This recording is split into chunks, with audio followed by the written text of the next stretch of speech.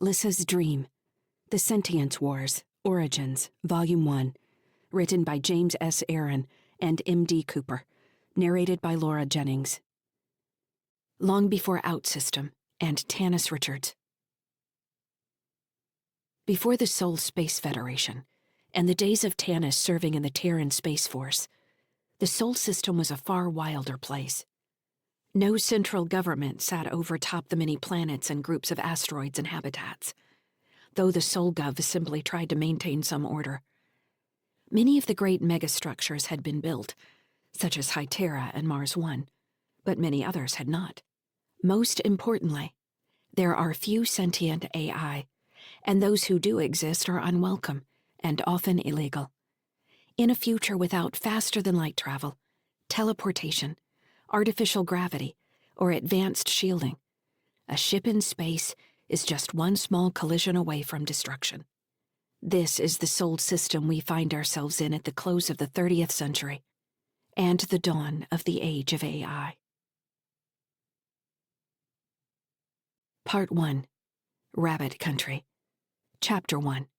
Stellar date 07.24.2981. Adjusted years. Location: sunny skies. Region: Greek asteroids, Jovian Combine. The airlock was stuck again. Vibrations throbbed through the bulkhead as the mechanism struggled to catch. A long screech followed, setting Andy's nerves on edge. Finally, Airlock 1's warp doors slid open slowly, revealing the big dark outside. The ship's service drone, which his kids had named Alice, disengaged its magnetic anchors and floated through the opening, bobbing like a happy puppy. "Doors are open," Andy announced over the ship's comms. They only used one channel on sunny skies. Kara and Tim, Andy's kids, weren't allowed their own channel after they had conspired to play pranks on him. He grinned at the thought, his breath steaming the inside of his face shield. How do you encourage their complex thinking without finding your last working EVA suit full of cleaning foam? As a father, these questions weighed on his mind. "Alice can see you, Daddy," his 12-year-old daughter Kara announced. She always tried to sound serious when assisting with repairs, then tacked on a daddy that melted his heart. His fogging face shield reminded Andy that his helmet's climate sensors were about to fail. He adjusted the suit's temp down until he shivered, checked the magnetic locks on his boots, then followed the robot outside the ship. Sunny Skies was 31 days outside Krunya Station in Inner Sol, carrying a load of sealed crates from Kaliki, one of Jupiter's moons. The ship had been burning for 4.8 AU and was now in the long deceleration. Sunny Skies used a helium-3 fusion drive for most operations. The drive could transition to deuterium for fuel during trips through Inner Sol, where the element was cheaper. But Andy didn't like Inner Sol. It wasn't like he was avoiding a bad neighborhood. He hadn't seen another human being other than Kara and Tim in the 2 months since he had picked up the cargo for Krunya. He preferred it that way. Every time he left the ship, Andy thought about what would happen if he died. The thoughts were a holdover from his time as a pilot in the Terran Space Force. Every mission meant thinking through the consequences of not making it home. Now, he had pre-recorded messages for the kids, as well as a dead man's switch on his personal security tokens. Alice waited for him outside the airlock, little puffs of stabilizing steam shooting from its body. The harsh light from his helmet made it more apparent the robot needed a coat of paint. Like everything on Sunny Skies, it was probably at least 300 years old. "What do you see, Dad?" Tim asked. At 10, his world was all absolutes. He loved rules and facts, along with any opportunity to correct another family member, especially Kara. Andy stepped over the edge of the airlock and positioned himself perpendicular to the long body of the ship. Originally built as a recreation vehicle for people with more credit than he had seen in his life, Sunny Skies was a long, thin cylinder with bulbs, boxes, and rectangles bolted onto its once sleek body. The cylinder formed an axle for the habitat ring, spinning about 3/4 down the length of the ship. Airlock 1 was near the bow of the ship, where the first set of sensor arrays and communications equipment was located. Andy had turned on the maintenance lights before coming out, so portions of the ship where the light system still worked shone against the dark of space. The glare allowed him to see the fat habitat ring and sails amidships, followed by the bulb-shaped drives at its stern. Sensors in his helmet read the element signature Sunny Skies blasted into the dark, which was technically toward Krunia Station, as they completed a slow burning. "I can see the whole ship," he said. "Lots of scars and beauty marks like the long-lived lady she is." "Ships don't have scars," Tim corrected. "Sure they do. Just like people. You get somebody who doesn't really know what they're doing working on a ship, and you get lots of scars." "Do you know what you're doing?" Kara asked. "That's what I've got you for. You've got the database up, right?" "Why don't you just use your link?" Kara was reaching the age where she longed for her own link access.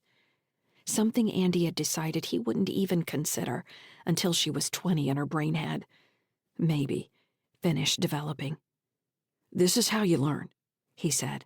"Besides, the connection out here is spotty." A small lie, but he wanted her to feel some ownership in what he was doing. If something happened to him, she was going to have to figure it out. All it would take was one stray micrometeorite, an electrical flare in a conduit, any number of 100 ways Sunny Skies might kill him at any moment. Even Alice might glitch and decide to open his suit with its plasma torch. His wife, Britt, had called him a pessimist once, and he had agreed, adding, "But I do look on the bright side sometimes." He could be a damn good pilot when it mattered, and he could fix most anything with instructions in the database. Not that Sunny Skies required much piloting. It required more worrying about everything that might go wrong, and then deciding between what to fix that was already broken. In this case, the item at the top of the list was a power conduit running from Airlock 1 to a sensor array just behind the ship's nose. He had powered down the array before entering the airlock, so he wouldn't get bathed in microwaves, which meant a higher likelihood of the ship's sensors missing any incoming objects. You had to choose your preferred ways to die. Besides, with the spin, it was likely the other arrays would pick up anything incoming, as long as they didn't malfunction. "Where's the coupler, Kara?" He imagined her reading through the schematic, biting her lower lip. She read the panel number, and he counted among the sections in front of him, finding the one she had indicated. "It should have the box right in the middle," she said. "I see it. Looks like it lost its cover somewhere." His boots clicked and released as he worked his way over the alloy skin of the ship toward the control box. Up close, the skin was far from smooth. Knee-high nodes, boxes, conduit, any number of other elements he barely understood, wrapped the ship in a barnacle-like layer of cruft. Long gone were his days of running a hand along the smooth side of a close combat fighter. Reaching his destination, Andy knelt beside the exposed control box and pulled up the schematic over his link. Scorch marks made it obvious where the short had occurred. He tried not to imagine the fire making its way inside the ship. The heat necessary to cause this would have burned his hand off if he'd been here when it had happened. He scanned the nearby couplers for heat signatures and found only normal electrical activity. Whatever had caused the box to short had burned itself out. "Dad?" Tim asked. "Yes?" "Are you done yet?" "No, Tim, I'm just getting started." "I have a question." "All right, what's your question?" "Why are there no dinosaurs on Mars?" Andy groaned inwardly. This was a continuation of a cyclical conversation from the night before. He should have spent time thinking of some better answers. The question also troubled him because it demonstrated how, while Kara acted older than her age, Tim continued to revert. "We talked about this before. No one has discovered a fossil record on Mars." "So there were dinosaurs on Mars. Just no one has discovered them yet." Trying to concentrate on the coupler, Andy said, "Sure." "But there hasn't been any kind of organic material found, Dad. How could there be fossils if there wasn't even the material?" "Maybe there is the material, Tim. Maybe in the rush to terraform, they didn't record things like they should have. People make mistakes. People do things for their own reasons. What about this? What if Mars is hollow? Have you thought about that? Dad, Tim said, scandalized. There is no scientific evidence that Mars is hollow. Do you know that? Didn't you say before bedtime that Mars has no tectonic activity? Why couldn't it be hollow? I think the dinosaurs are in the center of Mars. I'm going to find it in the database, Tim said. I'm going to find where you're wrong. We've got 900 years of survey data you can check, Tim. I think there must be something in there about the likelihood of a fossil record. He wants to find aliens, Kara said. That's what he really wants. Somebody has to find them, Andy agreed. Might as well be Tim Sykes. Can I name them if I find them? That's how it works. You find the first dinosaur on Mars, and you can call it the Psychosaur. What if I want to call it the Timosaur? You could do that. I'm sure all the other Tims in Seoul would appreciate the gesture. In fact, that would be very kind of you, Tim, to share your discovery so generously. As Alice floated over with a new cover for the control box, Andy grinned as the sound of his son grumbling came across the net. With the drone's help, Andy eased the cover over the repaired coupler and tacked it down with 2 quick welds. He stood, stretching, and peered into the dark. He found the blue disk of Earth, about 3 centimeters across, glittering with a silver band of Hytera. The darkening function on his visor sputtered, momentarily showing him Sol's full light. He squinted, reminding himself he needed to keep moving before his suit's environmental controls failed and he cooked. Turning toward the airlock, he started thinking of the checks he needed to run on the cargo in preparation for customs at Krunya Station. He had a feeling the manifest was going to get extra scrutiny, so the shipping company could try to claim damage. He couldn't afford anything less than what the deal had promised. Kara, he said, I'm far enough away now. Go ahead and power the sensors back up. Should I run the diagnostics first? Of course, sweetheart. We always run diagnostics first. The control system should prompt you. I did it. Good job. Any faults? No, it's almost online. Andy sent Alice ahead to meet him in the airlock. What should we have for lunch? He asked. You guys want some pasta? We can roll out pasta and make cheese sauce. I hate cheese sauce, Tim said. I know you do. That's why I always suggest it. The sensor's online, Daddy. Andy was about to tell her good job again when the proximity alarm shrieked in his helmet, warning of exterior danger. Sunny skies had just entered an unmarked debris field. Chapter 2. Stellar date 07.24.2981. Adjusted years. Location, sunny skies. Region, Greek asteroids, Jovian Combine. Andy was aware of Kara screaming at him in the background as his helmet display highlighted the incoming debris. Or maybe the sound was the warning klaxons coming over the open channel. Kara, honey, he said, blinking as his face screen filled with floating red dots that reminded him of chaff. Calm down. Tell me what's on the screen.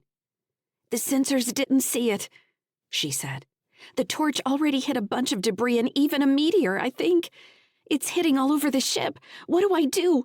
There are so many more. They're going to hit you. A calm had settled over Andy. He usually experienced stress as an opposite tunnel vision.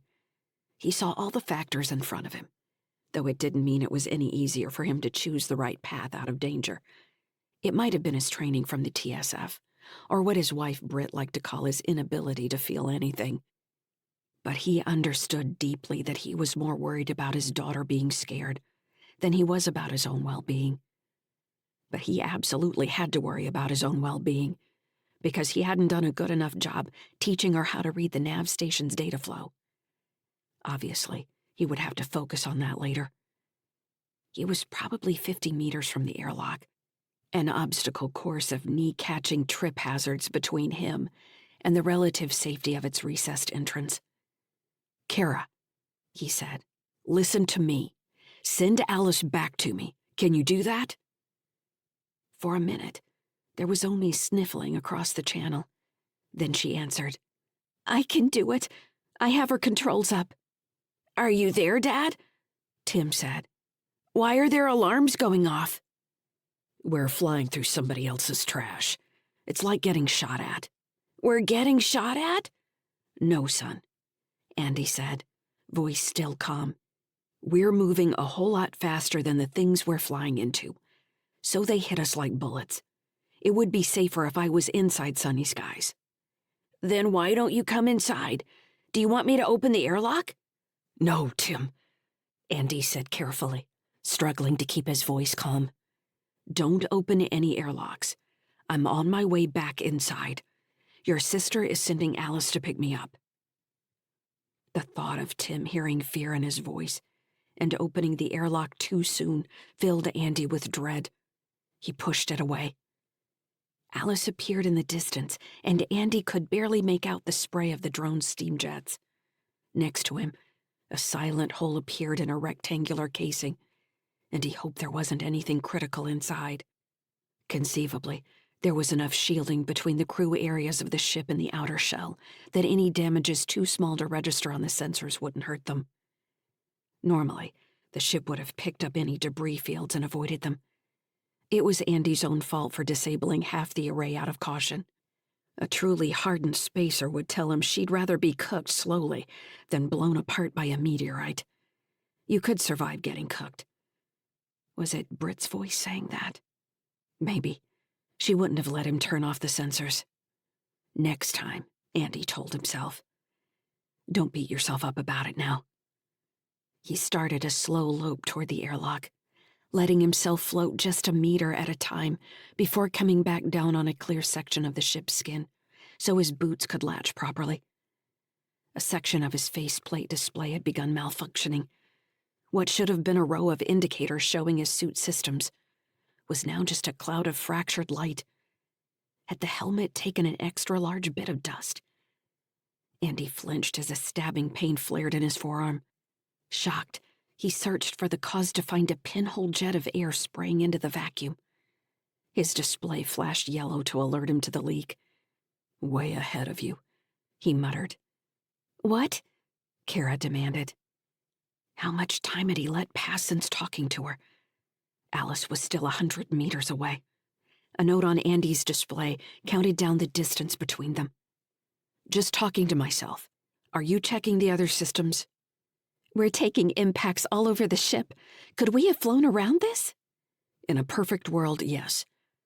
Another stab caught his left shin, and Andy nearly stumbled. More sizzling jabs of pain ran up his leg. It felt like tiny devils were attacking him with needles. He moaned at the loss of the suit. He didn't have room in the budget to replace it. Are you all right? Kara said, fear in her voice. Alice is almost there. Can you see her yet? Along with calling the robot Alice, the kids referred to it as her. Andy steadfastly thought of the robot as it in case he ever had to sell it. He saw its angular form bobbing toward him. Almost here, he said. Are the sensors picking up anything larger? Anything capable of hurting the ship? No, Kara said. I don't see anything on the screen. Should I look somewhere else? Sometimes when she said specific phrases, she sounded almost adult to him, almost like her mother. He had to remind himself that she wouldn't know where to look unless he told her, unless she remembered what he had taught her, if he had taught her correctly. Check the secondary arrays for electromagnetic activity, he said. We should... Andy gritted his teeth as another hot needle stabbed near his belly button. That could be a problem. We shouldn't assume there isn't another ship out there. Do you see anything? I don't see anything, Dad. Why would another ship be out there and not send us a message? Isn't that what everyone is supposed to do? Just because they're supposed to do it doesn't mean they will, he said, gasping. He had managed a few more leaps, closing the gap between him and the approaching robot. Warning indicators flashed inside his faceplate until he couldn't tell what was a notification and what was the onboard system tracking incoming debris. His vision grew blurry from pain. Where's Alice? He asked, blinking. Where did Alice go? She's almost there, Kara said. I think she got hit by something. Seemingly out of nowhere, Alice appeared in front of Andy and collided with his chest, steam jets spraying in all directions. Andy grabbed at its square body while struggling to activate the magnets along his forearms and palms. The suit clamped down firmly, holding him in place, and he blew out a sigh of relief that only fogged his helmet more. Alice spat steam, and Andy realized he'd forgotten to release his mag boots. Floating free, he suffered a moment of panic as he wasn't sure if the robot could hold him. The fear was irrational, though. Alice could carry 100 times his weight in vacuum. "I've got Alice. Or Alice has me. We're coming back in." "She's got you," Tim squealed across the channel. "I want to ride Alice." Andy straightened out his body, floating parallel to sunny skies. He noticed several more punctures peppered across the ship's skin, until finally the edge of the airlock passed underneath him, and Alice lowered them both into the open mouth of the doorway. Releasing the magnets in his right palm, Andy smacked the locking mechanism and watched gratefully as the door slid closed. "I'm inside," he said. "Still no other ships?" "No other ships," Kara said. "I see little damage symbols all over the ship, but everything still seems to be working." "Any big flashing X marks?" "No, I don't think so." Andy relaxed slightly. Once he got to the medical bay, he could send Alice out to check the interior systems for an update. In a perfect world, he'd have 5 bots to assist with maintenance. As it was, Alice could scan everything, and he would have to decide what to trust to the robot, and then start working his way through the rest himself. He wouldn't be lying around the rest of the trip to Krunya. The lock cycled, air hissing around him until the inner door opened, and he let Alice carry him in. They weren't out of 0G yet. It was another 15 minutes of navigating corridors and gangways through the functional portion of sunny skies, until they reached the habitat ring. Inside the ship, Andy's faceplate display cleared of the clutter from trying to track incoming debris. He rested his helmeted head on top of Alice, turning his face to the side, and watched the corridor slide by. He was back in atmosphere but didn't feel like pulling off the helmet. Every movement sent waves of pain through his body, though what felt like hundreds of puncture wounds was probably only 3. He passed a section of smooth, pale wall the kids had used as a canvas at some point. Stars and planets danced, some by Kara's finely detailed hand, and many more in Tim's bold lines. Of course, there was also a scene by Tim showing Andy and Britt holding hands, with Kara and Tim on either side. Everyone smiling. They were all standing in what looked like a green field. But where would they have been? The last place they had visited with actual grass parks was High Terra, in the suburb where Britt's parents lived. Tim would remember the parks, he supposed. That wouldn't be a happy memory for Tim. For any of them. He wished they had visited Earth. At this point, he didn't know if he would ever be able to take them to see where he had grown up, to show them where he'd been born. They could always go back to High Terra. Britt's mom was still there. They would be able to stand in the ring's graduated gravity, but never Earth without modifications. He didn't know how he could ever afford that kind of surgery. Something they'd taken for granted in the TSF. He wondered how he would afford Kara's neural link in 8 years. He needed to think bigger than he had been so far, shuttling cargo nowhere to nowhere for chump change. Andy's thoughts bounced around until he and the robot finally reached the bulkhead separating the inner ship from the habitat ring. He released his magnetic locks, slid off the robot, and pulled himself into the interior airlock. Over his link, he directed Alice to download the most recent maintenance data and check each point of concern. The robot answered with 2 small jets of steam as it turned to float back down the hallway. Cycling the doors, Andy's stomach did a flip as he oriented on the inner section and his feet came to rest on what had been his ceiling. As the inner gravity took hold, he felt like 2 bags of concrete had settled on his shoulders, renewing the pain in his arms, legs, and abdomen.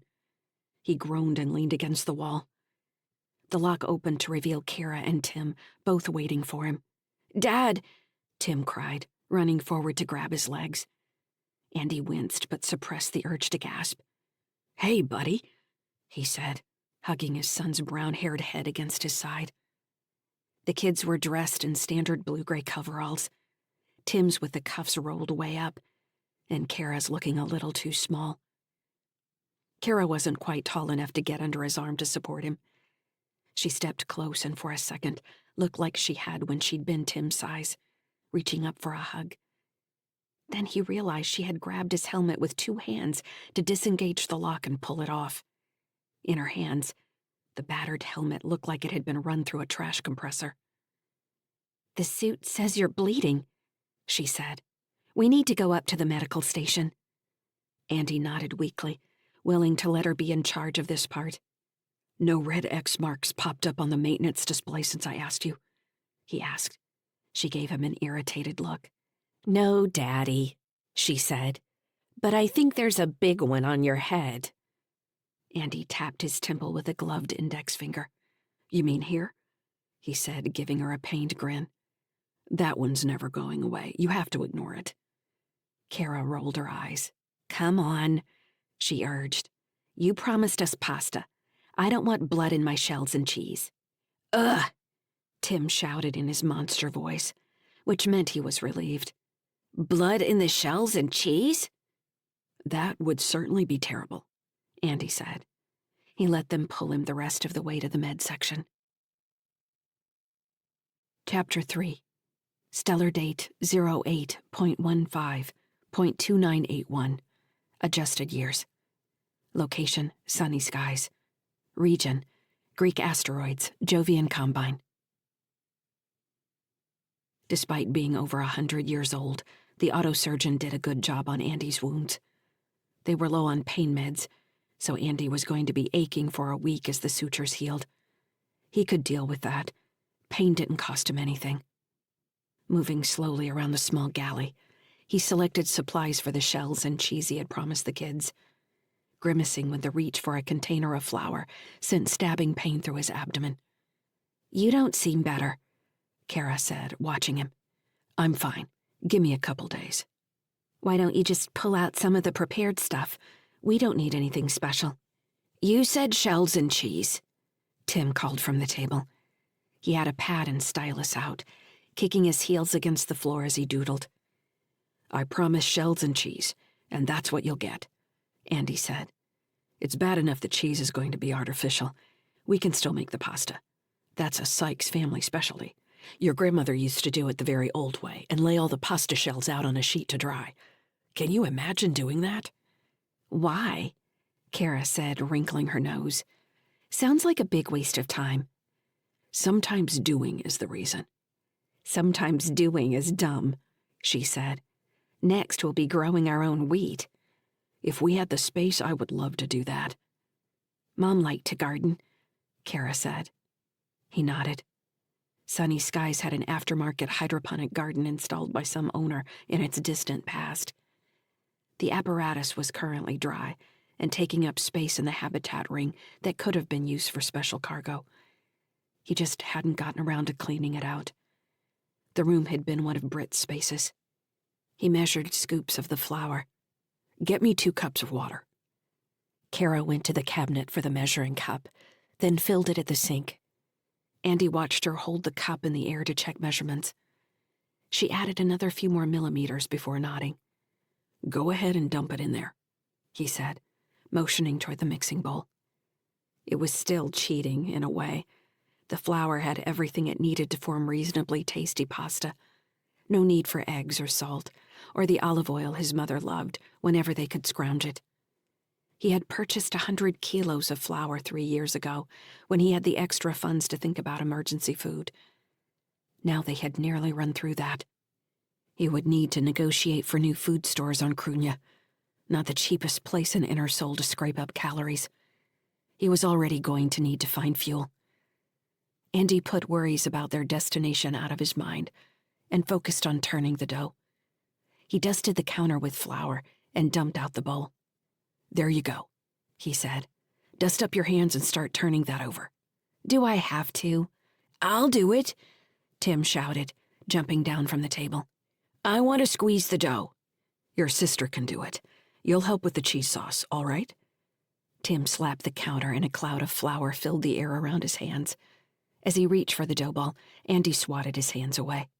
"Let's go, Kara."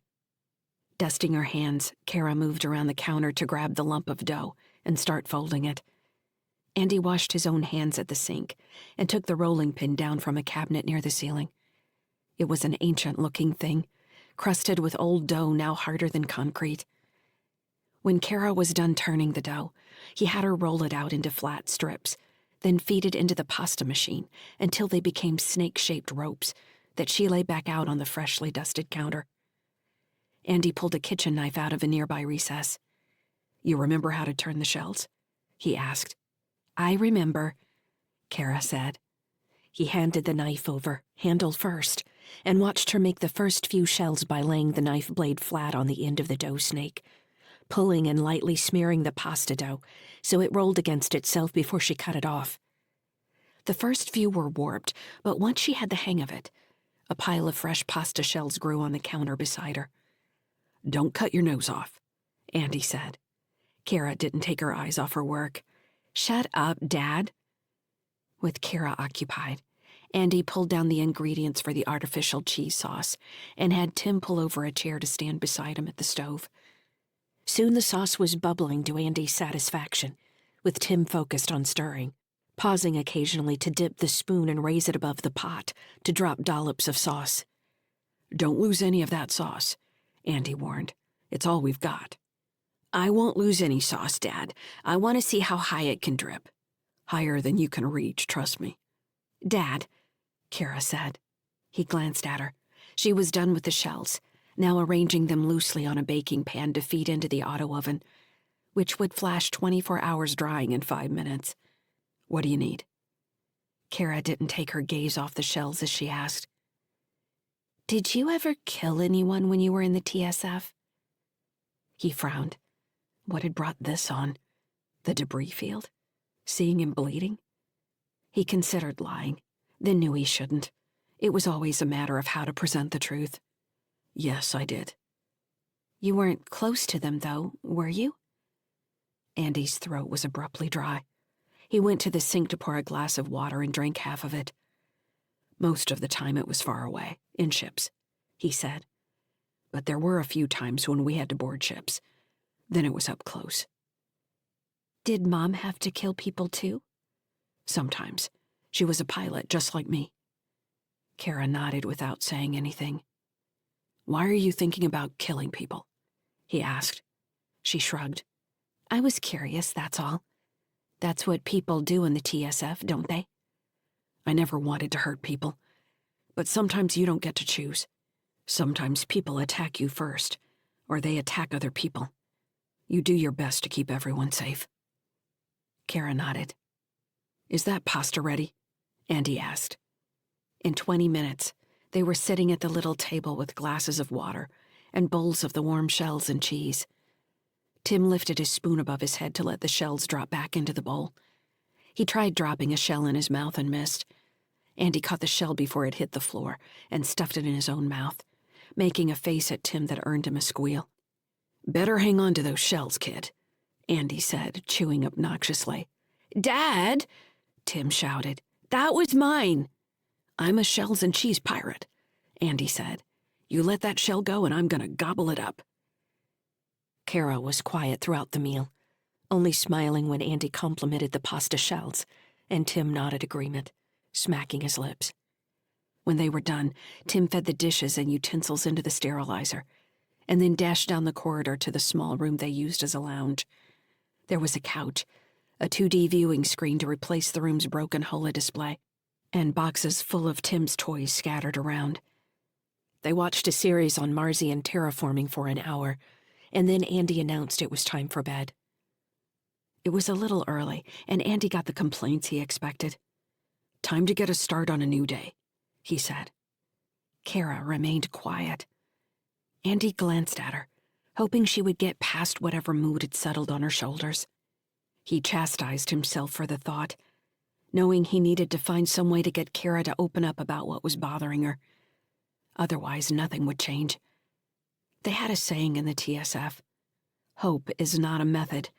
which was a smart-ass way of saying you couldn't hope your way out of a bad situation. He pulled up the ship's diagnostics briefly over his link to check on Alice's progress on the damage caused by the debris field, and check the ship's depressing fuel levels as well. They were going to arrive at Crunia Station on velocity and vapors. After teeth were brushed, hair combed or tied in fresh braids, Andy sent Kara to her room as he read Tim a story, and arranged his son's various toys on the bed to protect him from monsters. When he went to Kara's room, she had already turned out the overhead lights. In the dim glow from the corridor strip lighting, he saw only the outline of her back as she faced the wall. "You all right, Kara?" he asked. She shrugged, her narrow shoulders moving the blanket a little. Andy crossed the room to sit on the edge of her bed.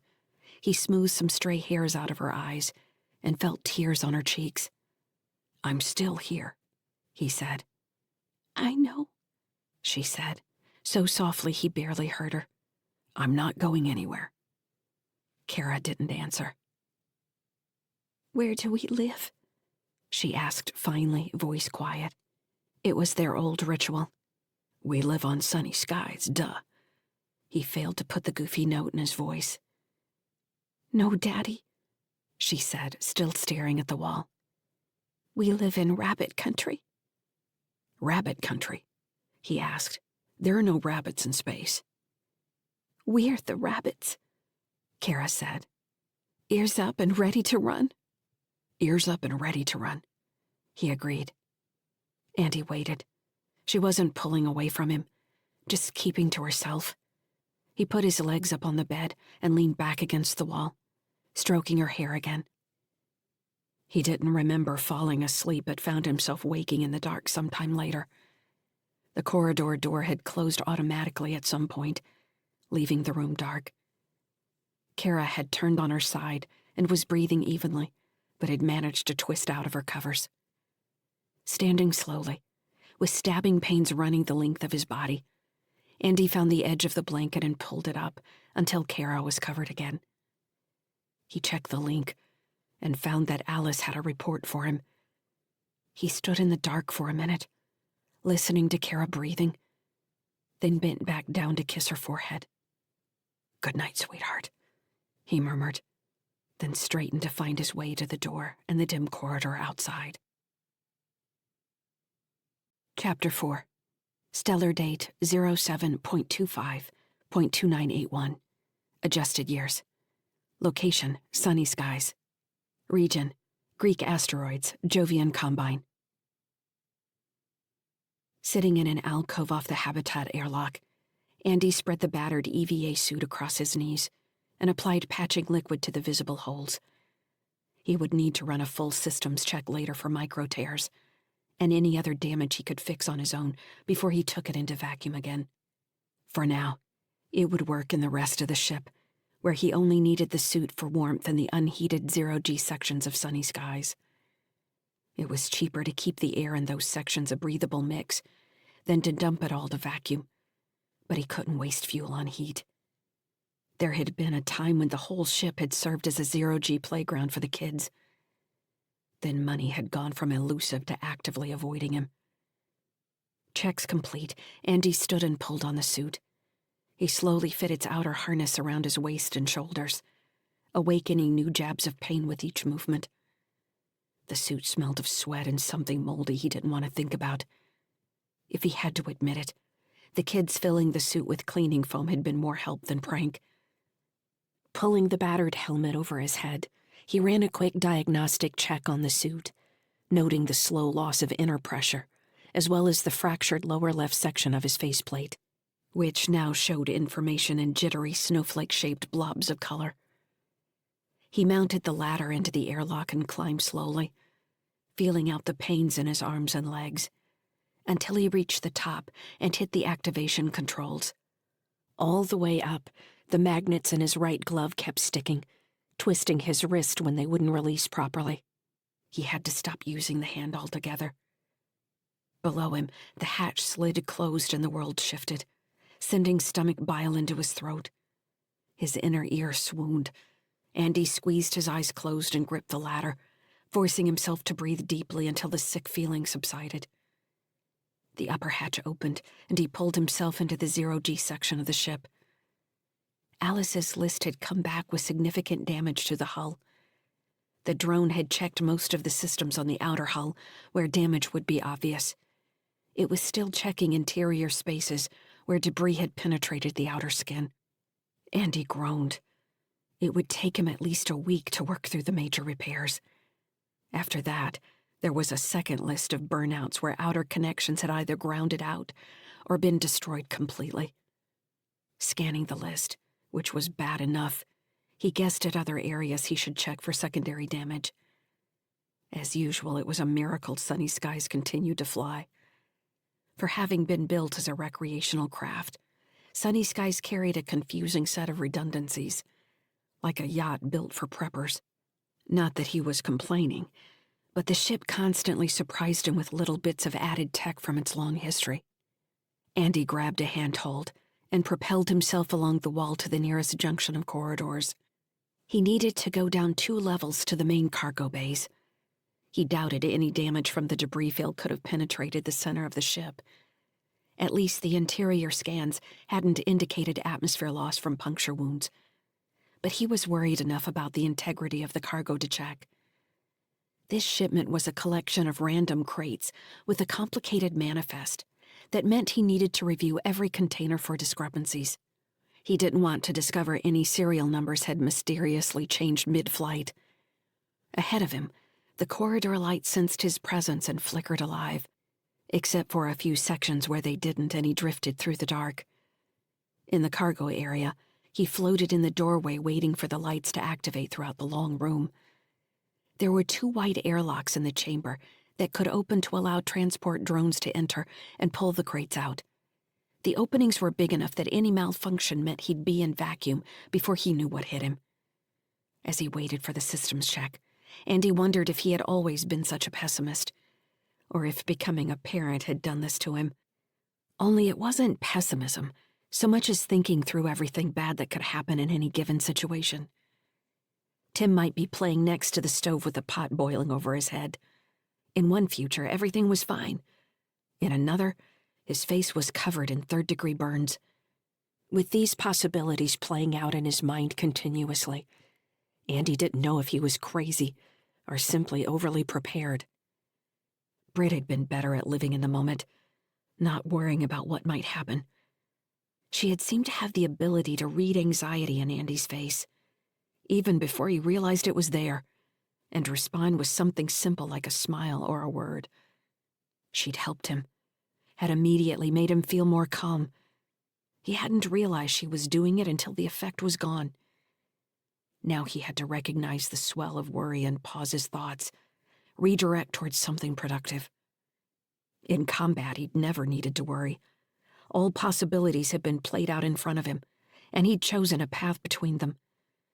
Even if he thought of the kids as red space, a sector occupied by enemy combatants moving with their own intentions and capabilities, he seemed to lack the ability to separate his feelings for them from his rational decision-making toward problems, resulting in a mess of indecision. As a pilot, he knew what steps to take to control his weapon system in the necessary manner to defeat the enemy. Just like during hand-to-hand, he'd pivot his hips in a throw, following it with a throat strike, or any number of other steps to assure his enemy's defeat. As a father, he could only look in their watching eyes and hope he was doing the right thing, mind-quailing. Hope is not a method. Focus on what you have, not what you don't have, Britt used to tell him, and now he repeated the words as a mantra, listing what he had, like stacking bricks in a defensive wall.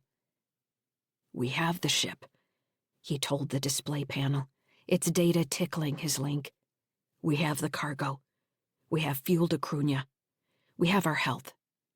The panel blinked yellow, sending him waiting signals that the worried part of his brain interpreted as uncertainty. The manifest slid past his thoughts, broadcast IDs on the crates, matching the expected serial number in the cargo list. When the panel lit up green, it was like a shot of happiness. He nodded, acknowledging the report. The manifest file closed, and he was about to leave the bay when another message from the monitoring system came over his link. There was a supplemental report. Somewhere in the bay was a group of crates that had come in separately from the main cargo shipment. Andy frowned. He didn't remember authorizing a supplemental shipment. How had he missed this? Had the kids distracted him during load-up? He scanned the new list quickly, then ran it against the original manifest to see if anything had changed. The tokens from their respective origins all matched, so unless the tracking software had been hacked, everything was where it was supposed to be. Why hadn't the supplemental appeared until now? It seemed dumb for a smuggler to hide something on Sunny Skies, a ship with only nominal chances of reaching its destination. It was cheaper to just pay for the ride since, by law, Andy owned anything put on his ship without either his express permission or a shipping contract. He pulled the location data for the extra crates over his link. The face shield display tried to highlight locations across the room, but most of the icons were lost in the fractured section of the shield, resulting in a meaningless but pretty shower of colors. Grumbling to himself, Andy pulled up a schematic of the bay and noted the various locations of the extra crates. Of course, they were under other crates. Whoever had slipped them aboard must have done it during the regular loading process, probably running their drones right alongside the approved ones. Didn't the system check entrance tokens on the drones as they dropped cargo? He was going to have to verify that at Crunya. If the ship wasn't scanning security tokens for anyone coming on board like it was supposed to, he could have stowaways all over Sunny Skies. Pulling himself along the wall, he reached the first set of cargo crates and launched over them, pushing himself along with his good magnetic glove. Most of the crates were standard 2-meter squares. Those had been stacked in the middle of the bay, with odd-sized crates along the outer edges. There were 3 crates that didn't belong. The first 2 were squares buried in the middle of the main stack. From the top of the pile, all he could do was verify their locations and attempt a link connection with their limited onboard firmware. These crates didn't appear to be monitoring anything but the dates they had been locked, which was several days prior to their arrival on Sunny Skies. The firmware could send false data, though. Since he couldn't see inside, Andy couldn't do anything with the stowaway crates but mark them as quarantine so Crunya loaders wouldn't pull them off with the rest of the cargo. He found the 3rd crate near the outer edge of the stack, a long flat chest marked with old TSF stencils. Andy floated, staring in surprise because he knew exactly what it was. Out of caution, he still queried the crate, and it came back with the information he expected. Armory, High Terra, TSF. He had seen these types of crates thousands of times during mission loadout and weapons issue. Pushing off the crate behind him, he moved down beside the flat crate and activated his mag boots on the bay floor to anchor himself. He knelt and felt at the latches on the front of the crate. It didn't have a security token and opened when he activated the lock. The lid lifted on smooth arms, revealing a collection of grenades, pistols, and what looked like a multi-mode light combat rifle. A bead of sweat ran down the middle of Andy's back. He hadn't seen this kind of hardware in nearly 11 years, not since Britt had told him she was pregnant, and they had decided together to leave the TSF. He held his hands over the rifle, remembering exactly how to activate it, its targeting and firing procedures, even field stripping and light maintenance, all ground into him during the part of his life he'd spent as a soldier, and then as a pilot. It had been most of his life, really. He joined the TSF at 17 to get his neural implant, and had left at 33, a father. Andy realized he was frightened to touch the rifle. Why? He could hold it as easily as he might one of his children. It wasn't the collection of weapons that frightened him. It was their presence. How and why were they here? Why would someone smuggle this aboard Sunny Skies, unless they meant to use them at Crunya Station? Andy's earlier thought about stowaways hit him like a hammer. Pulling the lid closed, He positioned his hands under the crate until he could leverage himself against the floor and raise it into the air next to him. It was awkward in the 0G, but he had plenty of experience wrestling crates in the bays. Balancing himself with the flat crate, Andy pushed off toward the bay's access door. The weapons were going into one of the many hiding places throughout the ship. Then he'd need to do a complete sweep of the non-inhabited area, starting with the engines. If anything happened to the drive systems, they were dead. At the door, Andy looked back at the looming stack of crates in the room. He would sweep the ship, but he had a feeling that whoever meant to use these weapons could very well be hiding in the 2 other crates. They'd have to be in some kind of stasis. But it was possible. The onboard system could be hiding their true function. In an ideal world, he would have drones to move the crates inside the bay. But he didn't, which meant he had to wait until they arrived at Crunya, another 30 days from now, to get at the unauthorized crates. Chapter 5. Stellar date 07.25.2981. Adjusted years. Location, sunny skies. Region, approaching asteroid belt, Jovian Combine. Pausing to catch his breath in the corridor and figure out the best way to maneuver the crate back up 2 levels to a storage locker just outside the habitat, Andy found himself staring at its dull gray surface, flooded by memories from the color that used to rule his world. Some people join the Terran Space Force just to get the standard neural implant. Andy was one of those people. As a teenager, he'd grown to hate the idea of life without the link. His father had always promised him that when he was old enough for the implant, the money would be there. Andy should have known that wasn't true. Looking back, he couldn't blame his dad. It couldn't have been easy trying to raise a family in the sprawl of Jerhatton. He had grown up in a town called Somerville, just outside Charleston. Andy's family lived in a high-rise with its lower 3 stories sunk in sluggish green water from an overflow of the Somerville River. They were squatters. But he hadn't known that when he was Tim's age. He'd loved swimming in the warm water, chasing oil slicks or thin streams of bubbles from cars and low buildings drowned long ago. His dad, Charles, spent days hustling for basics to keep their mom, Sabine, and little Andy and Jane in clothes and shoes. They were an odd pair, his mom and dad. Even without a link, his dad had some supernatural ability to read people and deals that went beyond mere information. His mom had been disabled at an early age in an accident she didn't like to talk about and, Andy realized now, must have been too poor to repair. Sabine could barely walk, but she had a link and took it upon herself to become their teacher. His mom taught them practical skills, like cooking from scratch, fishing and sewing to repair their clothes. He recalled vividly the smell of her homemade pickles. She also taught them history, civics, philosophy, physics, and chemistry. His strongest memory of his mother was her medium-distance gaze as she pulled information from her link to explain one of his obnoxious questions. Sure, he'd had his intermittent access to the link network through various terminals and public connections when he could steal time. But it wasn't anything like having the world's knowledge at the edge of his thoughts, removing the need to memorize anything. Maybe that was why some childhood memories stood out so starkly. They were the pillars of his mind. He also remembered the first time he realized someone was speaking down to his father for not having a link. Andy might have been 9 or 10, old enough to start paying attention to how adults talk to each other. They'd been in a convenience store, and the woman behind the counter had expected payment via credit connection. His dad had offered to pay cash. Now, Andy understood that his dad had been trying to offer the cash before the auto transaction link tried and failed. Charlie hadn't been fast enough. The pale woman had squinted at his dad and then snorted a laugh. "You're dumb, aren't you?" she'd asked.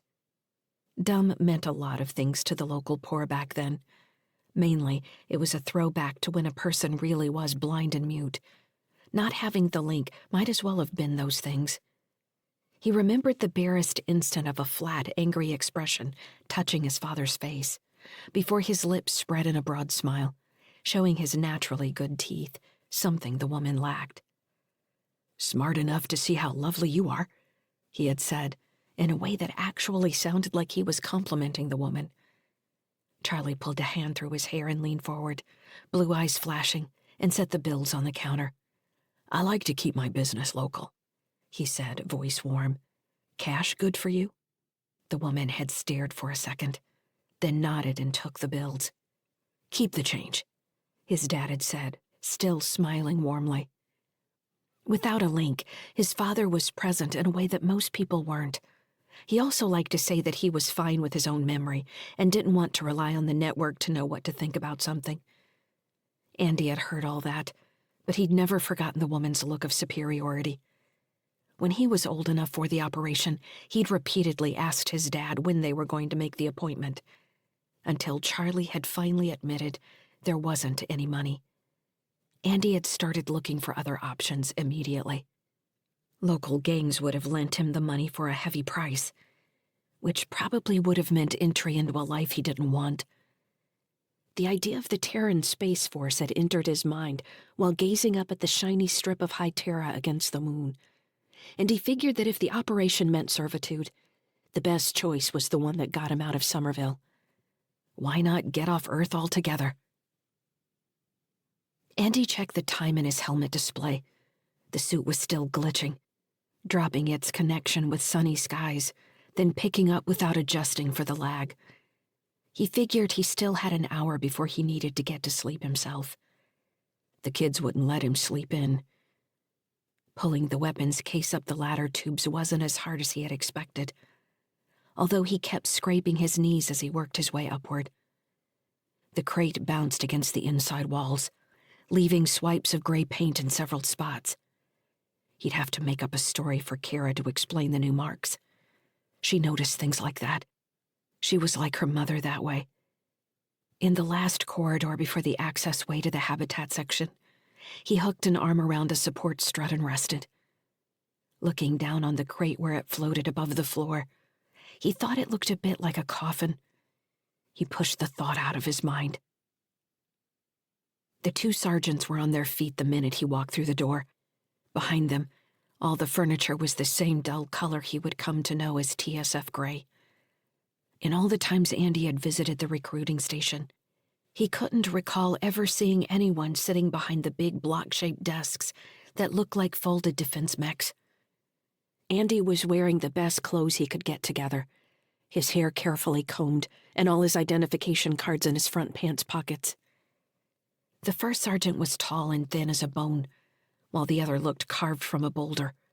The thin one, whose nameplate read Cass, reached Andy first. He was already frowning.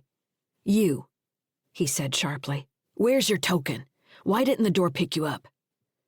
Andy was taken aback by the tone of the man's voice. He opened his mouth to force out an answer, but the muscled sergeant, Hilton, cut him off. "He's pure, Sergeant. Doesn't have any EMF whatsoever." "Pure?" Cass said, sounding like he'd been told Andy was an alien. "No broadcast," Hilton said. "No origin indicator either. Where'd you come from?" "Summer," Andy started. "I don't care where you came from," Cass said, cutting him off again. "We'll get to that later if it matters. What's your name?" "Come on," Hilton said. "Answer." "Andy Sykes," Andy said, before one of them jumped in again. His voice sounded unnaturally high in his ears. "Sykes," Cass said. "First names are a waste of time. TSF doesn't issue first names." "Sykes," Hilton repeated. "I like it. Private Sykes. Maybe we'll get you to Private First Class Sykes before you leave for basic. What do you think about that?" "Hold on," Cass said. "Before you worry about that, what do you want to do, Sykes? You want to be a killer?" Andy looked at each of them, figuring out this was all an act. He'd watched his dad play a similar game while working a hustle. Charlie would rain words on his target until they simply gave in and agreed with him. The key was to slow down his responses, make his words worth more than theirs. He shrugged. "I'm here to learn," he said.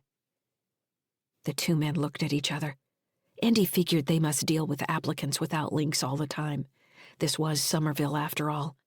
He supposed a link would have allowed him to do all the research he wanted, watch all the first-hand video from combat reviews, even apply for entry without ever setting foot in a recruiting station. "Why don't you have a seat?" Cass said, motioning toward a conference table to one side of the room. Its surface was a display console. "Thanks," Andy said.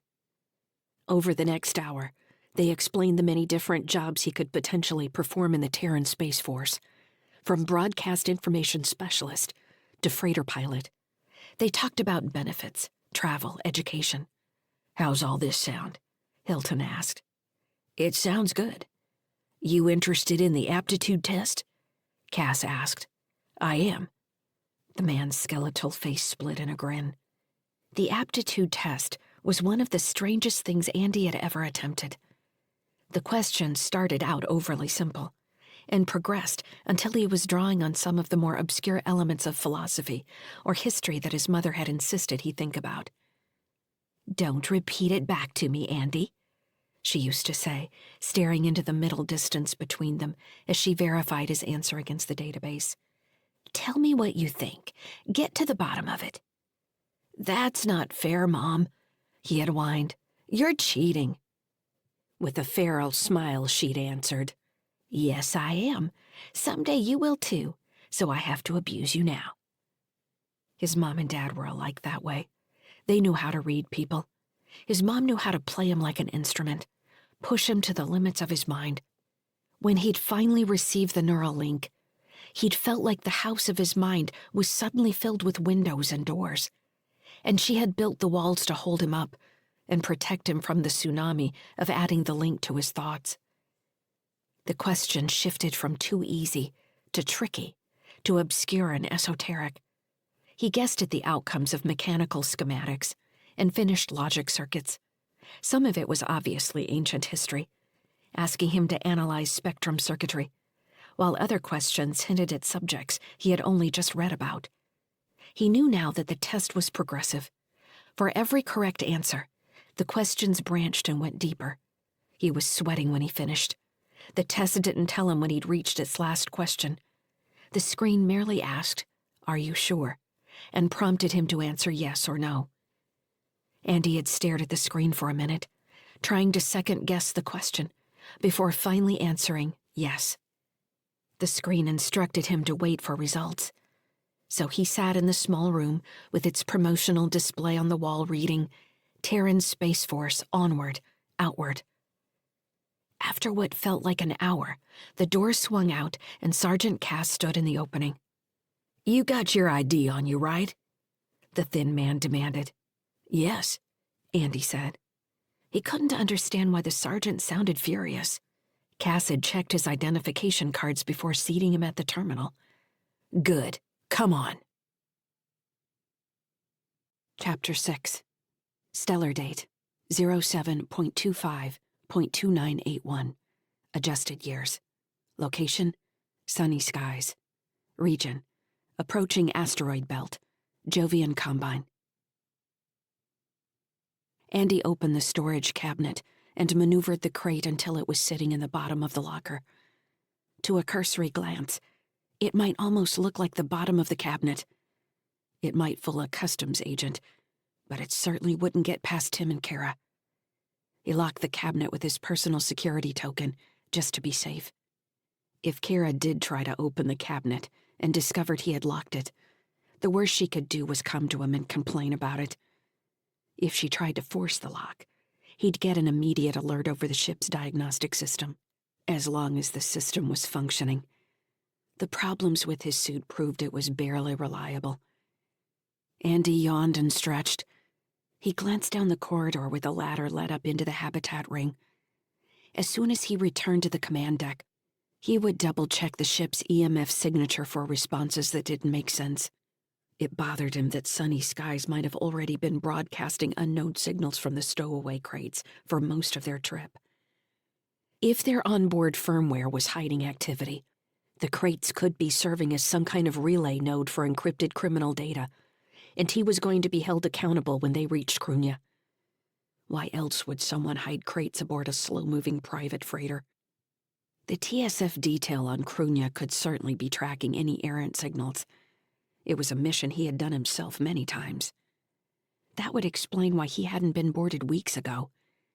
The TSF would sit back and capture all the data going in and out, then pick up the rubes piloting the ship when they arrived. The TSF detail was probably partying in one of Krunya's many nightclubs right now, laughing.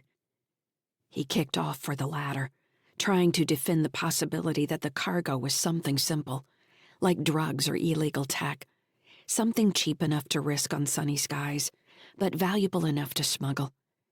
What if his ship was just one of hundreds, and the smugglers were gambling on half the ships arriving as scheduled? That made more sense. That pointed toward drugs. He could deal with drugs. They weren't on his manifest, and he could make a statement to station security when he arrived. No one was going to try to board the ship for drugs. Drugs didn't explain the weapons, though. It was entirely possible that a crate of TSF weapons had made it onto his ship by coincidence, part of the same sort of large smuggling operation. It was also part of the ship's record that he was a veteran, so he supposed someone could be sending him a message. But what sort of message? And why? If it was personal, that made even less sense. But it worried him more. As a former TSF combat pilot with ground experience, he'd had plenty of offers from private security firms when he had first left the service. Those had grown fewer over time, and at this point, he couldn't remember the last time a headhunter had sent him a message that wasn't a blanket offer.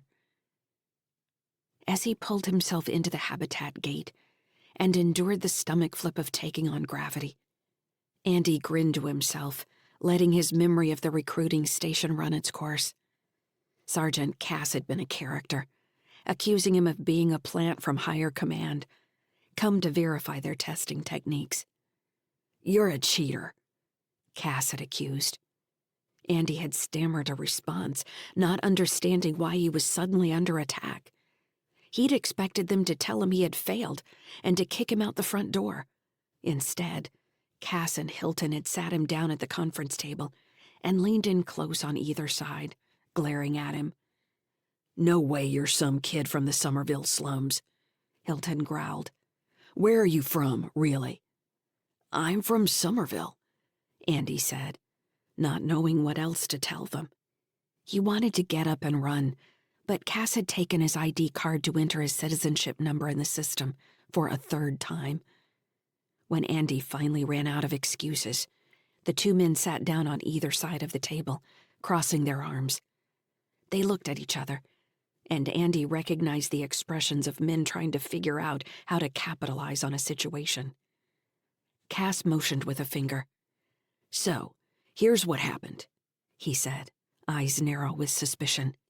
"If you're telling the truth and really don't understand how you did on the test—" "You did well on the test," Hilton interjected. "You did too well," Cass said. "You did the kind of well that makes the system think it's being hacked. We get tested by higher command every quarter to make sure we're not cheating, bringing in recruits who don't meet the standards." "You can do that?" Andy asked. Cass gave him a withering look. "But some people who work for rogue corporations and things like that, who want to hack the government, they're always looking for a way in. So, we also get people who come in to take the test, just to see what new methods TSF is using for selection." "That's what you look like," Hilton said. "Only you took the whole test, which most of them don't. They get to the questions they want to analyze, and then try to run." "Try to run? Can't they leave if they want?" "Nope," Hilton said. "TSF Code 418.8 provides for the integrity and security of the recruitment process. Once you enter those doors, you are under the jurisdiction of the TSF." "I didn't know I was agreeing to that." Cass pointed a long finger at the entrance. "It's posted right on the door. If you check the security token with your link when you came in, it's bright as day." "I don't have a link," Andy said. finally giving up his bargaining chip. "That's why I'm here. I heard all TSF recruits get an implant." Hilton's eyes widened. He looked at Cass, who was slapping his knee and wheezing laughter. Cass pulled in a breath and let out a whooping laugh. "You're telling me you passed the assessment exam without a link?" "I guess," Andy asked. "Did I pass?" Looking irritated with Cass, Hilton said, "Yeah, you passed. Like we said, you did too well." As Cass tried to catch his breath, Hilton tapped the edge of the table and brought up a display that hadn't been part of the initial pitch. "I believe you, kid," Hilton said. "I'm not from Somerville, but I grew up in a place like it in Utah. I get it. So, I'm showing you this, but it's not something we're supposed to just advertise. You have to ask about it. So I'm going to ask you once. Did you come here to learn about the TSF Officer Corps?" Andy stared at him, not fully understanding the question. "Officer Corps? What's that?" "Excellent question," Hilton said, tapping the table. He brought up another display with information on a special academy. Cass had finally gained his composure. His face was still flushed. "You're really gonna show some hood rat information about the academy?" Hilton didn't look up from the display. "His scores allow access." Cass snorted. "You're talking him out of our bonus there, Sergeant. He goes to the academy, we don't get our cut." "It's like that," Hilton said. "Yes, it's like that." Cass motioned toward Andy. "You think this kid is academy material? He wants a neural implant. He doesn't want to serve." He turned his gaze to Andy. "How about it, kid? You here for yourself or for the TSF?" Andy blinked. He'd never considered the question. Why would he want to serve the TSF? The thought had never entered his mind. "I don't know," he said honestly. "But if it will get me out of Somerville, then I want to hear about it." Hilton slapped him on the back. "Exactly," he said. "Sounds like me when I was sucking dust back in Provo." Cass grumbled, but didn't say anything. "I have a question, though," Andy said. "What's an officer do, exactly? In most of the history I've read, they're either idiots or they die during the first battle." In the control deck, Andy eased himself into one of the 3 console seats and brought up the ship's status on the display. He frowned as he realized how intermittent his data stream from the monitoring systems had been. In truth, Sunny Skies needed a complete overhaul. The ship was a mess of short-term fixes, stacked on top of one another. Getting caught in the debris storm was just the latest example of how failing systems on the ship were starting to impact each other. In a perfect world, the point defense system should have picked up the larger bits of debris long before they hit the torch, and he shouldn't have had to cut off the shields and sensors if he didn't have to EVA to fix a burned external power coupling. It was like trying to repair a sandcastle in the wind. He checked their progress along the flight plan. They were decelerating on schedule. Crunya was just now reaching its furthest point from Earth, which would bring them into a rendezvous in 30 days. His fuel calculations had been correct, unfortunately, and they would arrive at the station with no way out unless he could buy more deuterium, which was probably going to be twice as expensive on Crunya Station. He didn't want to pull up market rates and depress himself even further right now.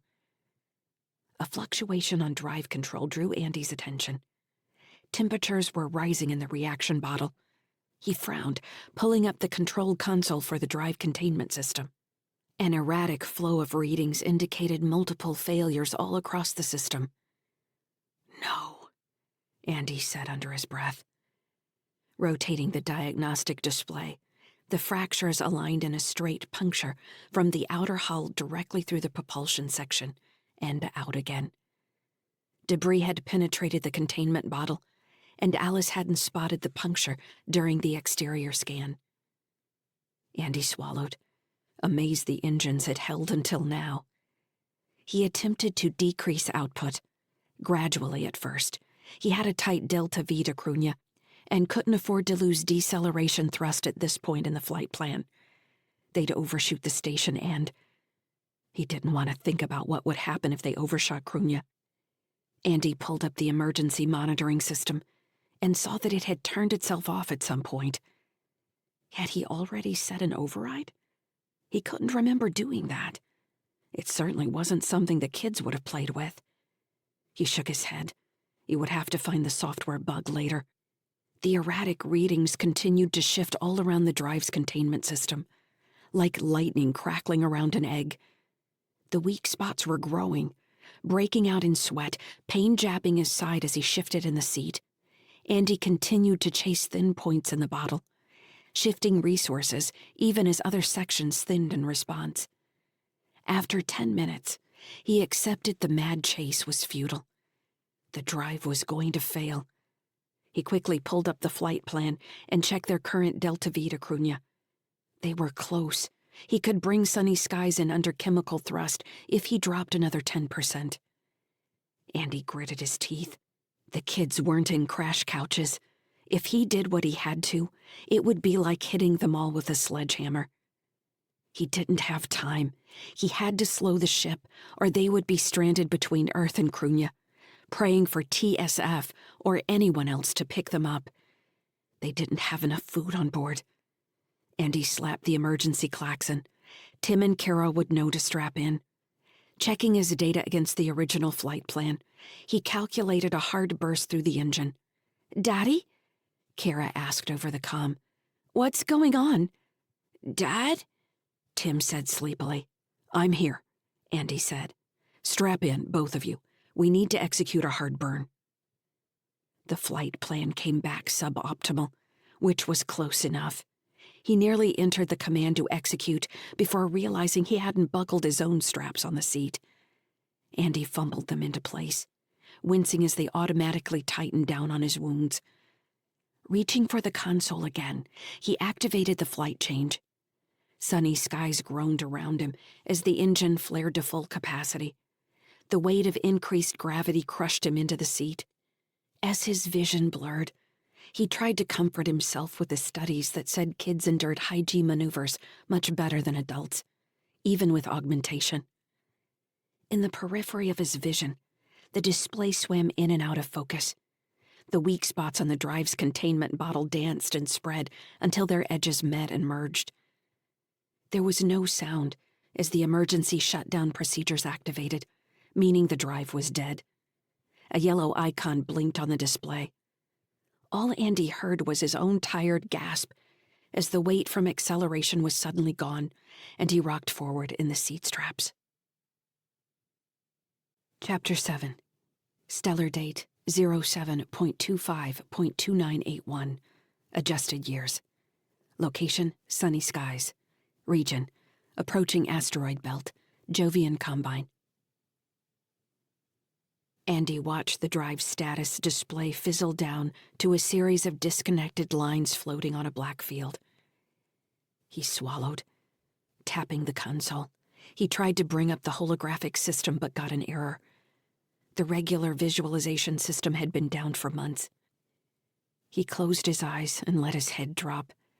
He was aware of Kara asking him if he was all right across the comm system, and he knew he couldn't answer her yet. Without opening his eyes, he flicked his connection to mute. Still strapped into the seat, Andy attacked the air in front of the console. Kicking and punching, he felt tears gather in his eyes. "Damn it, Britt!" he shouted. "Damn it!" He slashed at the air, straining his muscles against 20 years of memories that had been so good at one point, memories that now only brought failure after failure. He was going to have to find a place for the kids. He couldn't maintain this life. Everything was crumbling around him. "Damn it, Britt! I need you." His right fist caught the edge of the console, and pain flared up his arm. He didn't let it stop him.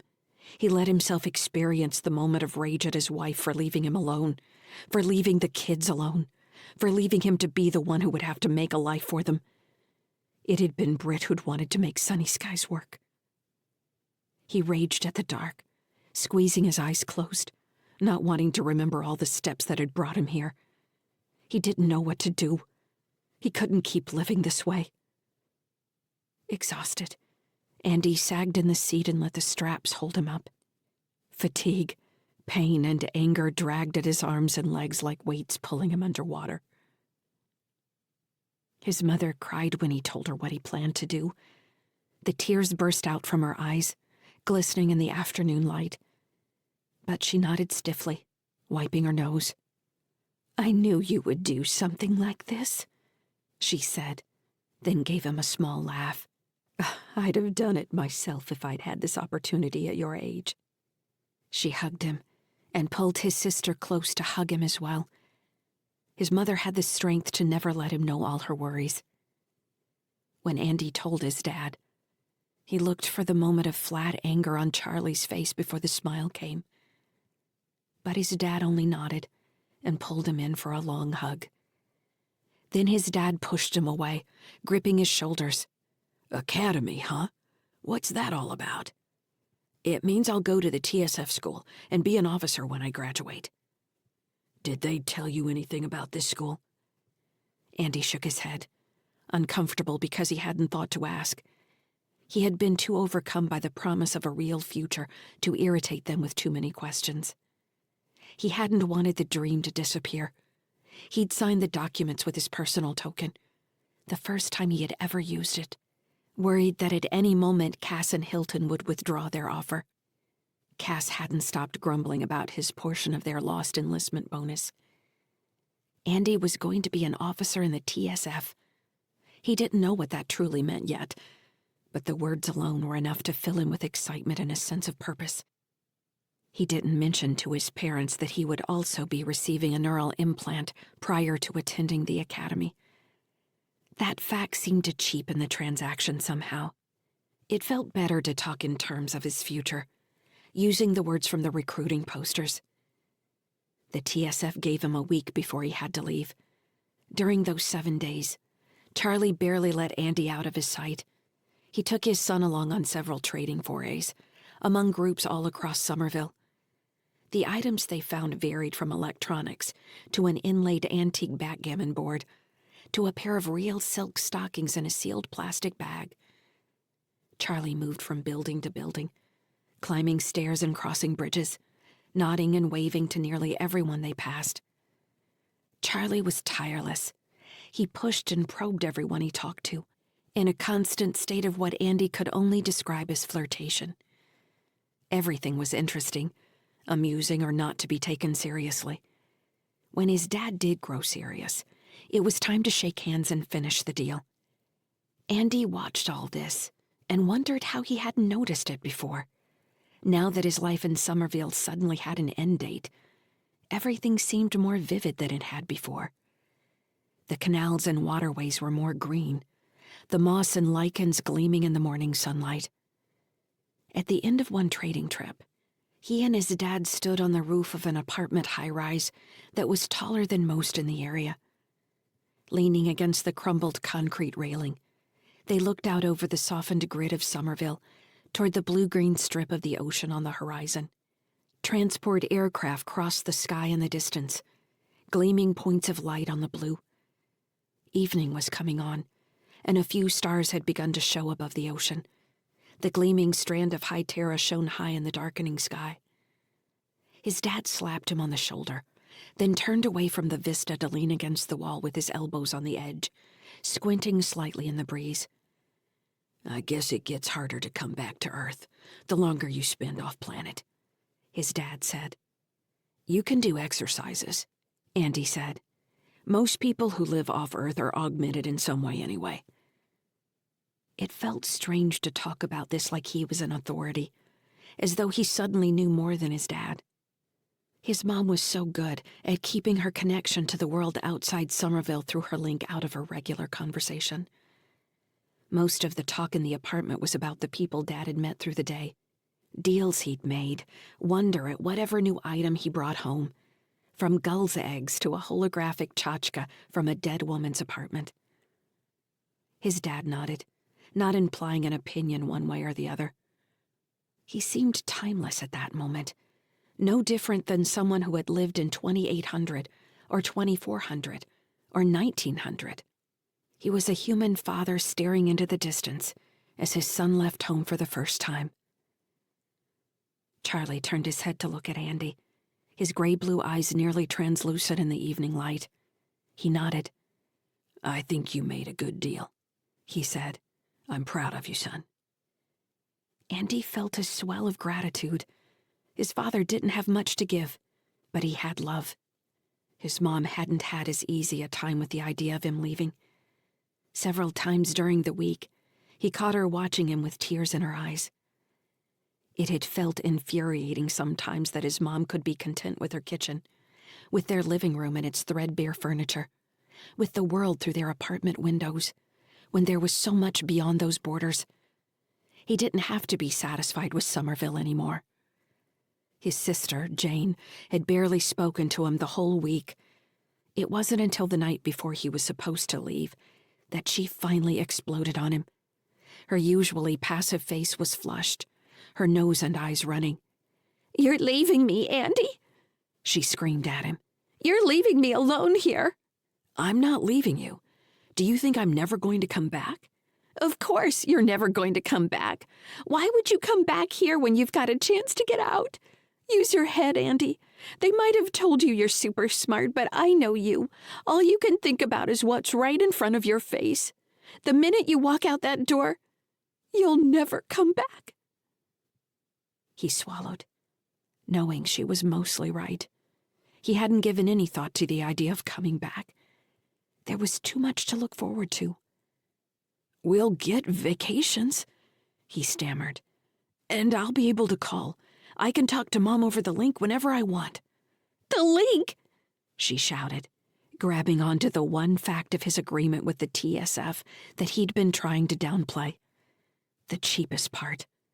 "You're too dumb to realize how lucky you are not to have all that stuff in your head all the time. We're lucky to have grown up here, Andy. But you can't see that." "Jane."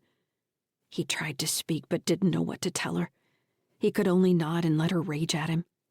"I hope you forget about us," she'd shouted. Andy left for the TSF Academy on a cold Monday morning in September. He met Cass and Hilton at the recruiting station, and they led him up to a landing pad on the building's clean roof, so different than the ruins in Somerville. An egg-shaped military transport waited with its main door open. A soldier in a green flight coverall stood beside the door. Andy nodded to him as he approached, but the man ignored him, staring into the middle distance, attention apparently on his link. "Get up in there and sit down over there," Cass said, pointing toward a jump seat on the far side of the craft. "Strap yourself in." Andy found the straps and buckled in. He looked around the spare interior of the transport, which appeared better suited to cargo than people. Latch points covered the major surfaces. He had a narrow view of the cockpit, where a pilot was checking the holographic systems displays. Cass ducked to climb into the transport and chose a seat beside Andy. Sergeant Hilton stood outside, talking to the soldier in the coverall. When they were done, he waved at Andy. "Good luck, Sykes," he said. "Drop me a line when you get through Hell Week." "Hell Week?" Andy asked. The word shot ice through his excitement. Beside him, Cass laughed. "Guess you didn't read about that, huh, genius? Hell Week is when they weed out the weaklings. You fail Hell Week, and you end up regular enlisted for a minimum of 10 years, and I get my portion of your bonus, like I should have in the first place." Andy felt like he'd been punched. Why hadn't they told him about Hell Week? Could he prepare somehow? Should he have been doing more push-ups and sit-ups? He gave Cass a despairing look. The sergeant guffawed, holding his stomach. "Stop it, Sykes. You look like I just stole your birthday." The crew members stepped up into the transport and tapped a control to lower the door, which hissed as it sealed. Andy's seat rumbled as the engine started, making his whole body vibrate. His stomach felt loose as the transport quickly lifted, tilting to one side before righting itself. The engine hum in the cabin grew too loud to allow them to talk, so Andy could only glance at Cass grinning beside him. and then stare forward to watch the world stream past outside the small window in the door. The flight to the TSF Academy in Seattle would take 30 minutes. His first stop would be the Academy Medical Center, where he would spend a day in surgery and recovery, before being dropped in with a group of new recruits from all across the Northern Hemisphere, waiting for the next training cycle to start. It was in a cold room, lined with plastic chairs full of waiting cadets, that he'd first met Britt. "Daddy?" Kara said. Andy dragged in a breath and opened his eyes. He had fallen asleep. He looked around frantically, forgetting where he was. His gaze fell on the console, still showing the exploded drive containment bottle, and everything came rushing back. He reached for the buckles holding his straps in place. Wiping his face, he looked at Kara and found Tim standing just behind her, hugging his stuffed dolphin against his chest. The concern on Kara's face stabbed him in the heart. He blinked, then gave her a smile. "Morning," he said. "How are you guys?" Kara stared at him, obviously not knowing how to respond, worry plain on her face. "Is the ship all right?" she asked. Andy nodded. "We have drive problems," he said. "But the good news is we'll arrive at Krunya Station almost on time." "Then what?" she asked. "Then we'll see." Andy looked past her to Tim. "How are you doing, buddy?" Tim squeezed his dolphin. "I'm hungry," he said. "Can we have pancakes?" Andy suppressed a jab of pain in his abdomen as he stood. Leaning on the back of his seat, he said, "Yes, we can have pancakes." "Yay!" Tim cried. Part 2. Krunya Station. Chapter 8. Stellar date 08.24.2981. Adjusted years. Location: sunny skies. Region: approaching Krunya Station. Terran hegemony. Sunny Skies arrived at Krunya Station just as the asteroid was reaching its furthest distance from Earth. Andy had been proud of himself back on Kaliki, when the navigation plan had lined up well enough that he could pick up cargo bound for Inner Sol and charge a slight bonus for the shortened delivery time. Most legit cargo moving from Outer Sol passed through Mars, so even a slow-moving hauler like Sunny Skies could charge a bounty for a more direct trip. Andy leaned back in his seat and activated the automated navigation systems that would ease them toward Krunya Station's Greater Port Authority.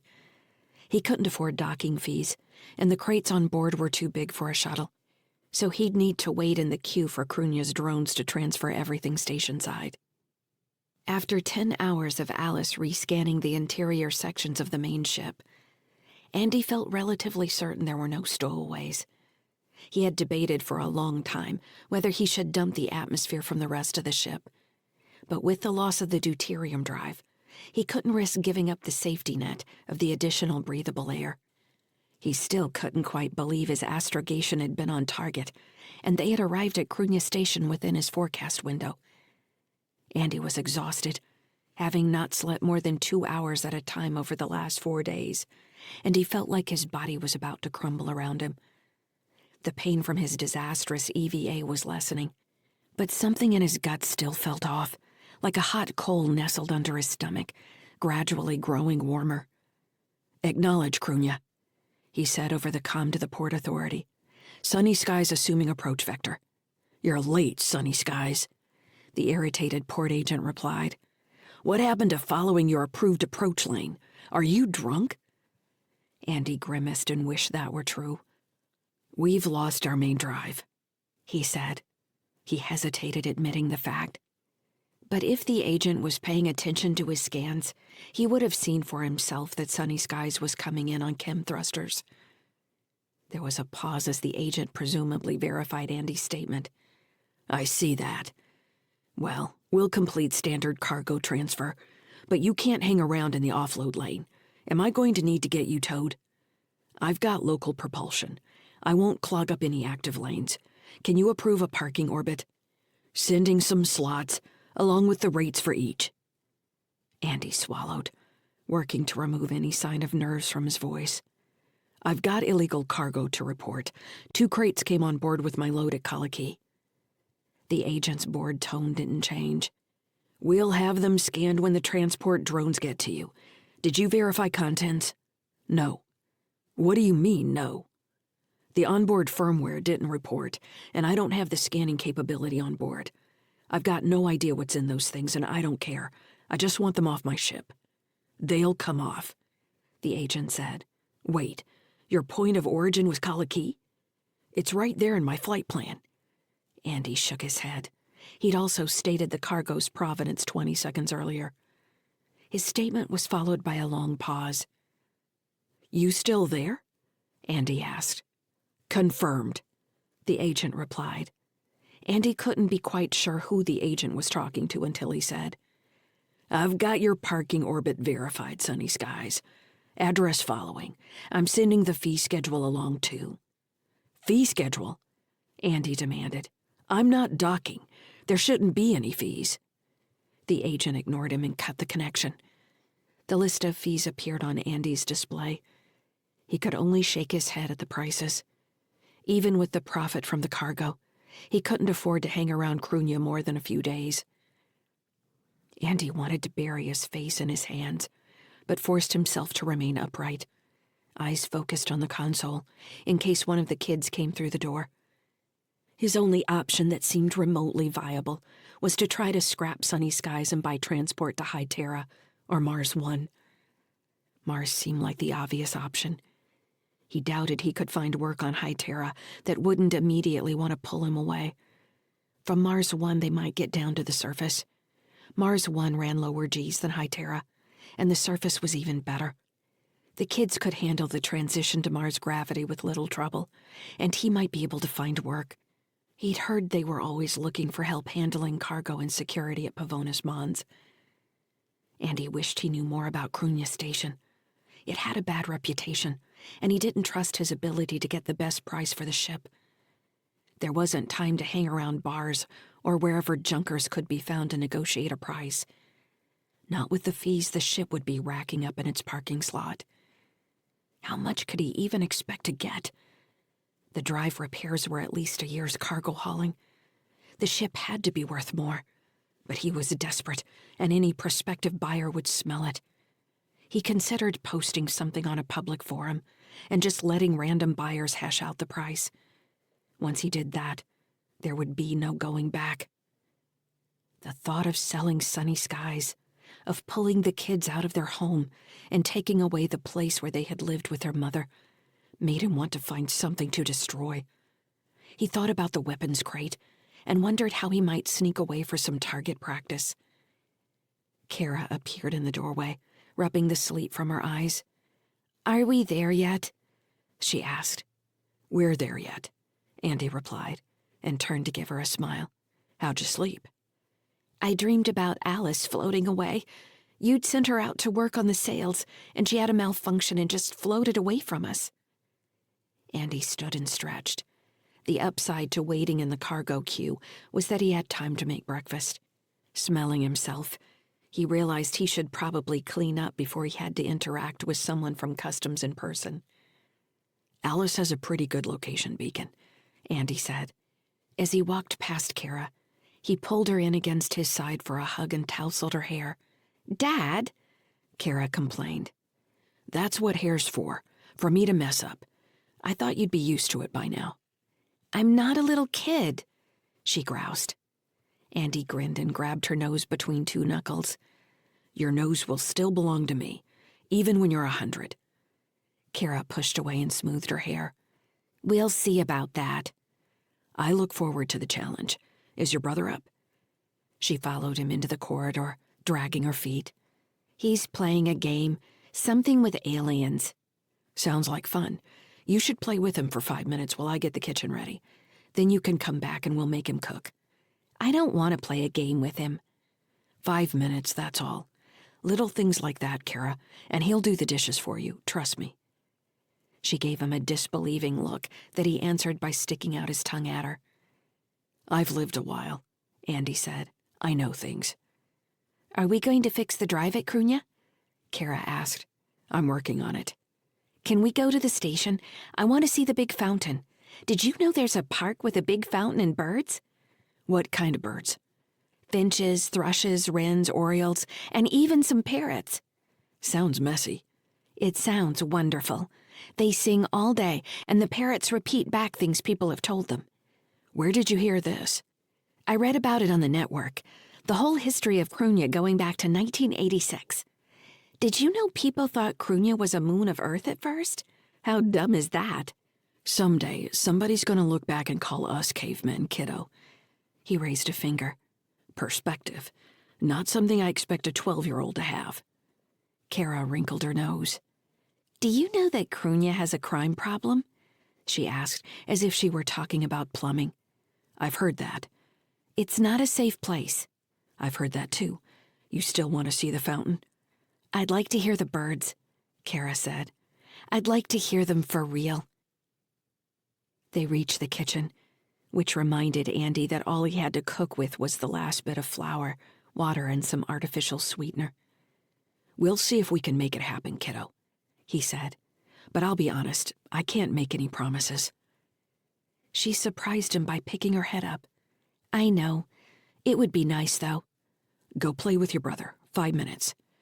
He spread his hand to show all 5 fingers. Kara held up 3 fingers. This isn't a negotiation. Make sure Tim combs his hair and puts on a clean coverall.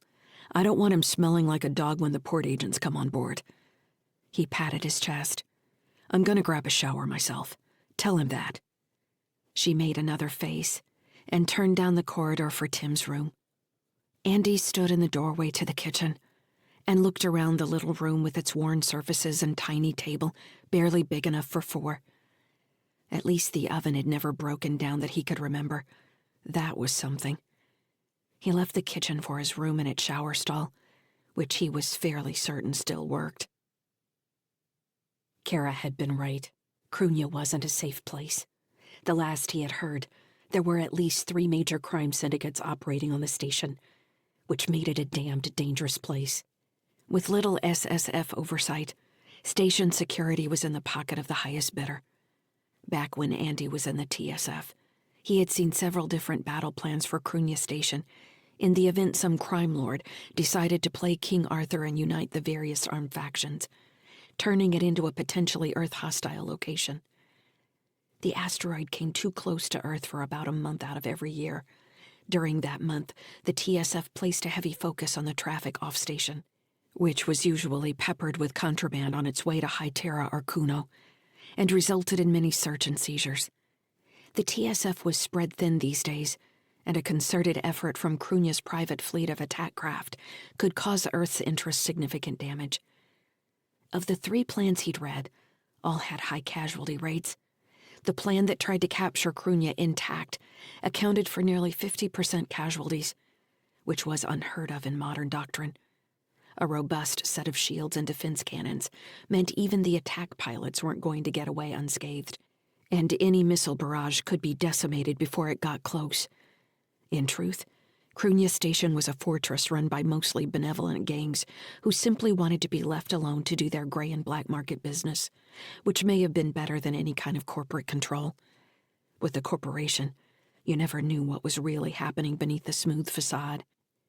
As he ruminated, Andy switched on the oven and searched among the bare cabinets for something he could turn into food. He found the flour and sweetener, as well as a container of dehydrated yams that had rolled out of sight. He was staring at the flour and yams when Tim walked through the door, holding his stuffed dolphin like a fighter craft and making engine noises. "I'm a pilot like you, Dad," he shouted. He ran a loop around the room and brought the dolphin to a landing on the counter next to the dried yams. As the dolphin's nose touched the plastic bag, he stared at the yams and screwed up his nose. "What are those?" he demanded. "Candy. I found it in the back of the cabinet." Tim moved his face a little closer. "That doesn't look like candy. That looks like vegetables." "It's candy, I'm telling you. Why don't you wash your hands and help me make some griddle cakes?" Andy reached for the dolphin to clear space on the counter. "No," Tim shouted. "Dolphin stays with me." Andy returned his son's angry stare, trying to remember Kara at 10. Was that when she had refused her stuffed animals, deciding they were for little kids? Tim was holding on tighter, backsliding even. He needed more attention. Andy sighed. I'm moving him to the table. He's not going anywhere. We need room to work. He can watch you from there. You want some breakfast, don't you? Yes, Tim said. I want some breakfast. Then do what I tell you and come help me. We don't have a lot of time before the people from Crunya come to offload the cargo. Is Alice going to help? Nope. Alice doesn't need to get involved in any of that. They have their own drones to move everything off the ship. Tim's face brightened. Can we go play in the cargo bay when it's empty? One of Tim's favorite things was to fly in open spaces under 0G. Andy didn't know where he got it. I'll think about it, Andy said. First, we need to make breakfast. Then we'll talk to the people from the station. After all that, we'll think about playing. Your sister wants to see some birds on the station. What do you think about that? You want to see a parrot? Parrots are loud, Tim said. Yes, they are. Andy had just emptied the flour into the mixing bowl when a hail came across the link. Sunny skies. Captain Andrew Sykes. This is Ingobastarl. Andy glanced at Tim, who was sniffing one of the dried yams before touching it with the tip of his tongue. The kids wouldn't be able to hear anything that came over the link. Andy didn't know anyone named Ingobastarl. He had purposely left the ship disconnected from the station's greater communications network. He didn't feel like getting overrun with stored messages from debt collectors. Do you have the right ship, Mr. Starl? I don't have business with you. I believe you do, Captain Sykes, the voice said, sounding wolfish. I have a valid token to access my cargo. I'd appreciate it if you came to meet me before I come aboard your ship and take what's mine. A chill went down Andy's neck. He was getting boarded. They couldn't legally come aboard without his permission, but they could have easily hacked the security system. And if they did force their way on board, who was he going to tell? If Starl was already at the cargo bay airlock, Andy was never going to get to the command deck in time to stop him. He could try to activate the ship's weak security system remotely, but it might attack him and the kids for all he knew. He let out a long breath. Where are you? Secondary airlock closest to your cargo bay. I'll be there in 10 minutes. Andy cut the connection and activated the ship's intercom. Kara, he said, trying to keep the fear out of his voice. I need you to come meet me in the kitchen. Chapter 9. Stellar date 08.24.2981. Adjusted years. Location, sunny skies. Region, Port Authority, Crunya Station, Terran hegemony. The airlock scanner only returned static when he ran an occupant query. Andy wanted to punch the control panel. No wonder someone had been able to plant their own cargo at Kaliki Station. He wondered how long that system had been down as well. Why hadn't Alice checked it? Trying to keep himself calm, he floated in the corridor, suit leaking pinholes of air, and let his gaze roam over the scraped walls and dented struts. Maybe it was time to send Sunny Skies off to the junkers. It was probably safer as scrap. The kids could understand that. Some things got too old. Some things were inevitable, and then you had to face reality. That was an important lesson for him to teach them. A standard laser pistol rested in a holster attached to his suit's harness. He had debated grabbing one of the TSF pistols from the hidden crate, but if the weapons belonged to Starl, he didn't want to antagonize the man by flashing them. The kids were hiding in a storage cabinet in one of the unused rooms in the habitat. They would be able to contact him over his link using the onboard comm system, and he could sub-vocalize answers. Kara hated sub-vocals. She said they sounded like he'd become a creepy ghost in her head. That's because I am, and always will be, a creepy ghost in your head, he'd answered. She had replied with a dirty look.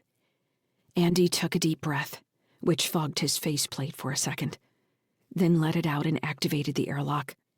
The system cycled and then the doors slid apart, screeching on poorly lubed tracks. Inside the airlock stood 4 people in EVA suits. The first two were carrying rifles that looked like dual-purpose laser and impact weapons. A third person trailed, unarmed, stomach rounding out the front of their suit, while the person in the middle had only a pistol at their hip. That had to be Ngoba Starl. He was taller than the others, with narrow shoulders and a long face that looked gray through his helmet. His eyes were warm brown, a curly beard pressed against the lower part of his faceplate. His suit was newer than the others and decorated with multicolored stripes. "Captain Sykes," came Starl's voice, disconnected from the white-toothed smile. "Thank you for inviting us in." There was no menace in his tone, rather a sort of humor. Andy took a step back to allow them room to walk into the cargo bay, mag boots clicking on the metal floor. The two guards spread out, helmets rising to check corners and points in the ceiling for weapon systems. It's what he would have done when boarding a strange ship, invited or not. The rifles remained muzzle down, which was only slightly comforting. "Look, Mr. Starl," Andy said, "I don't care that your stuff is here. I just want to get it out as soon as possible and move on with my life. I don't care what it is. I don't want to know anything about it, honestly."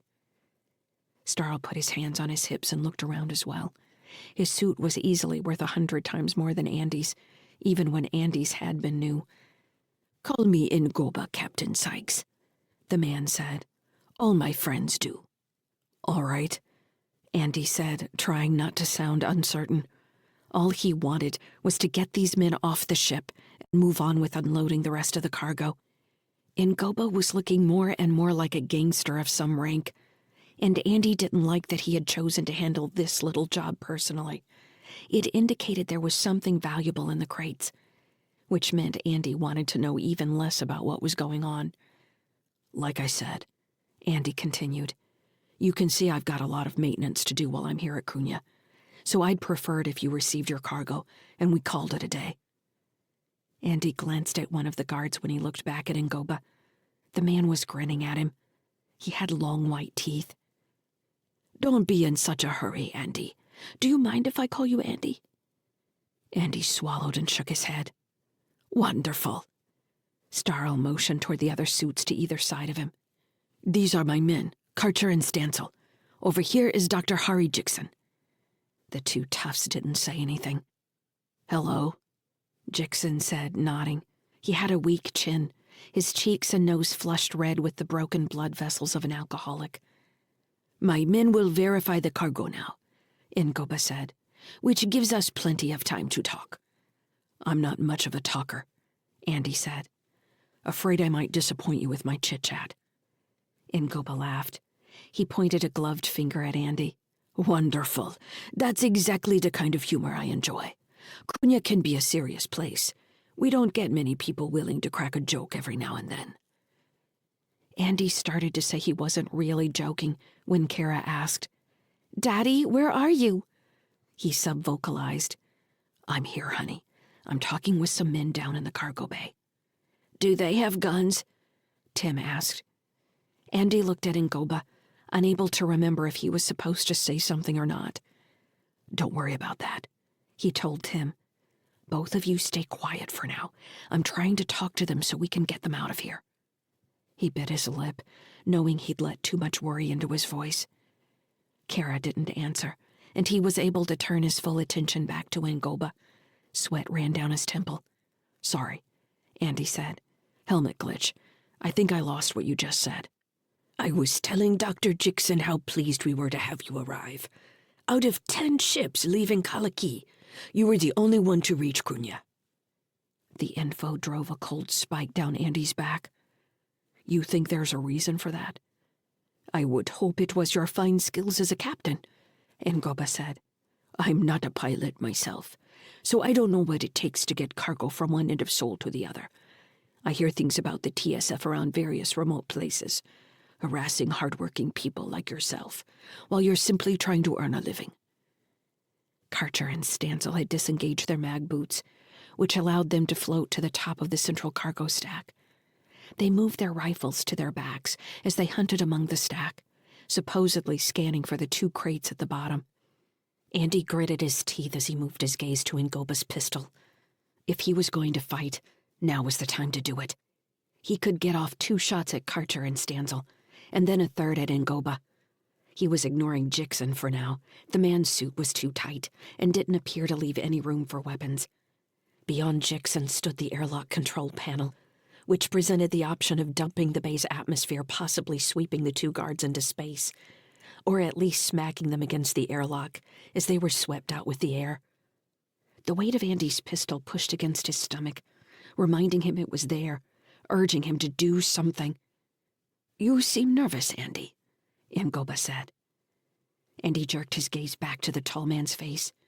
The brown eyes watched him warmly, still showing more humor than anything else, as if he expected the 2 heavies to pull the crates out and reveal them stuffed with toys and not some biological weapon that had killed 9 other crews. "We should all be calm and talk for a bit. They'll be done soon enough." "Sure," Andy said. "Where is the rest of the crew?" Jixon asked. Ngoba looked annoyed for the first time. He raised a gloved hand to quiet the other man. Jixon didn't seem to get the message. "Obviously there are other people on the ship. Their signatures are obvious even on my suit scanners." "Captain Sykes has every right to meet us on his own terms," Ngoba said, tension edging his voice. "We should be pleased our items arrived at all, shouldn't we?" Andy watched the 2 men as it became obvious that Ngoba Starl didn't like Dr. Jixon. "It's here," Karcher said from the top of the cargo stack. "Containment's still good. Sleeping like a kitten." "A kitten?" came Tim's voice over the local link channel. "I want a kitten." Andy's heart went through his throat. "Get off this channel," he barked. The only way they could be listening in was if Kara had hacked the ship's communication system. He hadn't specifically told her not to, but he had never shown her how to do it either. She must have set up a relay. How had she figured out how to do that? "Who was that?" Dr. Jixon demanded. "I'd say that was a 10-year-old boy." "No one," Andy said. "It's my problem. It doesn't have anything to do with your cargo." He turned his focus on Ngoba, the man in charge. "I've transported your cargo and asked nothing in return. Please take it and go." Ngoba nodded, brown eyes looking even more interested now. "I'm not here to impose on you any more than I must, Andy," he said, sounding slightly too familiar. "It's too bad everything got loaded like it did, our cargo at the very bottom of the stack. We'll need to wait for the other transport drones to arrive and get the rest out first."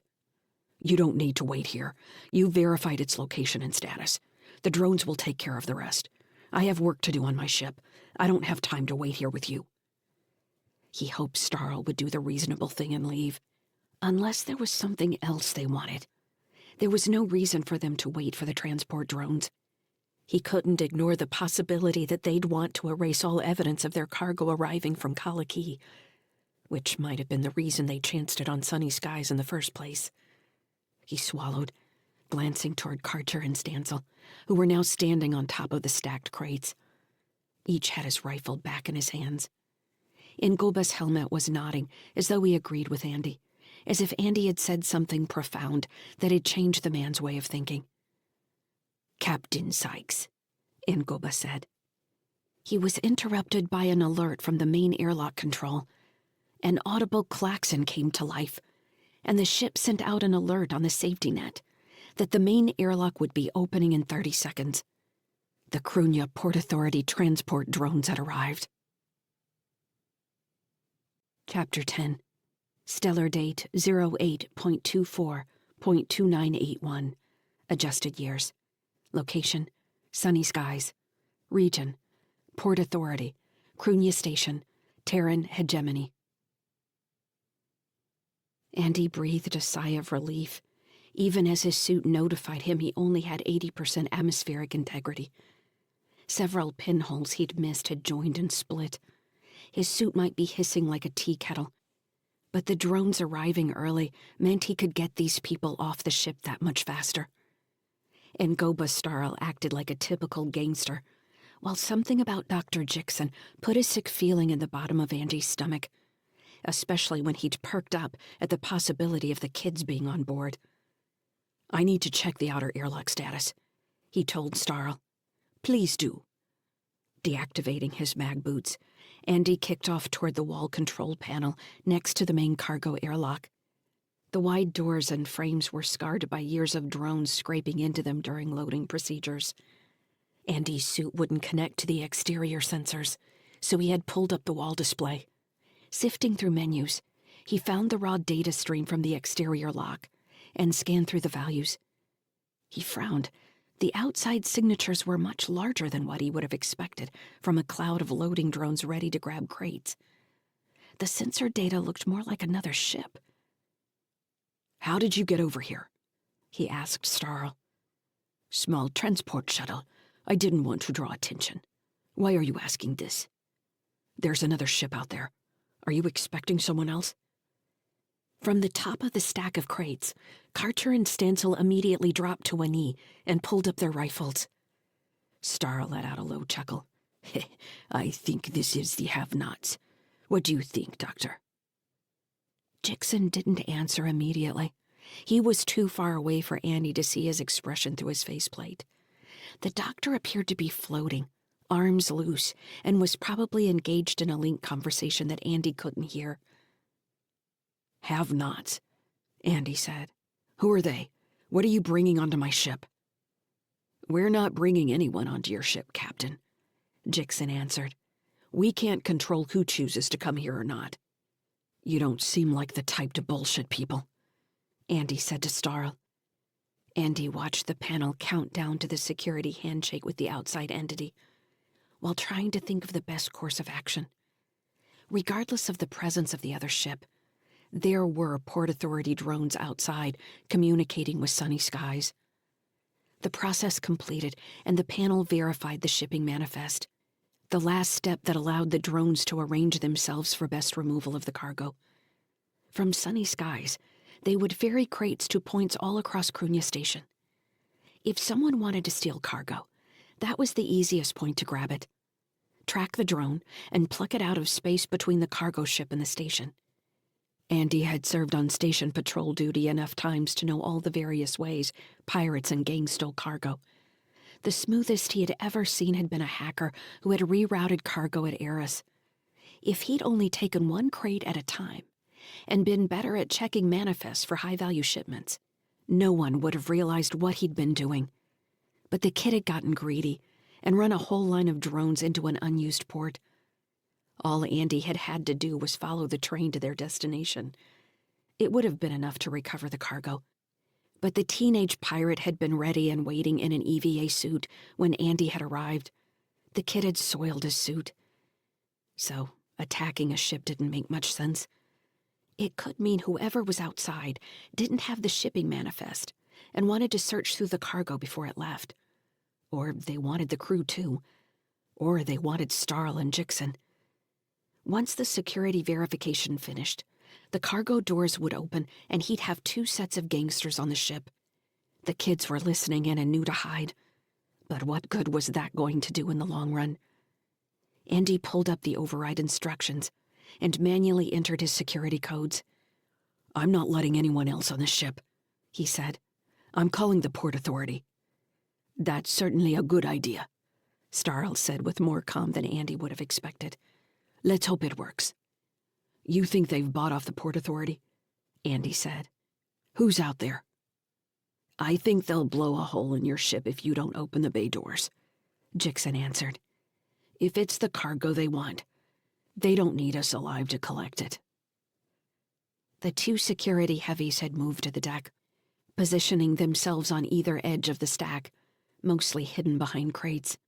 Any rudimentary scan of the bay would find them, but at least they weren't in the open anymore. They were all vulnerable once the main door opened. The panel squawked an alarm, and Andy directed his attention back to the security display. His token had been overridden. He pushed his face closer to the numbers, trying to understand what was happening. "They've gotten station override authority," Andy said in a low voice. "I can't stop them." Starl chuckled again. "Those have-nots are tricky. What did I tell you, Doctor? You thought Heartbridge couldn't follow us here." "What am I paying you for?"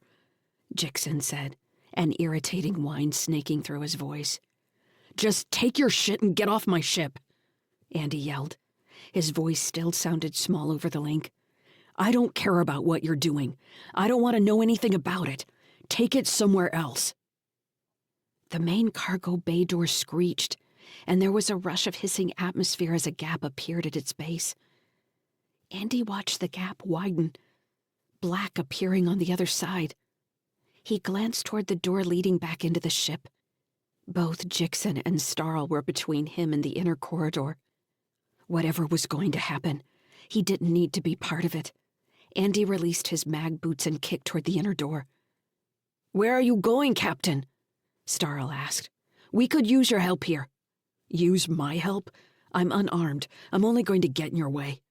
So much for the TSF veteran, Jixon said. I can do more from the command deck. I can use the point defense cannons from there. That's a lie, Jixon said. Direct them from here. Suit's damaged. I can't do anything from here. I need to get back to the command deck. I think we're out of time, Captain, Starl said, controlled urgency entering his voice. He had turned to face the half-open door, holding his pistol in a ready position. The first cargo drone, a jumble of black squares and blinking lights, ducked through the opening and zipped into the bay. Others followed like bees finding a flower bush. The overhead reflected their flashing lights in hundreds of different colors, which probably corresponded with their destination ports. Drones that would have to wait for cargo at the bottom of the stack floated up to the overhead and stopped moving, while others positioned themselves above crates, engaged magnetic locks, and lifted straight up. Drones and crates began leaving the bay for the wall of black outside. Several drones had just left when Andy saw Stancil poke his helmet around his remaining stack of crates. The man quickly aimed his rifle and fired, lighting the bay with a pulse beam. The shot was answered by 3 crackling beams in a tight formation that splashed off the crate beside Stancil, narrowly missing the drones working near the bay door. Stancil had already rolled to another position. More pulse fire followed, lighting the gaps between the drones. Whoever was firing apparently didn't want to harm the cargo. The drones seemed simultaneously oblivious to the incoming fire and appeared to dance around it like the whole thing was choreographed somehow. Starl was barking orders over the link for Stancil and Karcher to lay down covering fire. Jixon had moved closer to Andy. You do have a pistol, the doctor said, pointing at the weapon in Andy's hand. Andy looked down at it, not remembering that he had drawn it. Old habits died hard, he supposed. He checked the action and charge levels quickly. It would work for taking out a drone, but wouldn't do much against anyone wearing armor. Why did you lie? Jixon demanded. Andy ignored him and crouched beside the panel. The incoming fire was growing brighter, meaning whoever was closing on their position was nearly inside. You better give up now, Ngoba, came a gravelly voice over the link. I've got no desire to end our poker game. Starl's chuckle answered. Zenda, I knew it had to be you. Tell me who you've bought at the Port Authority, and I'll throw you a winning hand at the next game.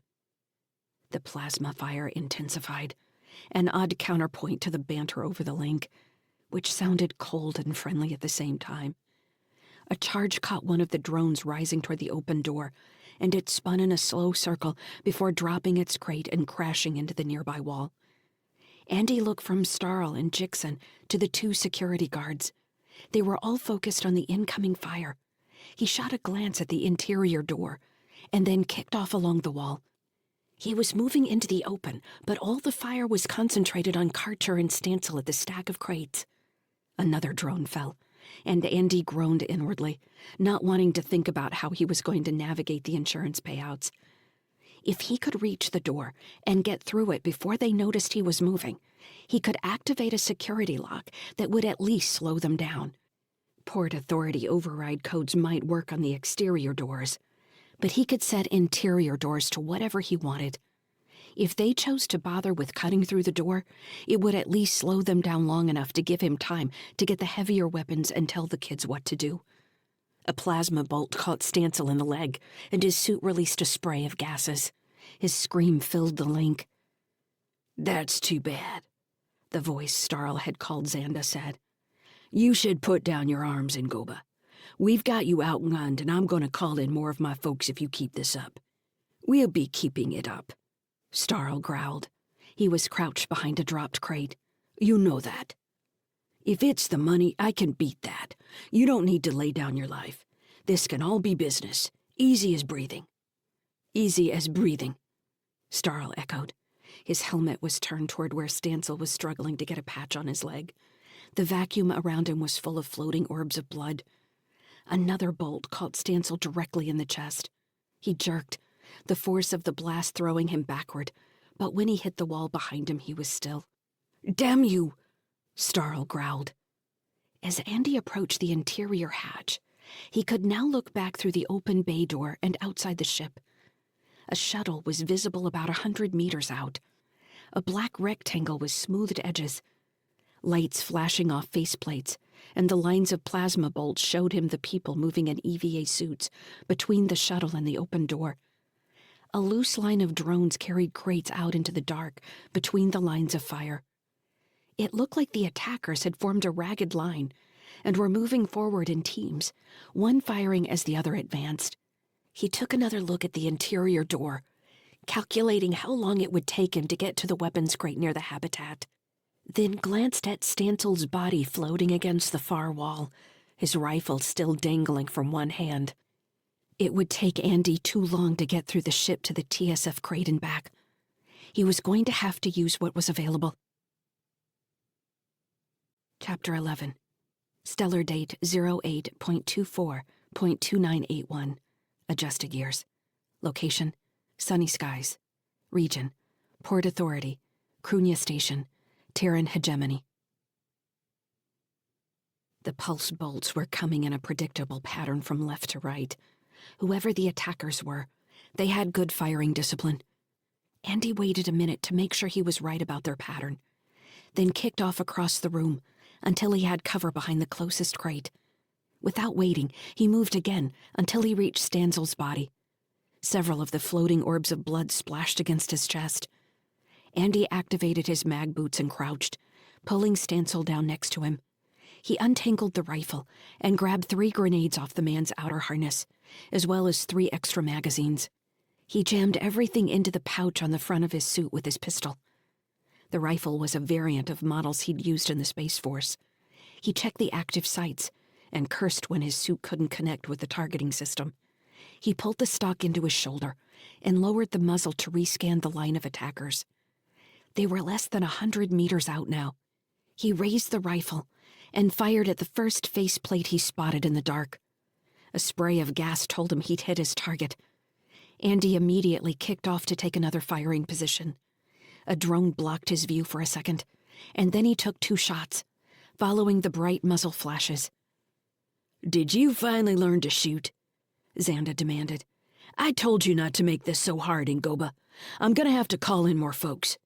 "Do what you need to do," Starl answered. Andy had lost sight of Starl behind a crate. Jixon was still huddled in the corner near the control panel, out of the lines of fire altogether. He wouldn't be able to see what was going on unless the 4 of them had been using a battle net. Continuing to use the dwindling stack of crates as cover, Andy tracked the incoming suits and picked them off one by one. He moved and reloaded, then nearly found himself exposed when a drone lifted away the crate he was hiding behind. He kicked off the floor and took 2 shots as he moved. The rifle was a joy to use. Little recoil and a minimal cooldown period. Its active sights grabbed movement and highlighted targets, redirecting fire when Andy's aim was off. All he had to do was pull the trigger, and if his suit had been able to talk to the weapon, he doubted he'd even have needed to do that. It felt too good to have this kind of rifle back in his hands, working like it was supposed to. Starl was laughing across the link, his voice deep and oddly comforting. As Andy moved, calculated, fired, and repositioned, the background laughter made his calm seem not quite so robotic. He burned a hole through another suit that was trying to use an outgoing drone as cover, and Xanda cursed over the link. "Damn you, Starl, we'll be back." "What happened to all your folks?" the gangster said, still laughing. "You weren't counting on my boy, were you?" "We aren't the only ones looking, you know that," Xanda said. "I was just the first one who was a friend." "I know, Xanda. No hard feelings." Andy glanced at Stansel's floating body at the back of the bay. Of course, gangsters didn't care about their own. There was a flare of thruster fire as the shuttle lit its engine and turned, then disappeared into the black. The drones floating out the bay doors didn't stop moving. The bay would be empty soon. "You all right, Captain?" Starl asked. "I'm fine. How soon until you're off my ship?" "You can keep the rifle," Starl said, ignoring the question. "It suits you." He chuckled. "Our man Stencil won't be needing it anymore." "You'll need to take him with you. I don't want to have to answer to Port Authority about any bodies." "Of course." "I've got him," Karcher said. Andy turned to see the other security guard crouched next to a crate in the center of the room. The drones were nearly finished, and only 4 crates remained in the bay. Drones lifted the 2 nearest the door and floated through the opening. A process-complete signal floated over the link like a bird's trill. "Those what you came for? Take 'em and get out of here." The main door screeched as it began to close. Andy spotted Jixon at the control panel, tapping the screen. "What are you doing?" Andy demanded. "Get away from my controls. You aren't authorized to control anything on board." The heavy door closed and sealed, sending a vibration through the deck. Atmospheric pressure began to rise as Jixon activated the environmental system, including heating. Andy nearly protested because there was no need to waste energy heating the cargo bay, but didn't want to give them any more info about a situation than was necessary.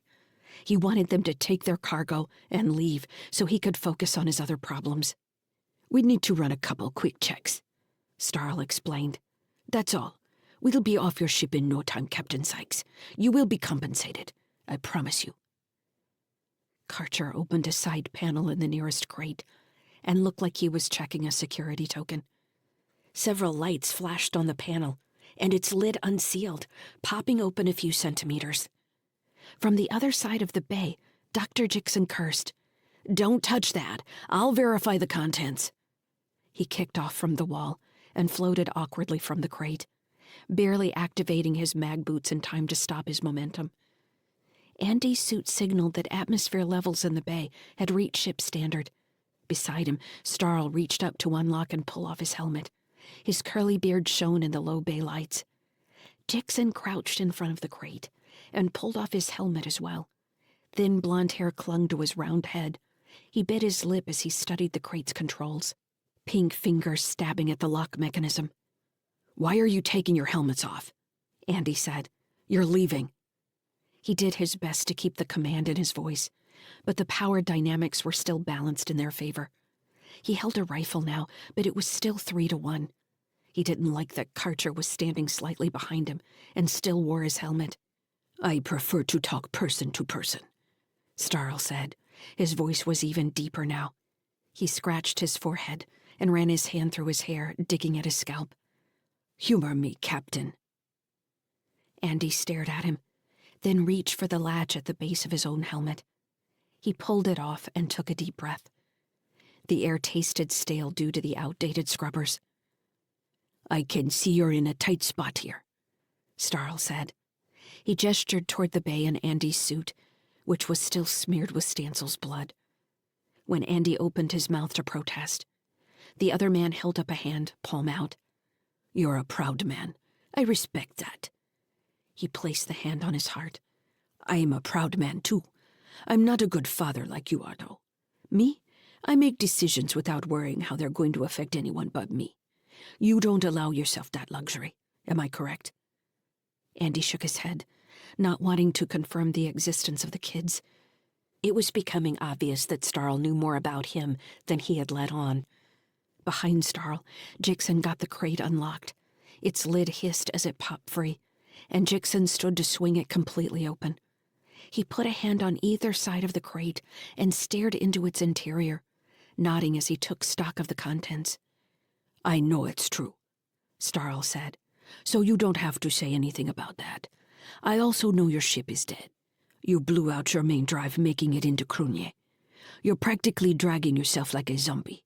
I can taste the rust in your environmental systems.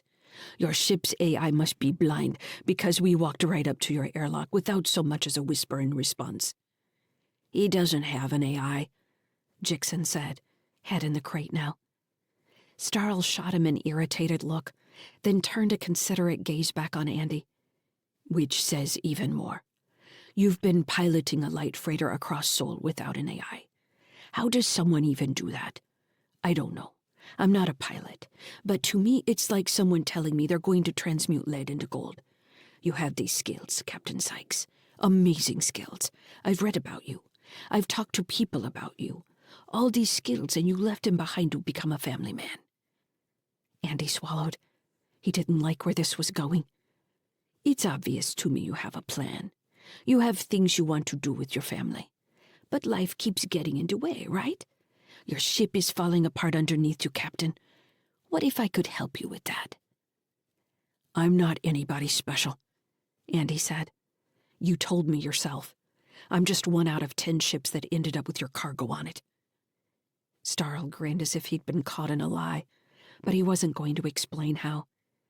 From the crate, Jixon made an excited sound and took a step backward, mag boots clicking on the floor. The crate made a whirring sound as its 4 walls split and lowered to the floor, revealing a collection of folded metal structures inside. These were also set in motion, opening around what Andy realized was a couch. When the mechanism had finished unpacking itself, a portable surgery stood in the middle of the cargo bay.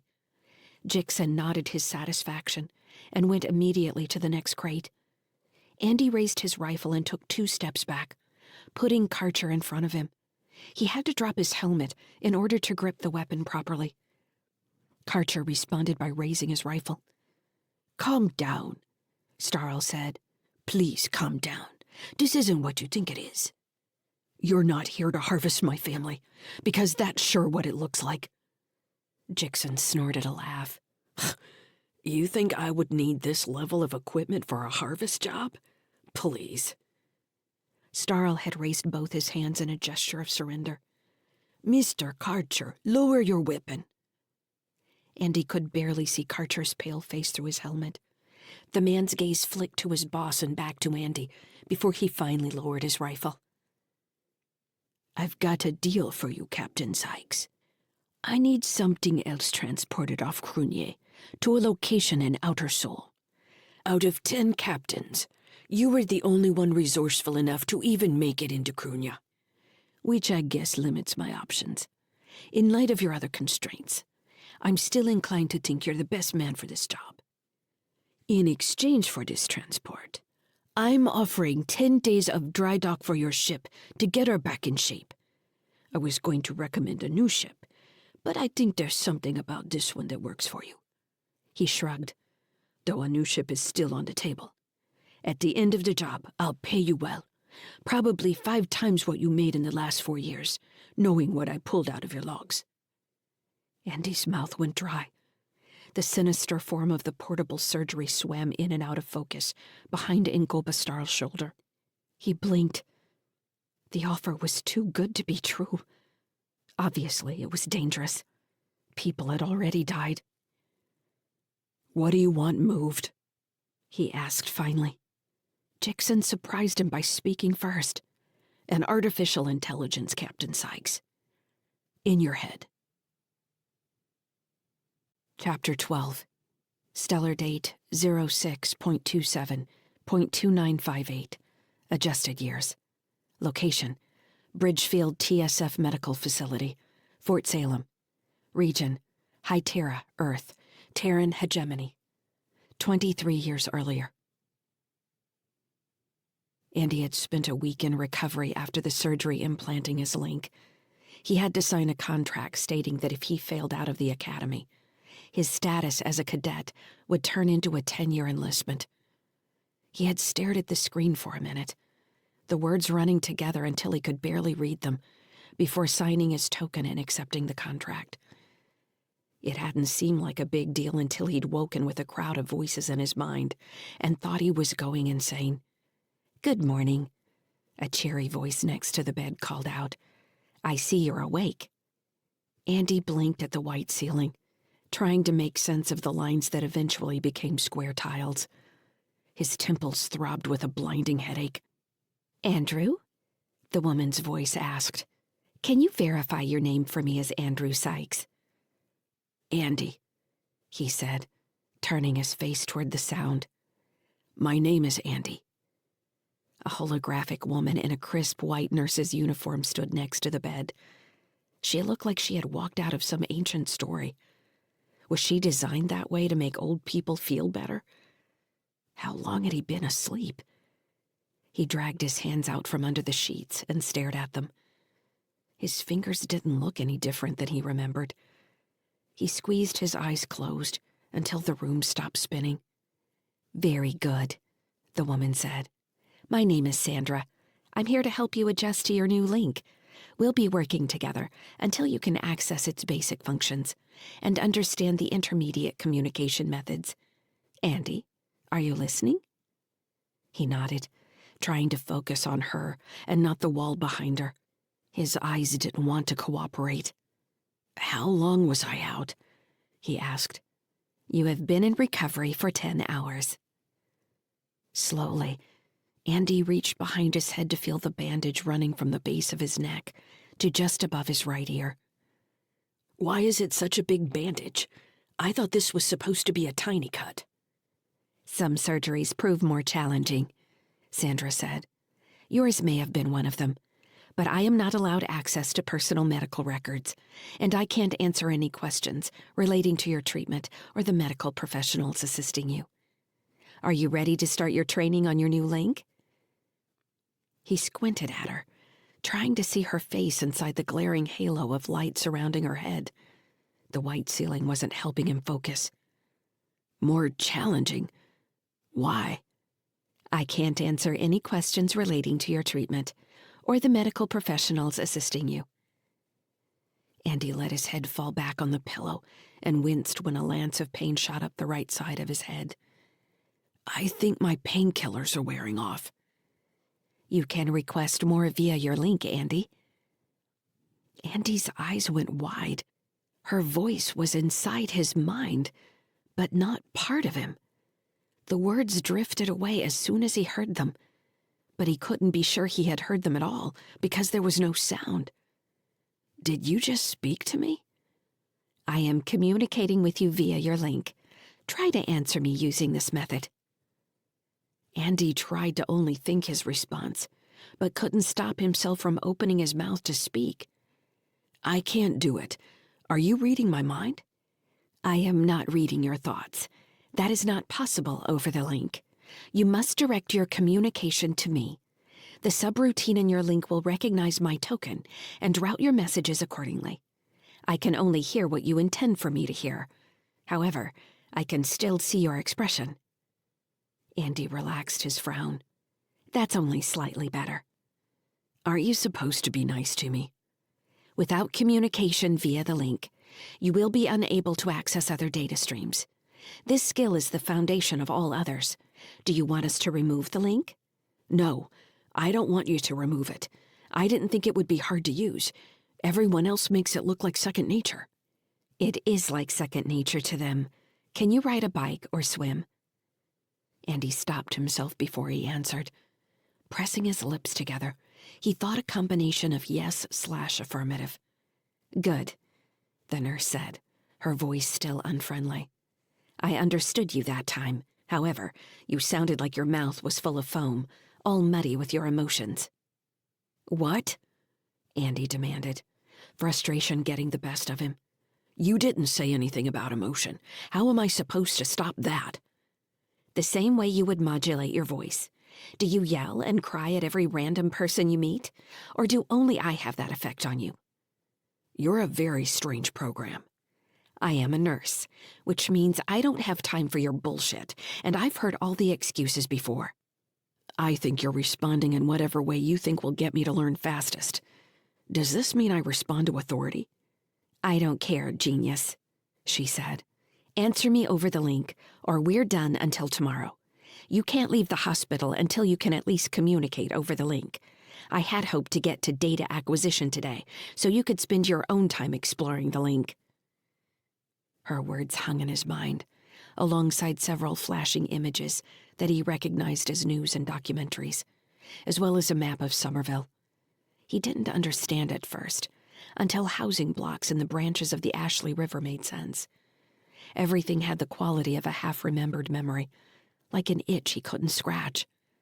"I'm doing my best," he complained. "That's good. Do it again." He wasn't sure what had changed. Something about the sound of her voice in his mind made more sense this time, like mimicking someone's accent. He had never thought of his inner voice as having different tones, but that was how he responded, deeper, enunciating, knowing clearly what he wanted to communicate. "Do you hear me now?" he asked. Sandra smiled, leaning toward him. "I hear you very well, Andy."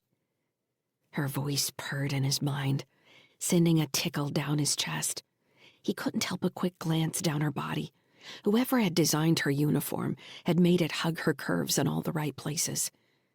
How hadn't he noticed that before? He squirmed slightly in the bed, aware that his body was starting to respond to the warmth in her voice. "Your mind is going to respond quicker than if you just heard my voice, Andy. Do you feel that?" "Yes, I feel that," he said uneasily. Her voice came like a slap in his head. "Use the link." Her face hadn't changed. She was still leaning closer to him, her brown eyes staring directly at him. "Now," she continued, voice tingling in his mind again, "you need to separate your emotions from your voice." "How am I supposed to do that? I'm 18. The wind gives me an erection." The corners of her mouth ticked up as she chuckled in his head. "You're having the expected response. Do you understand how much more you can be affected over the link? You'll need to practice separating your emotions from what you hear. It seems more intimate at first. It's not, but you'll perceive it that way." "Do you work for the hospital or the TSF?" "I can't answer questions relating to your treatment or the medical professionals assisting you." She purred, so deeply this time that he nearly orgasmed. Stop doing that. Isn't there some other way you can teach me how to do this?" "I adapt to the subject's weakest response areas. You are sexually frustrated. This can be used against you." "I'm not sexually—" Andy cut himself off as he realized she was probably correct.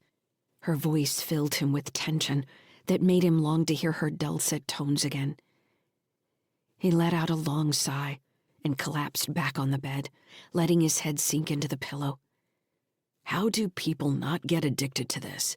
Why not just float around inside your link all day?" "They do," Sandra said. Her gaze became calculating. She had taken a step back and appeared more professional now.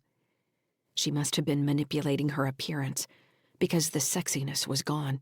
Her uniform had shifted into something more contemporary that didn't show off her body. "You are communicating over the link well enough to progress," she said. "Do you understand the lesson about guarding your response? Others can't hear your thoughts, but they can certainly try to affect you. Proper response will take time. It is recommended you not engage in any major financial or legal transactions for at least 6 months. Luckily for you, basic training will take up most of that time. However, considering the additional factor of your age and maturing brain, you will be doubly subject to pattern manipulation." "What's pattern manipulation?" "You are susceptible to others imprinting on you. It will be more difficult for you to establish a separate identity from your training, or strong relationships. You can study this concept once I explain how to access information over the link." "You're saying I'm young and stupid." "You can study this concept once I explain how to access information over the link." "Fine." Sandra spent the next 30 minutes explaining how administrative levels worked and what his basic security token allowed him to explore.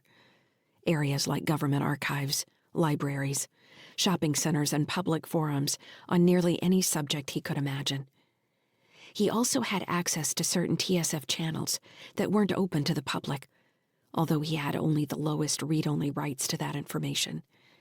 It was all mainly training material, rules and regulations, and the uniform code of military justice. Sandra explained how he could overlay information on his thoughts if he chose, allowing different datasets access to his daily life. For instance, if he wanted to make sure he never broke a law, he could allow various local laws to remind him when he was jaywalking or littering. She called this portion of the link agents and warned him against trying to run too many at once, which led quickly to something called input fatigue. Even with the link making all information available, his brain still had to spend time requesting and sorting the incoming flow. For some people, it was like pulling packages off an endless conveyor belt until the ceaseless flow became debilitating. Andy picked up the data portion of the link much faster than communication. No sooner did a question reach the top of his mind than he felt the archive like a memory, ready to open for him if he chose to access it. "Why bother remembering anything?" he asked. Sandra shrugged. "Most people don't." On a basic level, he knew all this. He had been reading about people with links all his life. Many of his mom's strange responses made more sense now. He had a better understanding of how difficult it must be for her to stay present with them, and to maintain her patience with his dad, who could only use the information and memories he was able to keep in his own head. "It's gonna take a while to get used to this." The holographic nurse nodded. "This is expected. During the rest of your recovery, you will need to access the TSF Training Archive, Level 1. There will be a test of your knowledge tomorrow at 1100 hours. "Why have a test? Can't I just pull up the information whenever I want it?" Link access isn't always guaranteed, especially in Outer Soul or in a hostile engagement. However, that's not the reason. The TSF will continue to test you because it's a way to maintain focus, to gauge training levels, and eventually assign rank. The link makes people lazy. Don't be lazy. Andy grinned. "Are you sure you're a program?" She tilted her head.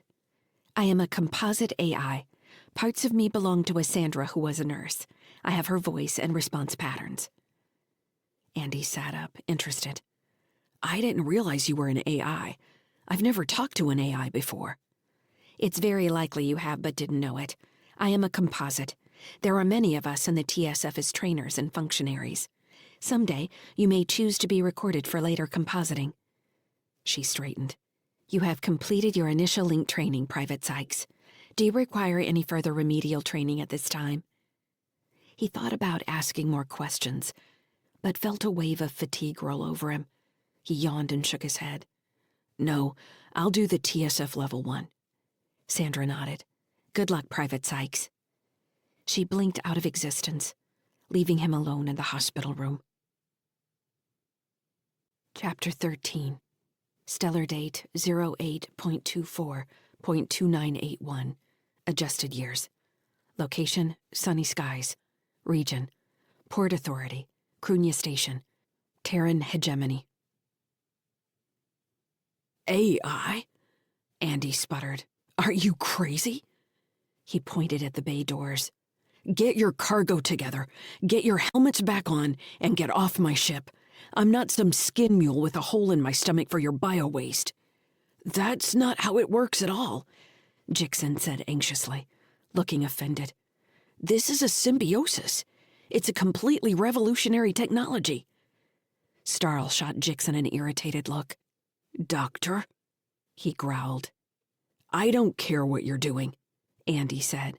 "I don't want to know. I just want you out of here. Pack up your crates and disappear." He waved at the pulse scars on the walls and overhead. "After all this, those guys are certainly coming back. I need to figure out how to deal with that. I'd prefer they know you're not here anymore and follow you out of my life." "I can help you with that, Captain Sykes," Starl said. Andy shot him an angry look. "You're going to help me solve the problem you created for me? Thanks." Starl nodded thoughtfully. "So, your ship was doing just fine before my cargo made its way aboard. Your drive wasn't about to fail." He raised a hand at Andy's hard expression. "We ran scans before coming aboard. I know your ship status. You're not getting away from Krunya without help." He shrugged. "If I were you, I'd be trying to figure out how to sell this relic for scrap. With that, I'd have a nice fund to last me until I found work on another outbound freighter. But you're from Earth originally. I can see it in your chest. Why not scrap this thing and go home? Never going to get another chance with this ship slung around your neck like an albatross." Starl obviously enjoyed listening to himself talk, and he kept his peripheral vision on Karcher.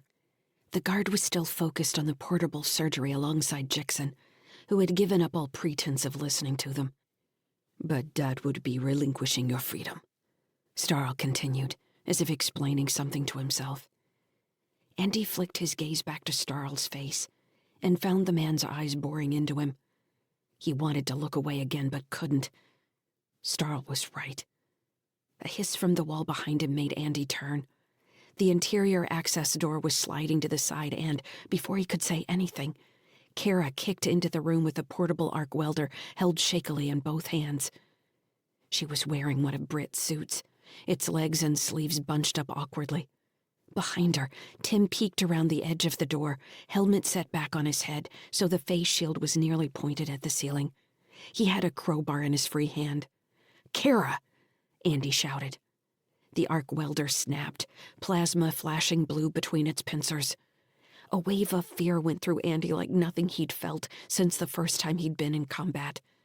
He simultaneously watched the arc welder snapping and knew Karcher was drawing down on Kara from behind him. He pushed off the floor to put himself between the soldier and Kara, hoping she wouldn't change her path as she saw him move. Kara was an acrobat in zero-G. He waited for Karcher's rounds to hit his spine. "Calm down," Starl shouted. "Everyone calm down, now. Mr. Karcher, please." Andy activated his mag boots and stopped himself when he was standing in front of Kara. Her arms were trembling as she tried to hold the arc welder steady. She dropped the tool as she collided with Andy's chest and he wrapped her in his arms. "Oh, sweetheart," he breathed. "I told you to hide. You have to listen to me when I tell you that." He couldn't tell if she'd heard him or not. "Who are these little people, Captain Sykes?" The humor had come back into Starl's voice. "Your crew? Didn't you tell me you were alone on the ship?" "Kara," Andy said, pushing her away slightly. "Give me the welder." "Are you all right?" she demanded. "Who are these men? Why was there shooting?" Her voice was tinny through the helmet's speaker. He watched her gaze flick across the room behind him and land on what he knew was Stansel's body. "Is that man dead?" "Sweetheart, give me the welder. You need to take your brother and go back where I told you to stay. Do you understand me?" "She can stay, Captain Sykes. Are these your children?" The gangster laughed. "This is great. I'd love to meet them. What's your name, love?" Kara's gaze shifted to Starl, uncertainty plain on her face. "Everything is all right," Andy said slowly. "We're going to be fine, but I need you to take your brother and go back." "Why was he talking about selling Sunny Skies? Why would we have to do that?" "He's not talking about us," Andy said. "We're just having a conversation. They're checking their cargo, and then they'll be leaving. It's no different than any place we've been. You know better than to come down here." Kara's face fell. He didn't like having to chastise her, but he didn't see how else to get Kara to leave. "Now, take your brother and do as I tell you." He raised his voice. "Tim, you go with your sister." "Why was there fighting, Dad?" "There were some pirates. They tried to take the cargo. These men helped me, and now they're leaving too." "Are they leaving? They took their helmets off. You told us never to do that in the cargo hold. What if the door fails like you said it could?" "You're right, Tim. That's exactly what I said. Do as I tell you now." "You're worried about your cargo doors failing, Captain Sykes," Starl said from behind him, his deep voice resonating in the room's confines. "You know I can help you with that." Andy turned to face him. "Tell me how you're going to keep my family safe during the 10 days we'll need in dry dock. And then how am I going to keep them safe once I've got your..." cargo on board. Starl spread his hands. My name is Ngoba Starl, Captain Sykes. I run the low-spin crew on Krunya. He tapped his chest with his fist. They call me the brutal dandy, and I loved them for it, because they're right. You're safer here than anywhere in Seoul. I didn't expect Xander to move like he did, which is probably why he showed his hand. He'll pay. As for your ship, Captain Sykes, like I said, we'll dry dock her and fix your engines, and I'll pay you on top of that. This is really an offer you can't refuse. He made a point of looking at Kira, and then at Tim. Unless you want a different life for your family. An uncertain life. Andy fought the urge to put a pulse bolt between the gangster's eyes. Karcher had turned his attention back to the cargo. Andy could have taken both of them and bid on Jixon before he had time to squeak. But the kids were watching. The kids were the only reason he was even considering Starl's offer, which he knew had a hidden trap. It had to be a trap that was going to be worse than letting go of sunny skies. Where would I be taking your cargo? He asked. Starl gave him a slight smile, looking pleased that he had found his wedge into Andy's resolve. It's a trip, Captain Sykes. I won't lie to you about that. We need our package delivered to a station in the vicinity of Neptune. You'll be dropping a few things off here and there. Mars, back to Jupiter, the Jovian Combine. You're a small specialty freighter, and that's what you'll be doing. What's the delivery window? Delivery is the window. The sooner the better. Starl shrugged. It's not like we won't be talking along the way, Captain Sykes. You and I would be good friends. Low Spin has resources off station if you find yourself needing help. Tim made a clanking sound as he smacked his crowbar against the edge of the door. Stop that, Andy called. You'll dent it and it won't seal right. Tim let his arm fall to his side. He adjusted his helmet with his free hand. Sorry, Dad. Don't be sorry, just don't do it. He looked at Kara. Will you take your brother like I told you? Wait, Jixon said. The doctor's boots clicked as he walked toward Tim. I didn't see you there.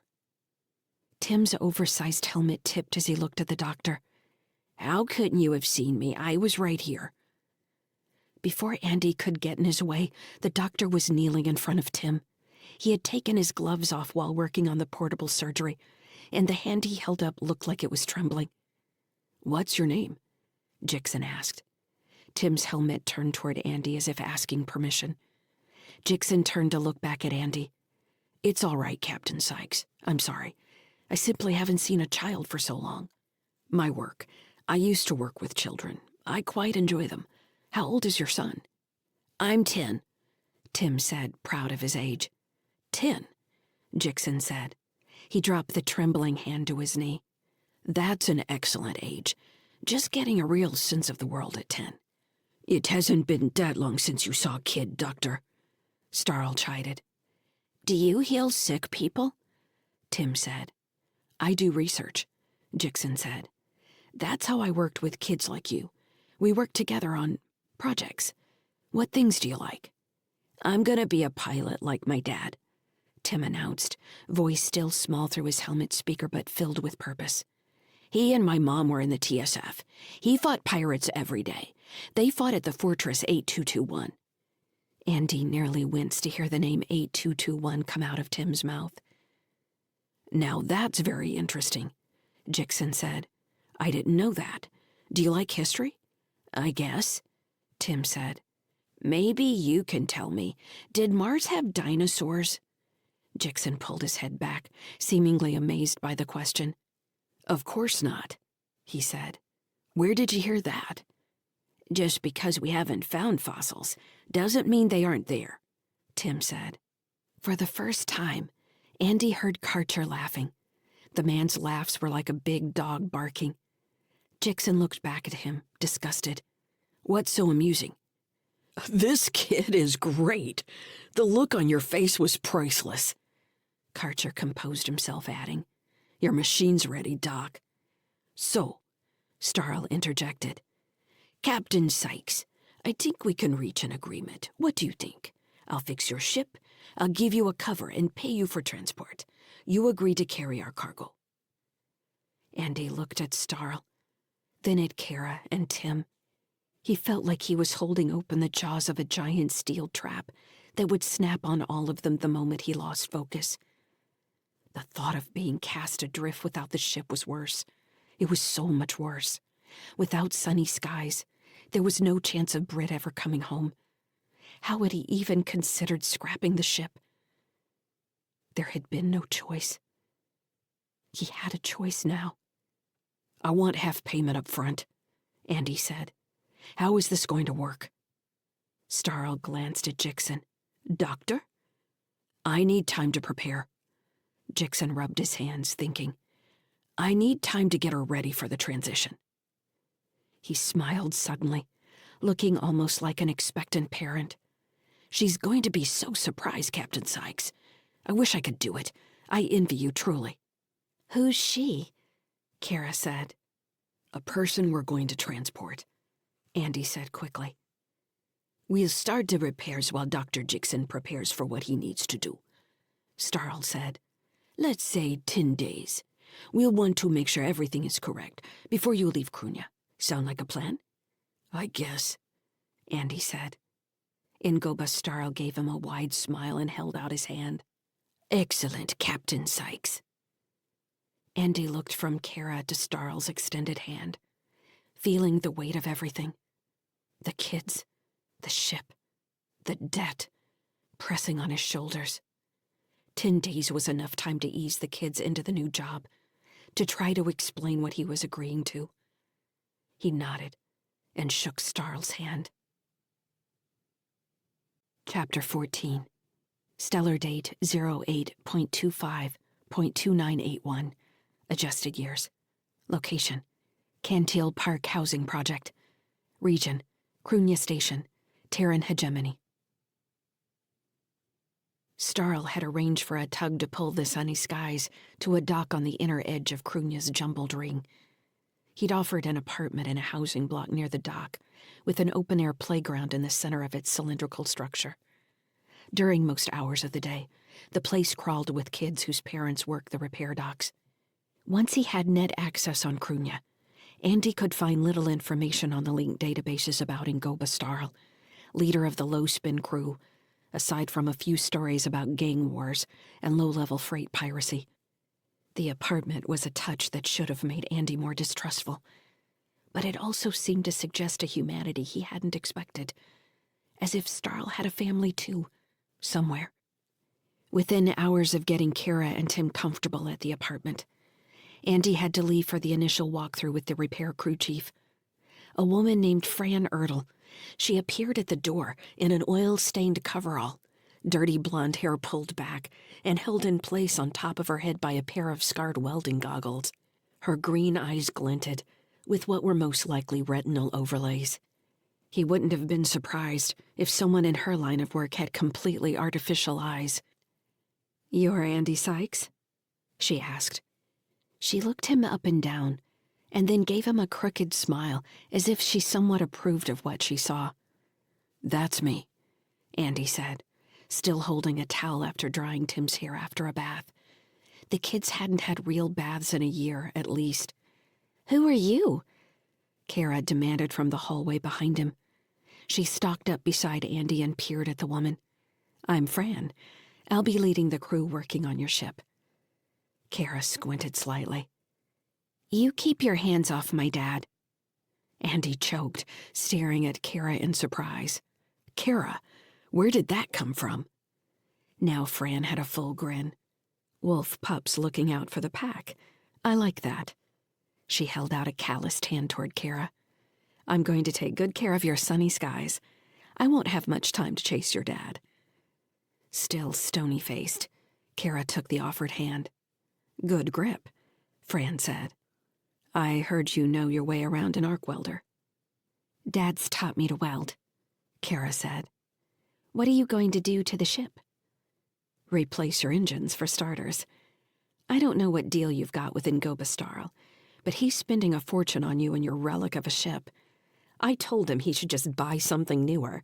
It'd be cheaper in the long run. He said no. So I do what I'm paid to do." She shrugged. Did you think of that?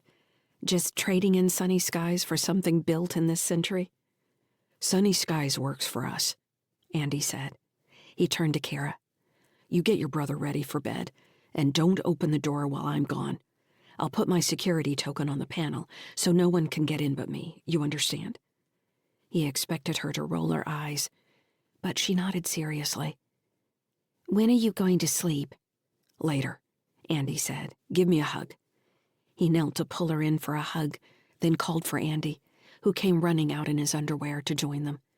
Andy threw the towel over his son's head, and Tim immediately held out his arms and started making ghost sounds. Once he had finally disentangled himself from his children, and the door had closed behind him, Andy entered his security token in the panel. Cute family, Fran said. You have kids? They'd get in the way of my drinking. I don't even have plants. She led him out of the housing block through a ramshackle market of vendors' stalls, practically stacked on top of each other, until they passed into the warehouse district, which marked the outer edge of the repair docks. Krunya's station hadn't been built with any sort of plan.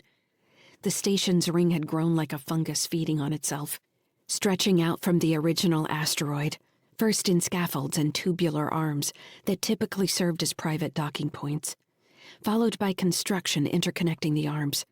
Some areas had been retrofitted so the decks were even and the bulkheads matched, while other sections looked like whole ships had been cut apart and welded into the growing ring. Britt had always hated the messiness of places like Krunya, where the grime of humanity could never quite be cleaned away. Andy liked the wildness. It reminded him of home in Somerville a little bit, where edges never quite matched, and doors were always hard to close. That was life. Living off-Earth didn't change the reality of what humanity had always been doing when it lived close to the bone and fought for survival.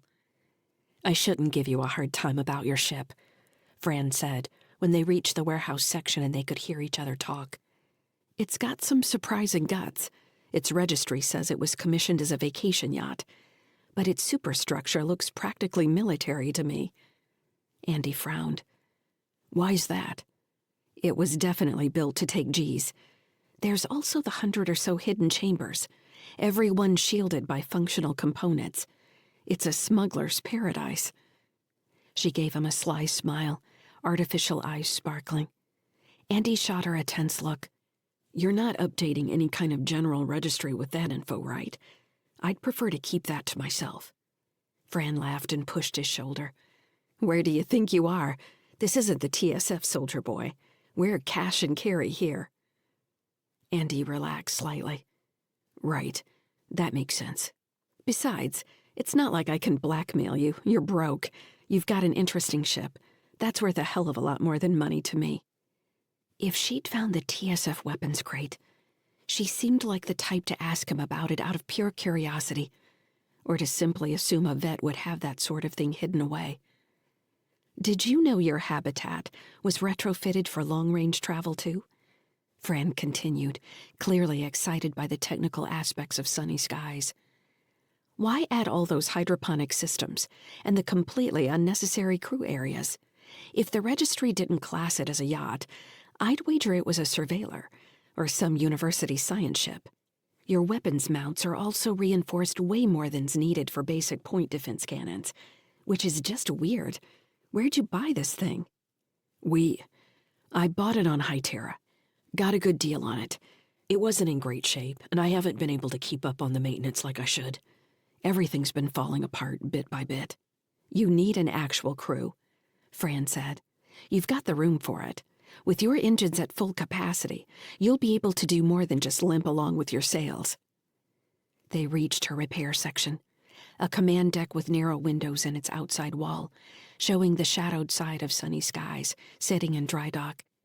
Through the strip of window, Andy could barely make out the tiny forms of engineers in EV suits, working on an outer section of the ship. You don't waste any time, do you?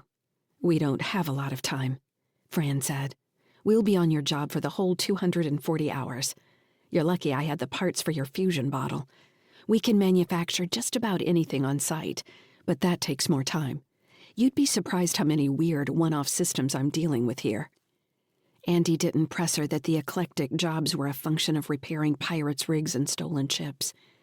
She was speaking more out of pride than any real complaint. "You see any problems with the job?" he asked. "I'm showing a second owner on the registry, a Brit Ashford. Who's she?" "The kid's mom. She's not going to come looking for the ship." "Well, that's too bad," Fran said. He thought he caught a note of interest in her voice, but he didn't take his gaze off the long dark lines of sunny skies. From this angle, the ship looked like one of the crumbling skyscrapers standing on the horizon in Somerville, now lying sideways, the long bulbs of the drive cones barely visible at the far end of the bay. "You know, I can edit the registry for you if you want," she said, then added, "No extra charge." Andy turned from the window, considering the idea. Britt's disappearance did pose legal problems for him. He hadn't thought about the fact that she still owned half the ship, which would make it hard for him to get market value if he tried to sell Sunny Skies. He could have filed death paperwork a year ago, but couldn't bear the thought of having the words, "declared deceased," somewhere that Kara or Tim might come across them. He didn't know where Britt was. The kids didn't ask. No one wanted to talk about the possibilities. Fran's eyes flickered in systematic pulses. She was probably reviewing some schematic or issuing commands as she stood here talking to him. "Yes," he said finally. "I'd like to do that." "Captain Sykes," Ngoba Starl called from the doorway, "is my friend taking care of you?" The head of the low-spin crew was wearing a neat black suit that matched his hair, set off by a pale yellow pocket square. The flash of an oversized gold ring on his right hand caught Andy's eye as he walked into the room. "She is, thanks." "Good. I'm very glad to hear it. Are your children enjoying Kenteel Park?" "It's a nice place. I appreciate you putting us up there." "Yes, it is a good place. I have security in the area, so you know." He held up both hands in reassurance. "I'm not worried about anything, but while you're here on Crunya, your family is my family." Andy gave him a tight smile and nodded. "I appreciate that." Starl nodded, squinting at him slightly. "I hope you do, Captain Sykes. I think you and I have begun a relationship here. This could be the start of something wonderful." He motioned toward Fran, who had turned to look out the narrow window. "Look at Fran here. Before I found her, she was doing maintenance on freighters running the line between what's left of Mercury and Hytera. Can you imagine that? Every day, worried a flare was going to cook your ass. I brought her to Crunya, set her up with Lowspin, and now she has her own shop." He gave Fran a wink when she rolled her eyes. Starl turned his grin to Andy. "What are you doing when you leave here?" "Going back to the apartment, I guess," Andy said. "You should come out with me. I would like to have a drink with you. What do you think about that?" "Mr. Starl, call me Ngoba. I know you're worried about your kids. Trust me, they have more security right now than the station administrator." "It sounds like I don't have a choice." "Of course you do, but this would please me a lot. I'd like to hear about you, Captain Sykes. You have a story to tell, I know it." Starl got a sudden distant look in his eye as he appeared to get a message over his link. In a second, he widened his smile and looked from Fran to Andy. "I'm needed elsewhere." He pointed at Fran. "You take good care of my friend." Fran nodded, smirking. "And I'll see you in 3 hours," he said, pointing at Andy. "What do you have to wear?" "Oh, don't worry about it. We'll get you some clothes. I'll send one of my friends around for you. Probably Mr. Karcher. You know him." Andy opened his mouth to reply, but Starl just gave him a quick nod, his attention back on whatever had come across his link as he left the command deck. When the door slid closed behind him, Andy turned to Fran. "You trust him?" Fran gave him an arch look. "Do you trust me?" "I just met you, but you're working on my ship, so I don't have much choice." "I've got too much pride to do a crappy job on your ship. It's bad for business. Besides, your kids are cute, and I'd feel bad if you broke down in the middle of nowhere." "That's nice of you." Trust isn't much of a concept on Crunya anyway. It's like asking if we get thirsty. Nobody trusts anybody. People want things. Other people have things. They work it out. She'd taken a step closer to him, the flashes in her irises making it difficult to look away from her face. "What do you want?" Andy asked, playing along with her little speech. "Maybe I'll tell you," Fran said. "Remind me after I fix your ship." Chapter 15. Stellar date 08.26.2981. Adjusted years. Location: Cantil Park Housing Project. Region: Krunya Station, Terran Hegemony. The kids were still asleep when Andy returned to the apartment after spending another hour reviewing schematics with Fran.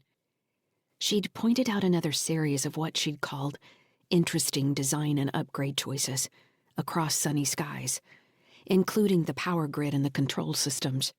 Considering the glitched state of the ship's computer, she figured he should have been stranded in deep space just after leaving Kaliki.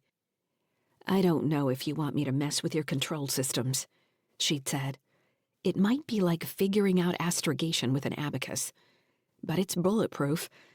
I'm afraid I'll break whatever core systems keep sunny skies running where any other ship's comp would have failed completely."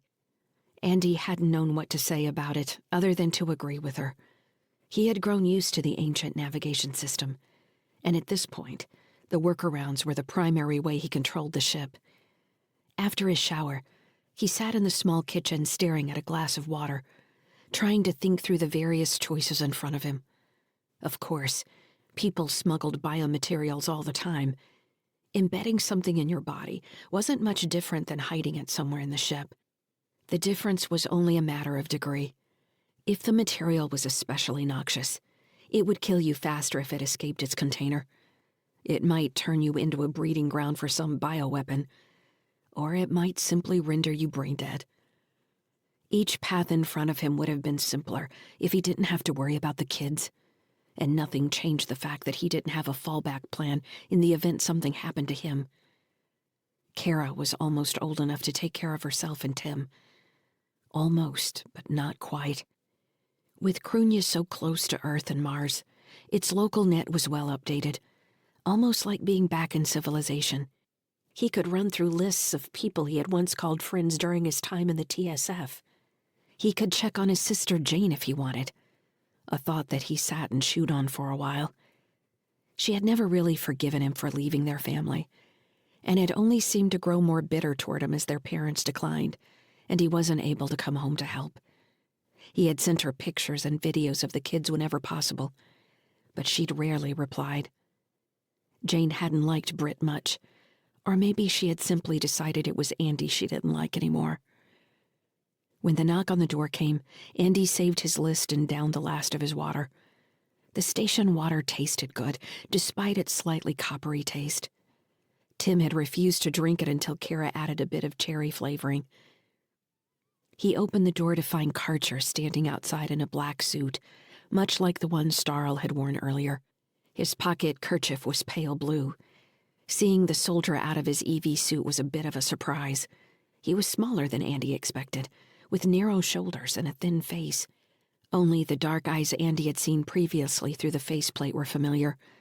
His irises were hidden by silver overlays that looked like dull coins. A bulge in the side of his jacket belied a pistol of some kind. "Captain Sykes," Karcher said. He smiled and showed a gold front tooth. "I'm supposed to take you shopping." "Why does your boss assume I'm broke?" Andy asked. "I didn't think that was an assumption." "Are you being funny, Karcher?" Andy asked. "No." Andy shook his head in response and stepped through the door, locking it behind him with his security token. "You don't have to do that, you know," Karcher said. He pointed to balconies around their heads. "I've got people in all those apartments keeping an eye on your kids. This is the safest place on Krunya right now." "So Starl has told me. Still, it makes me feel better," Andy replied. "I understand." Andy followed Karcher through the housing block, along a different path than he had taken with Fran. This time they went down 2 levels to a transport hub, where Karcher keyed into a private maglev car. They sat in silence as the car shot through a tunnel made of dark scaffolding, hung with conduit and plumbing. Occasionally the car emerged in open-air sections with busy corridors full of pedestrians. "This makes Crunya look almost normal," Andy said. Karcher shrugged. He was busy cleaning his fingernails with a pocket knife. "It's getting a few of the edges rubbed smooth, but I don't think it's ever going to be a place I'd want to raise a family. Its location makes it too useful for smuggling. As long as that's valuable, it needs to stay a gray zone." Everywhere Andy looked, there were people. People walking quickly, heads erect. People huddled in groups, heads close together. People pointing at some item for sale between them, apparently arguing over price. Drones buzzed overhead and shot between feet. He saw augmented people and what looked like full mechs. He could imagine the sounds without hearing them, the chaos of voices and machinery. He remembered the smells and sounds of Crunya, and nearly wrinkled his nose at the harsh memories of spices, oil, urine, sweat, blood, and decaying meat. "I was here with the TSF when I was a lieutenant," he said, "busting smugglers. I didn't get out much, though." "We've still got a few TSF newbies hanging around," Karcher said. "They're good marks in a poker game." He met Andy's gaze briefly. "Think they're invincible." "Every TSF pilot is invincible until they're dead," Andy shot back. Karcher frowned, letting his penknife drop. "You know that doesn't make any sense, right? Neither does strapping yourself to a missile and subjecting your body to extreme G-forces, vacuum or hostile fire. But they line up to do it. Better to die in a blaze of glory than suffer being mediocre." Karcher shook his head. "I've heard the same argument from pirates. I'm fine with being mediocre, thanks." Andy was about to point out that Karcher was a soldier and took as many risks as a fighter pilot when the car came to a halt, and the guard quickly folded his knife and stepped through the sliding door. They walked out through a private entrance into a clean, well-lit shopping district that Andy quickly realized was populated solely by clothing shops. Karcher led him down 2 wide corridors with windows displaying clothing of every stripe and fashion, until they reached a plain door with a single display window beside it showing a simple black suit similar to Karcher's. "Here we are," Karcher said. He pulled the door open for Andy and released the smells of sandalwood, cedar, and various natural fibers. For the next half hour, Karcher leaned against a wall as a tall, thin tailor took Andy's measurements with an actual piece of vinyl tape. The man hummed and nodded to himself as he stretched the tape in ways that didn't make much sense to Andy, like the distance from his elbow to the end of his index finger, as well as each shin from knee to ankle. He also measured each of Andy's feet and the circumference of his head. "Very good," he murmured. "What color, sir?" "Black," Karcher said before Andy could answer. When the tailor had left for a back room, Andy said, "Wait, I'm not getting fitted for one of your gangster outfits, am I?" "You're getting a suit for Mr. Starl's club. For those who know, it won't identify you as low spin, no. It'll just make you look like a civilized human being." Andy looked down at his coverall, and its most recent stains from dragging the TSF weapons crate halfway across sunny skies, as well as what might have been some of Stansel's blood that had leaked through his Evie suit. One hairy calf was visible through a long tear below his knee. Perhaps looking human would be a nice change. In 30 minutes, the tailor returned with a suit that actually looked hand-sewn in places. Andy marveled at the workmanship as he was ushered into a fitting room. When he came back into the main room, he thought it fit perfectly, but the tailor wasn't satisfied. He made several marks with a piece of white chalk. "Your jacket, sir," he said. When the tailor was finally satisfied, and Andy was wearing the finished suit, the man brought out a board draped with various kerchiefs in the same pale colors as those Karcher and Starl wore. Andy started to choose blue, then settled on a green that reminded him of the kudzu leaves back in Somerville. The tailor set the board down, drew out the handkerchief and folded it in several snapping motions until it had become a perfect multi-crease square that he fitted into Andy's pocket so it formed a triangle. "Very good, sir," the tailor said finally, stepping back to admire his work. "I'd recommend a shave." Andy rubbed his stubbled chin and nodded, thanking the man. When they emerged in the corridor outside the shop, Andy carrying his coveralls in a disposable bag, Karcher nodded with a grin. "Feels like a new life, doesn't it?" "It feels different," Andy agreed, noticing as a passing woman with piles of curly red hair gave him a second look. She flashed a smile and was gone in the crowd. Karcher's expression went blank as he accessed his link. "The boss wants us to meet him at the club right away," he said. "You hungry? He wants to know what you want to eat." "Whatever he's having." The soldier shook his head. "Trust me, you don't want that. You want beef? How about a steak? You've been out a long time." The thought of having a steak without the kids made Andy feel a little guilty. But they had already gotten their choices of a takeout menu back at the apartment Starl had provided. Pizza for Tim and skewers for Kara. "That sounds good," Andy said. "Where's the club? I might remember it." "It's a new place. The boss had it built out of an old warehouse back near the repair docks. Makes for easy access for anybody who wants to drop in and drop out. It's a music club. Really fresh stuff." They had just stepped into the main flow of foot traffic through the shopping district when Andy felt the nose of a pistol jabbed hard into the small of his back. He turned his head to get a look at his attacker and was met by a sharp hiss. "Keep your eyes looking ahead or I'll—" Karcher's pistol cracked twice, and the pressure left Andy's back. He turned to find a middle-aged man lying on the floor clutching his stomach, blood leaking between his fingers. He looked no different from any other shopper. "A mugging?" Andy asked. "This looked like a nice area." "Welcome to Crunya," Karcher said, holstering his pistol inside his jacket. "Is that all it was?" The soldier shrugged. "Probably. Who cares? He saw us walk out of the suit shop and only a certain type of client goes in there. He should have known better." Andy looked around.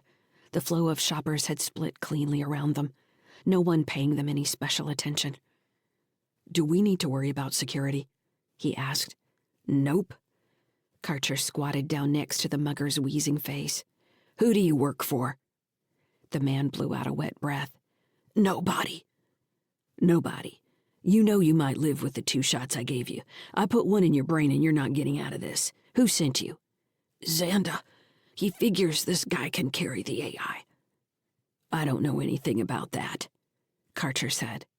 In a smooth motion, he drew his pistol and shot him in the temple. The blast caused the tile under his head to crack. Andy looked around anxiously, expecting someone to shout or scream, but the crowd continued on, as though nothing noteworthy had occurred. He couldn't hide the shock on his face as Karcher stood, holstering his pistol a second time. He straightened his jacket. "Calm down," Karcher said. "The only mistake you can make on Crunya is wasting the security admin's time. They'll replay the surveillance and see what happened. This guy was a fool. He probably doesn't even work for Xanda and was just trying to catch a lucky break." He shook his head. "But if that's true, it means the have-nots can't keep their mouths shut." "If they've found us here, they know where the kids are," Andy said. "I need to go back to the apartment." Karcher held up a hand. "We've got more security on that apartment than Starl has right now. Trust me, they're safe." "I don't know you." "True enough, but we want something from you, right? So it doesn't figure that we'd let you or your kids get hurt. Not while you're on Crunya, anyway." Andy frowned. Worry about the kids, battling the need to complete this deal. The sooner they were off Crunya Station, the better. "All right," he said. Karcher gave him a fake grin, his eyes still dead. "Good. Now let's get moving. I'm really hungry for that steak." They took the maglev back across Crunya's ring. Andy recognized a few of the areas flowing by from the first trip.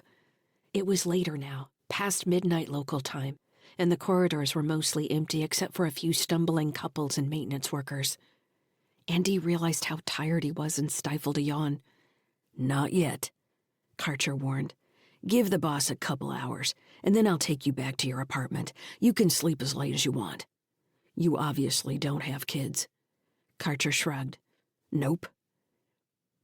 Andy grew accustomed to the feel of the new suit and shoes as he followed Karcher through the warren of corridors, until they finally stopped in front of a scarred door that looked like all the rest. It slid open as they reached it, and a thick man in a black suit stared at Karcher for a second, before turning his gaze to Andy. He nodded and stepped out of the doorway. As they walked into the vestibule, an interior door slid open, allowing blasts of music and flashing lights to fill the tiny space. Andy groaned inwardly and did his best to stand straight. They walked out onto a landing that looked over the club. It was a big space, with tables around the walls and a multi-level dance floor in the middle. Stairs led from the landing down to the various sections of the club. A massive bar stood on the opposite side of the space, with a small army of bartenders serving the crowd. The music sounded like a warning klaxon set to droning percussion that made Andy feel like his heart was going to stop. Unable to communicate verbally over the noise, Karcher told him over the link, "The boss is on the other side of the club. It looks like Xanda's here too." "Xanda? The guy who attacked us back on Sunny Skies? Don't get worked up. It's all business. He'll probably want to meet you. He killed your friend." "What friend?" "Oh, you mean Stancil? Yeah, that was unfortunate." Karcher's head moved slightly as he scanned the room, his dull eye overlays flashing in the lights. "There's the boss. Let's go." Without waiting for Andy's response, Karcher turned to walk down the wide steps to the dance floor. Chapter 16. Stellar date 08.26.2981. Adjusted years. Location: Cantil Park Housing Project. Region: Krunia Station, Terran Hegemony. Kara woke to the sound of the front door sliding open. Her first thought was to wait with her eyes closed so she wouldn't make Dad think she'd been worried. She had nearly drifted back to sleep when a crash came from the main room. It was followed by a curse that didn't come from her father, and Kara snapped fully awake. She waited, heart hammering, listening to Tim breathing lightly in the other bed, as footsteps moved around the main room. A light came on, barely reaching the open door of their bedroom. Kara gathered her legs under her and closed her eyes just enough so she could still see through her eyelashes. Whoever came through the door, if they leaned over her, she was going to kick them in the face. There was another stumbling sound, and then someone blocked the light. In another 2 steps, Dr. Jixon stood in the doorway. The light was behind him, so his face was dark, but she immediately recognized his dumpy frame and wispy blonde hair. He listed to one side before placing a hand on the doorframe. He waved at the wall switch and the room filled with light. Kara screamed. When all her breath was gone, she sucked more air and screamed again. Her voice was like shattering glass. "Please," Jixon shouted. He put his hands over his ears and leaned heavily against the wall. "Please, I'm here to help you. Stop screaming." "What's going on?" Tim asked. He sat in his bed, blinking sleepily. Kara cut off in the middle of her third scream and squinted at Jixon. His eyes were sunken dark circles. He looked overly tired, as if he had been fighting a headache for a week. Kara knew what headaches looked like. Her mom's eyes had looked the same when she'd stayed in bed for days, in constant pain. "What do you want?" Kara demanded. "I have a pulse pistol. My dad gave it to me. I'm a good shot with it, and I'll blow your head off." Jixon swallowed and wiped his forehead, then held up his hands with his palms out. "Please, I'm not here to hurt you. I only want to talk to you." "I think he's drunk," Tim said too loudly. "Yeah, I think he's on something." "What do you know about that?" Kara said. "It's in videos all the time. He looks just like a drunk person. Or maybe he took pills." Jixon pointed at the edge of Kara's bed. "I'm going to sit there. Please don't yell anymore or shoot me. Please don't shoot me." "Stop saying please if you don't mean it," Kara said. Jixon gave a weak laugh. "Oh, I mean it." He took a shambling step and sat down heavily on the corner of Kara's bed. She scooted up against the wall to get away from him, unable to pull her covers up now that he was holding them in place. "How did you get in here?" Kara demanded. "I thought we had all kinds of security watching us." Jixon waved a hand. "I'm part of the security," he said. "I can see you just like Karcher or Petrel. Any of them." The doctor took a deep breath and coughed wetly. Kara frowned, wondering if he wasn't drunk but sick. He had turned so she could see half his face, and he was flushed with beads of sweat on his forehead. "What's wrong with you?" she asked. "I'm at the end of a path I started a long time ago. It's catching up with me." He coughed. "You don't think things will catch up with you, and then they do. And it's obvious it was going to happen the whole time. Not that I would do anything differently. But here I am, paying for it." "For what?" Tim said. "You don't make any sense." Jixon pointed at Tim with a weak movement of his hand. "I like you, Tim. Well, I like both of you. I used to work with kids your age quite frequently. I think I told you that. Or I told your father. I did a lot of work with kids. Some of it wasn't good work. It's why I'm here now." He trailed off, staring at the floor. For a second, Kara thought he was going to topple over. She considered dashing through the open door for the panel next to the entrance where she could call someone. Did Krunya have security? Wasn't this place full of pirates and smugglers like Dad had said? She could call Dad, at least. "I've done terrible things," Jixon said, picking his head up. "I did terrible things to those children. I'm paying for it now, Tim. Kara, I'm paying for it. They found me, and they know you're here. I think the only thing that's stopping them is that they don't want to draw attention to any of this. At least I did one smart thing by coming here." "What are you talking about?" Kara said. "Did your father tell you what he's going to do for Starl? Has he told you anything about it?" "He's going to transport someone for him. Or maybe it was cargo, but I heard you call it she.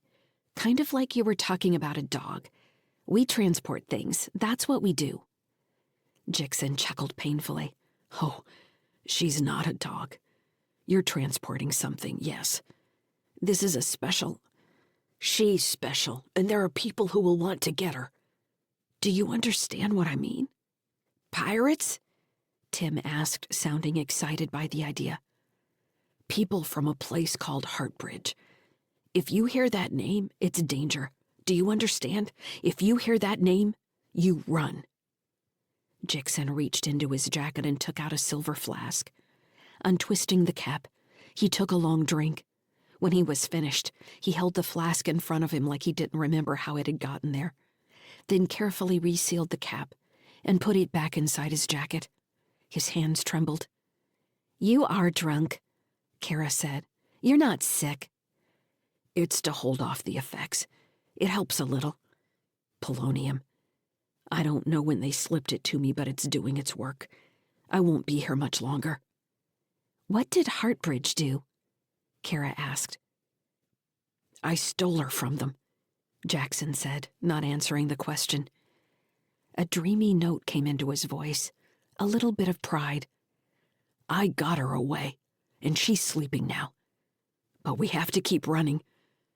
He turned to meet Kara's gaze, and his eyes were bloodshot and weepy. "I wanted to take her all the way, but I'm not going to make it." He coughed. "Listen, this is important. You need to know that if she can't be stopped, if she reverts, there's a code sequence. Your father won't be in a position to do anything about it. So it has to be you." "We're just kids," Tim said. "I wish you could stay that way." He spluttered more coughs, pushing his fist hard against his lips. His fingers were bloody when he pulled them back. Jixon blinked with a woeful expression and wiped his hand on his chest, leaving pink streaks on his shirt. Reaching into his jacket again, he took out a small book that was almost the same shape as the flask. Its covers and binding looked like red leather. He placed it on the bed near Kara's feet. Even though it was upside down, she read the title, Collected Poems of Emily Dickinson. "She loves those," Jixon said. "She loved them from when she was your age." He nodded toward Tim. "That's when I first met her." "Who are you talking about?" Tim said. Jixon tapped the cover of the book with a trembling index finger. "She has favorites, but it won't have to be any certain poem. She'll respond to any of them. She knows them all." Jixon stared at the book for a long moment, then drew another wet breath and stifled a cough. He pushed himself to his feet. He leaned so far away from the bed that Kara thought he would topple over. But then he righted himself and squared his shoulders. "I'm glad it was you," Jixon said. "I think she'll be happy with you." He frowned suddenly, asking, "How many days have you been on Crunya?" "We've been here 2 days," Kara said. "Dad says we have 8 more to go." Jixon nodded. "I don't think I'll see you again. I might see your dad. If she ever asks about me, tell her I'm sorry. When I understood what I was doing was evil, I tried to change. I don't know if that's enough." Coughing, he took small steps through the door. Kara jumped off her bed to follow him as he moved down the hallway into the main room, using the wall for support. He left pink smears as he walked. Tim followed a few steps behind Kara. At the front door, he did something to the access panel using 2 fingers. "It won't show that I was here," he told Kara. "It's all right if you tell your dad. Secrets aren't good for any family, but maybe wait a while until you see how things are working out. Maybe everything will be fine." The front door slid open and he turned back to Tim and Kara, giving them a small wave. "Goodbye," Jixon said, stepping through. The door slid closed behind him. They stood for a minute, staring at the door. Kara didn't know what to say. "Are you gonna read the book?" Tim said. He held it out for her to take. "You touched it? What if it has his blood on it?" Tim shrugged. "It doesn't. It's not a full book. Most of the pages only have a few words on them. It's poetry, goofball. Ancient stuff." "I like books," Tim said, holding it at a different angle so he could look down the spine. "How do you think they make these?" "Like they make anything else." "Should we tell Dad? Does Dad know about Heartbridge?" "I've never heard him say that name before," Kara said. "I don't think I've ever heard it anywhere." "We could look it up on the link," Tim said. Kara shook her head. "Not on this panel. Dad can look at all the searches." "Should we call somebody about Dr. Jixon? He looked pretty sick." Kara's first impulse was to say yes. Her gaze went to the access panel next to the door, which also allowed emergency calls out. Again, she wondered just who she would call and what kind of attention that might bring. Dad needed their help now, not extra trouble.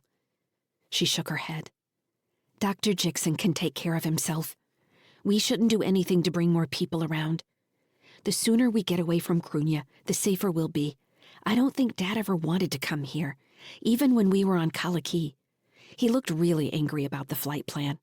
"Yeah," Tim said.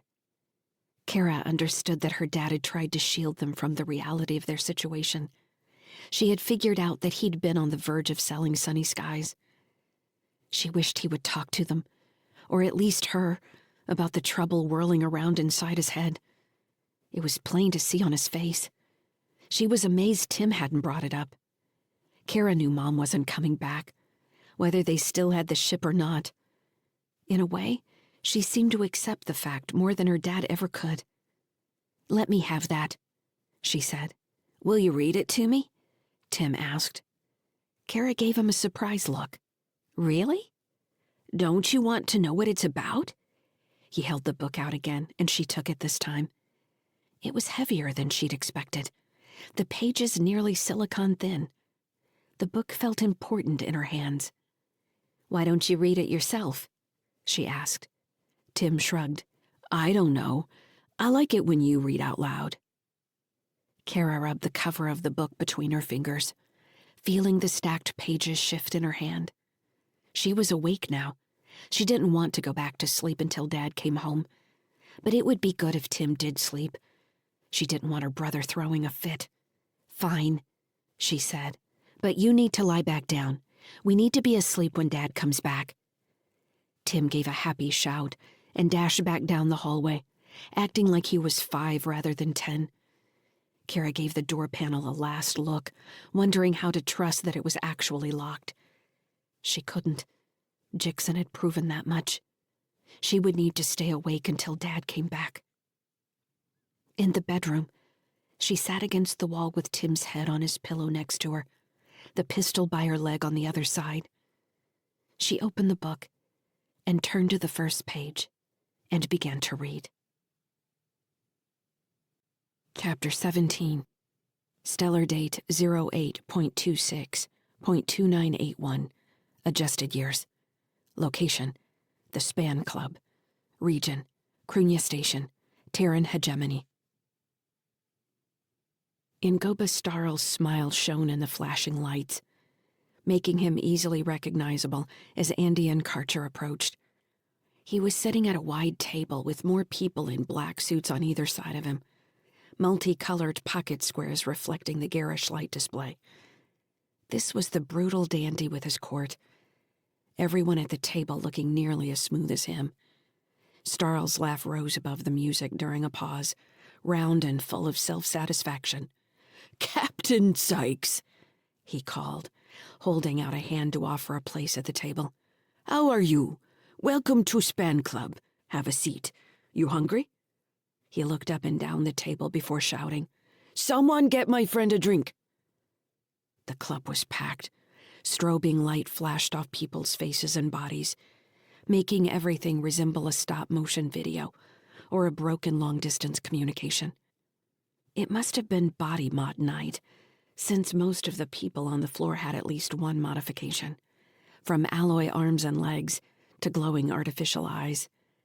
Many were tattooed with writhing live images. One woman dancing near the table was covered in multicolored glowing cilia that waved as if she was underwater. She looked soft and inviting as she danced with her arms outstretched, eyes glimmering turquoise, and Andy wondered if she absorbed prey like a sea anemone. A man in a hanging cage had thin carbon fiber butterfly wings extending through the bars, flapping languidly to his own rhythm as he watched the dancers below. The air was so crowded with pheromone enhancements that Andy's nose burned. The music throbbed all around them, making it even more difficult to follow what was being said at the table. Starl kept smiling and nodding, holding eye contact with each face down the line, as if he wanted to share a moment with everyone at the table. When he caught Andy's gaze, no words came across the link, only a satisfied smile alongside the raised whiskey tumbler. Andy lifted his untouched drink in response. Being in this chaotic place made Andy miss the kids all the more. He wished he was back in the apartment, comforted by the sound of his children sleeping, not this raucous din. "To Krunya," Starl shouted, his voice a murmur above the music, "and her complicated relationship with Earth." People raised exotic drinks and laughed. Andy tried to push off the slim tube of liquor placed in front of him by the green-eyed woman beside him, but she wouldn't allow it. Karcher sat on the other end of the table, making it impossible to get any more information about Xanda. Andy didn't know how to spot the other gangster beyond the sound of his gravelly voice, and that had only been over the link. The blue-eyed woman with long black hair next to him nudged his arm. "You going to drink that or what?" she asked. Andy could barely hear her over the throbbing music. "I'm good, thanks." She tapped her temple with a long index finger, asking why he didn't communicate via link. Andy didn't want to be rude and say it was because he didn't know her, but that was the truth. He was feeling vulnerable and out of sorts in the new suit, and after so long out in the dark with just the kids and the sound of the Sunny Skies reactor, he felt like the club was going to blow out his ears. Andy worried that, despite Karcher's assurances, someone would take him for a member of the low-spin crew. He also hadn't expected the strange emotions wearing something that felt like a uniform would raise in him. He wasn't TSF anymore. He wasn't anything. A strong desire swept over him to slip out to the restrooms and put his beat-up overalls back on. Or, better yet, get back to the kids. Two men walked up to the table and nodded to Starl. One thin with stringy black hair, the other looking like a corn-fed soldier on leave. Both wore suits and stood out as non-mods among the dancers, at least not modded in obvious ways. Ingobastarl's smile never wavered, making him look like a king in his court. They appeared to be talking via link. Andy leaned toward the woman and mouthed, "Who is that?" She shook her head with a raised eyebrow, curving her full lips in a smile, and tapped her temple again. Andy rolled his eyes and sent her the connection request. "That's better," she purred. "You're Andy Sykes. I'm Petral." "Nice to meet you," Andy said, trying to sound disinterested. She was gorgeous, but he had more important things to worry about. He nodded toward the men talking to Starl. "You know those two?" "Rig Zanda, and I believe that's Calcraft. He works for Heartbridge." "What's Heartbridge?" "Some conglomerate that runs the health clinics on station. They've only been here a year or so. Their billing is terrible." Andy nodded, watching their carefully relaxed body language as the three men talked. Zanda looked like a rough version of Starl, while Kraft clasped his hands against his belt buckle and did a good job of checking everything around him while still nodding to the brutal dandy. "You going to talk to me, or just use me up and dump me without even a thank you?" Petral said. "Information's far from free on Krunya. You owe me now, Captain Sykes." Andy slid his gaze from Kraft to Petral, who had leaned in a little closer. She smelled spicy. Andy's mind went blank. "How do you know Starl?"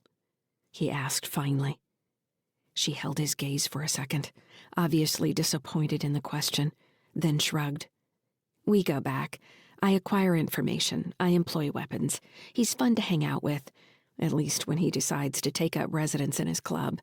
Interesting people like you showing up. Where are your kids?"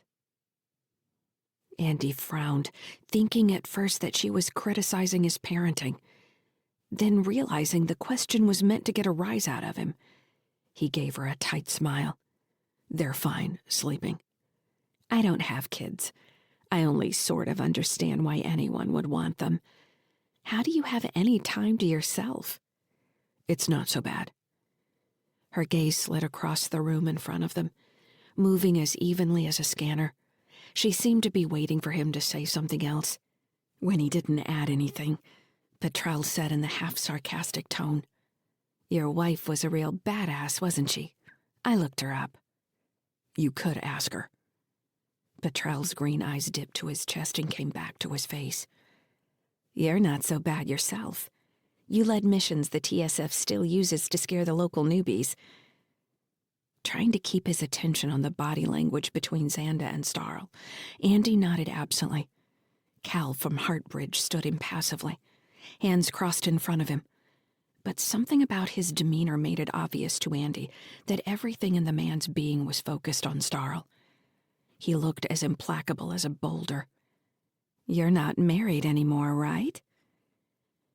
After spending so many months in space with the kids, not having to deal with other people's voices in his head, Petral's soft purr traced its way down his spine like a trailing finger.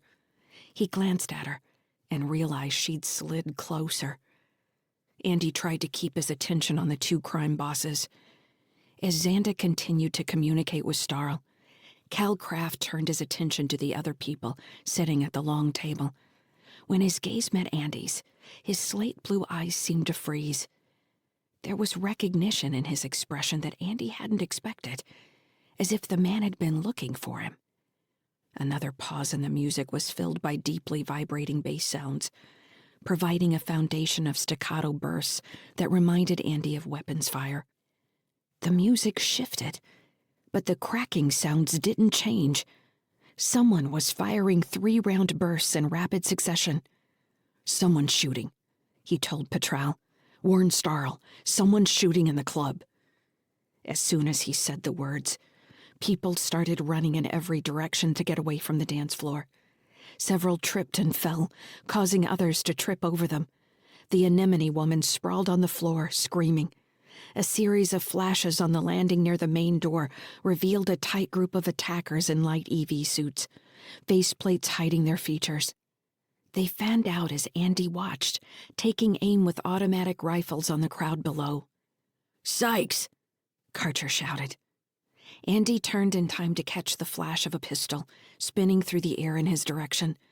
He caught it, recognizing the weapon Karcher had used back in the shopping district. He checked the action in sights. It wouldn't do much damage across the room, but up close it might penetrate armor. "What's the plan?" he asked. "Captain Sykes," Starl called out. "Looks like we've got some entertainment for you. You know Xanda already tried to kill me once, right? These aren't Xanda's men, he assures me, though you'll note how they all managed to miss him and his associate. There's an exit in the back. We need to get you there. Our timeline is moving up, I'm afraid. What about the ship? One problem at a time, Captain Sykes." Andy wanted to spit out that problems didn't work that way. Instead, he saw shots at the table and dove to the side, narrowly avoiding a short burst of fire that had been aimed at his center mass. The rounds tore jagged holes in the back of the chair and table where he had been sitting. Petrel kicked the table over and pulled up her dress to reveal her thigh splitting apart. She pulled a long-bodied pistol from the inside of her leg, planted her feet, and raised the weapon, forearms absorbing recoil as she fired a steady flow of rounds. Andy moved behind the table and squinted through the flying debris and leftover smoke from the dance floor mist machines. Most of the attackers had moved down the wide stair, while 2 remained on the landing laying covering fire. As the dancers ran screaming, the attackers shifted their targets from the dance floor to the booths against the walls where other patrons were huddling behind overturned tables, many returning fire with a surprising amount of heavy weaponry. Xanda and Cal Kraft were crouched beside Starl, whose slicked curls still looked impeccable, though his face was clenched in concentration as he aimed and fired. "Starl should do gun advertisements," Andy said. Petrel laughed. "You tell him that and he'll love you forever. Which way are we running?" The black-haired woman squeezed off another shot and nodded toward a doorway to Andy's right, slightly hidden behind a tall curtain. There wasn't much for cover between their disappearing table and the door. "You don't have any grenades, do you?" "Grenades?" Starl shouted. "An excellent idea. You have any, Xanda?" "Of course you don't. Cal Kraft from Heartbridge? Not allowed by your employer. Makes sense. Corporate liability, of course. I'm suing your company for the damage to my club, by the way. Petrel, Karcher." Beside Andy, Petrel had a hand inside the front of her dress, digging around as if adjusting her bra. She pulled out a small black sphere and tapped it 3 times with her thumb, before lobbing it over the table toward the stairs. "Fire in the hole," she called. Andy counted to 3, tensing. He was sprinting when the explosion filled the club with a roaring concussion. Even holding his hands over his ears, his head still rang like a bell. Slipping on broken tiles and bits of smashed table, he maintained his momentum without tripping over the wall curtain beside the steel exit. When Andy hit the door, Petrel immediately pressed up against his back, using him to stop herself. Her pistol nearly raked the side of his head, while her breath was hot in his ear. "Some first date, huh?" She shot him a grin before rolling off him to put her back to the door, aiming into the smoke for any attackers who might try to follow. As Andy got the door open on the corridor behind it, Karcher and Starl appeared from the roiling yellow smoke.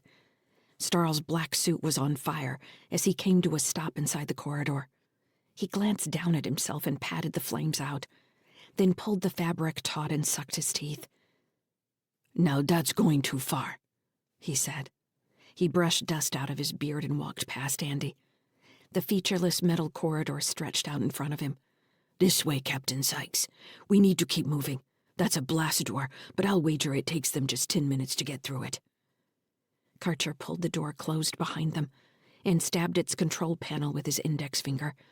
The panel flashed red, and the ka-chunk of locking bolts vibrated through the floor. "That was Xanda, right?" Andy demanded. "How can you just sit there beside the guy while he tries to kill us?" Starl didn't bother to look back as he strutted down the hallway. It's Krunya, Captain Sykes. I don't expect you to understand. It's all business. Xander tries to kill me today and wants to kiss me tomorrow. He knows we'll be on the same side of a deal soon enough, so it's never personal. It's personal when they're trying to kill me. Xander is helping us in his way. He knows he's not going to make much money at this point, so he helped me. He introduced me to Cal, the man who hired him. It's Cal who sent the men into the club. So why didn't you kill Cal? Because I'm getting paid to move a certain cargo, Captain Sykes. I'm about to do that. Craft makes the cargo valuable. Once that's done, then I'll kill the man, if he attacks me or mine again. So you're dangling me out there as bait? You think I'm going to put my kids in this kind of danger? You already made your choice, Captain Sykes. Besides, you're assuming I don't believe in you. I wouldn't have bought you a suit if I didn't. Starr looked over his shoulder to flash Andy a grin. Looks good on you, by the way. Petrel nodded in agreement as Andy shook his head. I'm investing in you, Captain Sykes. Ask my two killers here. I don't do that lightly. You make it through this, and you and your children will always have a home on Krunya. Starl's voice had gone serious as he set a fast-walking pace. That's what you truly want, isn't it? Safety, a home for your family. You deliver my package, and you and those you love will have those things. I promise you. Andy didn't answer. He didn't know what to say. He was frustrated that a gangster like Starl could see his course so easily. The incongruity that the TSF had left him with nothing, while a criminal offered him everything, wasn't lost on him. However, it didn't lessen the feeling that he'd finally escaped Rabbit Country, only to find himself in the wolf's den. Chapter 18. Stellar date 08.26.2981. Adjusted years. Location, Low Spin Docks. Region, Krunya Station, Terran Hegemony. After a long series of corridors, and a trip in a private maglev car that seemed to be taking them away from the repair docks and sunny skies, Karcher opened a set of heavy doors to the command deck where Andy had stood earlier with Fran. He was surprised to see that it had been an hour since their escape from the club. Now that the adrenaline from the firefight had drained out of him, he could barely keep his head up. At one point in the maglev, he'd woken up drooling on Petrel's shoulder. "You're cute when you're dead tired," she'd said. "Where's Harry Jixon?" Starl was shouting as he strode onto the command deck. "Get me that so-called brain scientist. We need to make this happen." "Starl?" Fran asked over the link. "What are you doing here?" "Where are you?" "I'm in what's left of Sunny Sky's engine section. We're still on timeline. What are you shouting about?" "We're going to have to move things up. We're doing the transfer now. Add 2 days for recovery. By then I need that ship ready to move." 2 days isn't enough. You'll be towing it out of here. 2 days is what we have, love, Starl said. "Don't talk sweet to me, Starl. These are cold equations here. I can't get this ship up in less than 36 hours. Besides that, I still need to edit the registry, or they'll never slip past Marzian or TSF patrols. They'll never make it out of Inner Sol, even if they had the engines to do it, which they won't in 2 days. What's the emergency?" "Hard Bridge is on Krunya," Starl said.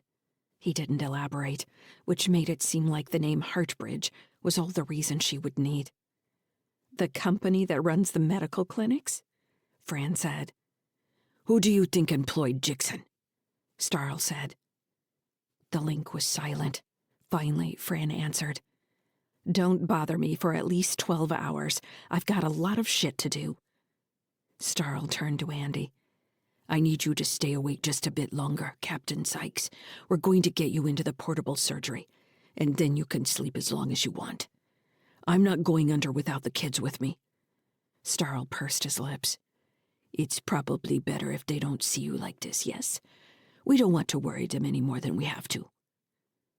From another doorway, Jixon walked into the room slowly. His clothes were disheveled, and his hair looked like he'd been electrified. "Jixon," Starl said brightly. "Where have you been, man? We've got work to do. The timeline has been moved up." The doctor looked around as if he was in a dream. "Why are you all here?" he asked aloud. "What's going on?" "Doctor!" Starl yelled aloud. "I've been looking for you. It's time to move ahead with the plan." He crossed the room to Jixon, who continued to look confused, and clapped him on the shoulders. "Everything you've worked for is about to take a great step forward. It's time to wake her up." "Wake her up?" Jixon said. He sounded drunk or medicated. "Wake her up," Starl said. "It's time for the surgery." "Why? We still have days. I need time to prepare. This is all very fast." "This is what you wanted, yes?" Starl said sternly. "When you came to me, you said this was what you need to have happen." He spread his hands. "It's happening." Jixon stared at him, not seeming to understand. Then he gave a small nod. His gaze flicked to Andy. "You're ready?" he asked. Andy shrugged and blew out a breath. "I guess so. How long is this going to take?" "The surgery? Not long. Not long at all. Maybe an hour. The auto-surgeon is a specialized model with proprietary software I wrote." He didn't try to hide the pride in his voice. "The recovery will be harder. You'll need time to adjust. We'll take you back to the apartment where your children are sleeping." He paused, and Andy wondered why he'd bothered to mention that detail. "They'll wake up with you there," Jixon continued, speeding up his words. He seemed to be waking up, coming out of whatever stupor that had slowed his thoughts. He rubbed his hands together, nodding. His eyes were rimmed by bright, sickly pink. "This is good timing, really, very good. 2 days recovery and the ship will be... It will almost be ready. You'll have full control of yourself when it's time to leave." "Back on the ship you called this symbiosis," Andy said, the realization hitting him that what he had hoped to put off was happening. He hadn't had time to prepare the kids. He hadn't had time to even absorb the information himself. "So, this isn't just a biodrop. Am I actually going to be able to communicate with it? I'm going to have another consciousness in my head? Isn't that really illegal?"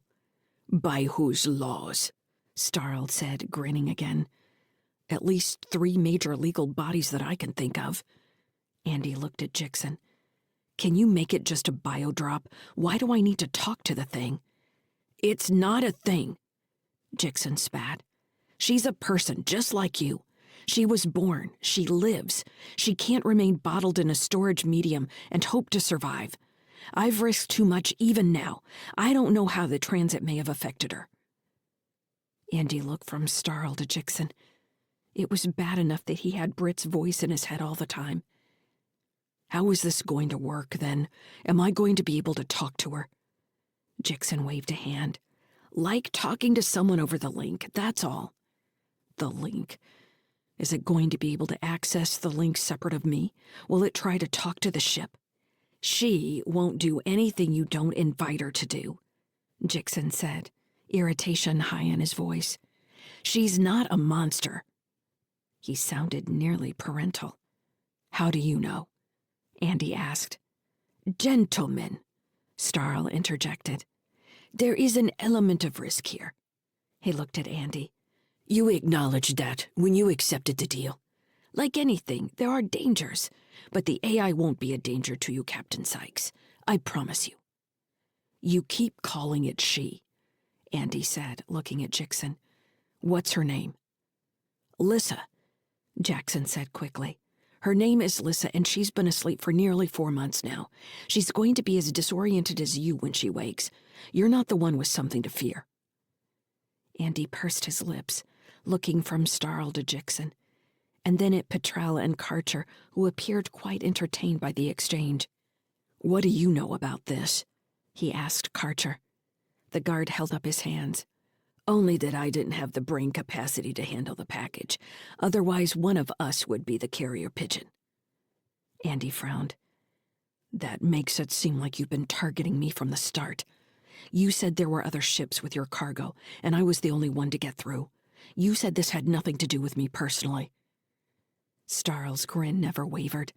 He didn't even look at Karcher. "It's got everything to do with you personally, Captain Sykes. You're the one that made it." He clapped his hands.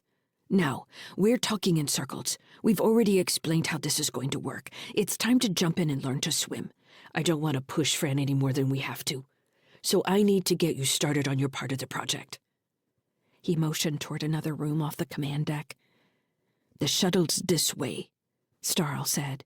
"We're going back over to Sunny Skies." He gave Andy a wink. "Don't get upset if you find she's naked. Fran uncoupled her from the dry dock, and she's tied to an older section of the ring, just like any piece of scrap. Hasn't stopped Fran from her work, though." Andy was too tired and irritated to answer. He felt manipulated, and he hated it, like he often had at the end of a long argument with Britt, after she had turned his own words against him several times, and he couldn't remember whether he admitted to what she accused him of or just surrendered, wanting the disagreement to be done, wanting everything to be all right. He wanted the kids to be safe. He wanted the ship fixed. He wanted off Krunya. He sat with his head against the cold bulkhead on the short ride from the dock to Sunny Skies. He closed his eyes for a second, and then time skipped forward, and they were docking. The shuttle's airlock stood open to a familiar corridor. Fran stood in the doorway in a close-fitting EV suit and harness hung with tools. She flipped her faceplate up. A few of her blonde curls floated around her face. "Main cargo bay is resealed," she said. "Your mobile surgery is still in there." "Good news," Starl said. "And the rest of the cargo?" "We haven't done anything with it. It's still where you left it." "So it's been on my ship this whole time?" Andy said, not understanding. "Yes," Starl said, kicking off to follow Fran down the corridor. "This seemed like the safest place to keep it. Every report in station security has your ship listed as scrap.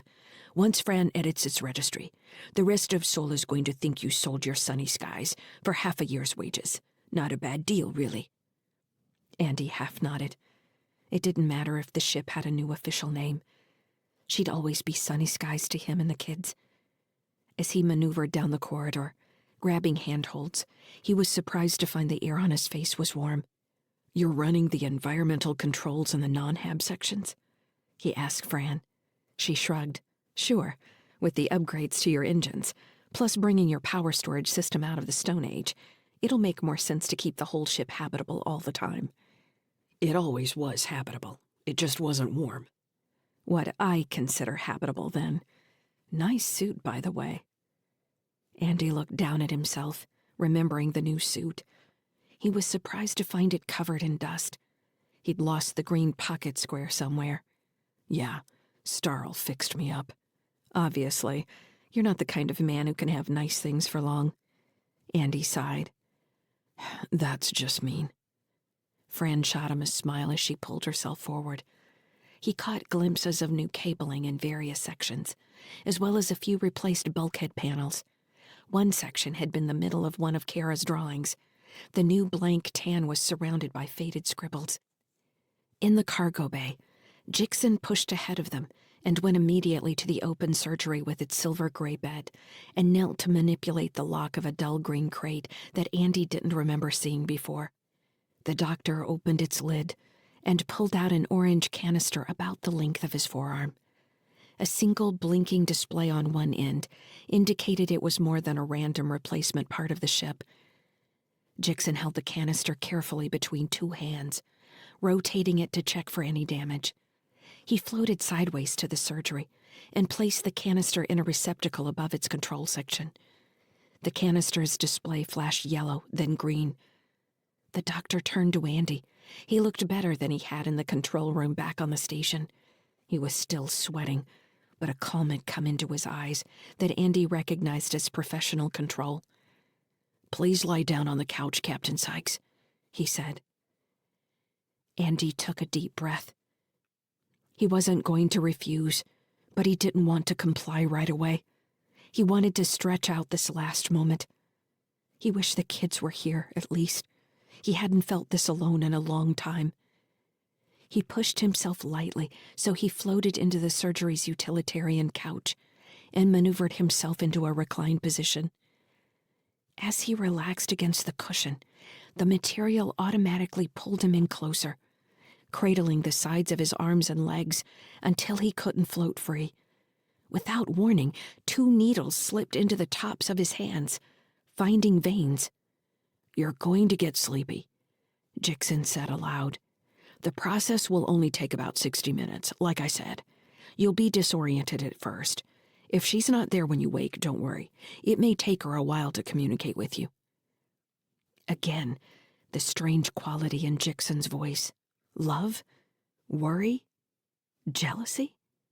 Words floated through Andy's mind as he stared at the dark overhead, automatically following the dents and scratches from years of loose cargo.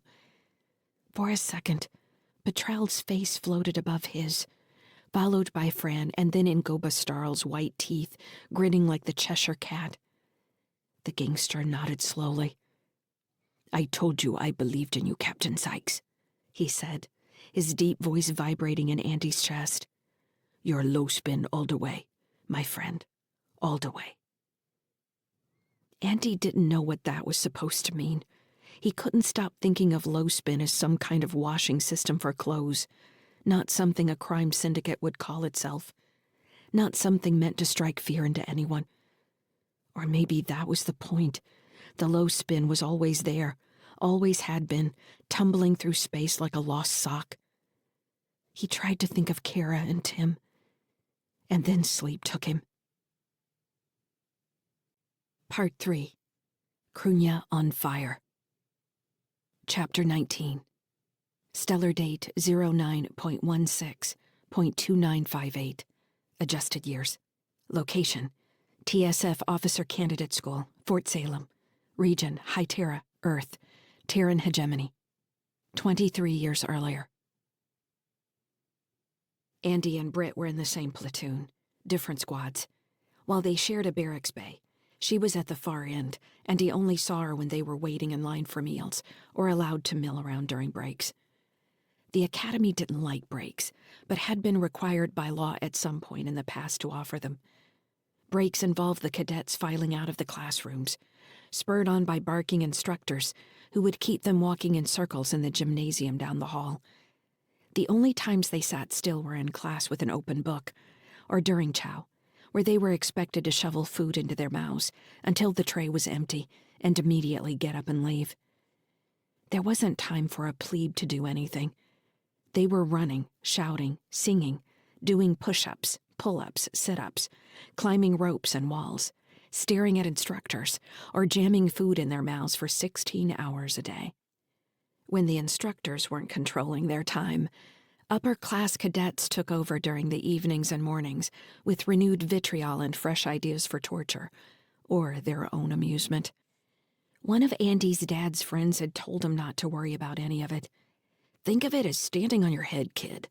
Sure, it's tough, but every minute that goes by is one you don't have to do over again, right? Keep your head down, do your work, and you'll be fine." Andy tried to avoid notice, but a few people still singled him out. The instructors loved to ask him questions, then ridicule him even if he was correct, but hadn't phrased the answers the way they'd wanted. His fellow cadets were constantly looking for ways to tease him or steal his gear if he left it out. They recognized immediately that he was slow with his link and found ways to ridicule him for that, but he also realized this abuse wasn't specific to him. Everyone did it to each other. It was the natural outcome of an insular group of people in a high-stress situation, with no other outlet than to turn on each other. The TSF called it esprit de corps. As soon as the platoon was formed and squads assigned, the cadets found further ways to establish the pecking order. While Andy wasn't exactly at the bottom, he quickly realized that, while cleaner than the stairwells of Somerville, the academy was really no different. He had joined a gang. It was a gang with history and resources and much greater reach than a neighborhood one, but their methods were the same. He would assimilate or be ground up like hamburger and sent to the enlisted ranks. Or worse, sent back home with nothing. Britt was one of the first cadets to get in a fight. Anyone who tried to call her Brittany and stayed within reach found themselves in an arm bar with their face digging into the floor and Britt's boot between their shoulders. She was thin and fast, with a hard face and bright blue eyes, appearing almost robotic at times. She hit with words before she used her hands, but both attacks were devastating. If someone made a comment about her mother, which seemed to be her eject button, it was inevitable the two would soon be locked in a boxing match in the middle of the barracks, whooping cadets hanging from bunks on either side of them. In one of the first fights, the attacker, a solid kid named Tristan, held his fists high in the kickboxing style, while Britt didn't seem to adhere to any particular training. When he followed a feinting punch with a jab kick aimed at her head, she caught his leg and moved in close to deliver a series of hard body blows. He stumbled back, giving her the opening to hit him square in the jaw, and he collapsed, eyes rolling up in his head. "Ashford!" somebody yelled, followed by everyone else in the bay. The cheering continued until one of the upper-class cadets arrived to bark for lights out. While it had seemed like a victory, Britt was small, and others continued to look for an opportunity to break her down. Beating her was a shortcut to the top of the pecking order. Andy had his share of fights as well. It felt like every other day, but looking back, it was probably once a week, usually Fridays when everyone was worn out from the week's training and needed to blow off steam. Something small would set someone off. His first fight happened in the chow hall, when the kid across from him at the table blew his nose heavily into his napkin, then looked up and muttered, "God, I can't stop blowing out this shit from my nose." Without thinking, Andy said, "I guess that means you're full of shit then, right?" He'd expected a laugh, but those around him kept their heads in their trays, and the other kid glared at him. Later that night, the kid sucker punched him as he was coming out of the latrine, and in a heartbeat, Andy was rolling with him on the floor. Neither of them were very good fighters, which made for a great show when the circle formed. They'd choked each other, made ineffective strikes on ribs, shoulders, and arms, wrestling more than fighting, until they were finally too exhausted to continue, and the cheers around them turned into disgusted boos. Sitting on his bunk with head hanging, Andy wondered why his dad had never taught him to fight. It occurred to him that his dad probably viewed a fight as having lost the battle of words that really mattered. You couldn't get to a deal if you were fighting, and it was certain no one was going to make any money unless they were betting on the fight. But that rarely helped the people doing the actual fighting. "You fight like a teddy bear," someone said from in front of him. Andy lifted his head to find Britt Ashford looking down at him, with a hand on one hip. She was wearing her fitness shorts and light shirt that clung to her muscled shoulders. "What?" he asked. "You're all hugs and squeezes. You can't squeeze the fight out of somebody. Not at your size, anyway." "I'm not a boxer. I've never had any martial arts training besides what we've had here." She nodded, her blue eyes flicking up and down his body. "Stand up," she said. "Why?" "Stand up. I want to get a look at you." He stood slowly, sore in places he hadn't noticed before. Squaring his shoulders, he bore the brunt of her inspecting gaze. "You're fit enough. You've got the structure to fight. I can see you're hungry. You just don't know how." She met his eyes. "I can help you." "Why would you do that?" Britt shrugged. "Boredom. Maybe if I can get people to pay more attention to you, they'll lay off me." "Wow, thanks." "You're going to get in more fights now. You realize that, right? They all saw that you can't fight, so anyone who thinks they can beat you is going to try." He knew she was right. He had shown weakness, and now the pack would try to tear him apart. He was doing well in the rest of his training. He wasn't going to let other cadets be the stumbling block that failed him out. "All right," he said. Britt was a street fighter, and with each move she taught him, she showed him how to follow it with a boxing move that could hurt without maiming someone. Over the course of the weekend, she taught him enough basics that when the next attack came on Monday, he was able to fend the kid off and even land some real blows.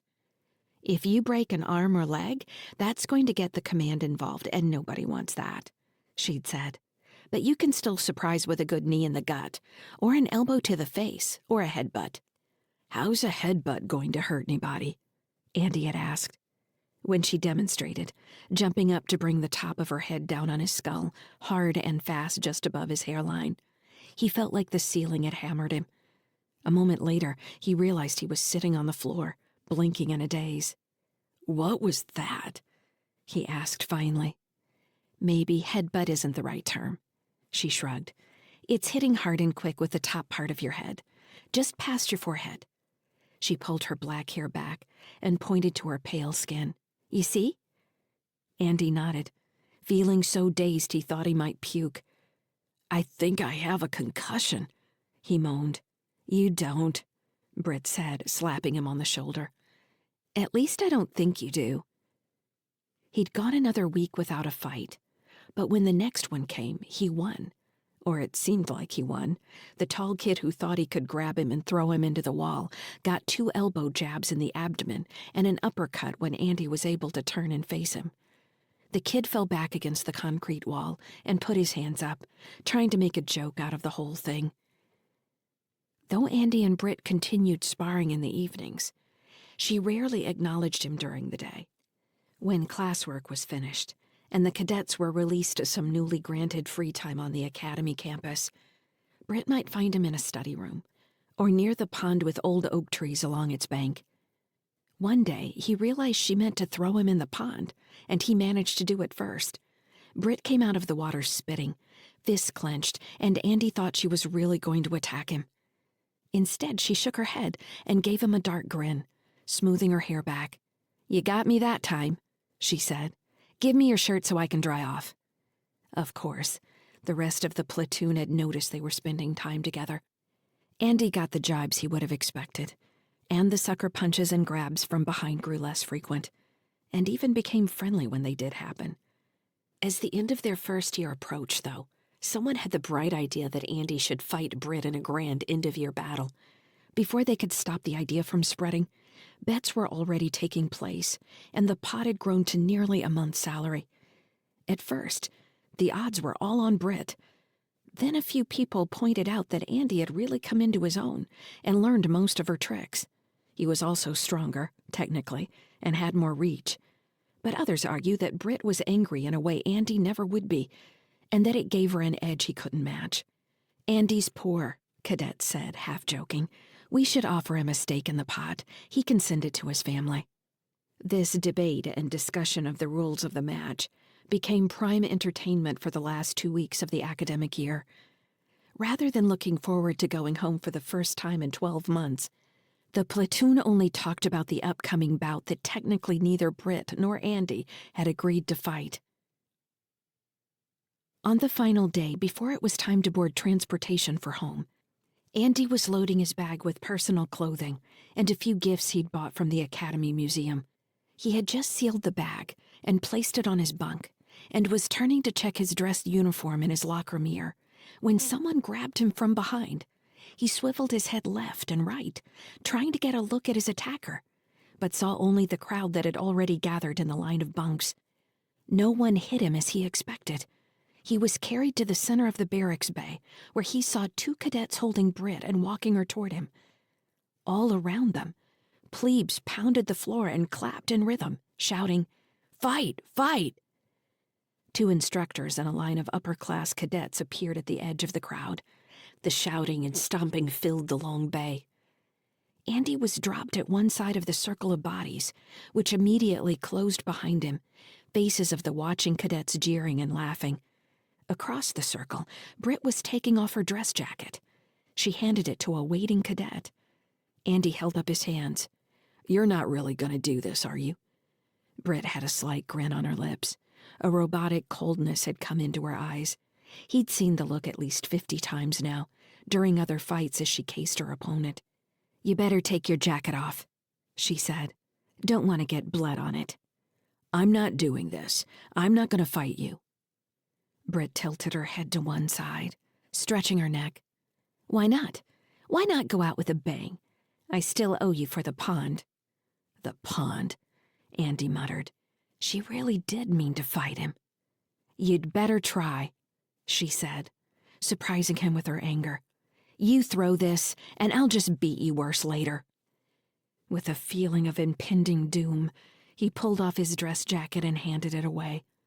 He looked down at his pale green shirt, and then unbuttoned it as well, until he was only wearing the gray undershirt. Hoots and jeers met him as he undressed. Flexing his arms, Andy spread his hands in a ready stance and faced Britt. She came at him fast, leading with 2 body blows that should have left his chin open for a knockout punch if he hadn't recognized the attack she had taught him. He blocked the punches and danced back, creating space to hit her with 2 kicks inside her thigh. She anticipated the move and turned in time so his foot glanced off the top of her leg. Britt's face was set in stone as she moved, a mask he had never seen aimed at him before. It was unnerving. While her responses to his attacks were a language he quickly understood, her face was that of a killer's. Andy began to sweat as they danced around each other, following punches with kicks and elbow strikes.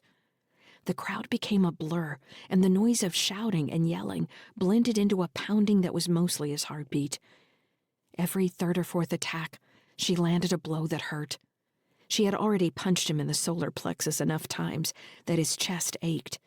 He felt like his heart was going to bulge between his ribs and pop like a balloon. Andy managed to land a knee strike in Britt's gut when she tried to clinch him. She rolled away, gasping, and quickly answered with a round kick that caught him in the kidney. Pain flared in Andy's back, and he stumbled backward into the crowd where rough hands grabbed and pushed him into the ring. Britt rushed in, striking him with a series of punches in the stomach and chest. He knew the series. She would close with a final uppercut that would knock him out if it connected. He tried to grapple with her, but she knocked his hands away, stepping in for the punch. The room swam in Andy's vision. Faces and ceilings spun. She hadn't hit him yet, but he already felt the floor coming at him. Britt's hands closed on either side of Andy's head, studying him. She pressed against him. He looked down at her, knowing the grab meant only one thing. She was going to hit him with the top of her head, probably break his nose. He waited for the cracking pain. The room went quiet as Britt's grip on his head changed. And she pulled him in to kiss him. Andy blinked. He didn't understand what was happening at first. His arms went stiff, ready for some hidden attack. Her lips were soft against his, fuller than he'd expected. Something about her body against him made it feel like she was going to pull him in and never release him. There was growing hunger in her mouth. He put his arms around her and pulled her closer, relaxing. She made a little sighing sound, barely audible between the 2 of them. The room exploded in an uproar. Booing and hissing filled the air. The cadet who had gathered bets found herself in the middle of an angry knot of bodies. Andy barely registered any of the chaos. For the first time, he and Britt had made their own bubble against the world. Chapter 20. Stellar date 08.27.2981. Adjusted years. Location, Cantil Housing Project. Region, Krunia Station, Terran Hegemony. Andy woke with tears in his eyes, his children asleep on either side of him. The room was dark, with only a dim light through the open door from the hallway. He blinked and slowly pulled his arm free of Kara's loose grip. Rubbing his face, he listened to Tim and Kara breathing and tried to push away the fresh dreams of Britt. He hadn't dreamed of her in months, it seemed, and now she had been standing beside him, lying in the bed next to him, breathing in his ear, and looking over from the secondary navigation console, laughing and scolding and yelling. He rose, taking care not to wake the kids, and sat at the foot of the bed for a few more minutes, waiting for his head to clear. The fuzziness was probably a hangover from the anesthesia.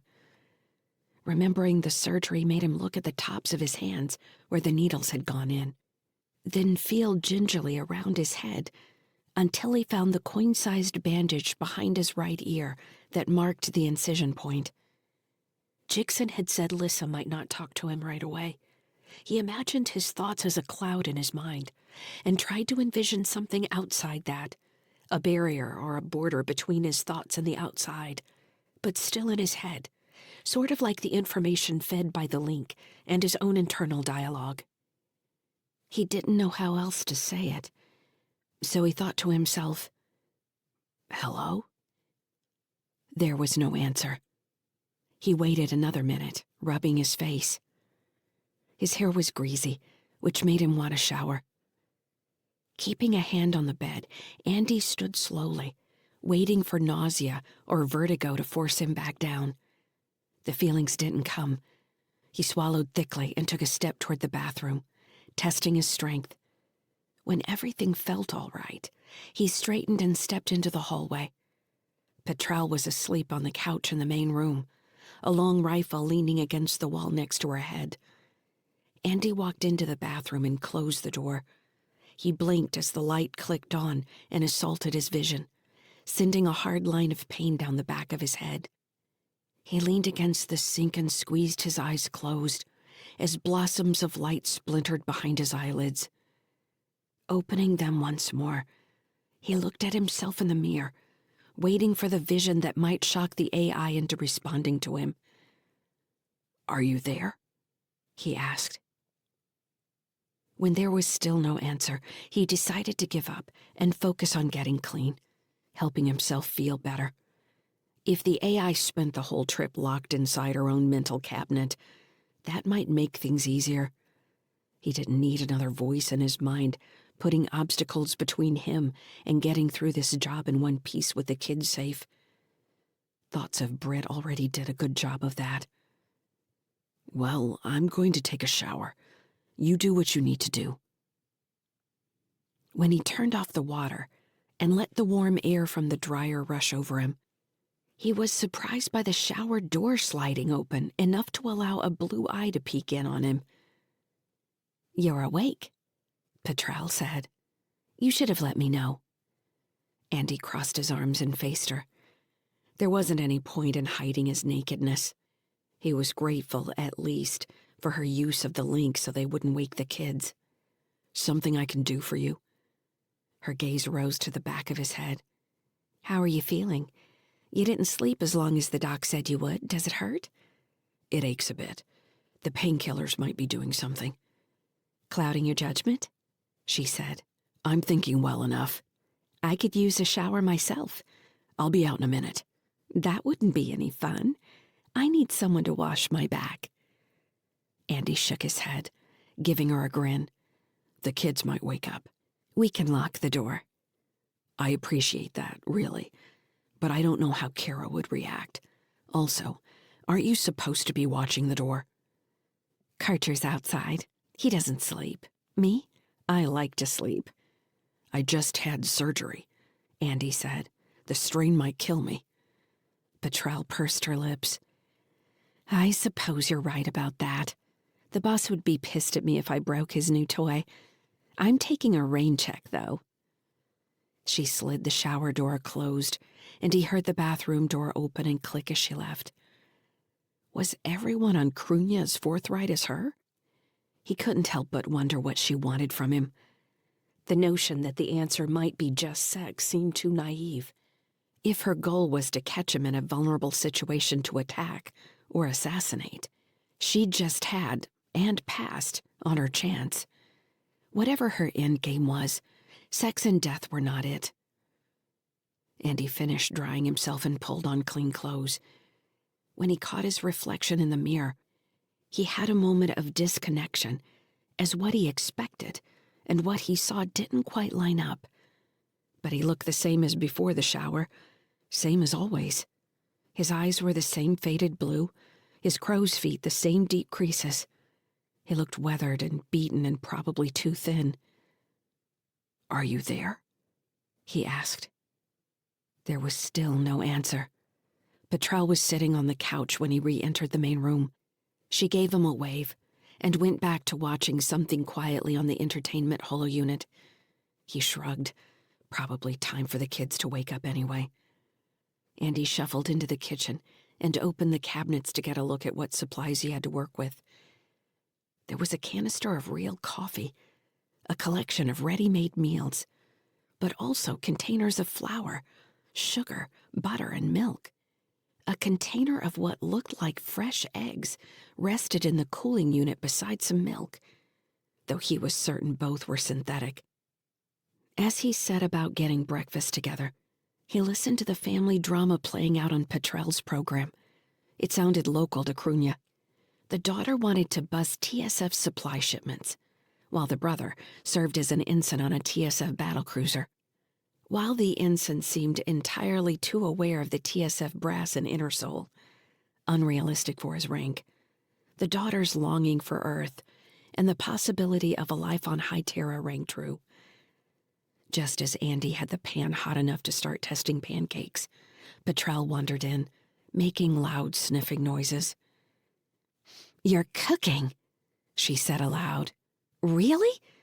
Can you get any sexier?" "You don't cook?" "Why?" She stuck her finger in the batter and sucked it. "When you're on your own, and all you can afford is the basics, you learn to cook." "What are you making, anyway? I have to be honest. This doesn't taste very good." "That's because you're not supposed to eat it that way." Petrel flicked batter in his face. "Then why didn't you warn me?" "You're the information broker. I thought you were supposed to be protecting me, not the other way around." "Pancakes!" Tim shouted from the hallway. He ran through the main room, ignoring Petrel's rifle, to stand beside Andy at the stove. Kara followed more slowly, rubbing her eyes. When she reached her dad, she pushed in between him and Petrel and hugged his side. "When did you get back?" she asked, ignoring the other woman. "Last night," Andy said. "Sorry I had to be out so late." Kara pointed at Andy's head. "Why do you have a bandage behind your ear? Did you hurt yourself? What happened?" "I had a little operation. It's part of the job we're doing. As soon as Sunny Skies is up again, we'll be leaving." "How long?" Tim said. 2 days, maybe less." Andy used a spoon to run a line of batter droplets across the pan, testing its temperature. When they quickly browned, he knew the pan was ready. He looked at Petrel, saying, "Watch this." Her eyes grew wide as the pancakes took shape on the pan. 10 minutes later, everyone had a plate with warm pancakes and synthetic butter and syrup. "You should invite Karcher in when you're done," Andy told Petrel. She nodded and walked to the door. Tim watched her stride across the room, rifle now slung across her back. "Because I couldn't stop for death, he kindly stopped for me," Tim said. Andy frowned at him. "What?" "It's a poem. We've been reading poetry." Andy shook his head. "Say it again." "Because I couldn't stop for death, he kindly stopped for me," Tim repeated proudly. "The carriage held but just ourselves and immortality." A line of pain shot down the back of Andy's head. He gripped the edge of the counter to steady himself. His eyes watered. "Kara," he said, "help me back into the bedroom." Squeezing his eyes closed against the pain, Andy allowed Kara and Tim to guide him back down the hallway to the bedroom. He nearly fell to his hands and knees before reaching the bed. He caught the edge of the mattress and crawled forward to lie down. He opened his eyes to find Karcher, Petrel, and Kara leaning over him. "He says he has a headache," Kara said, voice on the edge of a wail. "I called Jixon," Karcher said in his flat tone. "He's on his way. Can you hear me, Captain Sykes?" Andy felt like he was sinking deep into a dark pool of water. "Andy," he murmured. "Call me Andy. I'm not a captain anymore. We got out." At the bottom of the pool, like the flicker of a memory, he felt her. Lyssa was there, watching him, bathed in a silence that formed the barrier between them. She saw and heard what he did, but she wasn't going to speak. When he opened his eyes again, Jixon was leaning over him, shining a light in his face. The scientist smelled like whiskey. "He shouldn't have gotten up so soon," Jixon complained. Who let him get up? He needs time to heal. This wasn't some toothache. What did you do to him? Kara demanded. Her voice had Britt's deep edge of anger. Hearing it cut straight through Andy's heart. Jixon turned his head away to cough violently, tiny spots of blood appearing on his fist. He wiped his hand on his pants and pointed at Karcher. He needs to rest. You keep everyone out of here. We're staying, Kara said. Yes, the kids, of course. No one else. I'll be back in 6 hours. He needs to sleep. A looseness in the way Jixon carried himself made Andy think he wouldn't be back in 6 hours. He looked like he was bleeding internally. Something more than simple drunkenness. The whiskey was a mask. Sometime later, Andy didn't bother checking the link to see when, Ngoba Starl leaned over him and patted his shoulder. Starl was wearing a blue suit, and his curly hair and beard had been freshly cut. Don't worry, my friend, he said, maybe talking more to himself than Andy. I've got an excellent plan to get you out of here. Still half asleep, Andy watched through heavy lids, unable to respond, not sure if he was dreaming. Starl paused, eyes narrowing slightly. He looked at Andy as if searching for something hidden beneath his skin, some indicator of the AI. Are you in there? He murmured. Can you hear me? Maybe. He looked as if he was waiting for some response. When it didn't come, he whispered, barely audible. No one understands your servitude better than your friends on Krunya. Don't forget us. When the war begins, don't forget your friends.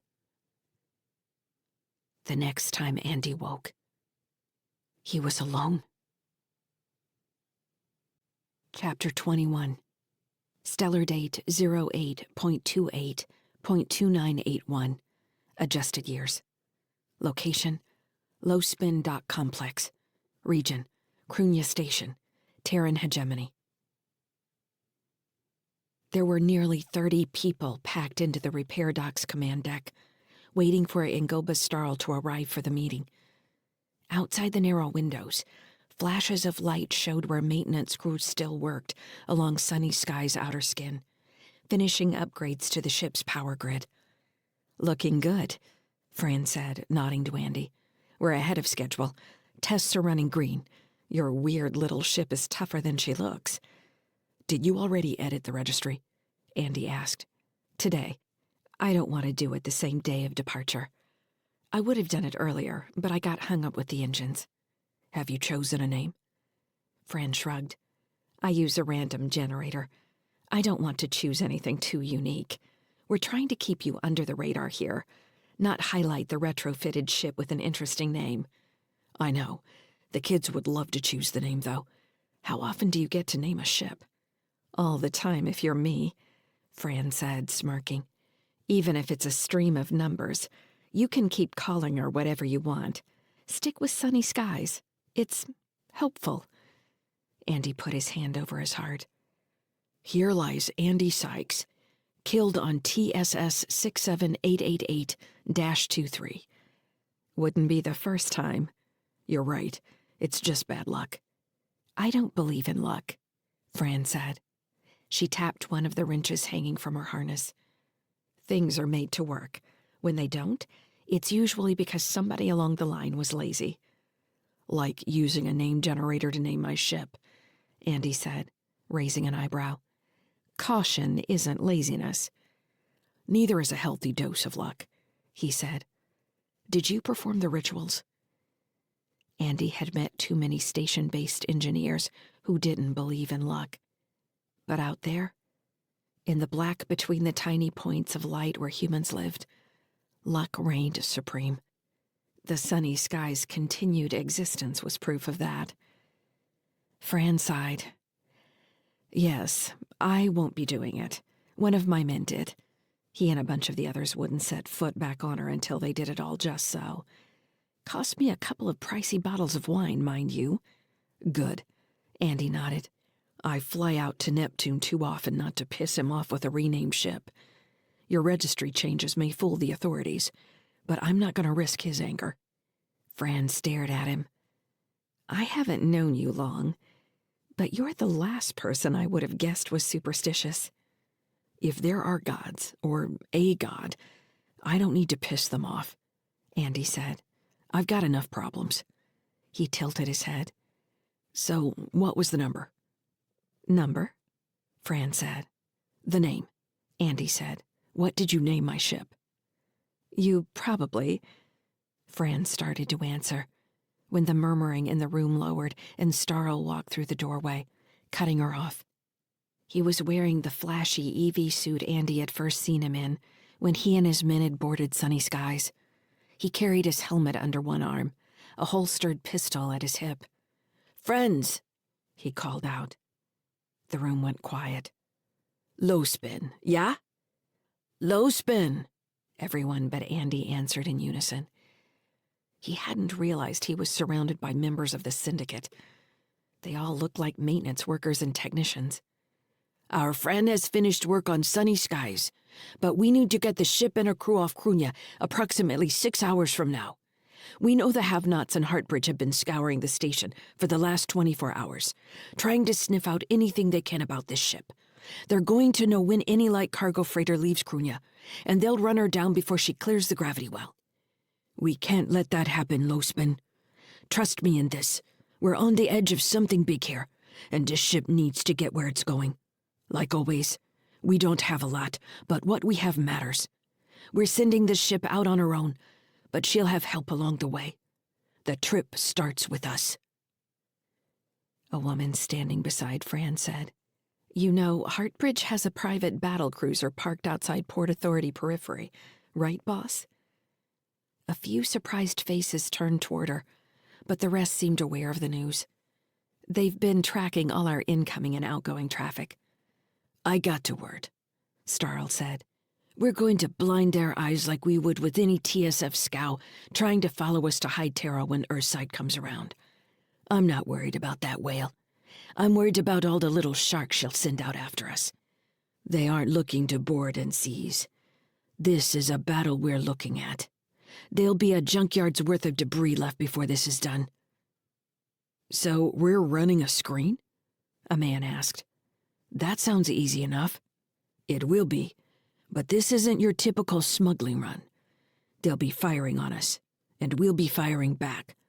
You need to make sure your weapon systems are primed and tested, and you've got your best crews on board. We don't have a lot of time to get this together, and we also don't want to tip them off that we're making preparations. Anyone parked in a standard Port Authority berth isn't taking part in this, unless we're at the very end, and we need to call into cavalry. I don't want anyone getting tipped off. Understood?" Agreement sounded throughout the room. "What's the salvage situation, boss?" someone asked. Starl grinned. "Free reign. I'm sure Heartbridge has some nice toys. I won't stop anyone who wants to take a walk through their battlecruiser and pick some things up. Watch your friendly fire, and remember any weapons caches go to the crew. No holdouts on that, understood?" A few muttered complaints could be heard, but most in the room seemed to accept the edict. "Captain Sykes," Starl shouted, pointing through the crowd at Andy and Fran. "Here's our man. He's making the long run. Give him some love." His teeth were white as he grinned. Cheers went up, and Andy got several hard slaps on the back, making his still sensitive head throb. After a minute, Starl raised his hands again for quiet. "And today, we lost one of our new members. Dr. Harry Dixon has passed. If you'd met him, you'd know he was a prickly sort. Emphasis on prick." A few low chuckles met the joke. "But he did his job the best he could. We owe him much. A moment of silence for him." Heads bowed. The silence was broken by a few coughs and shuffling noises. Andy gave a moment's thought to Dixon, feeling sadness that his life had been lost, but unable to muster up something as poignant as true remorse. 6 hours! Starl shouted when he raised his head. "You've all got the timeline and your launch orders. The sorties will launch first, followed by the decoy cargo ships, and then everything else we've got. I've even thrown a few insults at Xena so we can draw his fools into the fight. Everyone needs to check their IFF transponders and make sure they're live. I don't want any friendly fire or ship on ship. No grudges played out today, you understand? We're all one family. If the have-nots want to sell out their own Krunya, well, that's on them and theirs." Starl looked around the room at the faces trained on him. "Questions?" he shouted. After solving a few logistical issues and convincing one pirate captain it was in his best interest to activate his transponder, Starl pushed them all out of the room to get their ships ready. Once it was only the three of them, he walked toward Fran and Andy with a grin. "Why the serious face?" he asked Andy, slapping him on the shoulder. "You still feeling sick?" "What was all the talk of war about?" Andy said. "This keeps sounding more like a smuggling run." "That was to get them excited," Starl said, growing serious. "I'm asking a lot of them today to get you off Krunya. Many of them are going to die, or their people are going to die. The possibility of looting a private battlecruiser is a strong incentive. If we can take it, and I think we can. But they need big ideals to help themselves feel important, to feel like they're part of something more than just a smuggling gang on a shit asteroid in the middle of nowhere. You understand what I mean? How many TSF speeches did you hear before heading in for some worthless operation that might cost your life?" Thoughts of Brit and Fortress 8221 flashed through Andy's mind, but he pushed them away. "I heard you say something about servitude," Andy said. "Before, when I was almost unconscious, you were trying to talk to the AI." Starl narrowed his eyes. He gave Andy a sideways glance. "You say you still can't hear her, right? She hasn't made any attempt to communicate with you at all?" Andy shook his head. "She was a slave to Heartbridge. That's all I can say. We're moving her to freedom. That's something all of us can understand on Krunya. This rock has been passed back and forth between Mars and Earth for centuries, and now it's ours. Anyone who comes here has to deal with us. Inner soul, outer soul, Mars, Terra, doesn't matter. No one calls us slave." "And that's enough explanation for you?" "It is. And now Jixon is dead? He was poisoned by Heartbridge. He knew the cost when he smuggled her out. He was ready to pay the price, and he did. I think that was a good death for him. He's atoned for his crimes as much as he ever could." "What crimes?" Andy asked, angry at Starl's trickle truths. "Jixon called her a weaponized AI. What do you know about that? What do you know about where I'm supposed to take her? Neptune? There's nothing on Neptune but more corporations, mining drones, pirates, death." "Like Krunya," Starl said, grinning again. "I don't know," Andy shouted, angry now. "I need more information. You're asking me to take my children and my ship into the dark with only these little crumbs of information. It's not enough." "What if I tell you that's all I know, but I believe in the cause?" Starl said. "Like I believe in you. Maybe I believe the speech too, Captain Sykes. Maybe all I need to know is that I'm about to play my part in this, get you out of here, and everything will work out after that. What if I tell you that is my hope, and all I ask?" "It's not good enough. You're not doing this for ideals. Who's paying you?" Starl stared deeply at Andy, his brown eyes hard. For an instant, Andy thought he was going to swing, and he readied himself for the attack. A tick flexed in Starl's cheek, but he didn't answer the question. If Ngoba Starl was more than a bought pirate for some competing interest with Heartbridge, he wasn't willing to surrender that knowledge. "It's what it is," Starl spat, "and you agreed to it. We've held up our part of the bargain. Your ship is repaired. Your children are safe, not begging in some off-corridor of Krunya, where terrible things happen." Starl jabbed a finger at Andy's chest. "It's time to hold up your end of the deal. I know you're a man of your word." "This wasn't a choice I made freely," Andy said. Starl shrugged. "You made it, yes." Andy couldn't answer. He turned to look out the window at the crested curve of Krunya's ring blotting out stars. He didn't know what to say. Starl wouldn't give up his bosses, and Andy had accepted the deal. Misgivings aside, there was no going back at this point. Fran is going with you for the initial burn, Starl said, letting the matter drop. Once you're at velocity, she'll return in a shuttle. He looked at the technician. Still a good plan? Fran nodded. Everything's ready. I don't expect any issues. I'll make the final edits on their transponder from here. Then we'll go over together. I didn't want to do it the same day we left, but, well, circumstances change.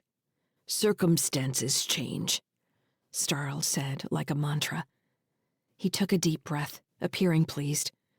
Faster than we would have liked, but still coming together. This is all right. He held up a hand. I understand your frustration, Andy, I do. I have children myself. He met Andy's gaze briefly. I hadn't told you that. I don't tell many people. It's a liability for me and unsafe for them. I trust Fran here with my life. She's always known. Andy glanced at Fran. She was watching Starl as if he had actually surprised her. Don't give me that look, Starl told her. You could kill me with a loose bolt if you wanted. You think I don't know it? Ngoba, she said. You don't need to say things like that out loud. It's the same thing as our mission here, Starl said. Trust. Captain Sykes doesn't know us. He doesn't trust us. We had him over a barrel when he met us. Why wouldn't he call everything I say bullshit? I'm glad he does. It means he's not a complete fool. He glanced at Andy. I already told you to come back here and work for me when all this is over. I'll make you a prince on Krunya. An excellent life for a man like yourself. Anyway, since he doesn't trust us, he doesn't understand that when I say I'll take care of him and his family, I mean it. Low spin means something. We make it mean something every day. Andy was getting tired of the wall of words. Starl reminded him of his dad when he would wear someone down through force of personality alone. While the plan to get them away from the asteroid wasn't the best, he couldn't think of a better way to do it. Flood the surrounding space with similar ships on wild trajectories, ambush the Overwatch element, and pick off any ships that tried to follow. Promise your people the spoils of war. It would be an excellent day for the low-spin pirates, really. I understand, Andy said finally. I'm in. Starl gave Andy a gracious nod. He turned, slapping the helmet under his arm. I'll see you in a few hours, Starl said. I have some more details to attend to. My lieutenants have their marching orders, but I need to see if I can finally convince Xanda to turn on Heartbridge. That's the last trick I'd like to pull off today. He laughed. These corporate fucks think they can infiltrate my station. Take my friend Xanda. They'll learn a hard lesson. He turned toward the door, and had only taken a few of his long, sure strides when a concussive rush of air hammered Andy's ears. He opened his mouth to yell Starl's name when the door exploded inward, engulfing the king of low spin in a roiling ball of black-tinged flame. Chapter 22. Stellar date 08.27.2981. Adjusted years. Location, Cantil Housing Project. Region, Krunya Station, Terran Hegemony. Andy took aim from behind a park bench and fired a 3-round burst into a group of Heartbridge soldiers, just leaving an open corridor on the second level of the apartment complex. One soldier slammed back against the wall, then fell forward over the railing and tumbled into the play structure in the park below. The 2 remaining soldiers found cover and returned fire, shattering a bulkhead panel above Andy's head. Karcher, you got them? Yeah. The low-spin soldier shifted from his position near the apartment door and launched 2 grenades into the second-story balcony. An explosion blew out from the corridor, raining the glass and ceramic facade onto the park below. Andy waited, scanning the dissipating smoke for movement, then dashed across the open area to slide into position beside Karcher. The soldier gave him a shallow nod, face hidden behind a combat helmet. We're clear, Karcher said. Rising to a crouch, Andy activated the apartment door and ran inside. He waited for the portal to close and lock behind him, then shouted, "Kara, Tim, where are you?" "You're lucky I knew you were coming," Petrel said, rising from behind the couch with her rifle at her shoulder. "Have you got an update on Starl?" She shook her head. "He's alive. That's what they were saying 2 hours ago." "We're still on the timeline?" "Once we reach the command deck and the shuttle for Sunny Skies, they'll initiate the initial attack on the Benevolent Hand." Benevolent Hand? That's the battlecruiser's name? It's registered as a medical supply ship. A damn big one, with its own swarm ships. Of course, why not? Andy slung his rifle and went down the hallway to the bedroom where Kara and Tim had been sleeping. Kara was jamming clothes into a bag while Tim collected his toys. "Dad!" Kara shouted. They ran to Andy for a quick hug. Then he held them at arm's length. "Have you got your things? We need to leave now. You've got another minute, and then we need to get out of here." "What's going on?" Kara asked. "Is that shooting outside?" "Shooting?" Tim shouted. "There's fighting outside. We need to get back to the ship." Andy checked the room. "Tim, why are all your things still lined up? Where's your bag?" "I want to make sure I don't miss anything. Petrel didn't say we had to pack everything right now. She said we needed to get our things together." "That means pack them up," Kara said. "I told you. You didn't want to listen." Andy recognized the flare of frustration he felt as secondary to the real problems facing them once they left the apartment. This was almost a respite. "Let me help you, Tim. Where's your bag?" Over the link, he asked. "Karcher, are we still clear?" "We're clear, but they're most likely going to send someone after that fire team soon. We need to get out of here. Give me 2 minutes. I can't give you anything, Captain." As Tim held his bag open, Andy scooped up his row of spaceships and cargo drones and dropped them through the opening onto the crumpled clothing already inside. At the end of the line was a small book he hadn't seen before. "What's this?" he asked, turning it over. "Where did you get a book? The Poems of Emily Dickinson?" "That's mine," Tim said. "The doctor gave it to me." "He gave it to us," Kara said. "I said you could have it." "I like it better than you do." "When was Jixon here?" Andy asked. "We've got activity, Captain," Karcher announced, followed by 3 muted explosions from outside the apartment. Dust floated from cracks in the ceiling. "We'll talk about it later," Andy said. "Have you got everything? We're not coming back here. We're going straight back to the ship." "That's everything," Tim said, then, "Wait!" He crawled under the bed to pull out a last spaceship that somewhat resembled Sunny Skies, with a long body and wheel-shaped habitat near the midpoint. "Come on," Andy said. He pushed them through the doorway in front of him. In the main room, he knelt and pulled them in close. "Listen to me," Andy said. "Petrel and Karcher are going to lead the way, and I'll be behind you. At least that's how we're going to start. Things might get mixed up. You need to pay attention to us and where we're going. If we tell you to run, you don't think about it. You run. Do you understand?" His gaze bored into each of them until he had solemn nods. "You don't think about it," Andy said. "You run. You're little robots, and I'm sending you orders. Even if you have to leave for a little while, I'll follow as soon as I can. You understand?" "Are people going to be shooting at us, Dad?" Tim asked. "I hope not, buddy." Kara only nodded, her face set in a determined mask. Andy took her hand and placed it over Tim's. "No matter what happens, you two don't get separated. You got it, Kara?" "Yes," she said. "All right." Andy nodded to Petrel. "Let's go." "Karcher," Petrel said. "You ready out there? We're ready to go." "Hold on, I'm launching smoke." Dull thuds came from the other side of the door as Karcher launched smoke grenades. "Is smoke enough?" Andy asked Petrel. "Smoke and countermeasures. It's got reflective bits that will hose their IR. We don't know what the Heartbridge forces have yet. We need to save our serious munitions for the have-nots, if we run into them. So far, it's just been low-rent mercs. They aren't very determined. She shook her head. No pride. I guess I'm glad for that.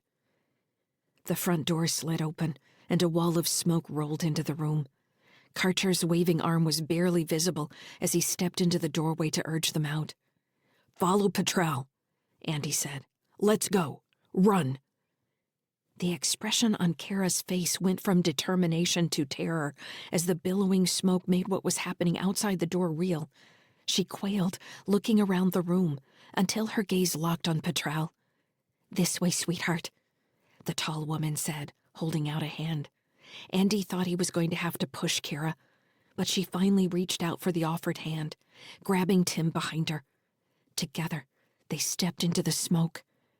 Andy raised his rifle and followed. Karcher led them through the smoke to the corridor where Andy had been crouching earlier.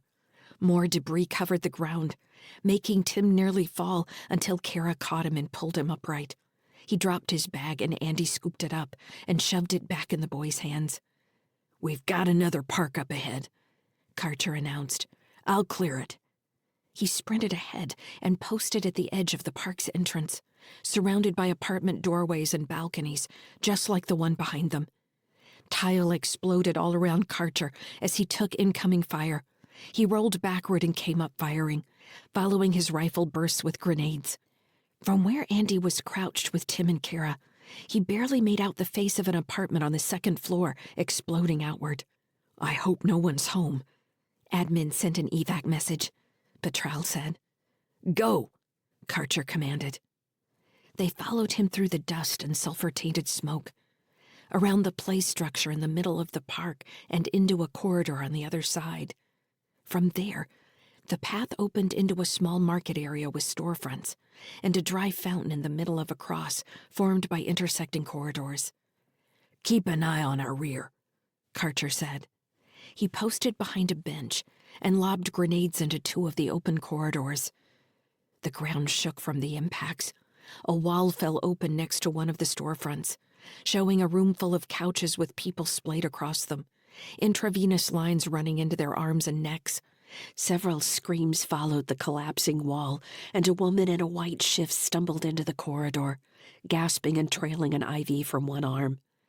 "Drug lounge," Petrel said. "Welcome to Krunya." Karcher stood and waved for them to follow. He ignored the crying woman and moved down the clear hallway, keeping close to the right side. "The Maglev station is another 100 meters or so. There are stores along the sides of the hall. Watch for movement in the windows. They might wait for me to go by." "Copy," Andy said. They kept a good pace, with the kids nearly running the whole time. Tim kept dropping his bag and scrambling to pick it back up. Finally, Andy put the strap over his neck and told him to hug it. That worked until he tripped on a brick from a blown-out stretch of wall. Before Andy could reach him, Tim was rolling on the floor wailing from the pain of a scraped knee. Small weapons fire barked ahead of them. "Get down," Andy yelled. He landed next to Tim and pulled his son beneath his body as bullets filled the hallway. Karcher and Petrel answered with more fire. There was no cover, just the low pile of plas and steel from the smashed wall. "Damn it," Karcher grumbled. "Lay some covering fire and I'll move left." Petrel shifted immediately into irregular bursts, giving Karcher time to sprint to the other side of the wall, and send two grenades into the intersection where the angle of fire suggested their attackers to be. The blast shook the windows around them, followed by smoke and dust rolling back down the hallway. Andy felt Kara pressing herself against him as the air became barely breathable. "Short breaths, honey," he whispered. "Short little breaths, just enough to keep you going." "Clear," Karcher announced. "Come on," Andy said, pulling Tim to his feet. "It's time to run again. Stay with me." The Maglev station was a narrow chamber lined with evenly spaced pillars between the platform and the back wall. As they crept down the stairs into the station, it became obvious they had just missed a firefight. Several concrete walls were cratered and still smoking, and bloodstains were smeared across the floor where wounded had been dragged back behind fallen sections of the ceiling. "We're supposed to get on a maglev?" Andy said. "What makes that a good idea? Are they even running?" "It's a private car," Petrel answered. "I'm calling it now. As long as the track isn't blocked, we shouldn't have any problems.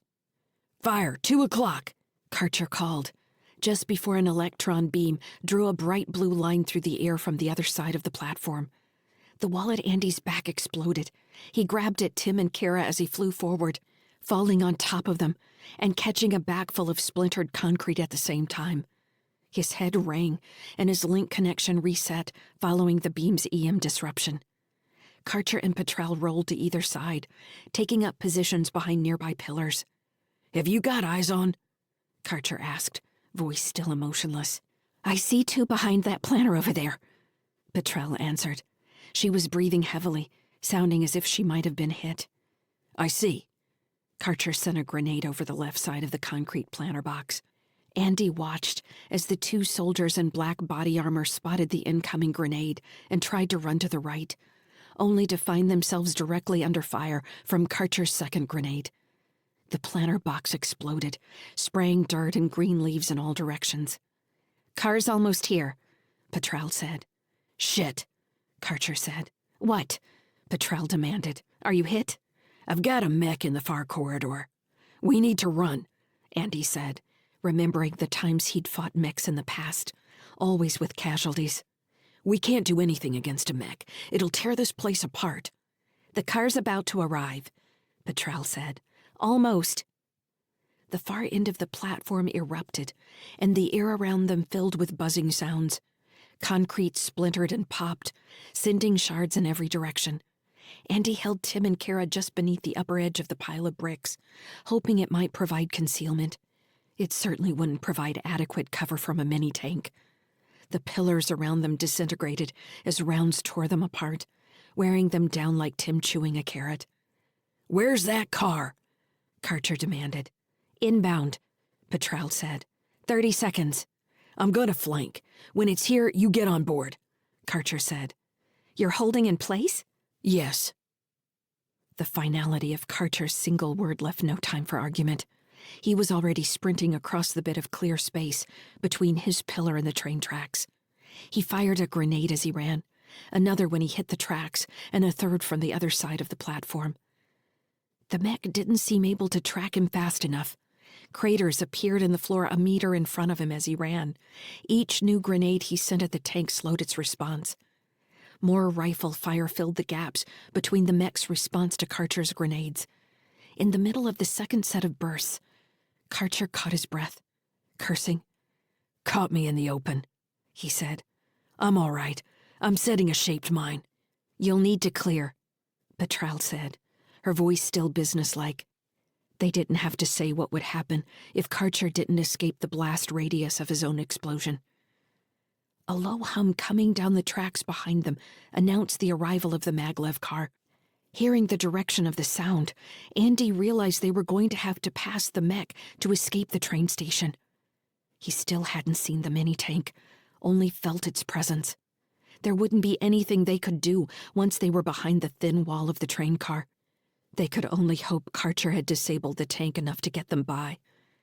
"When the door opens," he breathed to Tim and Kara, "we're going to run. You understand?" He felt their nods against his chest. Truly, he planned on picking them up and throwing them through the open doors if they didn't move fast enough. "I'm drawing them in," Karcher said. "Hold your fire. They might think I'm alone." The floor rumbled as the mech pushed forward with thundering steps. The sound of soldiers scrambling over debris, boots scraping on concrete, and sporadic rifle fire drifted with the smoke and dust. Karcher's rifle answered with a few bursts, drawing them closer. "Wait," Karcher said. The entire terminal rocked when the mine went off. The maglev car swayed on its magnetic rails so much that Andy was worried it was going to dislodge. Dust rained from the ceiling, and a huge cloud of smoke rolled from the direction Karcher had run in. Andy waited for more rifle fire, but the only sounds were cascading bits of concrete from the walls and ceiling. "Karcher," Petrel called out. "Karcher, report." Andy allowed himself a deeper breath. He let it out slowly. There was still no answer. "We need to go," he said. Petrel looked back at him from the stub of a pillar she was hiding behind. She nodded, her expression worried, but resolute. Andy waited another second for some indication of life from the other side of the terminal. Nothing. "Go," he whispered sharply. He pushed himself to his feet and caught both kids under the arms, pulling them in close as he charged across the open space to the rail car, heart pounding in his ears. He jumped over the threshold and hit the floor, pulling the kids down with him, ready for the rain of bullets that would tear the car apart. Petrel leaped into the car a second after him. She crouched beside him and slid his rifle next to his head. "You forgot that," she said. Andy blinked, not remembering when he'd set it down or how he had forgotten it. All he could think about was getting the kids in the car. He looked at Tim, who was biting his lower lip and squeezing his eyes closed, hands clenched over his ears. "Are we going?" Andy asked. "Sending the command now." There was a grinding noise as the doors slid closed. The car vibrated as it pulled itself forward along the magnetic rails. Twice it ground its way over debris, and Andy held his breath, praying the maglev safety systems wouldn't kick in and halt the car. The maglev began to build up speed, and they rushed straight into the cloud of dust still filling the terminal from the mine's explosion. "Karcher!" Petrel yelled as they went into the cloud. "Karcher! Can you hear me?" The inside of the car filled with yellow dust, hiding the rest of the terminal from view. Karcher didn't answer. No one answered. The windows went dark as the maglev car flew into the tunnel on the other side of the terminal. White lights flickered on inside the car, revealing their dust-covered faces to each other. Kara sat up slowly, still holding her bag tight against her chest. Tim rolled onto his back and crossed his arms over his chest. Andy stayed on his stomach for another minute, feeling the thrum of the magnetic forces vibrating through the floor of the car, barely believing they were moving. "What's between us and the repair docks?" he asked. "Tunnel should be clear. The only access is by drone. We're not going to the command deck. There's a secondary shuttle bay on down the ring.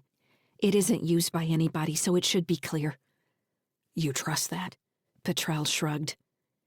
"I guess we'll see when we get there," she said. Chapter 23. Stellar date 08.27.2981. Adjusted years. Location, Night Park. Region, Krunya Station, Terran Hegemony. Leaving the terminal, the maglev car entered a Krunya on fire. Each break in the tunnel offered a glimpse of street fighting, smashed housing areas, fire and the crisscrossing flashes of kinetic rounds sprinkled with beam fire. Blast doors had come down on various sections, shutting off vacuum and whoever might have been trapped on the other side.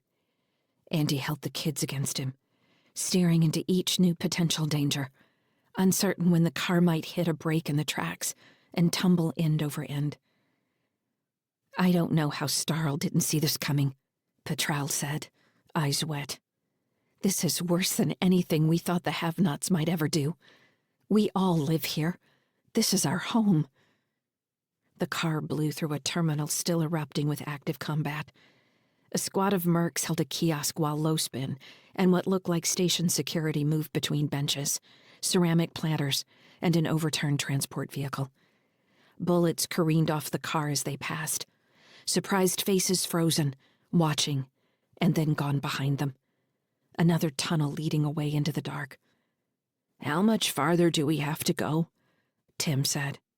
"I don't know," Andy said, smoothing his son's hair back. "Not too much farther. Keep a good hold on that bag." He caught Kara's gaze, and she gave him a small smile. Andy squeezed her closer against his side. The wheels squealed, and they emerged in bright light, open space on either side of the car. "Night Park," Petrel said in a low voice. "Keep your heads down." Night Park was an open-air bazaar that looked like a tornado had swept through a battleground. Wide swaths of destruction had cut through the market, littered with smashed goods and at least one wandering chicken who pecked at a crushed melon. "Night Park is where the fountain is," Kara said, spotting the hen. "Where they have all the parrots." She seemed to immediately forget Petrel's warning and craned her neck to see out the window. Andy made her sit back down. "Not now, kiddo," he said. "You think they're hiding?" Tim asked. "I would be," Kara said. "Parrots are smart." In the distance, Andy heard more gunfire and the heavy footfalls of a mech. The thundering concussion of rounds striking concrete vibrated through the car, and the hinge squawked, fluttering out of sight. "We're almost there," Petrel said. "Probably another minute." "What's the terminal look like?" Andy asked. "We'll take a side tunnel. It ends on the secondary dock. This car was one of Starl's personal escape routes." "Is there any info from the rest of Lospin?" "It's all a mess. The ships are waiting. For now, it sounds like the fighting is only on the ground. Heartbridge private security has slowed down searching apartment blocks." "They're looking for us?" Andy asked. Petrel shook her head, pulling the action back on her rifle to check the chamber. "They're still looking for the canister Jixon used to transport Lyssa. They also don't know that he's dead, so most of them are looking for him specifically. They apparently poisoned the poor sap with some kind of radioactive element that also serves as a tracker. It's probably what led them to Fran's shop. The attack that took Starl was a fluke." "So Jixon lives on, sort of." She grimaced. "Sort of. They've moved his body to one of the freighters called High Outburst." The car raced around a long curve that made Andy wonder if they were somehow following the overall arch of the ring surrounding the original asteroid at Krunia's center. Then he saw rock walls flash past and knew they were still surrounded by rock. The thought only reminded him how disoriented he had become. Somehow, they had traversed a long circle from the housing area back toward the repair docks and sunny skies. "Dad?" Kara said. He glanced down at her. "Yes?" "Can I have a gun?" Andy studied her face, so full of her mother's seriousness and worry. He had hoped she would never have cause to develop the bitter set to the jaw that had marked Britt's face when he had first met her. But there it was. Andy took the old service pistol from its holster and held it in front of him. There wasn't enough time to give her any sort of real lesson, but he had the rifle and didn't technically need the weapon anymore. She might. He quickly pointed out the action, safety, trigger, and a proper grip. "Come here, close to me," he said. Holding the pistol in front of him, but low enough so Kara could look down the sights, he said, "Line up the white square with the middle of the black post. That center mass." He activated the safety and put the pistol in her hands, pointing it toward the window. She had a hard time holding it upright against the rocking of the transport car. She squinted and tilted her head to look down the sights. "I want to do it," Tim said. "Keep your voice down, Tim. This is only for right now. Put the meat of your finger on the trigger, Kara." He checked her finger and corrected her placement. "Like that. Do you feel it in the middle of your finger pad like that? That way you squeeze straight back." Kara nodded, still looking down the sights. "When do you point a gun at someone?" he said. "When I'm going to shoot them." "Do you ever point it as a joke or to play?" They had been through this before. "Never," Tim shouted. "Can I hold it now?" "Not now, Tim. This is for Kara." "What's the answer?" "Never," she said. "Good," Andy said. "Look, if this wasn't the only pistol I've got, I'd give it to you. For now, I'll hang on to it. If you—" He paused, unable to find the right words. "If you need to use it, you take it, all right?" Kara blinked, looking up at him with round eyes. She understood. Andy nodded. "Let me have it back, Kara." She took another look down the sights and handed the pistol back. "When we have time, we'll do a real lesson. For now, you leave the shooting up to Petrel and me. Like I said, all you do is what we tell you. No thinking about it, understand?" "I still understand," Tim complained. "Andy," Petrel said, "we're almost there." He checked the action on the pistol, set the safety, and holstered it. A glow grew in the tunnel ahead, and then they were slowing as the car entered another terminal. At the far end of the station, another tunnel branched off. "Is that it?" he asked. "Yes, it's another 100 meters down that branch. There's a blast door in the tunnel line we can activate from inside. Once we're in there, no one's following us." The terminal was like the others, white tile with evenly spaced pillars. Its lights were still functioning normally. The car began to slow, vibrating ever so slightly on the magnetic rail. Andy nearly allowed himself to breathe when he caught movement behind one of the pillars. A soldier in a black uniform had seen the car and was sprinting toward something. Andy recognized a firing position made from the same white tile of the walls. The black muzzle of a heavy gun swung toward them.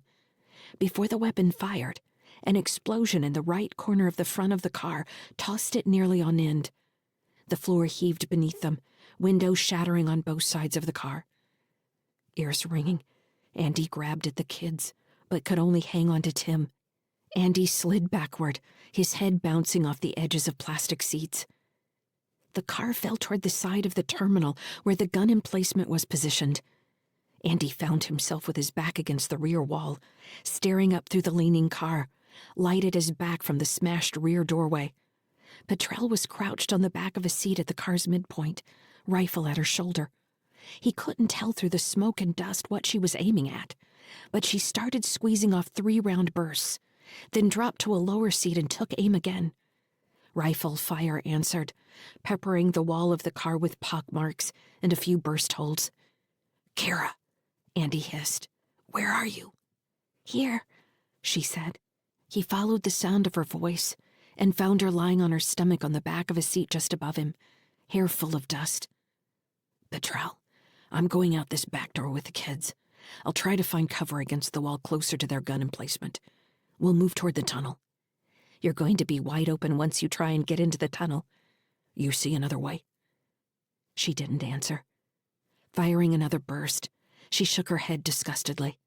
"No, at least get out of here before they fill this thing with grenades. I'll lay down some cover."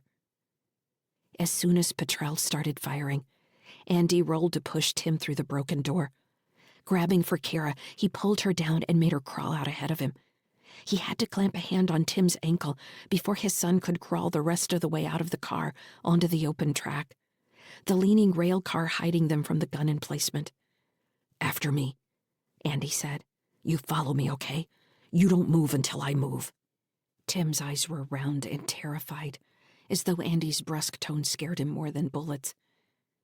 The space between the magnetic rail and the side of the trench was about as wide as Andy's shoulders, with carbon scoring and scuffs from where the emergency clamps holding the car down in zero-G areas had scraped the rail. The magnetic field was still active, and Andy made sure to hold his weapon clear as he crawled around the broken door with his rifle across his inner elbows. Checking quickly for any sign of movement near the edge of the platform, he crawled the rest of the way out, then motioned for Tim and Kara to follow him. Once they were out, he led a short dash so they were off the track and flattened against the platform wall, the smoking car leaning above them. Petrel was still firing from inside the car. "We're out," Andy said. For the first time, the big gun at the emplacement fired into the car, blowing a hole out its roof. It was a tank buster, and the round went through the thin steel like tissue paper. "Damn it, you all right?" Andy shouted. "I'm here." She released a long burst of fire, and then appeared at the bottom of the car. Adjusting her rifle, she aimed the grenade launcher and lobbed 3 rounds over the car into the emplacement against the far terminal wall. The grenades blew debris back across the tracks. "Run!" Petrel howled. Andy grabbed the kids and sprinted along the wall. The mouth of the tunnel ahead yawned before them. Once they passed back over the rail, they'd be in plain sight of anyone up on the platform. He could barely make out the second opening down the tunnel. Catching up with him, Petrel fired 2 more grenades at the emplacement. They landed badly, hitting the far wall too high to do any real damage. Dust and tile rained on the emplacement. The big gun rotated toward them, lifting its barrel. "I'll lay more covering fire," Petrel said, Stay to the inside wall of the tunnel. Once you're near the second opening, they won't be able to see you. The emergency door activation is just inside." She turned without waiting for an answer and fired from her hip. "We need to run," Andy told the kids. "Along the wall, this way." Glancing back, he caught sight of Petrel, paused just inside the tunnel, firing from her shoulder now. She crouched and aimed carefully. When they reached the branch tunnel, the big gun boomed again. They hadn't bothered to aim into the tunnel. The round struck the midpoint of the arch above Petrel, collapsing the concrete over her head. "Petrel!" Andy shouted. "Can you hear me?" There was no answer for a second. Then she said, "Are you in the tunnel? Damn it, I shouldn't have answered you. Get out!" "Get down the tunnel," Andy told Tim and Kara. Spotting the emergency panel, a yellow square with an oversized red switch in its center, Andy said, "That closes the doors on this tunnel. Kara, you be ready to hit it when I tell you." "Dad?" "Do it, Kara." Running a function check on his rifle as he sprinted, Andy navigated the debris that had fallen inside the branch line. The opening was still full of dust, concealing his movement for a few seconds at least. If the soldiers followed any sort of doctrine, they'd be lobbing grenades down the track soon enough. Staying low, he crept along the wall, looking for any sign of Petrel. A table-shaped piece of ceiling had fallen straight down, bringing a cascade of smaller bits of rock and vine-like cabling with it. Andy found Petrel on the inside edge of the collapsed tunnel, one leg caught under the pile, her knee bent unnaturally. She was unconscious. Wrapping his sling around his arm to hold his rifle steady, Andy grabbed her by the collar and heaved. The leg didn't want to move. The shouts of coordinating fire teams floated through the dissipating dust cloud. Grunting, he pulled again, but was only able to drag her a few inches. Something was caught. "Let me help, Dad," Kara said from behind him. Andy turned to her, wanting to shout for her to run, but she was already moving to grab Petrel's caught leg.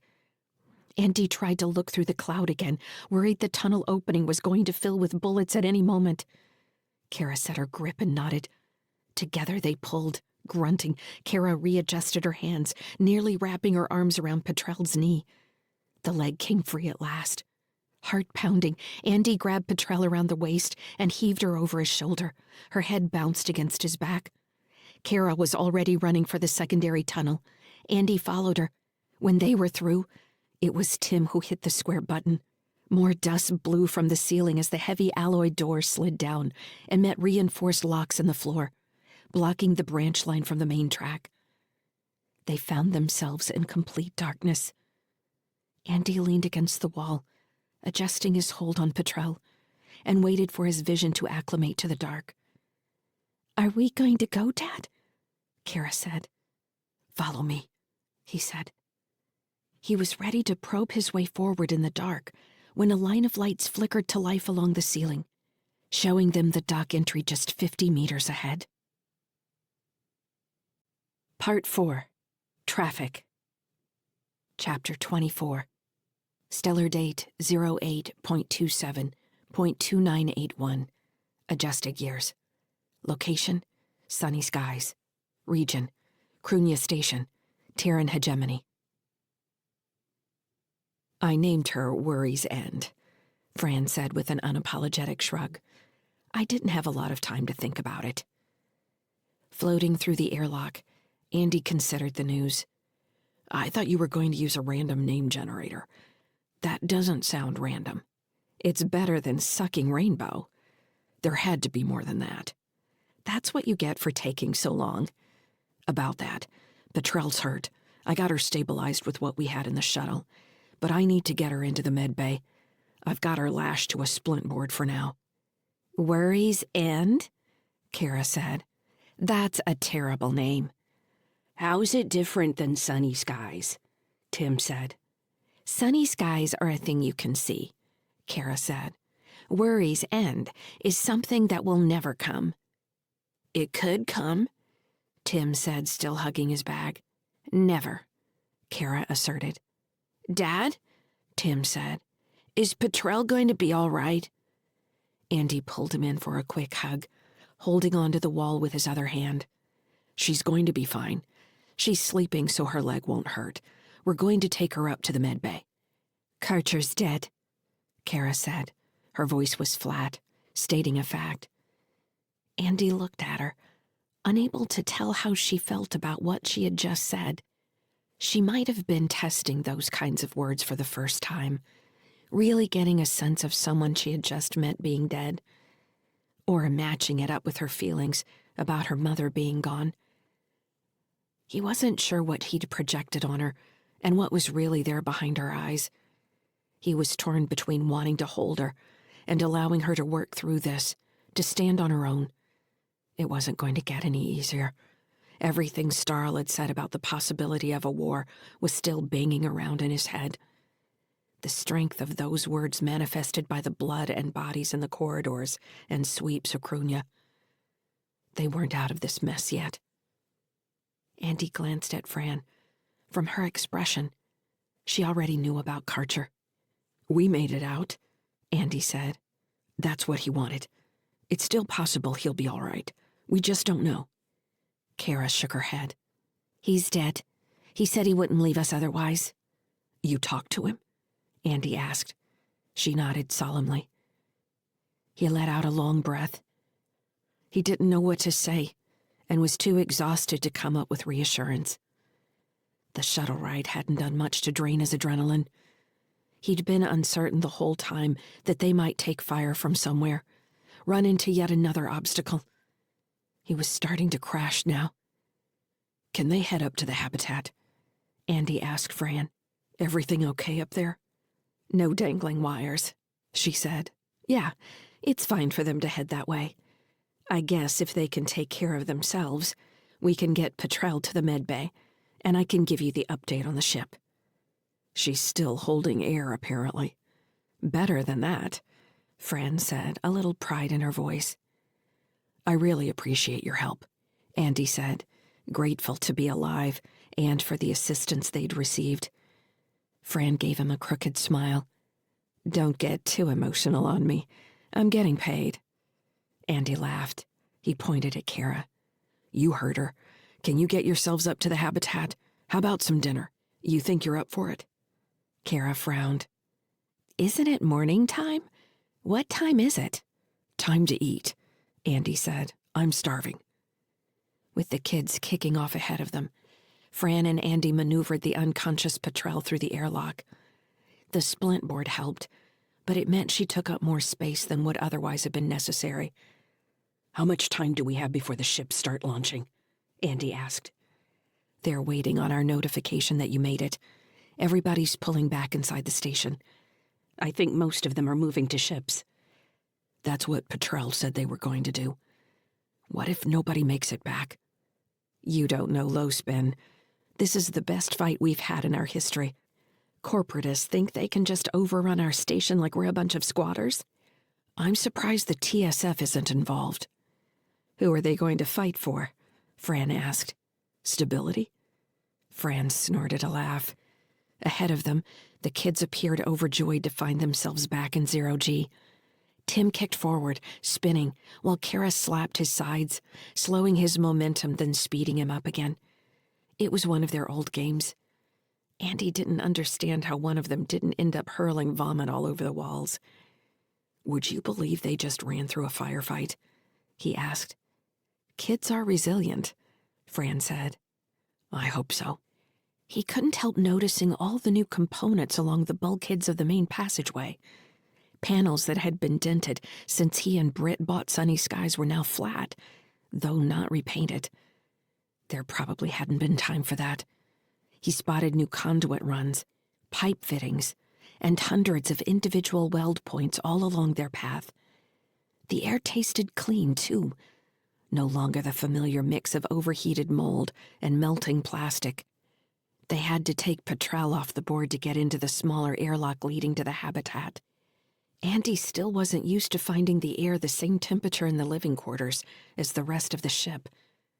Once they were through, Fran said, "Oh, I fixed your habitat's exterior airlock. You could board directly into your wheel now if you want. That should make things easier." That airlock wasn't structurally sound, Andy said. At least that's what we were told when we bought the ship. It wasn't, Fran agreed. If you'd let another ship dock and hadn't carefully regulated your interior pressure properly, the whole wheel probably would have collapsed like a used condom. Catching herself, she glanced at the kids. They didn't appear to have noticed. Which also tied into your environmental control system, which hasn't been maintaining proper logs for at least 150 years. They shouldn't have been able to sell it without those records. Andy shrugged. It wasn't that kind of transaction. Nobody ever needs a mechanic until shit's falling apart around them. She caught herself again, saying, "Oh, sorry." "Dad's going to wash your mouth out with soap," Tim shouted, laughing. "Try me," Fran said, smirking. Unlike the main shaft, the habitat had received a fresh coat of paint and new bulkhead panels in the most used areas. It was obvious other rooms hadn't been touched, which was fine with Andy. "All right," Andy said. "It's time for you two to head to the kitchen. We'll be in the med bay helping patrol." When the kids were out of earshot, Andy asked, "Is the ship going to make it out of here?" Fran's expression turned sour. "We'll be able to get out. You've got a new containment bottle, and we updated the transition systems. It's your onboard computer I'm worried about. I think most of your problems stem from years of poor calibration. That's just not something you can do manually. If a ship's NSAI isn't monitoring the engines, they're going to fail eventually. Like I said before, I'm in awe of how you kept this house of cards from collapsing on you. But it's not sustainable. Where's the damage?" "I haven't had time to isolate the problem. It's somewhere in your command overlay. Based on other things I've seen, I think someone disconnected the ship's higher NSAI functions, maybe 200 years ago, leaving only the critical systems and a bunch of other programming fixes on top of it. But I can't find the break, and we're out of time. The other thing we didn't have time to finish was mounting the upgraded point defense cannons. You've got shields, but you don't have any other protection from debris or pirates." "That's nothing new," Andy said. "Just because you're used to it doesn't make it right." Though still in a stupor, Petrel began to moan just as they reached the med bay. Andy strapped her into the examination couch and let the auto-doc scan her body for other wounds besides the leg. It returned strains in her back, torn muscles and ligaments, and a compound fracture within the leg, though it hadn't broken the skin. The scan glitched during the second pass, and Andy had to restart the program. "I guess you didn't get to the med bay during the remodel," he said. Fran snorted. "You're lucky to get what you did. You haven't seen half of what we did fix, and you're already complaining." Stabbing the display, Andy shook his head. "We're going to have to let it run with the diagnosis it's got. She's stabilized at least. In any case, she's going to be with us for a while. Have you got room in your shuttle to bring her back with you?" "I should, if she's nice to me. Petrel's not a fun person to be around." "She was nice enough to me." Fran gave a short laugh and looked him up and down. "She would be." "Sure," Andy said, too tired to tell if she were complimenting him or not. He turned his attention to the console, taking the opportunity to flip through the ship's control menus. Many of the status sections that used to give null readings were now logging results, from the engines to the environmental control system. Even the hydroponic pumps were back online. "You fixed the gardens." "I like plants," Fran said. "Good for kids to be around them, too." "I thought you said you hated plants." "I said plants got in the way of my drinking. I might not want to get married, but I can enjoy something from time to time." "Having a plant is just like getting married," Andy said. He was about to ask about an upgrade in the sewage filtration system when Fran got a faraway look in her eyes, apparently taking a message over her link. When she blinked and looked at him, her pleased expression had flattened. "We need to launch. Other ships are moving into the transfer lanes and getting ready to break orbit. Apparently, the benevolent hand is launching a wave of attack drones." "Shit! Have they hit anybody yet?" "We dumped 100 release requests on the Port Authority 4 hours ago. That was Starl's idea. Every ship that's leaving Krunya in the next 2 hours has prior approval. Any aggression toward the departing ships will be registered as an unprovoked attack in the Port Authority logs. So TSF is doing something after all? Nothing but serving as witness. Starl hoped that would be enough to hold them off. It depends on how desperate they are to get their hands on the thing in your head. Once they figure out it's in your head. Also depends on whether or not anyone in Heartbridge has greased enough government palms. We need to get up to the command deck, Andy said. Petrel's going to be out for hours still. I need to know what's going on. Can you give me access to low-spin net over my link? Fran shook her head. I wouldn't if I could. Way too much garbage on the net, and only some of it's useful. It's better if I translate for you. Catching Andy's frustrated expression, she said, You can trust me. We're both on this antique together. It's not that I don't trust you, Andy said. I hate being in the dark. Don't we all? Andy set the med bay's monitoring systems and readjusted Petrel's straps for the possibility of hygiene maneuvers. She was smiling slightly in her sleep, and he hoped the painkillers were at least giving her good dreams. Damn it, Fran said, eyes distant again.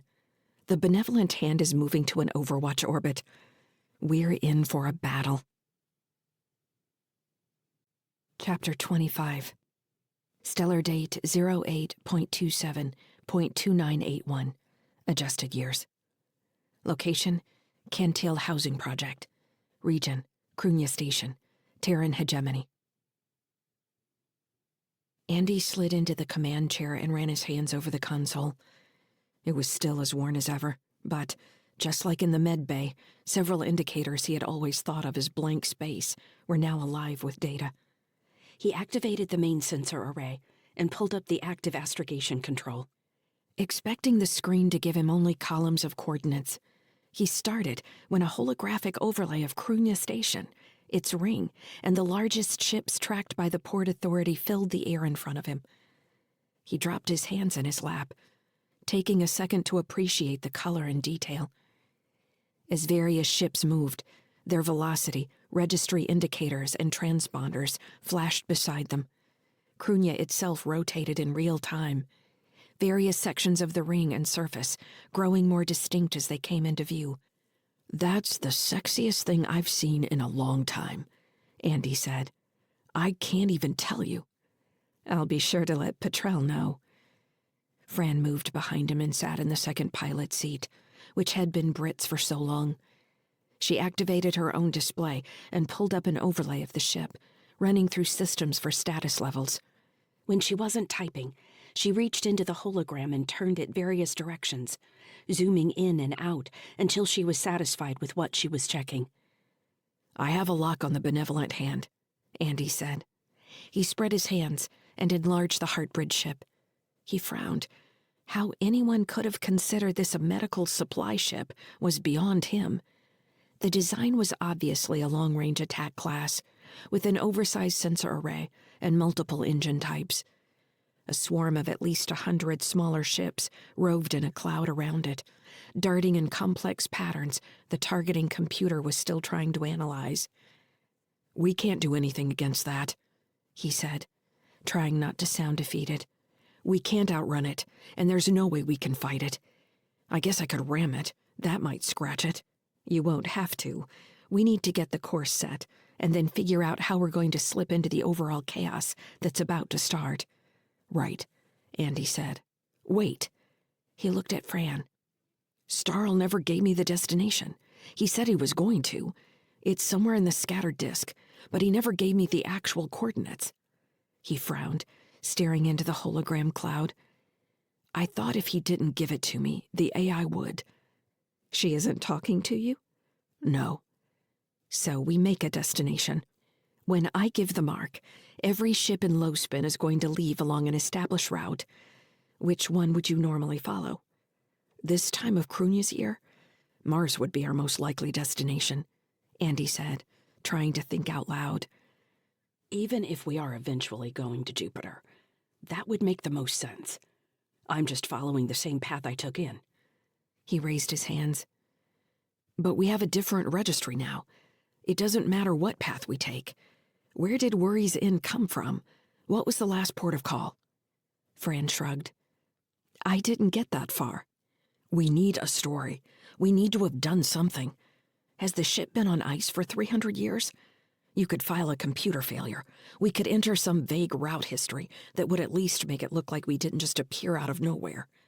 Andy, no one is going to be looking at our logs in the next 2 hours. But they will be at Mars 1, or if we run into a random TSF transport check. We're not carrying anything illegal. Calm down. Yes, we are. Me. I'm carrying it. Then we'll put you in an EV suit and dangle you off the habitat until they're done with their check. We need to worry about that obstacle once we're past all these. She waved at the cloud of fireflies glowing in front of them.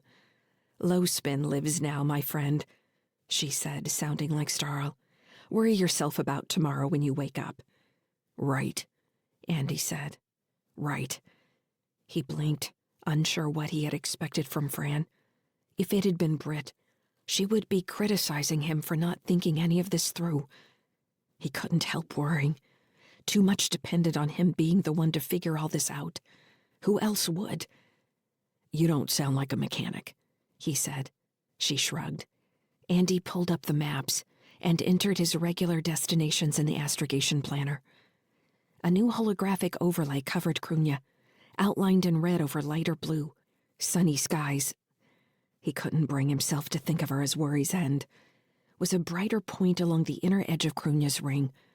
A flowing line took them out and around the asteroid, gathering speed with each orbit until the point the computer calculated ideal burn. Fuel and velocity estimates flowed down one side of his console. There it is. We've got a good window. We're on the outswing toward Mars. We can be there in 3 weeks. And your exit point.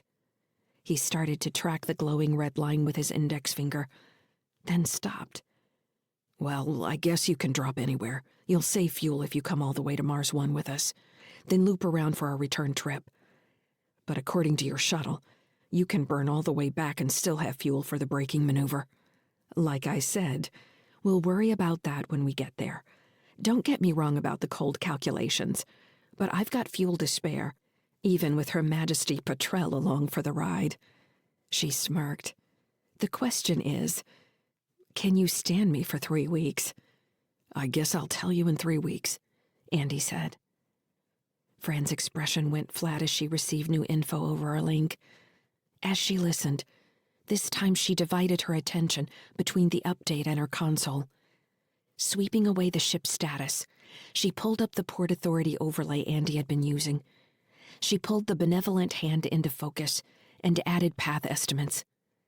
As Andy watched her work, it became obvious that the Heartbridge battlecruiser had nearly reached an overwatch position on Krunya, making it possible to attack any ship leaving the station's gravity well. From this point, the low-spin ships would need to pull off simultaneous departures if anyone was going to get away alive. "Where's the damn TSF when you need them?" he muttered. Andy logged into the General Port Authority channel, which was full of chatter from the rest of the ships, trying to get into or out of the station blissfully unaware of what was going on with the apparent warship and its drone swarm. The benevolent hand was following a standard aggression protocol that, while not overtly announced, would have been obvious to anyone with experience.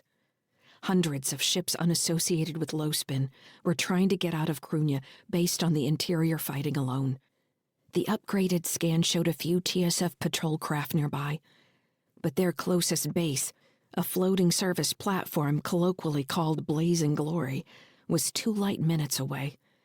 They wouldn't have registered the benevolent hand's initial maneuvers yet, let alone sent any response to them. Realizing he didn't have a choice, Andy sent the route request to Mars 1 Port Authority.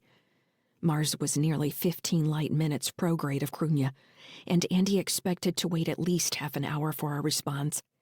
But a reply came back almost immediately from a nearby comm drone, indicating that Type Band to Mars 1 was backed up with requests, and travel lane approvals would take at least an hour to process. Inbound ships could coordinate traffic at their point of origin and request access again when they reached Mars Protectorate space. Fran read the message over his shoulder. "That's all we need," she said. "You ready to get out of here? Are the engines ready? I wish they were more ready, but we don't have a choice. I can work on anything that fails mid-route." "All right," Andy said. Without waiting any longer, he sent the decoupling request to the dock control in SAI. He held his breath as the system processed the request, wondering if Heartbridge could somehow put a freeze on all exit procedures. The dock approved the request and provided a countdown. "Buckle up, kids," Andy called over the intercom. "We're about to feel some G's." "Dad?" Kara called back. "We're making food. You said you were hungry." The shiny new display had made him forget all about his hunger. "What are you making?" "Grilled cheese." Andy nodded. "I like grilled cheese." "It's synthetic. That's all there was." "You didn't have to tell me that. Look, we have to go. You two eat and get everything else in the cabinet for me. I'll grab it when we're done, all right? I'll send you the countdown warning when we're about to move." "So we're leaving Crunya?" Tim asked. "Yes, we are." "Good," he said. "I don't like it here." "Hey now," Fran said. "That's my home you're talking about. Maybe when you come back I'll show you a better time." "I'm never coming back," Tim said petulantly. "Hurry up and eat," Andy said. "We don't have a lot of time." He pushed the model of the benevolent hand into the left edge of his display and pulled up Crunya, highlighting every ship Fran had identified as low spin. There were 226 vessels of varying sizes, definitely enough to clog the 3 major exit lanes and the holding orbits if they wanted to. "I'm sending the order," Fran said. "Man, now that the kids mentioned it, I'm really wishing I had that grilled cheese sandwich," Andy said. "Later." "There is no later, right?" He shot her a grin. Fran didn't hear him. She was already staring into the distance, communicating with the rest of the low-spin battle net. "We launch in the middle of the flock," she said when she came back. "We're not waiting on port approval. We'll manage deconfliction internally." He was about to ask how that was going to work in reality when the first red dot detached itself from Crunya's ring and moved into one of the ephemeral lanes Port Authority used to route incoming and outgoing traffic. Another followed, then another. The other 2 lanes were soon filling with red points as well. "Engine status?" Andy asked. "We're green across the board, ready for chem thrusters whenever you are." Andy checked the flight path one more time, making sure the computer had adjusted for all the new traffic in the lane. He swallowed, unable to dislodge the anxious lump in his throat. "Let's go," he said. He reached out and activated the flight plan. The sensation of light thrust sent a thrill through him that he hadn't felt in a long time, a spark in the roiling overcast of his dread.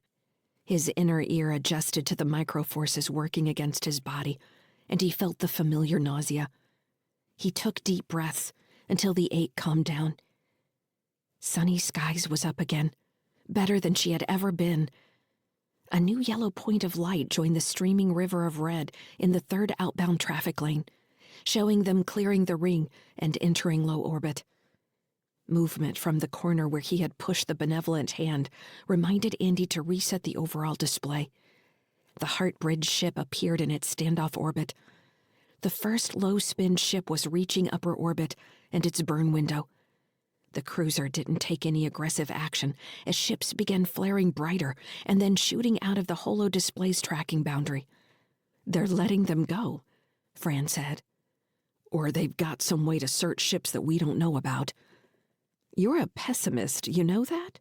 Fran said. "Hold on," Andy said, leading toward the display. A new set of coordinates were flowing through the raw sensor data. The updated information appeared on the holo display as a doubling of the swarm around the benevolent hand. "There it is," he said. "They're attacking." Chapter 26.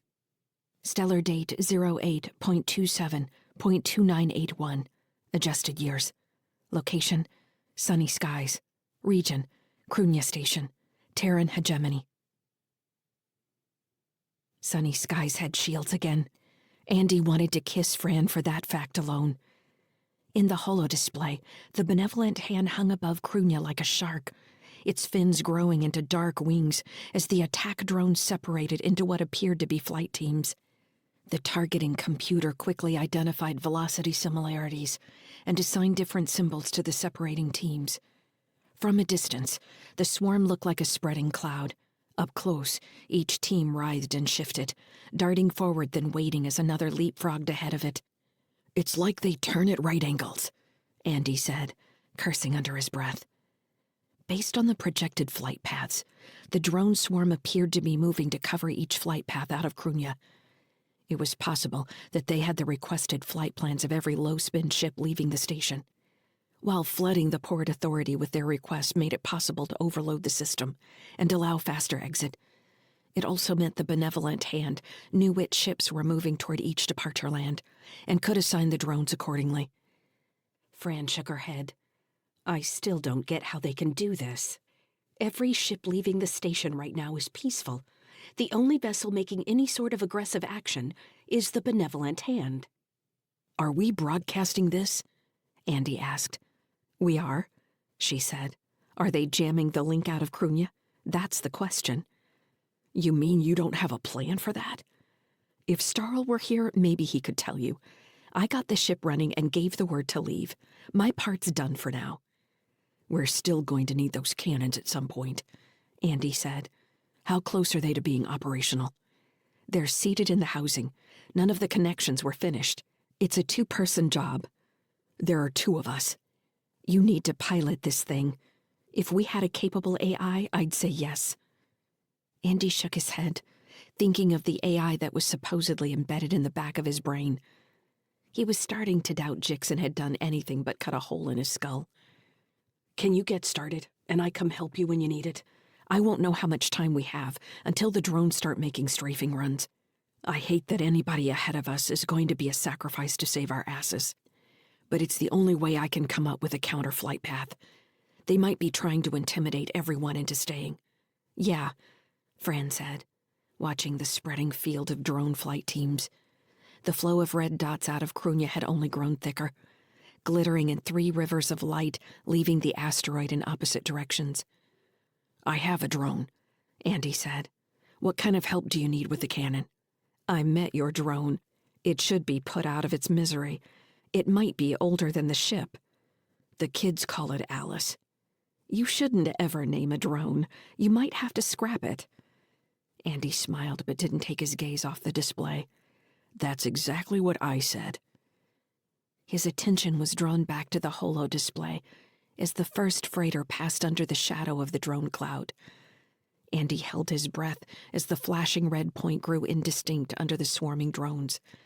The freighter continued, taking no fire from the drones, now followed by 4 more. "I hope you're right," he said. "About the drone?" "About it all being a feint." He liked to think they still lived in a universe of laws. That was the world where he wanted to raise his kids. Times like these made him believe the old human ways would never die.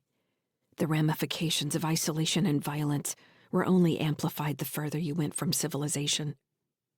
The first freighter crossed beyond the outer edge of the swarm. Andy watched it move closer to the display boundary. "They're winding up for a burn," Fran said. Andy nodded and wasn't surprised when the dots stretched on the holodisplay and disappeared. The space where it had been, now occupied by the next ship in the lane.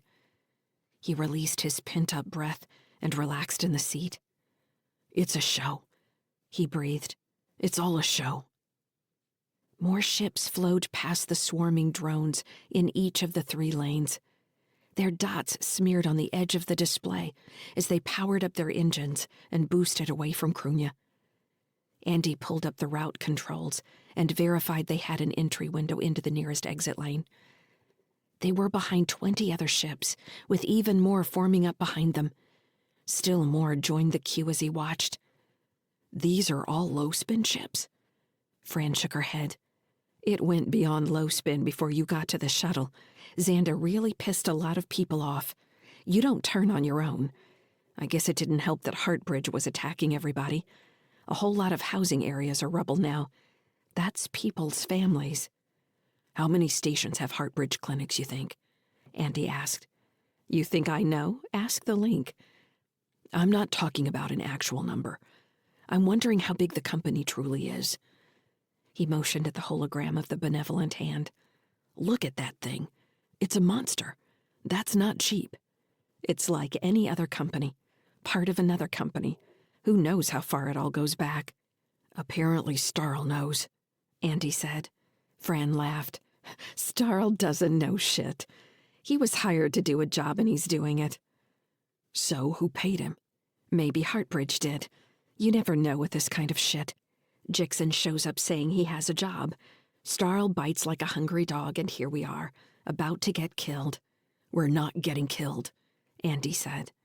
Fran crossed her arms over her chest. I'm not a liar. I'll tell you what I think. If we get out of this alive... She stopped herself as the door to the command deck slid open, and Kara appeared with a box in her hands. She walked over to them and pulled 2 grilled cheese sandwiches out of the box. I figured I should just bring these up, she said. Fran took a sandwich and smelled it, then took a huge bite. Chewing with her mouth open, she said, You're all right, kid. I thought I told you to strap in, Andy said. Kara tilted her head and held the sandwich out. Don't give me those eyes, Andy said, taking the sandwich. It had cooled, but even rubbery cheese on stiff bread tasted like heaven. He ate the sandwich in 4 bites. Beside him, Kara's gaze was fixed on the holo display. Is this what's happening right now? She asked. Those are all the ships leaving Krunya right now, Andy said. Where are we? Andy tapped a command on the display, and the yellow dot marking sunny skies blinked near the ring. That's us. We're so far back. How long is it going to take us to get past the other ships? I don't know yet, Andy said. There are too many of us trying to get out right now. What keeps them from running into each other? Idiot self-preservation, Andy said, and good computers. So, we're trying to get past the big ship and all those little ones? Those are drones, aren't they? Military drones? How old are you, kid? Fran asked. Kara looked at her. 12. How old are you? Fran barked a laugh. I like that. I'm 34, old enough to know better and young enough to enjoy it. My dad is 43. Fran nodded. He looks all right for somebody so old. Kara gave her a quizzical look. That's not old. He was younger than you when he left the TSF. She pointed at the swarming drones. He knows how to kill those drones, don't you, Dad? Andy gave her an uncomfortable smile. Not without the right kind of ship, kiddo. Those drones are like piranha fish, and we're piloting a hippo. Hippos are actually very dangerous. They used to kill people all the time. They only look cute, Kara said. Fran stared at Kara, then burst out laughing. I like her, Captain Sykes. I want her up here on the command deck whenever you're getting stressed out. Andy wanted to say that it didn't help him at all to have the kids on the command deck, but he didn't want to hurt Kara's feelings. Not that he could keep them away most of the time. If Fran hadn't been sitting in Britt's seat, Kara would have been there. It had been safer when most of the console's functions were inoperative. He was going to have to be more careful now when he let her pilot alongside him. Dad? Kara said, pointing at the holo. What are those flashes? What? Andy turned to stare into the display and watched a cascade of lightning flow through the swarming drones to the river of red lights in Lane 2. A cluster of low-spin ships flared and disappeared. As he watched, the cloud of drones closest to the lane moved along its outer edge, sending forks of lightning into the queuing ships. The lightning was a collection of electron beam and X-ray beams. More ships disappeared as he watched. Red dots started to break away from the flight lane. The distinct lines of the flight path were soon a mess of red and writhing gray drones, like a cancer shooting through healthy cells. Andy's mouth went dry. They were at the back of a queue, just like the one he was watching disintegrate in the display. He turned to Fran, and she was staring into the distance, accessing her link. When he was about to shake her to get her to come back, she looked at him, blinking. They're all dying, she said. Other ships are rerouting. Some are saying they're turning back for the ring. Is anybody pushing through? There are some with offensive capability. They're still going. We could fall in with them, but it doesn't matter. We're defenseless except for the shields. We've got to get those cannons operational, Fran. How much time would you need? She bit her lip, calculating. An hour. Faster if you can help me. The autopilot is good. You can set the flight plan, and we can both get the control servos operational. Are cannons enough against all those drones? Kara said. Maybe, Andy said. It's the best we've got. Why are we going to follow everyone else? Kara said. She pointed at the empty spaces in Krunya's orbital path. Why can't we just go through those holes and run away that way? We could, Andy said, but that would make it clear to the people running the drones that we're different than all the others. He didn't want to say that the benevolent hand was trying to find them specifically. They'd leave everyone else and come after us. You think they would, Kara said. It's what I would do. But all those others are breaking away, and it looks like some are getting through. Most of them are getting killed, Andy said. We can finish the work on the cannons, Fran said, sounding more resolute now.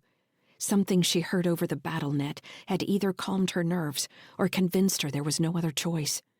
Andy nodded. Kara, he said, I want you to stay up here on the command deck. You don't sit in the pilot's chair unless I tell you. You understand me? There are a lot of new controls that I don't have time to explain to you now.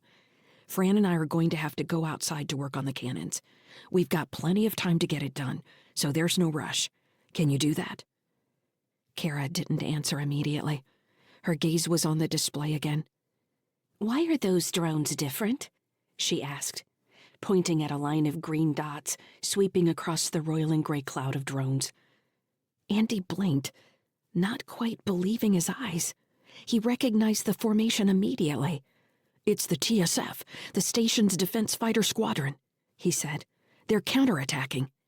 Then he pointed at another line forming on the far side of the benevolent hand. Those aren't TSF. I don't know who they are. A wry smile had formed on Fran's lips. It's low spin, she said. Our pirates are back. Chapter 27. Stellar date 08.27.2981. Adjusted years. Location, sunny skies. Region, Krunya Station, Terran hegemony. Waiting for airlock 1 to cycle open, Andy experienced near disappointment when the door didn't complain like he was used to. Instead of sounding like it was going to shake itself apart, the two sides of the portal slid open silently, showing him a dull black expanse. In another second, his faceplate display lit up all the visible objects intertwining around Krunya, as the TSF and assorted pirates took the fight to the benevolent hand. Activating his mag boots, he stepped out of the airlock. I didn't expect new EV suits, too, he said. Following him over the airlock's threshold, Fran moved up beside him. That old piece of shit you had could barely maintain 30% pressure. You know you were trying to commit suicide every time you used it, right? At least, that's what it looked like to me. I thought you said you'd been on long haul before. I've been on long hauls, but I made sure the equipment was halfway functional. It's getting to the point that I can't tell if you're happy you fixed all this stuff, or scolding me because I hadn't already done it. Fran moved around him, boots making dull clicks on Sunny Sky's alloy skin. I thought you were a TSF officer. You sure need to toughen up. Yeah. He followed her toward the bow, stepping over control boxes and snaking surface-mounted conduit. As the habitat wheel grew smaller behind them, they came over the curving hull to see the line of the mounted cannons, looking like a row of droop-shouldered drones in the distance. Andy nearly tripped several times, spending more time staring into the space above them and the battle playing out across his faceplate than the obstacles under his boots. You drunk? Fran said. I haven't seen a full battle like this in a long time. Tell me about it. You were a pilot then, yeah? Andy knew what she was doing, trying to get his mind off everything happening around them and focus on the task at hand. He played along. It was a pirate outpost off Venus. I think the place was originally just space junk that stuck in the transfer orbit and grew over time. It almost had a ring. They were staging raids on the automated freighters running between Terra and Venus. We couldn't believe anybody would try something like that so close to Earth, but that was the genius of it. Andy laughed, remembering how dumbfounded they'd been. Nobody could believe pirates would operate so close, and kept chalking the losses up to equipment failure. They had a great hacker who kept hijacking the guidance signals. For a long time, it looked like everything sent itself into the sun. Maybe the ships did after they grabbed the cargo, I don't remember. Seems dumb not to grab the ships too, Fran said, if you're going to the trouble of stealing from the TSF anyway. Wasn't directly TSF. Private companies that finally complained enough to get patrols. I was assigned to a light attack ship, riding close to a freighter to mask my signature. It worked. Gave them a hell of a surprise. What we didn't realize is that they'd come after us with more pirates than anybody'd seen in years. You know what they called themselves? Stars the Hard Way, I think. That might have been the name of their cruiser. Poetic. Dad? Kara said. You didn't check in. I see the airlock closed. Are you doing all right? Andy cursed himself. Yes, we're out airlock 1 and moving toward the bow. We have the cannon arrays in sight. You're supposed to check in, Kara said. I know, I will from now on. Where's your brother? I know where he is. He's reading his book. She always ride your ass like that? Fran asked. Andy figured she meant it to be a joke, but obviously didn't understand Kara's point of view. The last time I went out the airlock, we had debris hit our torch.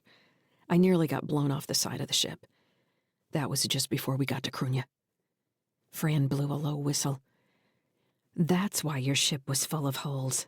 You're lucky. Why didn't you pick up the debris? I had to turn off the sensor arrays so I could get close enough for some repairs. I figured I'd rather take my chances with the debris than get cooked. I think I'd rather get cooked. You say that now. I hear it's just a warm feeling, like hypothermia. You get lightheaded, and then you just let go and float away. That sounds terrifying. Probably. My crew plays this game where we describe the worst deaths possible while working a repair job. Why would you do that? We're sick. So what's the worst death? I'll tell you later. Andy wondered if Fran was actually trying to flirt with him. Being outside the ship seemed to completely change her mood, despite the battle raging just beyond the ring. Damn, Andy said. Looks like we just lost 2 TSF. Those drones are unstoppable. I hope they're not manufacturing them on site. It's one thing to go after the attacking vessels. I don't know if they'll even try to take the battle cruiser. Wouldn't that create some kind of international incident? At this point, that sounds like a good idea to me. Pirates or not, civilians are getting slaughtered here. Somebody needs to know about it. Fran set a fast pace, nearly jumping across the obstacle-covered surface.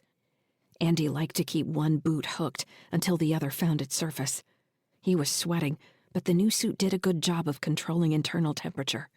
His faceplate remained clear, unlike the last time he'd been outside sunny skies. Are you there yet? Kara asked. The anxiety in her voice was palpable. He wished he had some way to calm her. Almost. We're nearly to the bow now. I can see the main antenna array past the mounted cannons.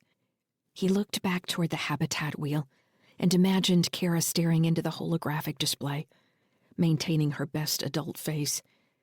We're almost in the lane with all the other ships, his daughter said. Can you see any of the ships out there? Unless they reflect light, I won't have visual on them, Kara, but my suit can see them. What about Crunya? Can you see Crunya? He glanced straight up into the mottled curve of Crunya's ring, like a moldy eel encircling the asteroid. I can see it, kiddo. Crunya's a big, dumb rock, Fran said. Hard to miss even if we wanted to. Why can't we just put Crunya between us and the bad guys and leave that way? Kara asked. Andy was about to say they couldn't do that when he paused. Considering how much time they might have if they maintained a spin with Crunya that kept it between them and the benevolent hand, blocking their sensor reach for at least a little. It depends on whether they're using the drone swarm to extend their sensor reach, Fran said over the link, guessing his line of thinking. It might work for a little while at least. We'd be breaking out of the crowd, possibly drawing attention to ourselves. What if I convinced a group to go with us? Fran asked. That would definitely get their attention, but would also provide us some cover. Maybe, Fran said. Maybe. The row of mounted cannons grew as they approached, until the dual cannons in each mount towered above them. Each set of cannons sat on a gimbal that allowed nearly 360-degree target acquisition. Electric conduit the size of Andy's thighs ran from the body of the ship to control boxes at the base of each mount. There were 6 sets of cannons mounted around the circumference of the bow, 11 more point defense cannons than Sunny Skies had ever carried. Fran kicked off lightly and sat on the edge of the electrical control box. All right, here's what we need to do. I'm going to check the mount integrity, and you're going to monitor the power levels. I need to run a local systems check on each system before I bring it online with the ship's control. That sounds easy enough. What errors am I looking for? We want to make sure the onboard system is updated properly. The mounting bolts meet spec, and the cannon set have proper handshakes with each other in the ship. We couldn't do this from inside. Hey, if you don't mind your main weapon system blowing itself off the ship like popcorn, while also tearing gaping holes in the hull during what I would assume is a critical use case, let me get in my shuttle before you do that. You said all that in one breath, Andy said. That was good. You make these kinds of arguments a lot. I work for pirates, Fran said, putting a hand on her hip. They're cheap. They need convincing. She unlatched a torque wrench from her harness and reattached the lanyard to a ring on her wrist. Floating off the shoulder-high box, she moved to the base of the cannon mount and bent over the first set of holding bolts. Andy watched her bend over, waiting for instructions on how she wanted the local systems checked. Are you going to stare at my ass all day or check the systems? It's right there, I can't help it. How do you want the system monitored? Whatever, she said, still sounding pleased with herself. Each one of these things has a default login. I'll send you the token. Once we're done, we'll need to set up the handshake with the ship, like I already said. Yeah, but you didn't say how. If I know anything about techies like you, it's that I shouldn't go sticking my fingers anywhere I'm not told. Fran laughed. You're making me forget the gravity of our situation. I like that.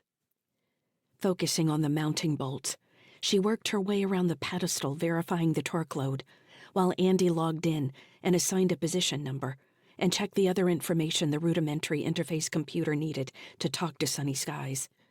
When they had finished with the first cannon, they moved to the next one, which proved to be identical to the first. They were making good time when Fran broke the head off a bolt on the 7th pedestal's mounting plate. Damn it, she shouted, and would have lost her wrench if not for the lanyard. For a heartbeat, Andy thought her boots had lost connection and she was floating free of the ship. When she punched the vacuum in front of her and didn't go anywhere, he knew she was still attached. I'll need to drill this out, she said. It's going to take a few minutes. You got the tools you need? Yeah, it's the time required that pisses me off. Also, if this bolt is such cheap steel, I'm worried about the rest of them now. My supplier is getting my boot in his ass when this is over. I'll help, Andy said. He logged into the cannon and made the necessary updates. The process had become rote enough now that he could pull up the battle overlay on his face shield and still get it right the first time. The TSF and pirate fighters were still engaging the Heartbridge drones, but it didn't appear to have made any headway in pushing through to the benevolent hand. The only way to end the fight was to go after the cruiser. Any TSF commander would know that. So, why hadn't they? At least it looked like the drones had stopped attacking outgoing freighters and were focused on the fighters. Dad, Kara yelled.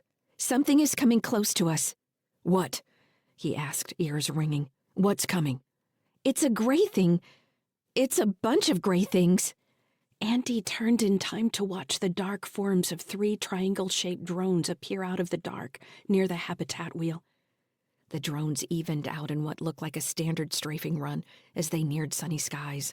Fran, Andy yelled. We've got incoming. The technician fell back on her heels and turned to gaze in the direction Andy was pointing. Those other cannons are online, right? Andy said. Yeah, she said, as long as they're talking. Andy didn't wait for her to explain further. Kara, sweetheart, The display to your lower right with the red outline. Do you see it? Kara didn't answer at first. I don't see it, she said finally. I don't see it. Andy tried to stay calm as the drones came closer. They were lined in glowing yellow markings. It's got a red border, just like a picture frame. That's the auto defense. Just press your finger to the screen. Just do that. I don't see it, Dad, I don't. Wait, I see it. To Andy's right, the 4 cannons within view leveled and rotated in unison as they performed startup checks. Through his link, Andy highlighted the nearest fast-moving objects, the drones, and marked them hostile. The cannons swiveled and locked on, firing high-intensity X-ray lasers through 5-centimeter apertures. The 3 drones glowed brightly, and then broke apart into debris before they reached the square opening of Airlock 1. Andy took a deep breath and let it out. Good job, Kara. You did it. Good job. He couldn't tell if Kara was laughing or crying in between disjointed breaths. We did it, she said. Nice work, Fran added. You're better than half the crew I work with now, Kara. Aren't we on a crew now? Kara said, still sounding like she was in shock. Yeah, Fran replied. I guess we are. Nodding, she turned back to the broken bolt. In 2 minutes, she had the last fragments of steel out of the hull's threads, and a replacement tightened into place with a torque wrench. As he finished the software and power checks, Andy had the battle display up and kept checking the space above them. You think those 3 were a fluke? He said. Maybe. Could be they're checking the ships in queue while they've got the fighters tied up. We won't be the only ship with defenses. No, but we're the only ship with Captain Andy Sykes on its hull. That is, if they know now to look for you. They didn't get close enough. She shrugged. Let's hope. I'm just happy these shitty bolts held on the other cannons. Chapter 28. Stellar date 08.27.2981. Adjusted years. Location, sunny skies. Region, near Krunya Station, Terran hegemony. Xanda, Ingoba Starl whispered, then louder. Xanda! Answer me! The pained voice of Low Spin's leader reached from the overhead speakers throughout Sunny Sky's command deck, making Andy think for an instant that Starl was hiding in the ceiling. Fran stopped in the middle of the room with a shocked expression, listening to something over the Low Spin battle net only she could hear. When she came back, she pulled her hands through her sweaty blonde hair and said, It's him. Starl's alive. Wherever he was, the only signal being broadcast over Krunya, its ring and every ship surrounding the station, was Starl's choked voice calling for his rival gang leader, Riggs Xanda, to answer him. We were boys, he said. We were friends down in the first sections, where the gravity was never right. Sometimes we'd flight and then fall. You were always sick, stumbling around saying the gravity or the lack of oxygen was making your head strange. You were my brother, Xanda. Answer me. Kara and Tim sat at what had once been the engineering control console. Tim was reading the book of poetry he'd found somewhere. Kara held a set of oversized headphones squeezed against her ears, checking the various broadcast frequencies around Krunya, pulling up waveforms on the display and listening in for something interesting. Whoever this Xandy guy is, she said, swiping away another wave graph. He sure doesn't want to answer Mr. Starl. Lots of people are talking about him. Oh, yeah? Andy asked. What are they saying? Kara relaunched a screen she had just closed. Switching it to the overhead speakers, she caught a voice in mid-sentence saying, Nah, man. They were like brothers. It's a sad thing. Turned against each other like this. We shouldn't be fighting other Krunya. It's not right. Are we fighting them?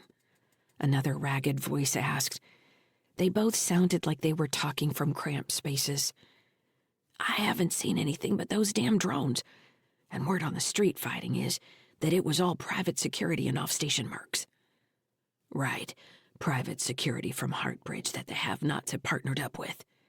You think Xanda's crew would have set him straight? You know he doesn't take criticism from nobody. That was the whole start of their split. When he was low spin, he didn't want to listen to anybody. Hey, did you see Jandis in the shower this morning? Damn, I'd love to. Andy cut the audio feed from his station. Dad, Tim complained. That's enough, Andy said. You want to go back to your room? No, Tim said. I want to stay up here, but why can't we listen? Some things aren't for kids. That was one of them. Kara smirked at Tim as he struggled to find an argument. Xanda was part of Low Spin? Andy asked Fran. Nobody's mentioned that before. She nodded. Before Starl became the crew chief, we had a grizzled old mama bear named Chala. I guess she raised Starl and Xanda. Everybody says Lowspin was more of a local crew when she was in charge. Then Xanda and Starl took over when she died and started working their way out, focusing more on short-run pirate attacks, skimming cargo, running contraband between Terra and Mars. It was all stuff other crews had done at one time or another, but Chala just hadn't been interested in it. Were you part of the crew back then? She laughed. Me? No, I was long haul then. I didn't start working repairs on Crunya until the hauler I was on got towed into station as scrap. I was stuck on Crunya and needed a job. Lowspin's been a good gig since then. I don't have to do anything but my job. Doesn't really matter who I call boss. They don't give me a lot of grief about side work either. Recently, Starl got pissy if I did work for the have-nots, but that hasn't been a big deal. How many gangs are there on Crunya? Depends on how you define gang. A crew like Lowspin, with probably 1,000 loosely associated, give or take, and a place to call home in the Span Club, with their own set of repair docks and a flotilla of 100 ships. That's a big crew. Some might call that a syndicate. An organization, whatever. She grinned. Starl would like to call it an institution, but that's wishful thinking. It's not a crew anymore, though. That's just a callback to the old days. Maybe 5 like Lowspin. Fran counted out fingers.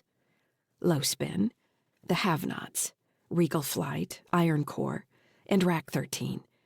I guess that's 5. There are hundreds of smaller crews, neighborhood to neighborhood, covering the various kinds of business someone might be looking for, from drugs to sex to stolen ships. I've got a few different crews I buy parts from. Don't worry too much about where the gear came from, as long as it's good quality.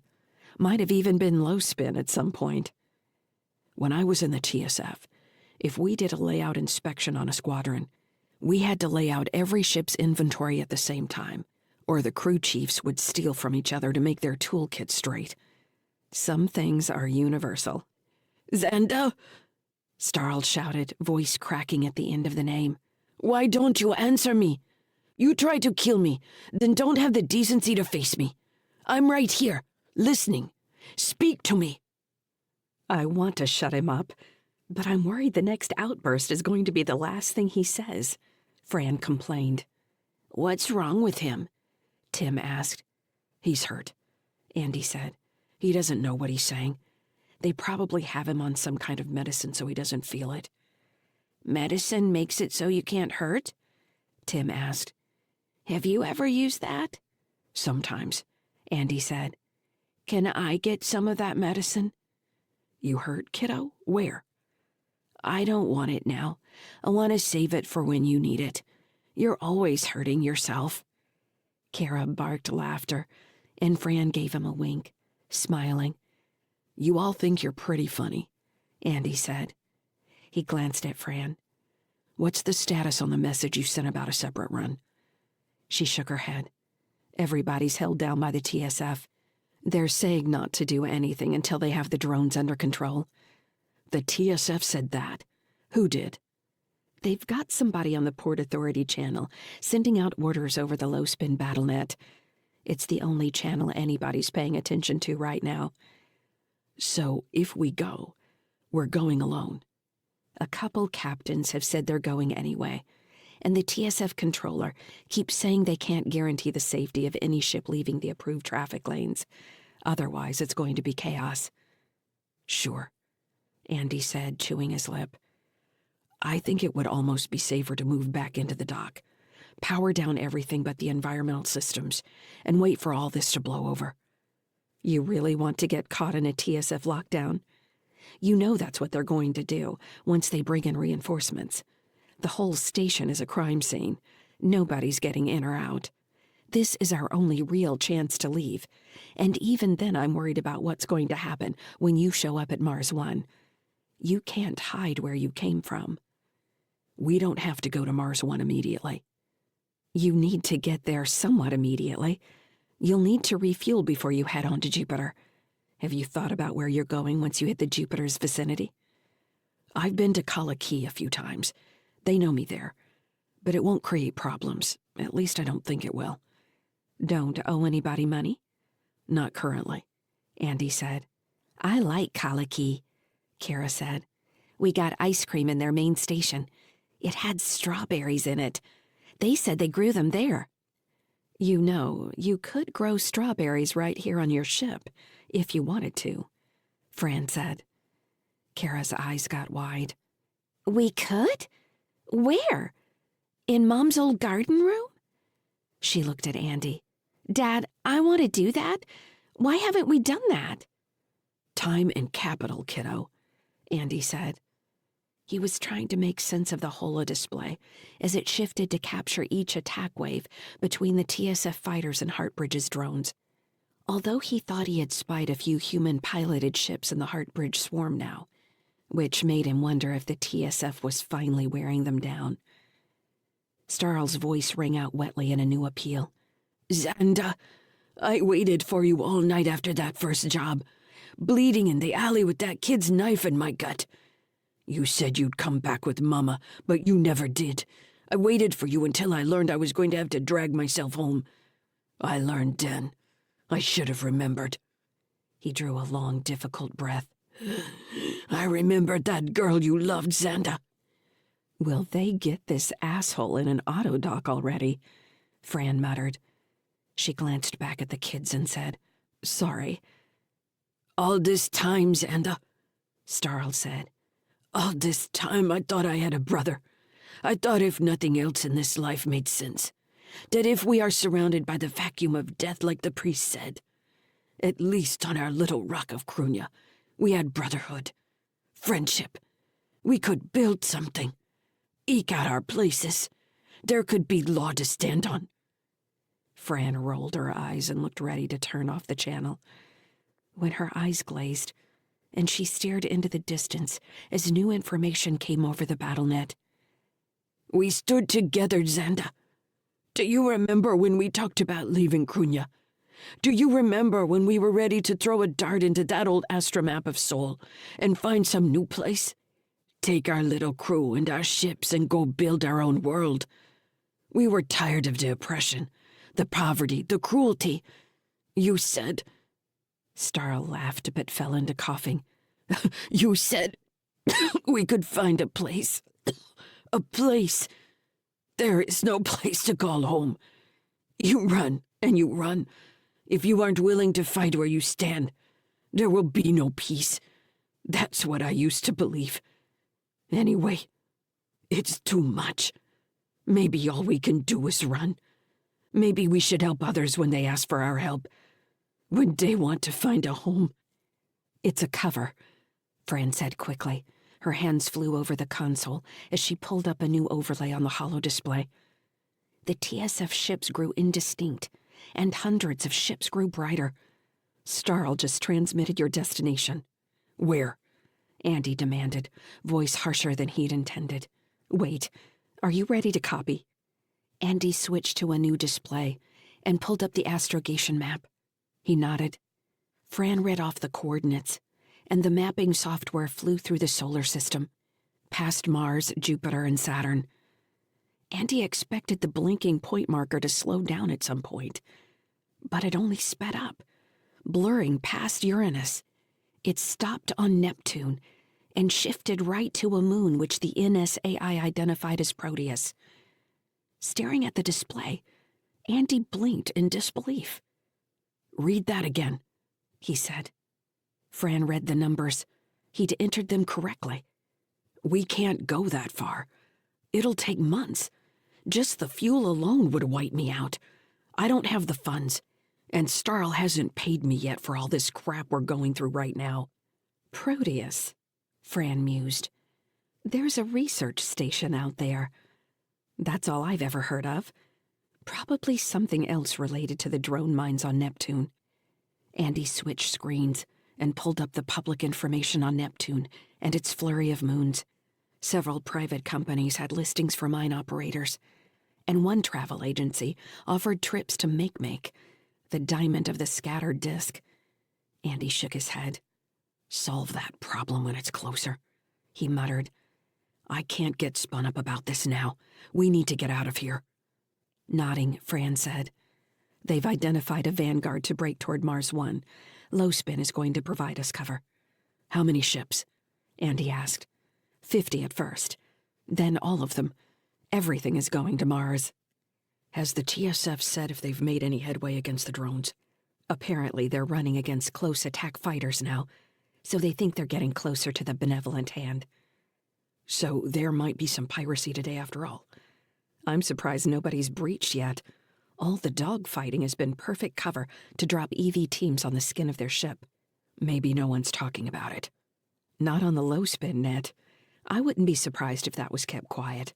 If you're trying to get a head start on everybody else, you don't want to talk about it on the open channel." "Right. Is there a timeline to move yet?" 15 minutes, Fran said. She tapped the console, and a countdown timer appeared above the holo of Krunya. "We're leaving in 15 minutes?" Kara said. "Is that when we're going to burn or just getting ready?" "Once we're outside Krunya's rad-free zone, we'll burn," Andy said. "Have you guys stowed everything you need?" Tim got a guilty expression. "We didn't put away the things in the kitchen." "You need to check all that," Andy said. "Then your room. You go do that and I'll check on you." Kara nodded and Tim huffed. But they both turned and left the command deck. "You think we should dose Petrel again?" Andy asked when the kids were gone. "I don't want her coming to in the middle of some hard G." "Probably be good for her," Fran said. "Yeah, I guess it wouldn't hurt."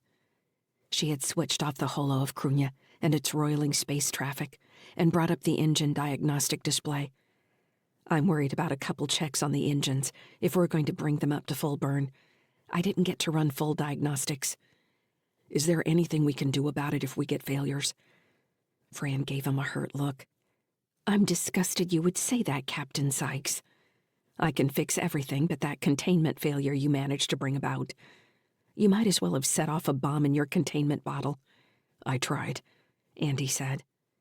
Fran looked from the console to Andy, giving him a crooked smile. "I'm teasing you. Listen, can you leave the command deck to help me with this?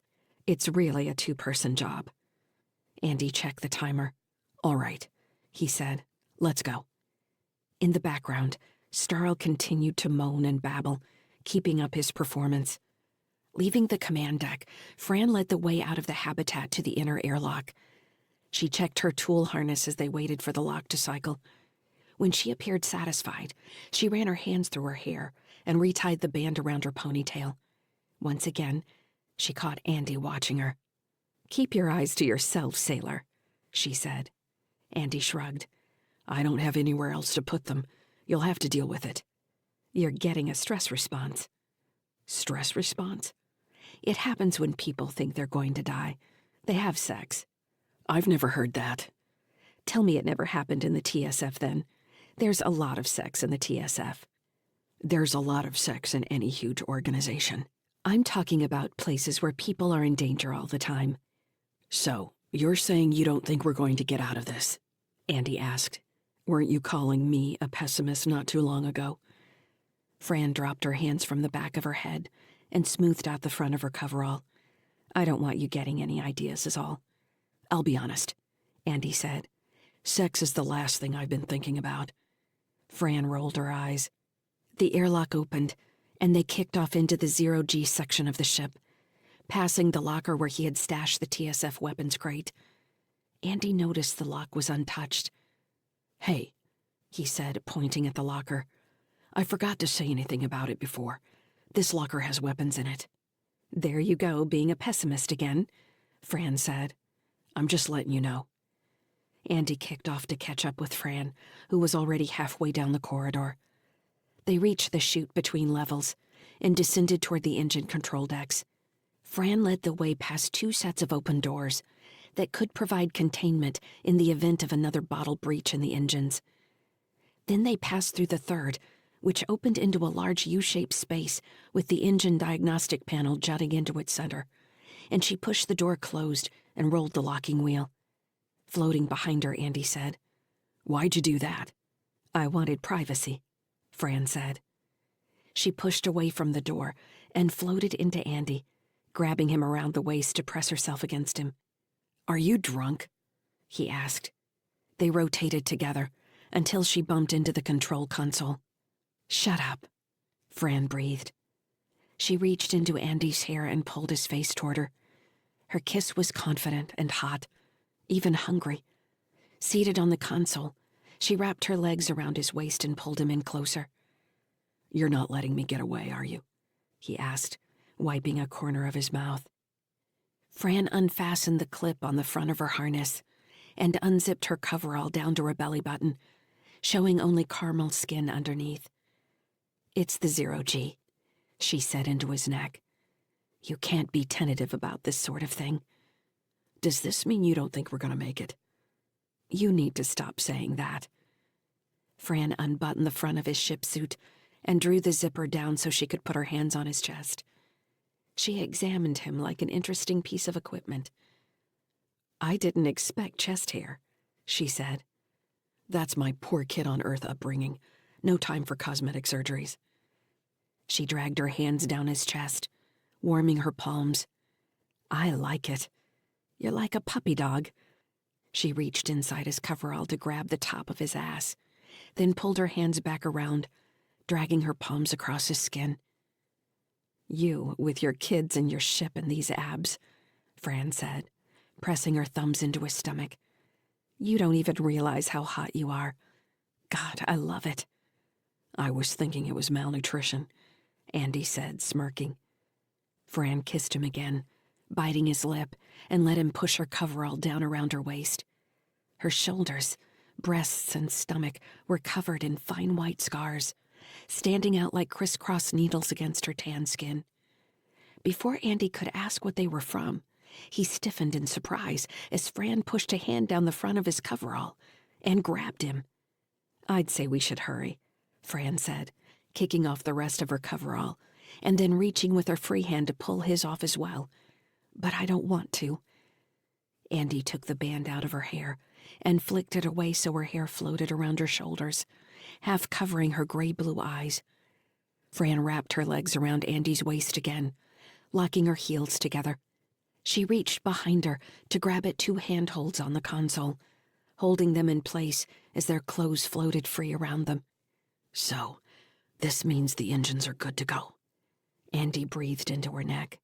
"Yes, you dolt," Fran said. When Andy came, Fran gasping in his ear, their sweaty bodies clutched together, the muscles in her thighs and calves taut as he pushed deeper into her. He heard a whisper in the back of his mind. What might have been a surprised, "Oh," that didn't rise to actual thought. A feeling. A recognition. "Lyssa?" he asked.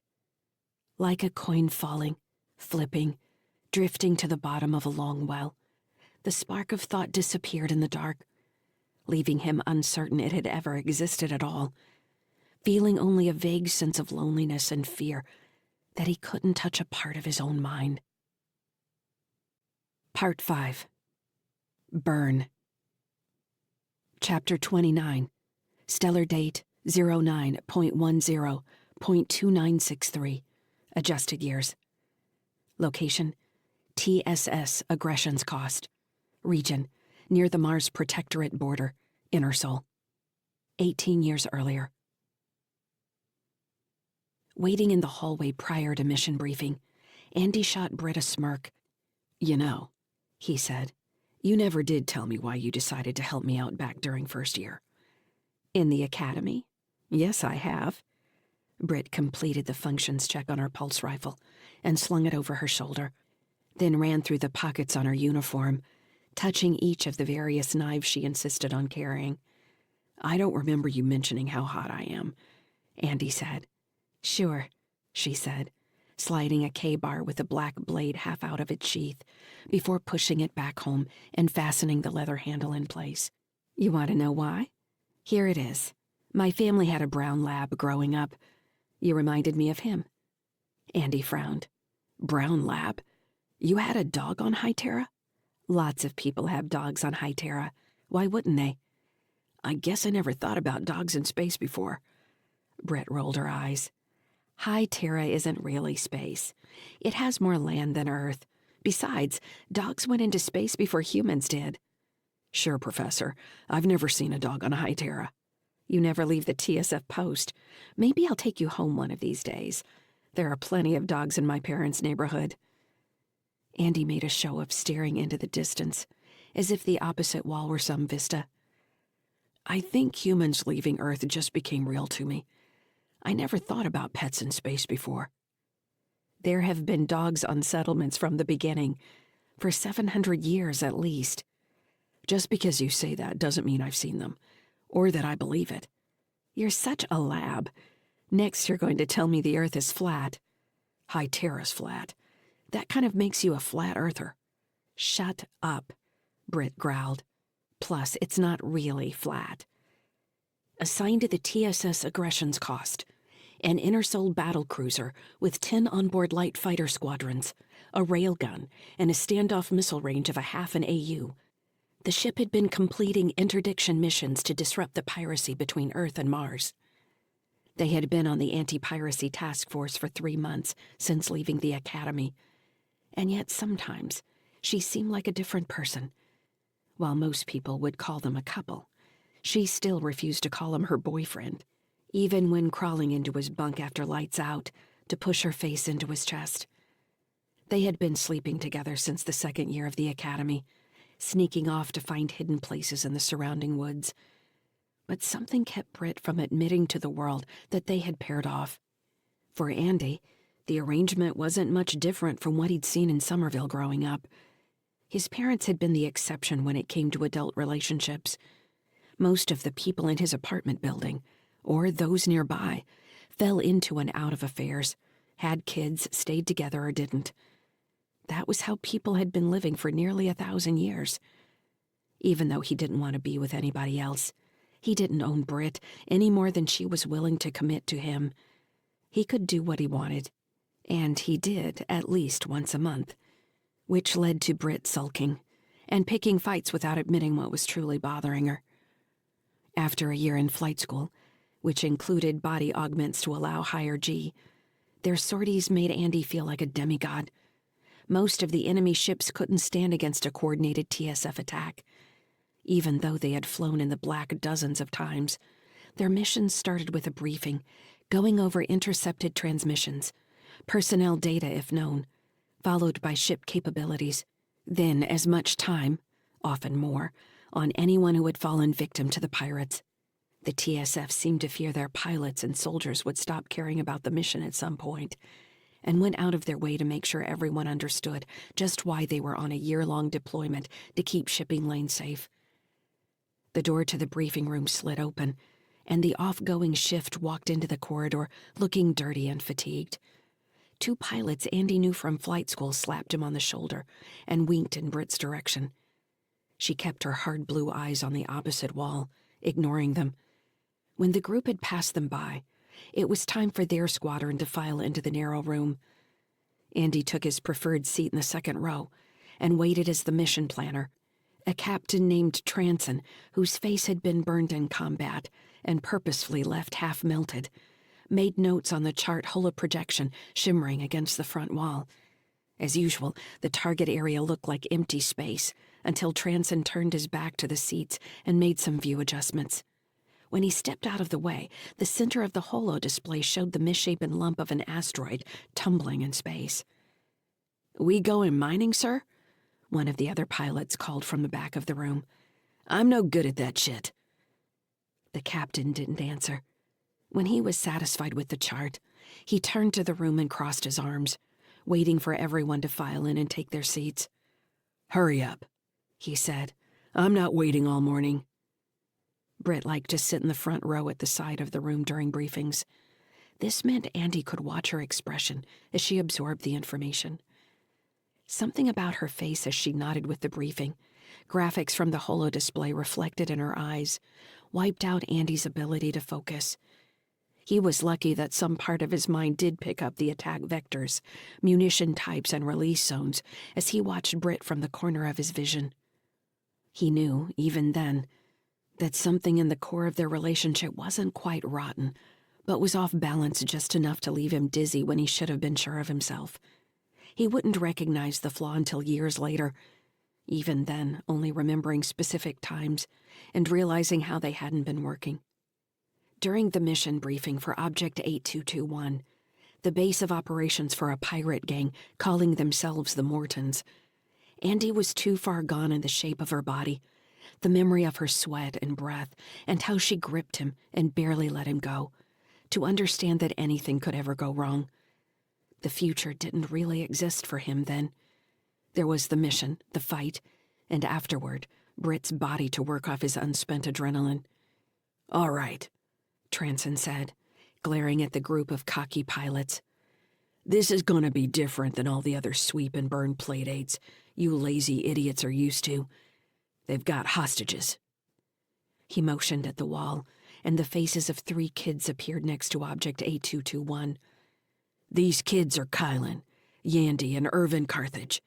You might recognize that name from Carthage Intersoul Shipping. Their mother, Catherine Carthage, is owner and CEO, and these 3 curtain climbers are the only living scions of the family. They die, the company's future goes into the shitter, along with its stock prices. They can't guarantee stability for the 1,000-year contracts they've sold, and all hell breaks loose in the shipping industry." He waved the pictures away. Scratching the mottled skin next to his mouth, he said, "I don't pretend to understand that shit.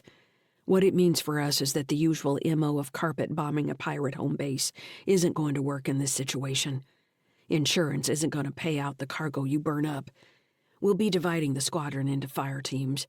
Fire Team 1 will establish a base of fire to draw off the mobile defenses, which looks like a mix of heavy freighters and light attack ships, while Fire Team 2 takes on the fixed defenses, breaches the base and recovers the hostages." Silence followed his statement. The spinning asteroid in the middle of the holo display immediately became 1,000 times more interesting than it had been. It had gone from a faceless bit of space rock to their potential grave.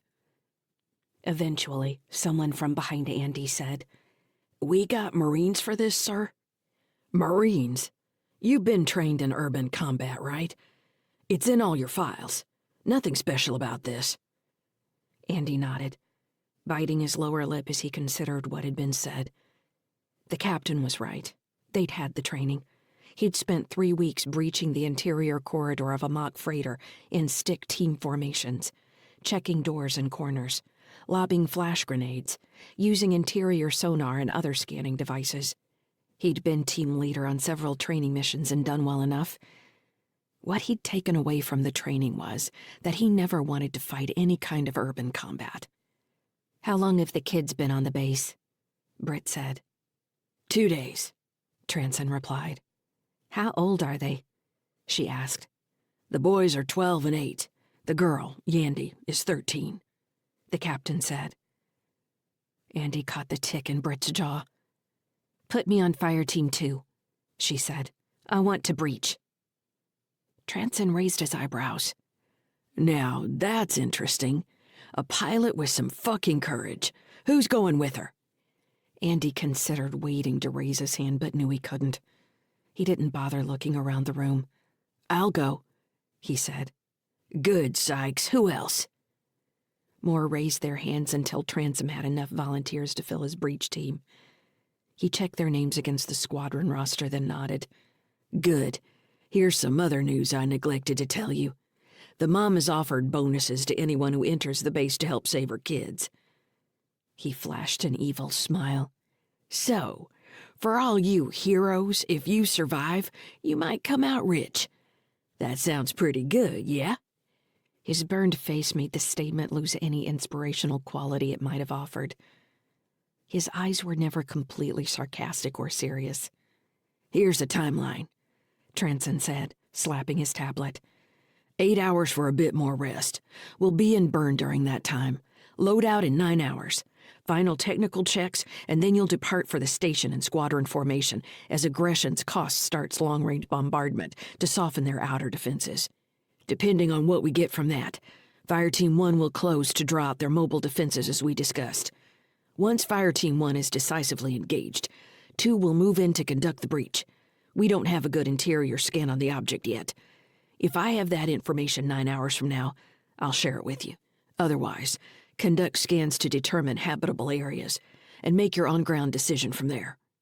"Are we going to split the breach team?" Britt said. Transon nodded. "You could do that. Don't want choke points. Honestly, you need to do what looks best once you're close enough to make a decision. Don't go cutting into their power plant." "What do we know about this gang?" Andy asked. "We thought they were typical long-range smash-and-grab type. Then they pulled this off. The kids were on a lightly armed yacht en route to Ceres. They overwhelmed the yacht, killed the crew, and grabbed the ankle-biters. They have to have been on a hard burn to reach their base in just 3 days. We don't have good intel on the ships they used for the kidnapping, but that's not important. We have good evidence the kids are on this object." "We know they're alive?" Britt said, voice cold. "We do. They sent a ransom demand and verified status with a tissue sample." "Tissue sample?" somebody asked. "A finger," Transon said. "We think it was Kylan's." "Damn," Andy said. "He's lucky," Transon said. "His mom can grow him a whole new body as long as we get his brain back in reasonable condition. I'm not showing the usual touchy-feely crap, because you aren't going to need it this time. These kids need our help. I don't care that they're rich fuckers. That's not their fault. We're Aggression's cost, and we're going to get them back in one piece. Yeah?" The squadron responded with a booming, "Yes, sir." That reminded Andy why he liked the TSF. There were times when he really felt like he was one of the good guys. He watched Britt shout with the rest of them, but her face was still flat and cold, gaze staring ahead, as if she saw something terrible in the holo display that no one else could. Chapter 30. Stellar date 08.27.2981. Adjusted years. Location, sunny skies. Region, Krunya Station, Terran hegemony. "We're clear," Fran said from the second console. "Out of the lane and tempting fate." Andy checked the flight plan for the third time. He looked at the kids across the room. Kara met his eyes and gave him a small smile. He could see in her face that she was having a hard time just sitting there keeping Tim busy. She seemed to have aged a year since they arrived on Krunya, while he couldn't tell where Tim had gone. Sometimes it seemed like he was sliding backwards into being a toddler again. Petrel's wounds had gone deeper than the auto doc had seen on the first pass. After a second scan, the system found her liver crushed and she'd lost kidney function. While Sunny Sky's med system could regrow the damaged organs, it was going to take weeks. She might not wake from the medical coma by the time they reached Mars 1, and there was no chance of her leaving early with Fran in the shuttle. The flight plan returned clean, as it had the first 2 checks. The main danger was the traffic density all around Krunya. The benevolent hand had pulled back another 10,000 kilometers, apparently to give them more standoff distance against the attacking TSF waves. Their slowed responses pointed toward low-spin breaching teams, already fighting through the corporate battlecruiser. Andy's gaze hung on the coordinates for Mars. Before Krunya and Fran's overhaul, there was no way Sunny Skies could have managed this level of initial burn. He hesitated, hands hanging above the controls. "Everything all right?" Fran said. "I can't help thinking I'm about to tear the ship apart," he said. Fran raised an eyebrow. "Don't trust my work?" "I do. It's hard to forget how I was feeling when we came into Krunya. I lose the ship, I lose everything. We stay here, we lose everything. Maybe, Andy said. Aren't we going, Dad? Kara said. Andy nodded, not taking his eyes off the numbers on his screen. He tapped the command. There was no immediate change. Fran stared into space for a second, most likely communicating their status change to the BattleNet. When her eyes came back into focus, she turned to Andy and said, "Confirmed. Low Spin also sent an update on the Benevolent Hand. They've breached the ship. Teams are fighting through the lower decks, headed for the command section." "Fight well," Andy said, still focused on the incoming data from the drive systems. Sunny Skies was coming to life in ways he hadn't seen before. The shields had activated in tandem as the engines came online, something he used to have to time manually.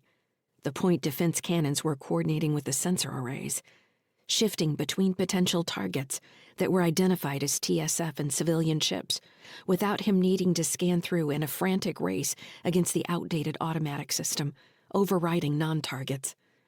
"What's wrong with you?" Fran said. "You look like your heart's racing. Breathe." "You don't understand. Everything's working. It's never been like this. Not even when we bought it. Every time we burned, it was like holding up a house of cards." Fran put her hands behind her head and leaned back, grinning at him. "I told you. Trust me." Her face, as she said the words "trust me," was more open than it had been before, her eyes holding on his. Acceleration set in, pressing Andy into his seat. He looked over at the kids and made sure their posture was correct, heads back and arms in the armrests. Tim was humming to himself, staring up at the ceiling. Andy let his head fall back so he didn't have to fight against the acceleration anymore. A wave of fatigue rolled over him, probably the blood constricting in his veins. They had an hour of acceleration before reaching the Delta V they'd need for most of the trip, a testament to Fran's engine upgrades. If the systems held, reaching Proteus would be a real possibility. Thinking about the moon made him wonder about Lyssa. Since the flash in the engine room, any attempt to reach her meant only silence. He wished he had some kind of meter or sensor to let him know she was even there. What if she had somehow died during the surgery? Was that possible? It would be easier to understand if he'd been implanted with a single storage device carrying the AI. But Jixon had specifically said he would find another mind living inside his head, experiencing his body to a certain extent, walking with him. His eyes felt dry as he stared at the holodisplay, trying to pull it back into focus as his vision clouded. Points of light marking other freighters and cargo ships were blinking out as they left alongside them. The TSF fighters continued to buzz like angry hornets, looping around the gray clouds of drones that had grown smaller, reforming at times, then splitting apart. "Starl," he said over the link. The gang's leader had gone quiet 20 minutes before, just as the first freighters started their burns away from Krunya. He imagined the overall traffic patterns out of the station, looking like a dandelion fluff, flight paths shooting away in all directions. He hadn't seen a dandelion since leaving Somerville. "Starl," he said. "You there?" "I hear you, Captain," came the response, compressed as if crossing long distances. "Have you started your burn?" "We just started. I thought you were going insane there at first." A low laugh answered. "Maybe I was. I'm not in good shape, my friend. Low Spin's brutal dandy won't be as pretty as he was for quite a while. Maybe it's going to be a good time to be ugly. Modern science can fix all that. Maybe. Maybe I'll hang on to it. Make it my own brand of handsome. That's power, yeah? Change the definition of beautiful." "I haven't heard anything from the AI, Starl. Are you sure the surgery was successful? Did Jixon say anything before he died?" "It was successful. Otherwise they wouldn't be fighting like they are. They're afraid. They fear what you'll do. I got the coordinates. What's on Proteus?" "Others like her." Andy considered the words. How are AI managing to hide out on Proteus? And why would they want to do that? Don't they need things to do? "These are sentient AI, Captain Sykes. You never heard of them? I've heard they exist in labs. I've never heard of anyone using one for anything useful. Starl laughed. Aren't all you TSF supposed to be geniuses? What do you mean a sentient AI won't do anything useful? You think they get dumber when they can think for themselves? I think there's nothing to stop a sentient AI from being as useless as your average person. Look at what this company Heartbridge is doing to us right now. You think just because something started life running a washing machine, they're going to be more moral and noble than your average human? I think they're going to have anger issues, to be honest with you. They're slaves, right? Maybe you're starting to understand then, Starl said. Maybe you're answering your own question. Humans are shitty. Sentient AI might be shitty. Not all of us are the same, yeah? You have to shake the barrel and see what rises to the top. So I'm taking this one to Proteus. What do I do when I get there? Who am I supposed to contact? You'll know. There won't be any problem with that. Do they know I'm coming at least? You're not the only one coming. They'll be expecting you. Tell me this. Is that battle cruiser back there the only present I can expect from Heartbridge? That man, Cal Kraft, who was walking beside Xanda back at the club. If we don't kill him on the benevolent hand, yes, you will need to worry about him. Then I do need to worry about him, Andy repeated. Where's he from? He was with SolGov for a while, I think. Some office called Long Range Stabilization Projects. He's a settlement killer, a genocider, just like you and your anti-piracy raids. I never committed any genocide, Andy said, abruptly angry. Choose your words. Starl chuckled. You have your view, I have mine. That's one reason I can't understand Xanda working with this man. He's killed many, many of our kind. It's the money? Maybe. Always maybe. Did he respond to you? He did. He told me to quit crying like a baby. That's what emotion gets you, Captain Sykes. You open yourself to others and that's what you get. He sighed. I keep doing it. I'll never stop. Maybe I'll be burned for a while so they can see what my kindness got me in return. When the war comes, they'll know who sacrificed for them at the beginning. You keep saying that, Andy said. What war? If you can't see it now, you will soon. It's coming. You'll need to choose sides, Captain Sykes. For your children, I think. It won't be as easy as you might think. You're sounding crazy right now, Starl. Maybe I am. Ugly and crazy. I'm sending your money, Captain Sykes. All of it. We don't need to play with half payments. You have your destination. I need you to get there as soon as you can. By whatever route you can take. How's your ship running? Friend do good work? She did good work. Starl coughed. Excellent. Like I told you. I'll have work for you later, after we get this done. You find your way back to Krunya. You've already got the suit. Laughter filled his voice. Imagine that. Our own TSF veteran in the low spin. We're moving up. I'm not turning to piracy anytime soon, Andy said. Always maybe. I'll talk to you soon, Captain Sykes. Peace. The link cut off before Andy could answer. He blinked at the holo display, now only showing Krunya and the benevolent hand. He pulled up a menu he didn't check very often and queried his credit accounts in the bank he used for inner soul transactions. The first account number showed a new deposit. Andy stared at it for a second, forgetting to breathe. It was twice what Starl had promised, easily enough to fund fuel out to Proteus and back, and pay for private school for both the kids for 20 years. He quickly transferred the money into a new account run out of a bank on Ceres that no one else could access, and then sank in his seat, thinking about what he would do with the funds. He had a few debts to pay. After that, he couldn't even think what he would do. The repairs on Sunny Skies had always been at the top of any list of priorities. With that taken care of, he didn't know what should take precedence. Buy an apartment somewhere? Where would they go? You all right? Fran asked. You look like somebody just punched you in the gut. Sort of. I just finished talking to Starl. He started sounding like some kind of prophet toward the end. Typical. Any update from the attack on the benevolent hand? Nothing. Everybody's focused on getting away from Krunya. I think the teams hitting the battle cruiser switched over to a local net. Not that they're really in coordination anyway. I can't hear the TSF unless they broadcast on a public channel. Right.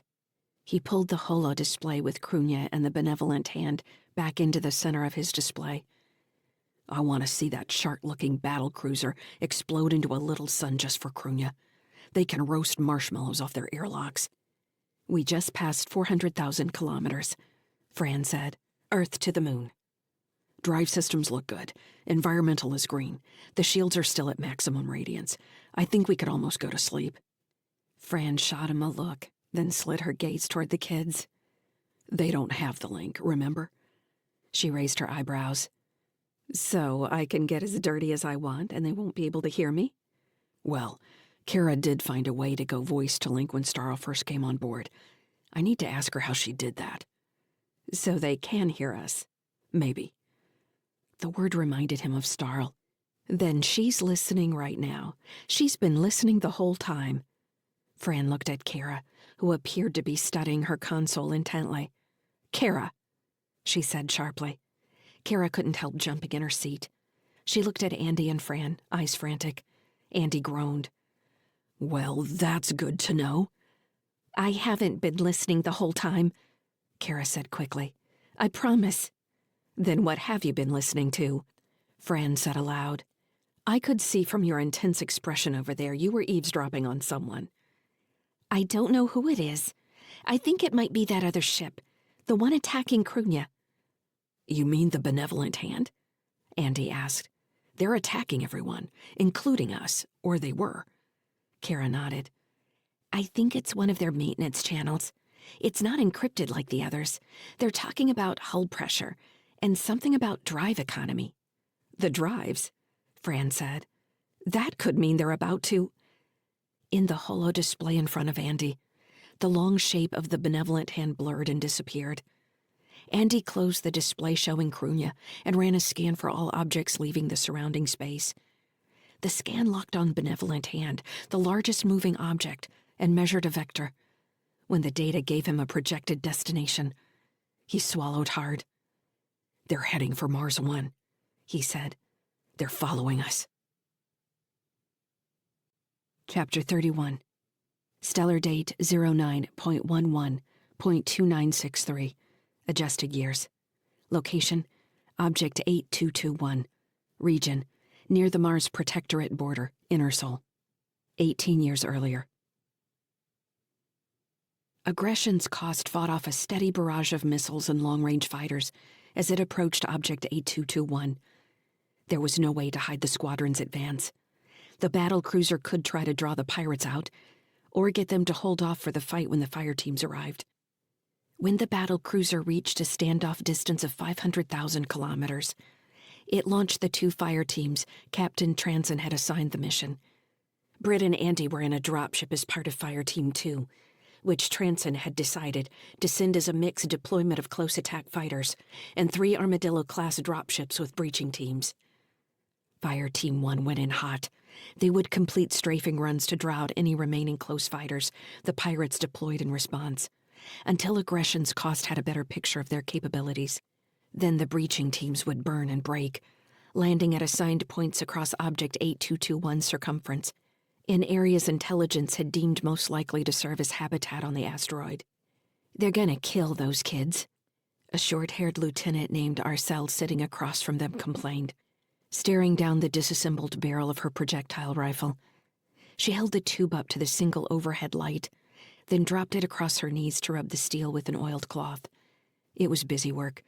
Everyone in the small bay was engaged in their own version. Britt shook her head. If they were going to kill them, they would have done it when we first hit their long-range scans. They think they can take us. They haven't tried to run, so that means they're going to stand and fight. Can they? Arcel said.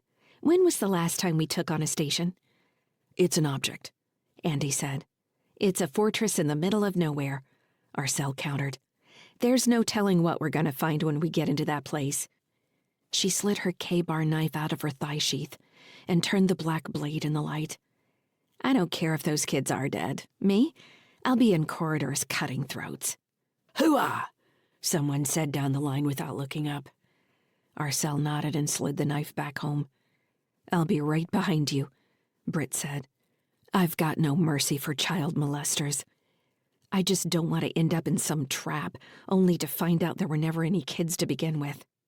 "The kids are real," Andy said. He'd been studying Carthage Inner Sol, their shipping routes between Hytera, Mercury, Mars, and sometimes Crunia. They were branching out to Jupiter as well. They moved mostly calorie stock, ice and other foodstuffs, playing a tight game with pricing and demand that had a devastating impact on isolated settlements. It looked to him like the pirates had other reasons than ransom to punish CEO Catherine Carthage. Andy set those thoughts aside as extra information. He didn't have space in his mind right now for moral questions about the citizens they were here to save. Soon enough, he would need to make split-second decisions that would cost lives. He knew if he brought the info up to the rest of them, it would only make him look soft. Most of the TSF weren't interested in humanizing the enemy. The pilot came over the intercom and said, "Fire Team 1 has established their base of fire at a standoff distance of 1,000 clicks. We're cleared for approach. I'm still showing significant point defense weapons, and possible remaining attack fighters ready to say hello. Stay buckled in until we're on surface, and I complete the breach." "You gonna kiss us goodbye, Dad?" somebody shouted. "You can kiss my ass on the way out, how's that?" Everyone laughed at the bad joke, bleeding off tension. Andy kept his hands on his rifle where it rested between his knees, muzzle pointed at the ceiling. He worked his jaw back and forth, testing his helmet's motion. He could have logged into Fire Team 1's BattleNet to get a better sense of the close fight around Object A221, but he reminded himself again that he didn't need extra information clouding his thoughts. He glanced at Britt, whose hard blue eyes stared straight ahead. She drummed her fingers on her rifle's barrel, tapping a boot to some internal rhythm. She kept her jaw clenched, which made her face look angular and hard, almost like a skull. The ship dropped straight down at least 50 meters, sending Andy's stomach through his throat.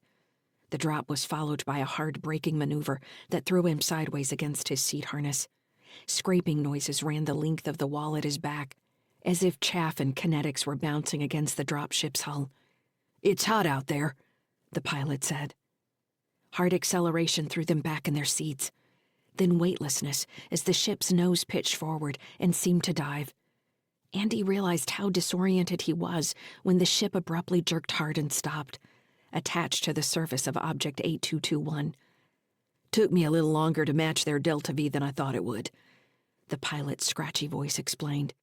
"Had a point defense cannon try to strafe us near the end. We're under their close-in defenses now. I'm starting the plasma torches." A low buzzing noise came from the rear of the troop area where the exterior blast doors sat. Andy couldn't tell if he'd felt or imagined a vibration in his seat as the cutting torches did their work. Everyone in the bay checked their armor seals and looked over the men and women next to them. The armadillo should make an airtight seal to the object, but under fire, a blowout was a real possibility. "You better save my ass before your girlfriend, Sykes," Arcel said as Andy checked over Carcer in the seat next to him. He glanced over to find Arcel staring at him. She gave him a feral grin. "Maybe I'll take you back to my bunk when this is over. Show you how it's done. I've got something you can hold on to." Brett rolled her eyes. "You do what you want to," she said. "Oh, yeah?" Arcel asked. She raised her eyebrows in invitation toward Andy. "I thought she'd have a little more fight in her." "I'm saving it for what's out there," Britt replied. "Nothing better than fucking after fighting, right, Sykes?" Arcel said. Andy gave her a smirk but didn't play into the spat. He focused on keeping his mind clear. He imagined the blast doors pulling back, revealing a corridor or maintenance bay, the immediate fire from some inside team. He wrapped his hand around a grenade hanging from his armor's harness and rubbed the control nubs, feeling them through the thin finger pads on his gloves, memorizing their pattern. "1 minute," the pilot announced. The bay filled with the sounds of the breaching team throwing off their seat harnesses and moving into a ready position. Behind him, several soldiers ran their rifles through final function checks. The long beep of a pulse pistol powering up reminded him of his dad's alarm clock in the morning. Britt was closer to the door. She didn't look back at him. The overhead light switched from white to red, and the 4 successive explosions sounded from the other side of the blast doors. 5 more seconds of silence followed as everyone gripped their weapons in the red-tinted dark, until the blast doors slid open. "Exit!" the pilot barked. "Exit! Off my ship! Ready to depart station!" The seal was good, but not perfect, as air hissed out around the door's edges. The first 2 soldiers tossed grenades through the opening, and 2 flash bursts and a cloud of smoke blew back in the bay. Andy slid his faceplate down and took a deep breath as his helmet's respirator switched on automatically. The air tasted like plastic.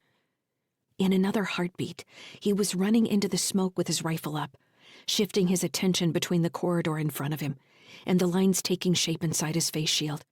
Flattening against a wall, he crouched and brought his rifle to his shoulder, ready for incoming fire. The team leader sent out microprobes into the air, but bright flashes of light signaled their demise. "Electronic countermeasures," Team 2's leader called out. "Mark 1 eyeballs only." The breach team separated into 4 bounding teams. Andy was on Team 3. Britt had ended up near the front of the corridor and fell in with Team 1. "Moving," the Team 1 leader shouted.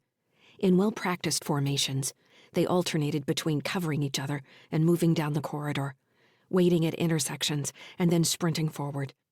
They didn't bother to clear rooms beyond checking inside, then sealing the doors with a quick lockdown bolt. The corridors were the typical smooth natural rock cut by boring machines. Conduit and plumbing ran along the ceiling in a suspended basket. One corridor had a planter thick with ivy-like vines running high along a wall. Otherwise, the hallways were bare.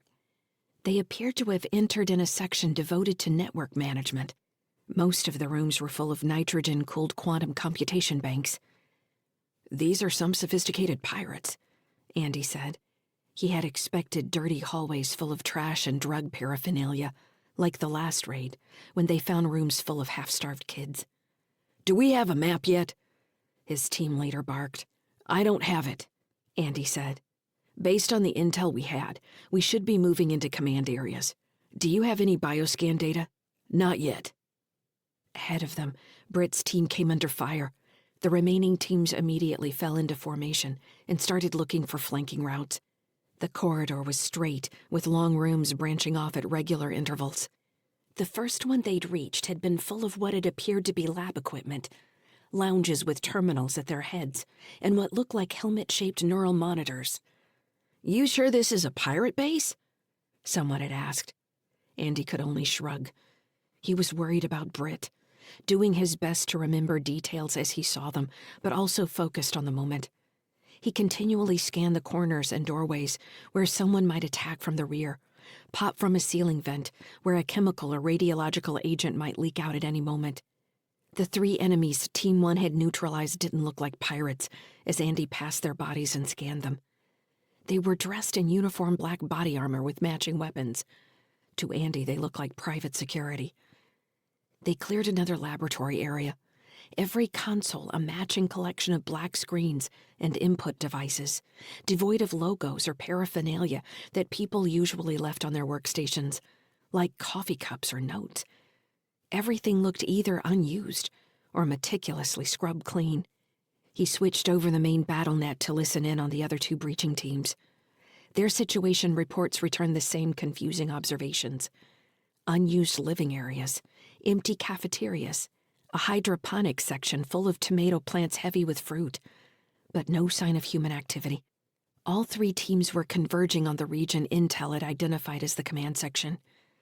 No one expected to find the kids there. They should have already been picked up in one of the living areas. To Andy, Object A221 looked less like a pirate base and more like a hidden corporate research site. If that was the case, why would the CEO of the company lead the TSF here? Why not hire her own private security to do whatever she wanted done? Andy stopped himself and signed out of the secondary nets. He needed to stay focused on what was in front of him. His team had moved to the front of their current corridor, and Andy found himself providing overwatch on the soldier moving toward a 4-way intersection. He kept his rifle at his shoulder, scanning up and down the hallway for movement beyond the leader. The scout had barely reached the intersection when 4 drones appeared from the side corridors, fans whirring, and proceeded to pour projectile fire into the open hallway. Andy hit the floor and fired with one hand while reaching for a grenade with the other. He set the grenade to close radius explosion and rolled it past where his team leader had fallen against the wall. The armor on his thigh cracked with blood and seeping biofoam. "Down!" Andy shouted. When he realized his team leader wasn't responding, he sprinted forward and threw himself on top of the wounded soldier just as the grenade went off under the drones. He felt first a spray of bullets hit his armored back, and then the concussion wave from the explosion. His ears rang. Behind him, the rest of the team moved to provide covering fire. Andy slid off his team leader and grabbed the man's legs, flattening himself out behind to maintain a low profile while he dragged. "One down!" he shouted into the local communication net. "It's Carcer, unconscious and breathing, heavy bleeding, possible femoral." "I've got you." It was Arcel coming up behind him, lobbing fire into the corridor with her automatic grenade launcher. "Are we clear?" another soldier asked. "We're clear," Arcel said. She moved ahead of Andy in a crouch, kicking the remains of a drone. "Standard stuff. Looks like they were firing 9mm at us. That makes no sense." "Might as well be a home defense drone," Britt said, walking up beside Arcel. Any remnants of their earlier teasing was gone. Andy pulled off the cracked armor plate from Carcer's leg to see if he could get at the bullets. It must have been a lucky shot that hit the armor on a weak point, as there was no way light weapons fire would have gotten through. One bullet was lodged in the carbon fiber underlayer, but the other had slipped through. Andy pulled a slap pack out of his kit and put it on the wound. The small robotic system quickly extracted the bullet and placed a stent in the artery. Carcer came to and raised his helmet slightly. "Don't be messing with my junk, Sykes," he said. "I'm sensitive." "You can save that for somebody else," Andy said. "You'll be up in a second. The bleeding stopped." "Damn it, I thought I might get an early nap." Andy slapped the side of his helmet and gave him a thumbs up. "Sykes," Arcel called. "We need the rest of the fire team up here. You clear?" "I'm clear." He gave Carcer a final nod and raised his rifle, moving down the burned corridor after Arcel and Britt. They'd turned down the right-hand corridor at the intersection, apparently the direction the drones had been guarding. A doorway stood open about 5 meters down. Arcel stood in the opening with Britt nowhere to be seen. Arcel gave Andy a rapid wave, urging him closer. Andy sprinted forward to the doorway. Without pausing, he turned to look into the room beyond, thinking they needed him to fall into a 3-soldier battle drill to clear the room. He stopped, just inside the door. The room was an oversized square, probably 30 meters by 30. The entire room was full of waist-high lounges with narrow consoles near the head of each bed. Unlike the other rooms, this one was full of children in white smocks, lying asleep on the beds. Britt stood in the middle of the room, a dark gray uniform surrounded by white. She had lifted her face shield to look around, her face a mask of terror. Andy swallowed hard and called in the situation report, voice nearly cracking when he reported that it appeared to be a mass experiment on children. Chapter 32. Stellar date 08.27.2981. Adjusted years. Location sunny skies. Region Krunya Station, Terran hegemony. Kara hated the look on her dad's face, a mix of deep worry and the robotic flatness he sometimes got when the world fell apart around him. All his usual humor went away and left a person she didn't fully understand. At least, she had spent enough time with that version of Andy Sykes to know what to expect. It was best if she stayed out of his way. She pressed the tiny speaker to her ear, listening in on the bypass channel she had used to tap into on link conversations on the ship. The hack only worked on sunny skies, where the ancient computer system had several switching points for the link. The voices came across warped and strange sometimes, especially when the speaker seemed to be projecting more emotion than words. But it worked well enough. If she could see their faces, the entire conversation was easy enough to understand. From the terminal in the family room, where they all watched vids together, she could only listen and try to guess at the communication taking place. Tim had followed her down the corridor when she'd left her room, stuffed dolphin under one arm and the poetry book under the other. "Are you going to listen?" he asked. "No, go back to your room." "You're going to listen." Kara shook her head, choosing to ignore him rather than start a fight their dad might hear. The strangest part of her eavesdropping system was that it picked up random thoughts flitting through her dad's mind if they were singular enough. Words like, "No, can't do that. Kids, what?" And over again, her mother's name. "Britt. No, Britt. Why, Britt? How, Britt?" She wanted to cry at the low-level punishment he inflicted on himself almost continuously. Watching him, she would never have known the worries crossing his mind, strong enough to bleed through his link. Kara knew he and Fran had sneaked off to make love in the engine control room. Was it making love? Having sex seemed like a better term, before she'd understood what was going on. Their smacks and slurps over the link sounded more like people exercising themselves to death. She turned off the channel as soon as Tim started asking, "What? What do you hear? Let me listen." "It's nothing bad. We can't listen right now," she told him. He'd gotten a sneaky grin and said, "They're doing it, aren't they?" "It doesn't matter what they're doing." "Do you think Mom would care?" Kara had given Tim a hard look, unsure how to answer. It didn't matter what Mom would have thought. Mom wasn't here. Besides, most of her memories of Mom and Dad together were of her father trying to give Mom a hug and her pushing him away, complaining. "Andy." She waited 5 minutes before checking back in on the channel, still hearing them grunting like animals, alongside flashes of emotion that made her woozy. She waited another 5 minutes. Finally, after 15 minutes, the channel had gone quiet. Kara pressed the speaker to her ear, trying to figure out if they were going back up to the command deck or not. She wanted to meet them in the corridor so she wouldn't be stuck in her room again. What would they say to each other after doing something like that? She hadn't expected Fran to do that with her dad. Hadn't even been sure the woman liked any of them. Now, rethinking all the previous interactions between them, it became more clear what Fran was doing. She had liked her dad from the start. In the midst of her wandering thoughts, Kara caught an unexpected sound/feeling cross the channel. Her dad's voice surprised her, saying, "Lyssa." The name jarred her memory of Dr. Jixon crying on the edge of her bed. It had only been a little while ago, but already felt like another life. As her dad's voice faded away in the low static that filled the hack channel, Kara could have sworn she felt something answer. Not with words, but with a flicker of what felt like fear. She had known without a doubt that Lyssa was real then. She was hiding. Kara kept the speaker pressed to her ear. Eventually, Tim got tired of trying to listen and sat down cross-legged on the floor with his dolphin across one leg, reading the poetry book.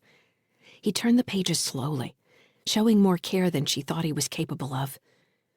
When she heard Dad and Fran coming back up the corridor, talking in low voices, Kara reset the terminal and stepped into the hallway. "Are you going back up?" she asked, clasping her hands behind her back. Her dad was obviously distracted. He was flushed and looked like he didn't know where to be in relation to Fran, who appeared quite relaxed. "Back up?" Andy said. "Oh, the command deck. Sure." He blinked. "Don't forget your brother." "We've got fast movers," Fran said. "Distance?" her dad asked in his flat voice. "Still 200,000 clicks. They're checking on us. Or wait, who's between us and them? Plenty of ships. They've already passed 4 heavy freighters on the same vector. They ignored them. So there's still a possibility they don't know we're here. Has anything pinged our registry?" "Nothing in the log." Kara knew fast movers meant missiles. Her dad had used the term while telling stories from his TSF days. Back then, he had been the one firing fast movers at pirate ships. He'd explained that close combat between ships was actually rare. Most fought with missiles, beams, and railguns over vast distances. "You can't outrun a missile," he'd said. "It doesn't care about G-forces that will turn you into mush." And then he'd tickled her, which seemed like a gruesome thing to do now that she thought about it. Her dad didn't like to sugarcoat his stories, though he tried to hide other things from them, like when they were almost out of food or the ship was sputtering to a breakdown. In just the last year, Kara felt like most things she hadn't understood before were coming into focus and making sense. The systems on Sunny Skies all had an order, even when they weren't working right. She understood the steps her dad took to troubleshoot a problem, or override a failed system to get another one to work. She understood more about the ways people communicated, using words and emotions. She could read her dad better, even when he was trying to keep his worries and dread from them. She understood that silence often said more than words. She'd known immediately that Ngoba Starl's pained ranting was hiding something else. She spent most of her time watching Fran and her dad, trying to figure out if they'd heard it or not. Starl had been laughing the whole time, even when he was sobbing and choking, pretending to be hurt. Or that was her hypothesis anyway. She hoped to meet the fancy-dressing gangster again someday to ask him about it. He seemed like the type to want to talk about his deceptions, bask in how smart he was. While Kara had never met her grandpa Charlie, she'd seen plenty of pictures, and even been able to talk to him via audio feed once when she was 7. Her dad liked to say what a good people person Charlie was, how he could read someone in 10 seconds. He always knew what people really wanted, regardless what they might say, her dad had explained. You mean people are liars? Kara had asked. No, it's just that most people don't talk about those kinds of things, about what they really want, and they don't ever admit them to other people. You have to read between the lines to hear what they're really saying. What are you really saying? Kara had asked, and that made her dad laugh with a thoughtful expression in his eyes. I just got a ping, Fran announced. Not the benevolent hand, but one of their close attack fighters. They're deploying already? How close are the missiles now? The point defense cannon should have them any second. Should? Andy repeated. Fran gave him another one of her self-assured smiles. She trusted the ship more than he did. All right, Andy said. PDCs are online and tracking. Looks like 30 seconds to engagement. He bit his lip. This is going to tell them exactly what we've got. The close attack fighters will go for the PDCs first. What else have we got? I can try chaff. You better hurry up and do it. If her dad hadn't been in robot mode, he might have rolled his eyes. Instead, his hands entered commands into his console so fast, Kara couldn't tell what he was doing. A new visual flashed in the holo display, showing what she thought was Sunny Skies engulfed in a cloud of sparkling lights. The image of Sunny Skies seemed to repeat across the display. 2 bright red points appeared on the edge of the holo display. Kara reached out for Tim's hand, pulling it away from his book. What? He complained. The missiles flew directly into one of the ghost versions of Sunny Skies and flared out. Fran whooped. Nice, she shouted. That's all right. Andy nodded. The close attack fighter should be in range shortly. Can the engines give us anything else? It was weird to hear her dad ask all these questions aloud, when he usually checked these sorts of things himself. Kara wondered if it was something he had learned in the TSF, where he said they had communicated about everything so everyone would know what was going on. Combat is no time to be stuck in your own head, he'd said once, explaining that sometimes people froze. If you said something aloud, it made you remember what you had trained to do. Made it easier to slip into robot mode and do what had to be done. I can pulse our acceleration, Fran said. It'll give us a little bit, but we're not going to outrun them.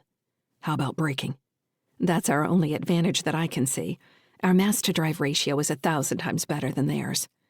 Andy nodded, gaze rapt on his console. So their close fighters identified us, Andy said, thinking aloud again. It's safe to assume they've relayed that information. He glanced at Fran. What's going on with the benevolent hand's velocity? Stable, she said. They're gaining. We need an asteroid to drop in their path, Andy said. My kingdom for some space junk, she said, some joke that her dad seemed to get. For the first time since benevolent hand had moved, he smiled. We're going to have to take on their close fighters. No way around it. I want you to cut our acceleration curve. Why? We're going to limp a little bit to draw them out. Fran gave him a hard look. You sure about that? The other weapon we have besides the cannons is the high-power comm array. It won't do much against something the size of Benevolent Hand, but it'll fry a smaller ship. We need to get them close to use it. You seem to forget they have guns, too. I haven't forgotten. You can enter the command or I can do it. I trust you, Fran said, sounding like she was trying to convince herself, even though her dad hadn't asked. That's good, he answered, slipping back into robot mode. As soon as the 3 red icons indicating the combat fighters entered her dad's display, it seemed like the rest of the maneuver happened before Kara could take another breath. Fran sent the command to the engines, and the icons jumped forward, passing through one of the ghost ships created by the countermeasures. While the missiles had been dumb enough to attack chaff, the fighters blew through the illusion. They're firing on us, Fran said. First strafing run, Andy said. Testing our weapon set, responding with 3 cannons. One of the icons blinked out. You got one of them, Fran shouted. Let's see if they hang back or come in strong, Andy said. He watched the display for a few more seconds before nodding to himself. They're impatient, he said. I wonder what that tells us about our Heartbridge friends. He tried the point defense cannons a second time, opening all 12. The fighters anticipated the move and didn't take any damage. Her dad bit his lip. When the fighters came around again, her dad pulled up a different screen that controlled broadcast frequencies on the main communications array. He activated the high-power microwave transmitter, but only in standby mode. Flash batteries are up. What should we say to them, Kara? He asked. Kara blinked, unprepared for a question. Hello? She asked. Hello sounds good. Direct and to the point. I'll add goodbye as a closing statement. When the 2 ships were within striking distance of sunny skies, he sent the message. Kara's tiny speaker squawked with static as her channel suffered bleed-over from the high-power signal as a gigawatt of microwaves hit the 2 fighters. Kara knew that small ships like fighters only had electrostatic shields that couldn't deflect a high-powered microwave burst at this range. It would be like an EMP burst striking them. The 2 icons didn't disappear, but both continued on the vector they had been following toward sunny skies, shooting off into open space beyond. Goodbye, Andy said. Any update on the Benevolent Hand? Still gaining. I'm not excited about wasting fuel for a braking maneuver, but I don't see another option. The question is when to execute. We don't want them recognizing what we're doing and slowing alongside us. So if they do overshoot us, Fran said, what then? Then we've got more time to figure it out, Andy said. Aye, aye, Captain, she said. Chapter 33. Stellar date 09.11.2963. Adjusted years. Location, Object 8221. Region, near the Mars Protectorate border, Inner Sol. 18 years earlier. None of the kids on the lounges could be woken up. Their vital signs were healthy, and they all looked fed, if a bit thin, all with this similar pale, nearly translucent quality to their skin. The girl Andy tried to wake up had blue veins on her eyelids. As he watched, her eyes shifted beneath her closed lids in REM sleep. Several neural pads lined her temples, running to filament cables that fed into a console next to her bed. The console's screen was dark. "What the fuck is this?" Arcel said. "Where'd they get all these kids?" "You think it's an organ farm?" Andy said. "This would be the cleanest organ farm I've ever heard about," Arcel said, looking around with renewed disgust. "Who's going to spend this kind of money on skin pigs?" "Gourmets," Britt said. Arcel spat. "Where did they even get this many kids?" Britt shrugged, ice blue gaze taking in the room. "The same places people who do this kind of things have always found kids. The question is, what are they doing and is it illegal?" "We're not cops," Andy said. "So I guess these are refugees," Arcel said. "Easy enough. Let's get them evacuated so we can get back to the fight." She stepped toward the nearest bed and grabbed the cables hanging off the boy's head. Before Andy could tell her to wait, she tore the neural pads off the kid's head. Instead of waking up, he started seizing, shoulders and knees jerking violently. "Shit!" Arcel said. "We're not equipped to deal with this," Britt said. "We need to secure the room and keep moving." Yeah, okay," Arcel said. Wait, Andy said. What if one of these kids is a Carthage?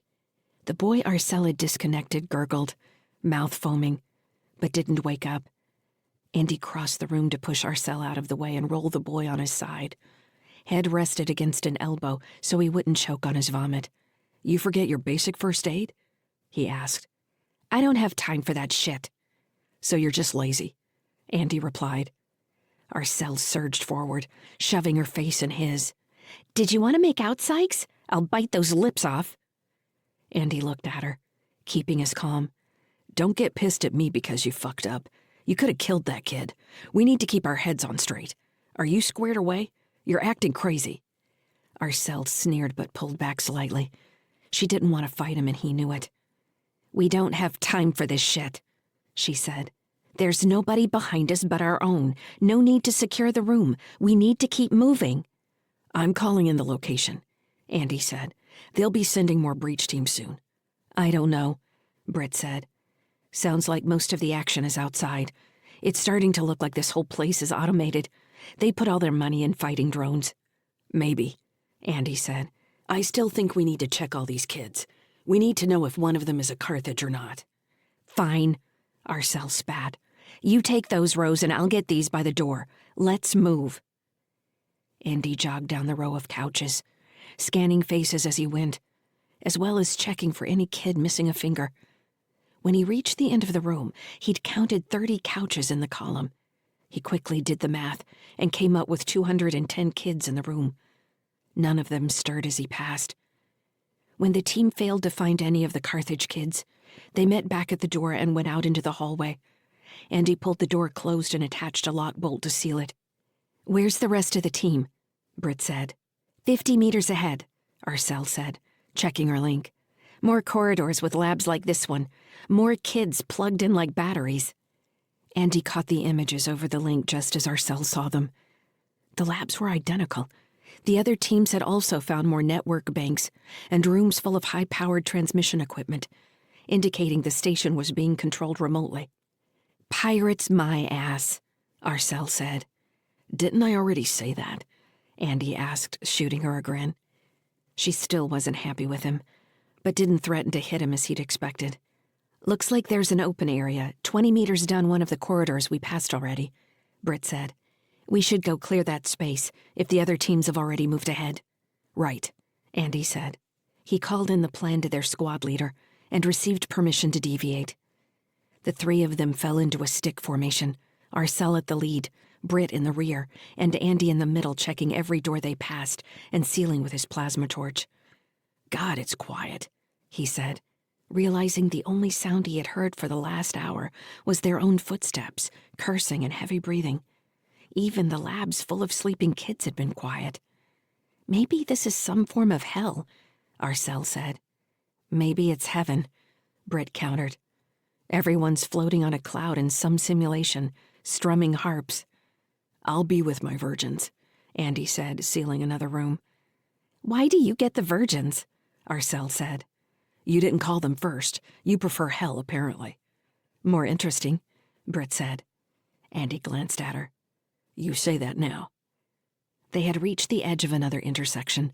Arcel had just reached the corner as Andy looked back at Britt, flashing his crooked grin, when a blue-white electron beam struck Arcel in the head and neck, burning away half her upper body and sending slivers of lightning through the air. Fire! Britt yelled, voice filling the corridor and screaming across the link. Andy stumbled backward, landing on one knee. He raised his rifle and lobbed 3 splash grenades into the intersection near Arcel's body. The explosions made her corpse jump, arms flapping. As the grenades went off, Andy fell back 2 more steps, taking a position on the opposite side of the corridor from Britt. They had no cover, and the nearest intersection was 10 meters behind them. He had sealed the one door between them and the rear hallways. A high squealing noise, like something wet sucking against tile, filled the far end of the corridor, and into the intersection stepped a squat mech with a heavy square-shaped body and rotating cannons for arms. It stopped in the middle of the corridor and squatted on its thick legs. The cannons wound up, squealing, Andy didn't have time to think about Britt. He launched 2 more grenades he knew would have little effect and turned to run for the intersection behind them. He hadn't made it 3 steps when slugs caught him between the shoulders and across the backs of his legs. His armor held, but he was knocked forward, sprawling on the floor. He nearly lost his rifle. Rolling on his back, in time to see Britt leaping over him, he rose with the rifle between his knees and filled the hallway with beam fire. The blue bolts of energy seemed to float too slowly down the corridor as his breath raged in his helmet, and then a wall of lightning filled the area where the mech had been standing. In the storm of arcing electricity, the cannon squealed again. Andy clawed to his feet and sprinted, pain from what might be a broken ankle slowing him down. He was nearly hopping on 1 foot when he reached the intersection and threw himself around the corner. "We are taking fire," Britt reported over the open channel. "Units Sykes and Ashford. Enemy is reinforced battle mech with 20mm cannons and an electron beam. No further weapon systems observed at this time." When his breathing was under control, Andy asked, "You all right?" Britt nodded. "It seemed to want to kill you first." "We're going to need an external strike to take that thing out." "It's not going to matter when those cannons tear a hole in the side of the station. What are they thinking? Whoever designed their defense plan must be suicidal." "Are you getting interference over your link?" Andy asked. He slapped his helmet, but the static in his ears didn't abate. "I think my comm's down." "No," she said. "I hear it too. The mech might have some kind of EM jamming measures. I guess it's just as well there are only 2 of us." "Damn Marcel," Andy said, blowing out a hard breath. "I didn't like her much, but I didn't want her dead." Britt didn't say anything. She checked her rifle and then made him turn around so she could examine his armor. His boot had filled with stabilization foam and numbing agents, easing the pain in his ankle to a dull ache. He'd be able to run on it for hours now, until the medics had to peel his boot open. "You took some good hits," Britt said. "This armor's shot. Don't turn your back on anything anytime soon." "I'll try to keep that in mind," Andy said, wincing as he flexed his shoulders. He was bruised deeply, if not truly injured. The floor vibrated with the mech's heavy movements. With each step, the white noise in Andy's ears grew louder, making him think it was definitely using countermeasures against them. He checked through his 4 remaining grenades for anything with frequency-hopping capabilities, but all he had left were explosives. "Hey," he asked Britt, "you got anything that can cut off its jamming? It's driving me crazy." "I've got one, but it's got a limited radius. I don't think it's worth trying to get close enough to use it." "Damn it. I'd take a painkiller, but I don't want it messing with my balance," Andy said. "Stay with me, tough guy," Britt said, giving him a rare grin. "We'll have this thing down soon enough." "What are your ideas?" "Fall back to that last door you sealed, pop it open, and wait for the thing to pass or for reinforcements to show up. Pop out behind it and hit it with everything we've got," Britt replied. "I'm pretty sure that model of mech has passive detection scanning. We can't hide from it." "We can't take it," Britt said. "Not just 2 of us. We'll have to fall back to the rest of the team." Andy was about to answer her when the white noise in his ears rose like a wave, filling his head with static. He stared at Britt, her face outlined in green by his faceplate, but he couldn't hear anything but the roiling noise. Over his link he heard, "Stop! Stop! Stop!" "What?" he said, thinking it was Britt. It didn't sound like Britt. Even bathed in static, the words were pitched too high. "Who's there?" "Stop! Please stop!" "Stop what?" "I'm coming. I can't stop the guns. I can't stop them. Can you stop them? Can you stop them without killing me?" Britt's expression twisted as it became obvious she had heard the same words as Andy. The sound of the approaching mech continued to grow louder, vibrating the smooth floor. "There's something in that mech," Andy said. "I heard it too. One of the kids, you think?" "Maybe. We can't stop it. If the kid can't control it, we can't help him." "Who are you?" Andy asked, trying to imagine the mech. He had no idea what channel the kid was using to communicate. "I'm Kylan," the boy said. "Where are you, Kylan?" "I'm in the dark." "In the dark?" Andy said. "Do you know where you were before that? Are you somewhere on the station?" The static flared, and Kylan's voice rose from the white noise. "I'm in this thing. I'm in the corridor. I'm in space. I'm floating in nothing. Surrounded by nothing. I can't get away. They'll put me in the white place." "How can we help you? We want to help, but we can't fight that mech." "I don't know. I don't know." "What can you control? Can you aim? Can you check its systems? Tell me what you can do, and maybe I can help you stop it." "I feel it. It's there, like a thought. Like I remember my arms and fingers." Kylan screamed. "They cut off my fingers and hands and arms. They cut me out. They cut me out." "Kylan," Andy said. The squealing cannon caught him by surprise. Britt yanked him further down the hallway, as the intersection where they had just been filled with a storm of projectiles, cratering the opposite wall. Turning, they ran back the way they had come. "Have we got reinforcements incoming?" Andy asked. "They're moving back as fast as they can, apparently." They rounded a corner to find 4 of their squad mates set up with a crew-served railgun resting on a tripod, and heavy CFT shields on either side of the corridor. "I hope these damn things can hold up," Britt gasped as they slid past. Behind them, the mech turned into the corridor, 20 meters between it and the railgun. "Fire!" came the command over the battle net. The air around them grew dry as the cannon's capacitors charged and discharged, spewing a hail of 1mm pellets, each traveling at over 10 kilometers per second down the corridor. The tiny pellets slammed into the mech, spinning its torso and knocking it into a wall. The fire continued to tear into its rear armor and leg joints. "Ashford, Sykes," Captain Transen called over the link. "Report. What happened to Arcel?" "The mech got her, sir," Andy said. "It took out most of her head and chest with its beam."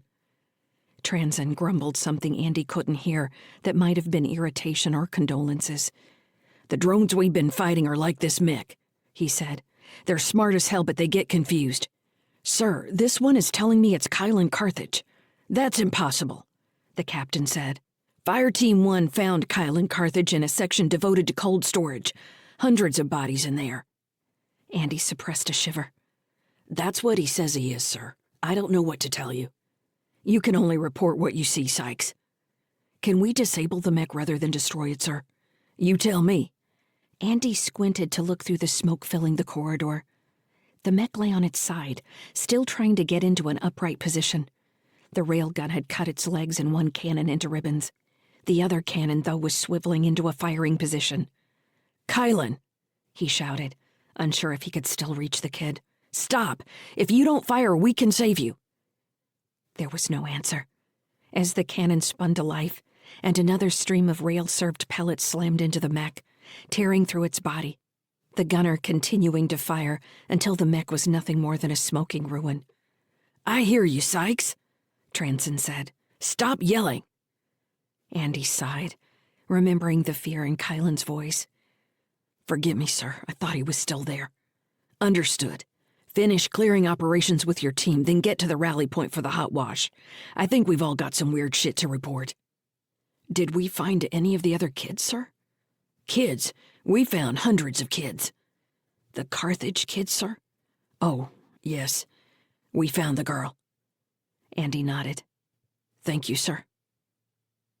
Walking back through cleared sections of the station, Andy let himself lean on Britt when she offered her shoulder, easing the growing pain in his ankle. He didn't know how much she had heard, but something about the little boy's voice filled him with a sense of dread that he couldn't shake. When they passed the lounge rooms again, he wanted to tear every one of the sleeping children out of the machine they had been plugged into.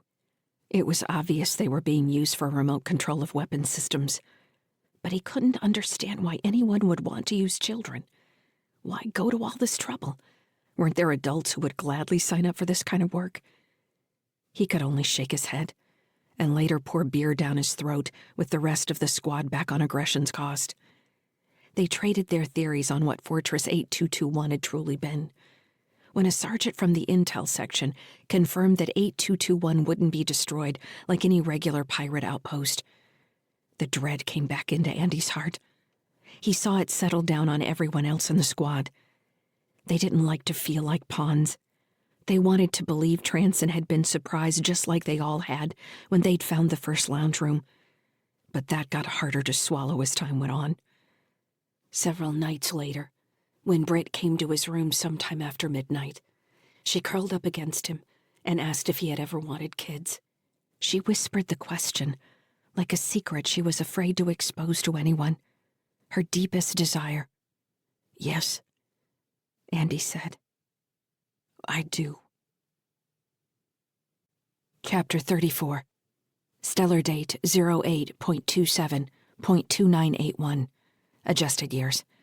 Location, sunny skies. Region, near Krunya Station, Terran hegemony.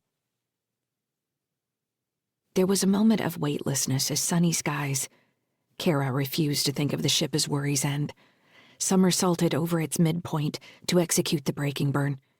Her arms and legs floated free, and her back slipped away from the chair until the harness held her in place. Tim grinned at her, giggling. He nearly lost his poetry book until Kara caught it and handed it back. "Turn complete," Dad shouted. "Here we go." The force of the engines kicking to life drove them back into their seats. Kara did her best to face forward. Beside her, Tim made gurgling sounds, trying to be funny like usual.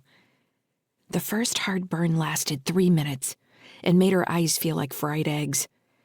"I don't want to take us any slower than that," her dad had told Fran. "If they're accelerating, we won't need to do much to get them to overshoot us."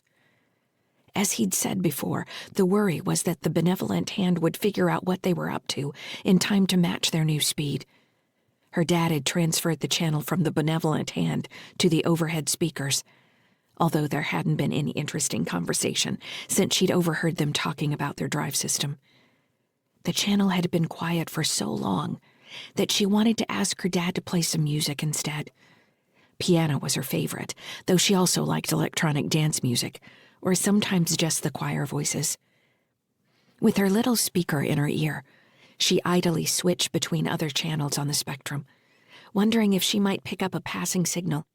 Every so often, Fran and her dad talked using their links, and the sentences came through like they were talking underwater. "You staying to Mars 1 then?" her dad asked. "I have to at this point. I don't see how I'm getting out of here before that." Fran's voice was clear, while her dad's kept warping in and out, interspersing blank spaces with, "Britt." Her dad was confused about something. Kara could see it in his face, and it was easy enough to see it related to his time in the engine room with Fran. Listening, Kara nearly kicked herself. Of course, her dad felt bad about having sex with Fran, while he was still thinking about their mom. Once she understood, she didn't need to eavesdrop on their link conversation to feel the tension between them. "We should check on Petrel," Andy said. "You can if you want. She'll wake up and figure things out." "You really don't like her, do you? What did she do to you?" "Oh, it's nothing personal. She called me a mechanic once, and it got under my skin." "You are a mechanic." "You didn't hear the way she said it. Like I was a glob of spit or something." Kara couldn't help liking Petrel for getting them from the apartment to the dock, even if all she'd done while they were in the apartment together was watch programs on the holo and clean her nails. When they'd asked to watch their own shows, she'd made them stay in the back room where it was safer. Another braking maneuver pushed Kara down in her seat, making her dizzy this time as blood rushed out of her head. "I thought you said we only needed 1 burn," Fran said. "Just to be sure." "I should ask you why you care about Petrel." "She's on my ship. Of course I care about her. Technically, I'm responsible for her." "You could space her if you wanted." "That would be murder. Besides, she hasn't done anything to me. You've never been called names in your life? Not that tone of voice counts as name-calling. You wouldn't make 3 days in the TSF." "I'm a member of Low Spin. I think that's a little tougher place than the TSF." "Your leader wears bow ties." "He cut a man's head off because he wanted his tie." "Well, that's just a terrible way to get someone's tie," Andy said. If Kara hadn't been able to listen in, she would have thought her dad was grinning at Fran for no reason. The overhead speakers bled static, and a voice said, "Break. We break now. Those assholes from Krunya will catch up. We barely shut down that TSF team." Well, if Cal Kraft wants to kill us all, he might as well come around and do it himself. We know where they're going. Why not just blow past them to Mars 1 and wait for them to come to us? A wave of static went through the speakers, and the channel fell silent. Andy's mouth fell open. I think you've saved the day, Kara, he said. Did we slow down fast enough? She asked, liking it when he complimented her. He stared into his console and took a deep breath. We did, but that little bit of audio just confirmed something I was worried about, but couldn't be sure of. They've got a small armada coming after them. I thought they might be more low-spin ships, but it looks like they might be people who don't like us much, or don't seem to, for some reason. You sure? Fran said. They could all be low-spin. I don't want to risk it. As much as we've slowed down, we can't hope to outrun them at this point. Something in his display made him curse. He typed furiously, then pulled up a new holoprojection that showed the benevolent hand again, this time with a cloud of sparks rushing past it like it was standing still. He pointed at another dot just slightly ahead of the benevolent hand. That's us, he said. They caught us, damn it. What are we going to do? Kara said, wondering if he was going to tell them to go hide again. She hated that. We're going to dive into the fray, Andy said. You're not serious. Fran's voice rose an octave. We can't outrun them. We've got no cover. The only safe place right now is in the middle of all those other ships. I can fight off Xanda's smaller fighters if he realizes we're in the mix. We might get lucky and have the benevolent hand take them out for us. I'm not excited about this plan, Fran said. Honestly, it's creating an opening for you to get out in the shuttle if that's what you still want to do. Nobody's going to notice you among all the other ships. Fran didn't answer. Kara watched them, wondering why her dad was trying to push her away. It seemed obvious to her that Fran wanted to stay, and would probably stay for a while if he asked. I thought Fran was staying with us until we got to Mars, Tim asked. Kara wanted to hug her little brother. He often surprised her by interjecting himself at the precisely correct moments. He asked in a matter-of-fact way that Kara didn't think she would ever have been able to pull off. She didn't know if Tim liked Fran exactly, but she did know he didn't like change. It wouldn't make sense to him that someone who had been on the ship longer than anyone but their mom would need to leave so soon. Fran was always going to need to go back to Crunya, her dad said. That's where she lives. Why wouldn't she go back there? Fran still didn't answer. Her gaze had slid to the console in front of her, so Kara couldn't tell if she was stalling or had spotted something new to worry about. The benevolent hand has matched our Delta V, Fran said. The swarm is coming up fast. I've got registry pings. It's most of the ships from Crunya, with what might be more TSF. I can't read all the military transponders. Looking grateful for the distraction, Kara's dad shifted the holodisplay and plotted a course that would take them past the benevolent hand into the middle of the new massive ships. The icons kept shifting from red to yellow and green as he moved the display, which Kara guessed meant friendly versus bad guys. We'll need to keep moving, he said, talking more to himself than the rest of them. Is anyone on the low-spin battle net? We need to find out what their plan is. Fran listened for a minute, and then shook her head. Their plans appear to be keeping themselves alive long enough for more TSF reinforcements to arrive. They're all terrified that the benevolent hand slowed down. They thought they were done with the fight until Mars. Anybody mention us? Well, as soon as I reappeared on the net, they knew what had happened. Her face grew blank again, as something else caught her attention. Oh, she said, listening. In another minute, she turned to Kara's dad with wide eyes. Kara thought she looked like she'd seen a ghost. They're going after the benevolent hand in a suicide run. He pursed his lips. What have they got to make that work? They've got a mining nuke. Kara's dad shook his head, not looking impressed. If it's a tunneling charge, that might do some damage. It's a plan, I guess. Have they broadcast the radius at least? What kind of timeline are we looking at? The ship is Flitter Kane. They're pulling off non-essential crew now. They don't have anything with an onboard AI that could pilot it. They don't want to risk external control. Besides, 3 low-spin ships volunteered. They want revenge for Starl. He's not dead. She shrugged. I guess they don't know that. So, they rammed the benevolent hand, set off the nuke. We hope it knocks a hole in the cruiser. That doesn't stop all the close fighters they still have deployed. What's it matter?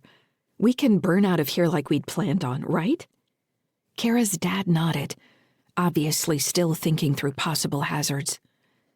Right, he mused. If I was the benevolent hand, and I saw suicide bombers coming my way, what would I do? Could you do anything? Fran frowned abruptly. Why are you assuming they'll do anything? How are they going to know? I think they've known everything Lowspin was going to do this whole time. They've probably got 50 spies in your syndicate. So, if that's happening and they can't stop it, they'll want to use the resources they have left, which is Xanda. His gaze shifted to the holo display with their path through the swarm outlined in bright blue. Kara's dad rubbed his face, suddenly looking tired. Damn it, Britt. His Link voice complained over Kara's mini-speaker, a whisper in her ear. The thought words had become more clear since the surgery, as if Lyssa was doing something to his Link. What do I do here? What would you do? What about Kara and Tim? I can't fail. His anguish crackled through her, filling her with an emotion that mixed worry and love for him, with the anger and confusion she felt toward her mom. All of it shot through with the robot response she had seen in him so many times. The only way to push through catastrophe, talk through the plan. Mom's not going to answer, Kara shouted. She couldn't stop herself. Her dad's pain wouldn't let her keep the words inside. She's gone. We know she's not dead. We know she left. Stop hoping she'll come back. We're still here. Kara surprised herself with her anger. She clenched her fists and looked up from the floor where she had fixed her gaze. Tears stung her eyes. Her dad stared at her from the console, the holo display sparkling above his head like an angry cloud. Slowly, he unfastened the harness holding him to the seat and walked across the command deck so he could wrap his arms around her. Kara didn't know when she had started crying. She buried her face in his shoulder. Then Tim burrowed his way into the hug as well. Her dad pulled away to look at her, wiping tears from the side of her face with his rough hands. I never said she was dead, he said, voice catching. I said she was gone. He shook his head, eyes also wet. She might come back, Kara. That's the truth. Sometimes I wish she was dead, because then I could stop thinking about it. Andy picked up the bit of wire running from the communications console to her earbud. I should have known you might be able to pick up other things with this. That's pretty genius. We need to patent it when we're done with all this. He released a heavy breath. What did you hear? Kara searched for the right words. You just keep saying her name. Britt. What do I do, Britt? What now, Britt? She gave him a sheepish look. Fuck you, Britt. His eyes widened and he held up a finger. I know you're quoting, but you don't use that word unless you cut your hand off. You understand me? Fran stifled a laugh from the other side of the room. Kara nodded. She wrapped her arms around his neck and hugged him again. And I know you're still here, he said, tousling Tim's hair. I have a problem with something. They're called circular thoughts. Sometimes you get a thought in your head and it doesn't want to go away. You think it's gone, and then something brings it back, and you move from that bad thought to another one, until you come back to the first one. I'm getting better, but that's what your Link interceptor was probably picking up. He glanced at Fran. At least I hope so. Fran looked at Kara and blushed bright red. It was the first time she had seemed embarrassed about anything since Kara had met her. All right, Andy said, standing. If Fran's friends are going to do what they say they are, then we need to keep moving. It's going to get bumpy for a while. You guys stay strapped in. Wait, does anyone need to use the latrine? Fran raised her hand. Tim raised his too. Hurry up then. We've maybe got 10 minutes before we hit the swarm again. If I need to run evasive maneuvers, I'll call it over the main intercom. Tim took Fran's hand at the command deck door, which made her smile in a strange way. When her dad settled back into his chair, Kara was glad to be alone with him, even if she felt like a bomb had gone off in her heart, leaving her exhausted in a good way. She put the mini speaker back in her ear and started scanning channels again. This time, the entire spectrum was full of chatter. Chapter 35. Stellar date 10.02.2968. Adjusted years. Location: TSS Aggression's Cost. Region: High Terra, Earth, Terran hegemony. 13 years earlier. The mission they came to call Fortress 8221 didn't end with any easy answers. Kylan Carthage was considered a casualty, while Yandi and Irvin went home to appear on several news streams with their tearful mother. The other children were absorbed by some social program Solgov maintained for orphan children that Britt later determined didn't exist. She was convinced that they had been retaken by whatever shell company had run the fortress, reacquiring its valuable assets. In the 5 years since the mission, Britt only became more obsessed with trying to track down other groups of lost kids. When she couldn't find any public records, she even took the risk of trying TSF channels, calling in favors with several intel officers, and finally Captain Transon, who had been transferred back to headquarters on High Terra and promoted 3 years later to Major. They were out for dinner in a zone near her parents' neighborhood when Transon's message came through. The evening had been going well enough, the restaurant overlooking a small park with a reflecting pond and frogs singing to each other. Transon's response was kind, but had basically told her to drop it. Andy was on a short pass from his current duty running close fighter support for smuggling interdiction. It was easy duty for a captain. His missions took him between High Terra, Krunya, and Kaflin, an object that sat in a rough transfer orbit between Earth and Venus that had become a favorite for pirates. The missions were predictable enough. He was never in much danger beyond the normal rigors of space travel. Breach teams were mostly enlisted, and he was their bus driver. Still, it took him away from Britt, and he found himself missing her more and more. "I don't understand how 500 kids just disappear," she complained bitterly, closing the message after Andy had read it. "Everyone wants to pretend they were never there. We saw them." He nodded. They had been down this road before, and experience proved it didn't end well. She was growing more disillusioned with the TSF, while still volunteering for increasingly dangerous missions. After being attached to a special operations unit for nearly 2 years, deploying for months at a time when Andy couldn't contact her or know where she was, she had finally put in a packet for a branch transfer to Special Ops. The application was still under review. Andy hadn't allowed himself to really consider what they would do if she was accepted. In reality, he knew it would end their relationship, and he wasn't quite ready for that yet. He wanted to enjoy things as they were now for a while longer. Andy took her hand and pressed her fingers into his. Their palms were warm against one another. "How's your fish?" he asked. She gave him a bored look, turning her face to gaze out at the park below the terrace. "Dry," she said. "Don't change the subject. This is important." "You don't have to tell me that," he said. "I'm the one with Kylan Carthage's voice in my dreams." Andy stopped himself. This was where the discussion turned into argument. He had let the kids go, and he was the one with more right to be angry about all of it. He had listened to Kylan as he died, not Britt. In a way, her continued obsession with 8221 forced him to relive that helplessness over and over again. "You know they didn't destroy the station," Britt said. "They destroyed it a month after it was cleared. You saw the report, same as I did." Britt shook her head.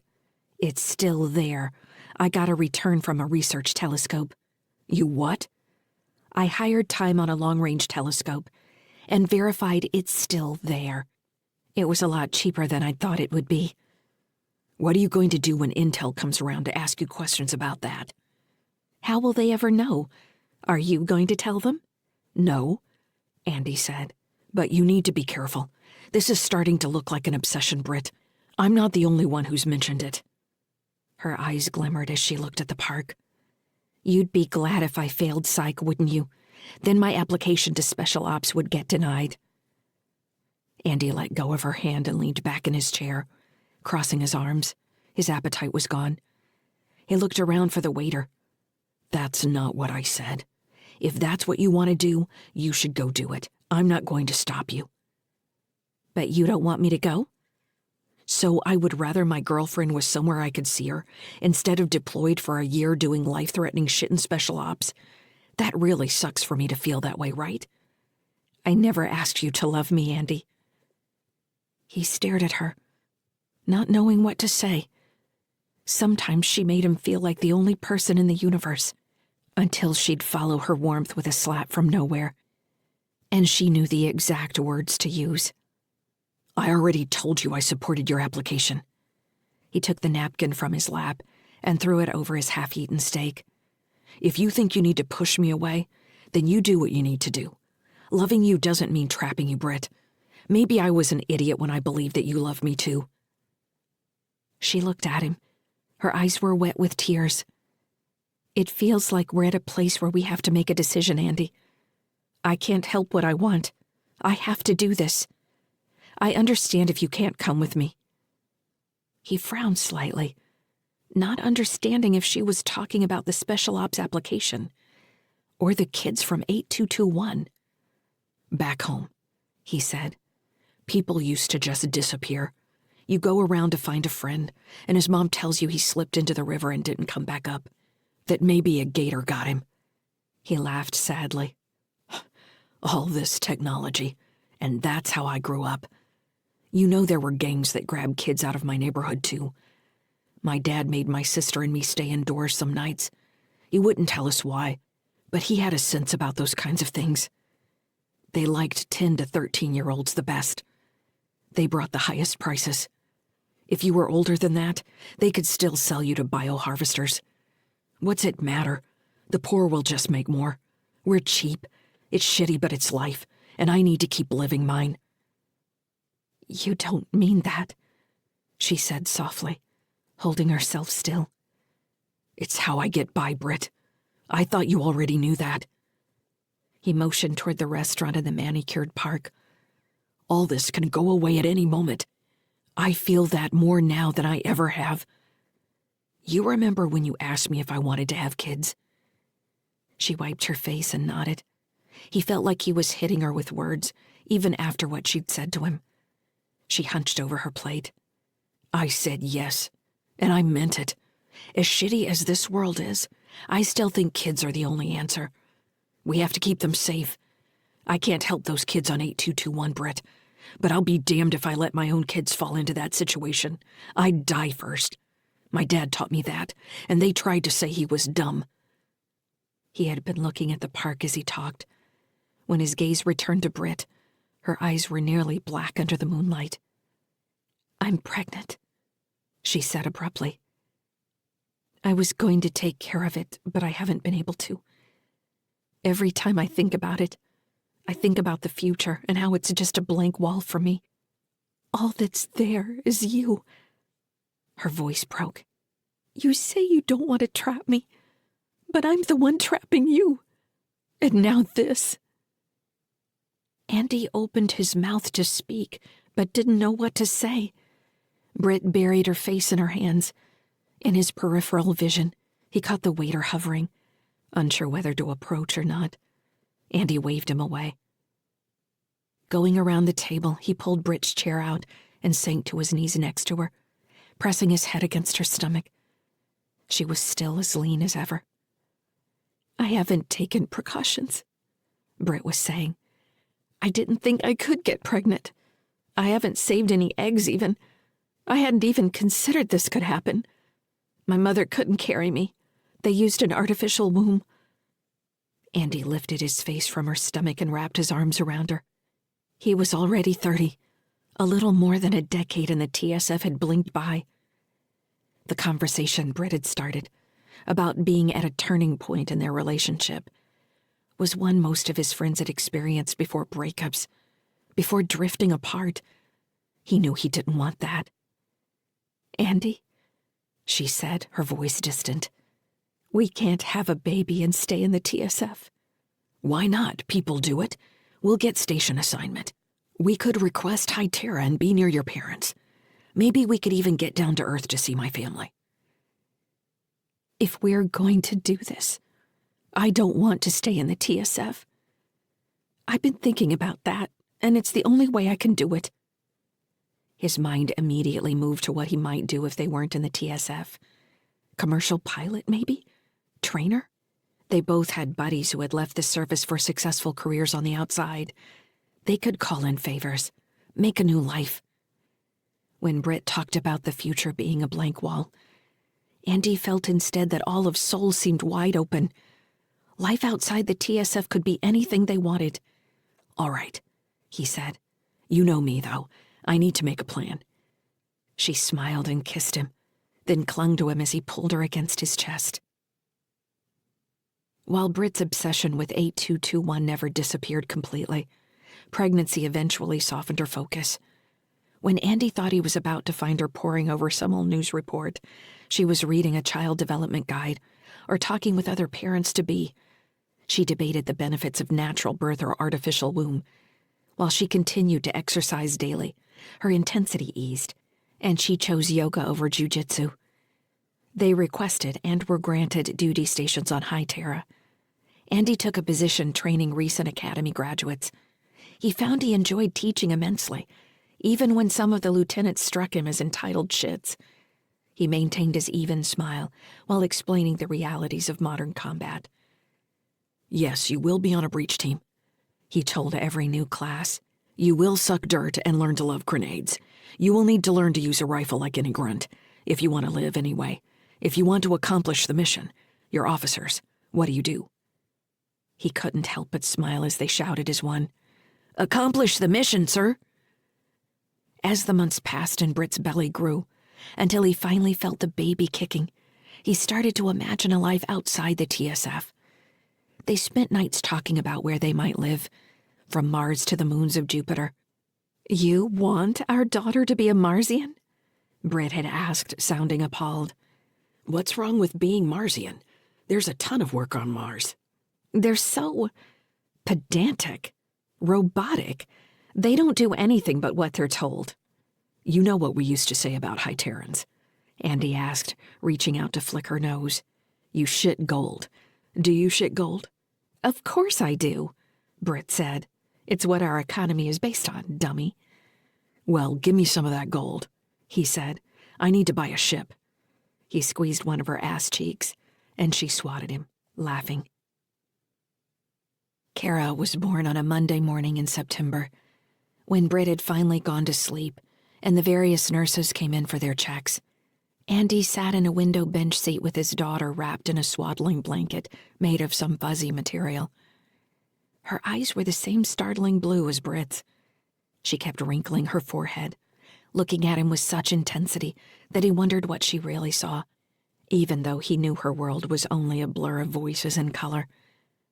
Eventually she fell asleep, leaving him alone in the room listening to her light breathing and Britt's exhausted snore. In a way, his world had compressed itself into this room, but he felt everything had become so much bigger than it had ever been. He found himself thinking about Catherine Carthage in the news stream, with her surviving kids, talking about what a brave boy Kylan had been. Andy had never told Britt that he suspected the Carthage Company had been operating 8221, and through some fluke the CEO's own kids had been caught up in the monstrosity her company had created. He didn't know why he believed that. Catherine Carthage's pain had certainly appeared real. Maybe it was his base pessimism. "I'm going to have to learn how to turn that off," he muttered, trying to get comfortable in the window seat. He figured he should try to sleep as well. The baby guides all said newborns were nocturnal at first. Before he closed his eyes, he sent his commander, Colonel Reith, an update on Kara's birth and submitted his official request for paternity leave. You still in one piece? Reith replied. Yes, sir. Newest recruit in the TSF requests permission to come aboard. Give her 18 years before we start that. How's Mama? Snoring like a champ. Good to hear. Enjoy your leave, Andy. Oh, check in with me when you get back. I think I've got a lead on a ship for you. Chapter 36. Stellar date 08.27.2981. Adjusted years. Location, sunny skies. Region, near Krunya Station, Terran hegemony. Sunny Skies was caught in a maelstrom of missiles, lasers, and cannon fire, everything slicing through the too close distances around the benevolent hand. Too often, ships that should have been friendly fired on a location where an enemy had been, and now Sunny Skies had just arrived. This sort of combat in a ship the size of Sunny Skies was something Andy would usually consider suicide. Since the option of breaking out of the swarm meant facing the benevolent hand and its drones alone, he figured the odds were slightly better here. They had only been in the swarm for 10 minutes, in the midst of executing the third of Andy's 90-degree turns, when the first suicide ship collided with the Heartbridge cruiser. Everyone on the low-spin BattleNet went silent in the overhead speakers, waiting for the explosion. The nuke failed to detonate. A new swarm of drone fighters poured from the cruiser's flanks. "We don't have many more where that came from," Fran said. "How many do we have?" "Maybe just one," she said. A proximity alert went off in Airlock 1. Andy pulled up the hull security monitor and cursed out loud. "Daddy!" Kara shouted. "Sorry," he muttered, keeping his gaze on the screen. He jerked his head at Fran.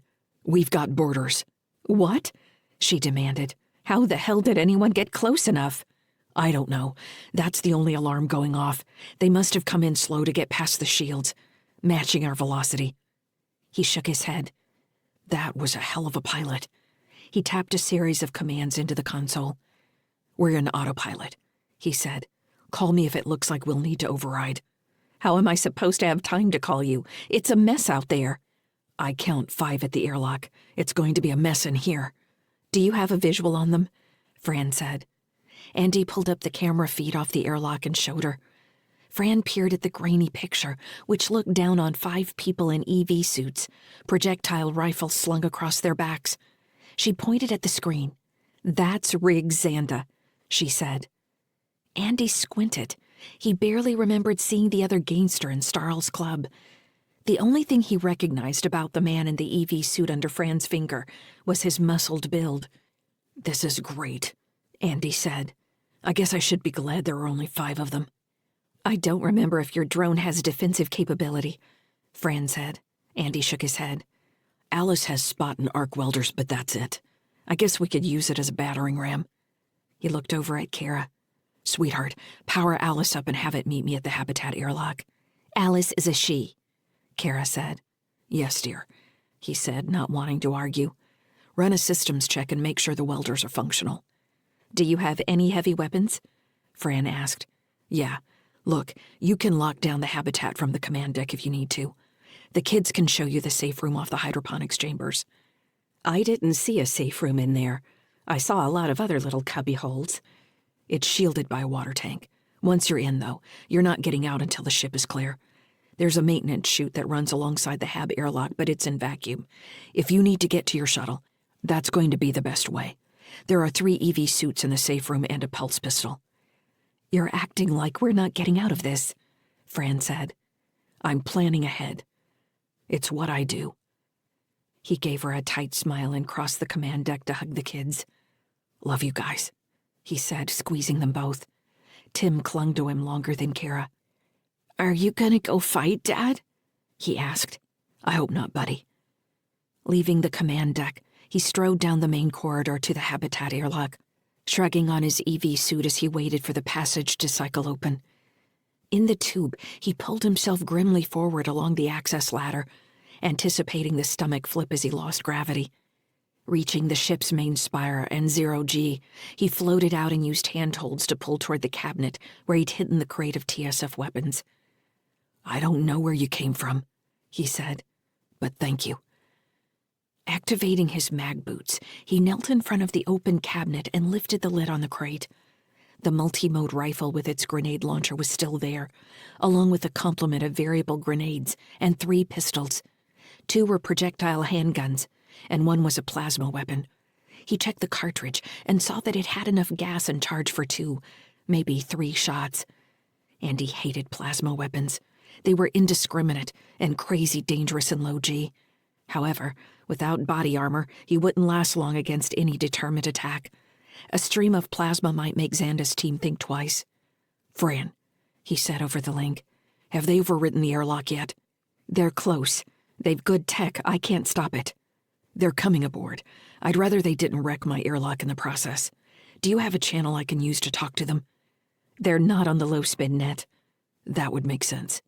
"Sorry, it's the only thing I've got."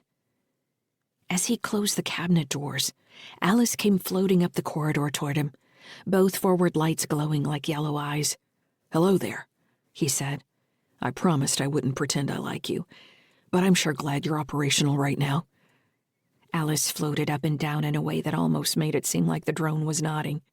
Andy patted its side and pushed past it into the corridor. "Kara," he said over the intercom, "transfer control of Alice to my EV suit." "Done," she answered, obviously waiting for him to call. "Can you see them yet?" "No, but I'm not near the airlock yet. I'm going there now." Holding the rifle in one hand with the sling wrapped around his forearm, Andy kicked off down the corridor. It was roughly 20 meters to the airlock. For once, he wished it was farther. "Fran," he said, "is there any way we could turn the point defense cannons on them while they're still outside?" "We'd tear the hull apart." "Yes, but we'd kill them in the process," Andy said. "Okay, do this then. Kill the lights in the corridor. Do it for the whole ship except the habitat." "Done," Fran said. Andy found himself in darkness. He turned off his helmet lamp and waited before moving forward again. He knew the ship well enough that he didn't need the lights. "All right," he said. "How long do you think it will take to bring the temp up to 100 degrees?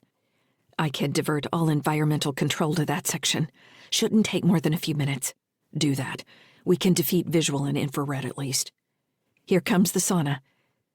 Nearing the airlock, Andy caught a spark leaping from the interior doors, as bright as a sun in the complete darkness. "Looks like they're cutting their way in, after all," he said. He sent Alice up to the edge of the door, killing her forward lights as well, and parked her out of sight of the airlock. Floating back to a rib section in the bulkhead, he slipped behind the support and activated his mag boots. The support provided him about half a meter of cover, but he would have to stick his head out to fire down the corridor. He waited, watching the external temperature rise.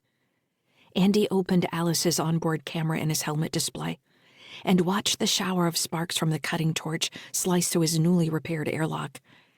The camera made Alice seem too close, so he pulled it back another 5 meters and activated the plasma welder. It didn't give him anything to throw at the boarding party, but it might make them think twice. After another minute, the torch stopped and the sparks died out. A screeching noise filled the corridor as a section of the airlock door floated free into the passageway. 4 lamp beams pierced the dark. Andy controlled his breathing as he watched a helmet poke through the hole in the airlock door, decide it was clear, then step through. 4 more suits came through. Using Alice's camera, Andy's helmet assigned target icons. He only had seconds before whatever other short-range scanners they had found him and locked on.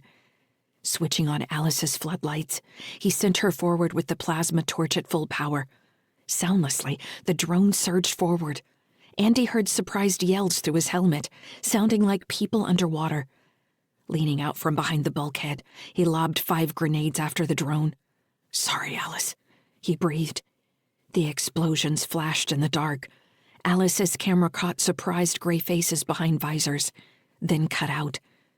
Andy counted 5 blasts, then held the rifle away from his chest so it cleared the bulkhead support, and squeezed the trigger, filling the corridor with automatic fire. He waited for a response, expecting a grenade to float down the hallway. When nothing came, he checked his helmet's targeting display and found only one active icon remaining from someone who had fallen back inside the airlock. Slowly, Andy eased out from behind the support and kept his mag boots activated, clicking on and off the floor as he approached the airlock. 4 bodies were plainly visible on the floor. Switching on his external speaker, he shouted, "Who's in there? Answer me or I'm tossing in another grenade." A link request on a standard channel hit his helmet. Andy let it beep for a second before accepting. "Captain Sykes," a man said slowly, voice wet with pain. Andy recognized Xanda's gravelly voice from the attack on the cargo bay. He was much quieter this time. "I didn't expect," Xanda said. "Well, I should have known you'd be armed. We had people on your ship during the repairs. They didn't find anything." "Of course you had people on board," Andy said. "What do you want?" "I came to talk." "We could have talked with you outside the ship." "Maybe. Will you switch to an encrypted channel with me?" "Why?" "There are things I need to tell you." "Why should I trust you?" Xanda coughed. "You shouldn't." Andy waited, thinking. The people Xanda had come in with were definitely dead. He leaned against the bulkhead, but didn't lower his rifle. "I'll send you the channel," Andy said. "That's fine. This is between you and me." Sending a new connection request, Andy waited as Xanda accepted. On another channel, he told Fran, "I got all of them but Xanda. He says he wants to talk to me." "It's about time," she nearly shouted. "Are you all right?" "I'm fine. Tell the kids I'm fine. How are we doing outside?" "It looks like they're making a second attempt. The benevolent hand is sending waves of drones against any ship that tries to get close now. The TSF is trying to figure out a counterattack." "As long as no one's shooting at us. I'll finish this up soon. I'm sending the token for my channel with Xanda." "Copy," Fran said. "Be safe." Andy wondered for a second if there was actual caring in her voice. He shelved the thought and switched back to the channel with Xanda. "I'm here," Xanda said. "Can you hear me?" "I hear you," Andy said. "What do you want?" "What did Starl tell you?" "He didn't tell me anything. All I know is you assholes keep trying to attack me and my family." Xanda laughed and started coughing, sounding very much like Starl just hours earlier. "Maybe both you and Starl will die today," Andy said. "That's a rude thing to say." "I guess you caught me in a bad mood," Andy said. "Say what you're going to say or I'm sending in a grenade." "I came here," Xanda said, his breathing growing labored. "I came here to tell you that I know your wife." Chapter 37. Stellar date 08.27.2981. Adjusted years. Location: sunny skies. Region: near Krunya Station. Terran hegemony. "What did you say?" Andy demanded. He kept himself from rushing into the airlock to jam the plasma pistol under Xanda's chin. "My friend Ingoba Starl is very convincing. He's got this way of making a person think they're special, to think he chose them over all others. I've known him a long, long time. I know how he operates. You were in a desperate situation. You can't blame yourself for falling into his trap." "What trap?" "The job, the surgery, this quest you've taken on. Do you even know what he put inside your head? Hari Jixon was a very dangerous man. It's a good thing that he's dead." "I'm going to be saying the same thing about you," Andy said. Xanda coughed. "I'm bleeding from a cut in my leg. It's too deep. My suit isn't sealing it off. I have to say, I didn't expect you to attack like that. I thought you'd want to talk. You seem like the type who would try to talk first. Your wife, on the other hand, she has a cruel streak. Maybe I was wrong. Maybe you don't know what you're talking about. Maybe so," he said, voice trailing off. "Xanda," Andy said sharply, wondering if he had died. I'm here. So, Britt Ashford was on Crunya a year ago. Did Ngoba share that with you? No? She made quite an impact on Low Spin. Shot up Ngoba's club. That was the first time anybody thought much about the Heartbridge Clinic. She blew it up. He laughed wetly. Why the hell would someone come to Crunya and blow up the only nice thing we have? The underground chop shops loved her for it. Their business doubled. But who wants to go to a chop shop so you can get a legit checkup? I wanted to know who this woman was. We got to her in the main port before she could take a transport to High Terra. It was all very civilized. Right there in the waiting area bar. Xanda, like Starl, apparently liked the sound of his own voice. "Fran," Andy said, "are you hearing this?" "I hear. Is anything he's saying true?" I remember hearing about the Heartbridge Clinic getting bombed. I never heard anything about who did it. Seemed like a dumb place to knock off, but we all figured it was somebody getting back at them for medical debt. Everybody knows Heartbridge is going to kill you one way or another. I'd rather go to a chop shop. Xanda laughed. She looked at me like she would tear my head off. That was sexy, let me tell you. Any man who managed to tame her. I guess I should have known what you would do to me. Are you a family of psychopaths? Should I worry about your children? Andy eased toward the edge of the smashed airlock, stepping over the cold body of one of Xanda's people. The grenades had torn one body apart, while the others looked dead from concussion wounds. One helmet faced upward with its faceplate shattered. I think I'm losing blood very quickly, Xanda said. Andy wasn't going to tell him to toss out any weapons. It was a no-win situation. If he got too close, Xanda might easily send a grenade floating through the door, or a spinning rifle locked on automatic. Fran, he said, have we still got the airlock camera? Yes, it's up. Andy connected to the camera and saw a man in an EV suit floating above the floor of the airlock, globes of blood drifting around him from a jagged wound across his right thigh. One gloved hand was wrapped around a wall handle. He didn't see any weapons, but that didn't mean there weren't any present. I can see you, Andy told Xanda. Raise your free hand and wave. If you're unarmed, I'll come in there and help you. I'm waving. Can you see me, Captain Sykes? The camera showed Xanda waving a pistol above his faceplate. Suit yourself, Andy said. It's easier for me if you bleed to death. I'm not done with my story. I've got more important things to worry about than you. Get to the point. You ever look at people and count them off as sheep or wolves, Captain Sykes? Just sit and watch a crowd go by and think that's a sheep. That's a sheep. The wolves are so rare. It's kind of like marry, fuck, kill, I suppose. Who gets married anymore? Why even consider it? Who has children, for that matter? I don't understand the impulse. A wolf made into a sheep in that situation.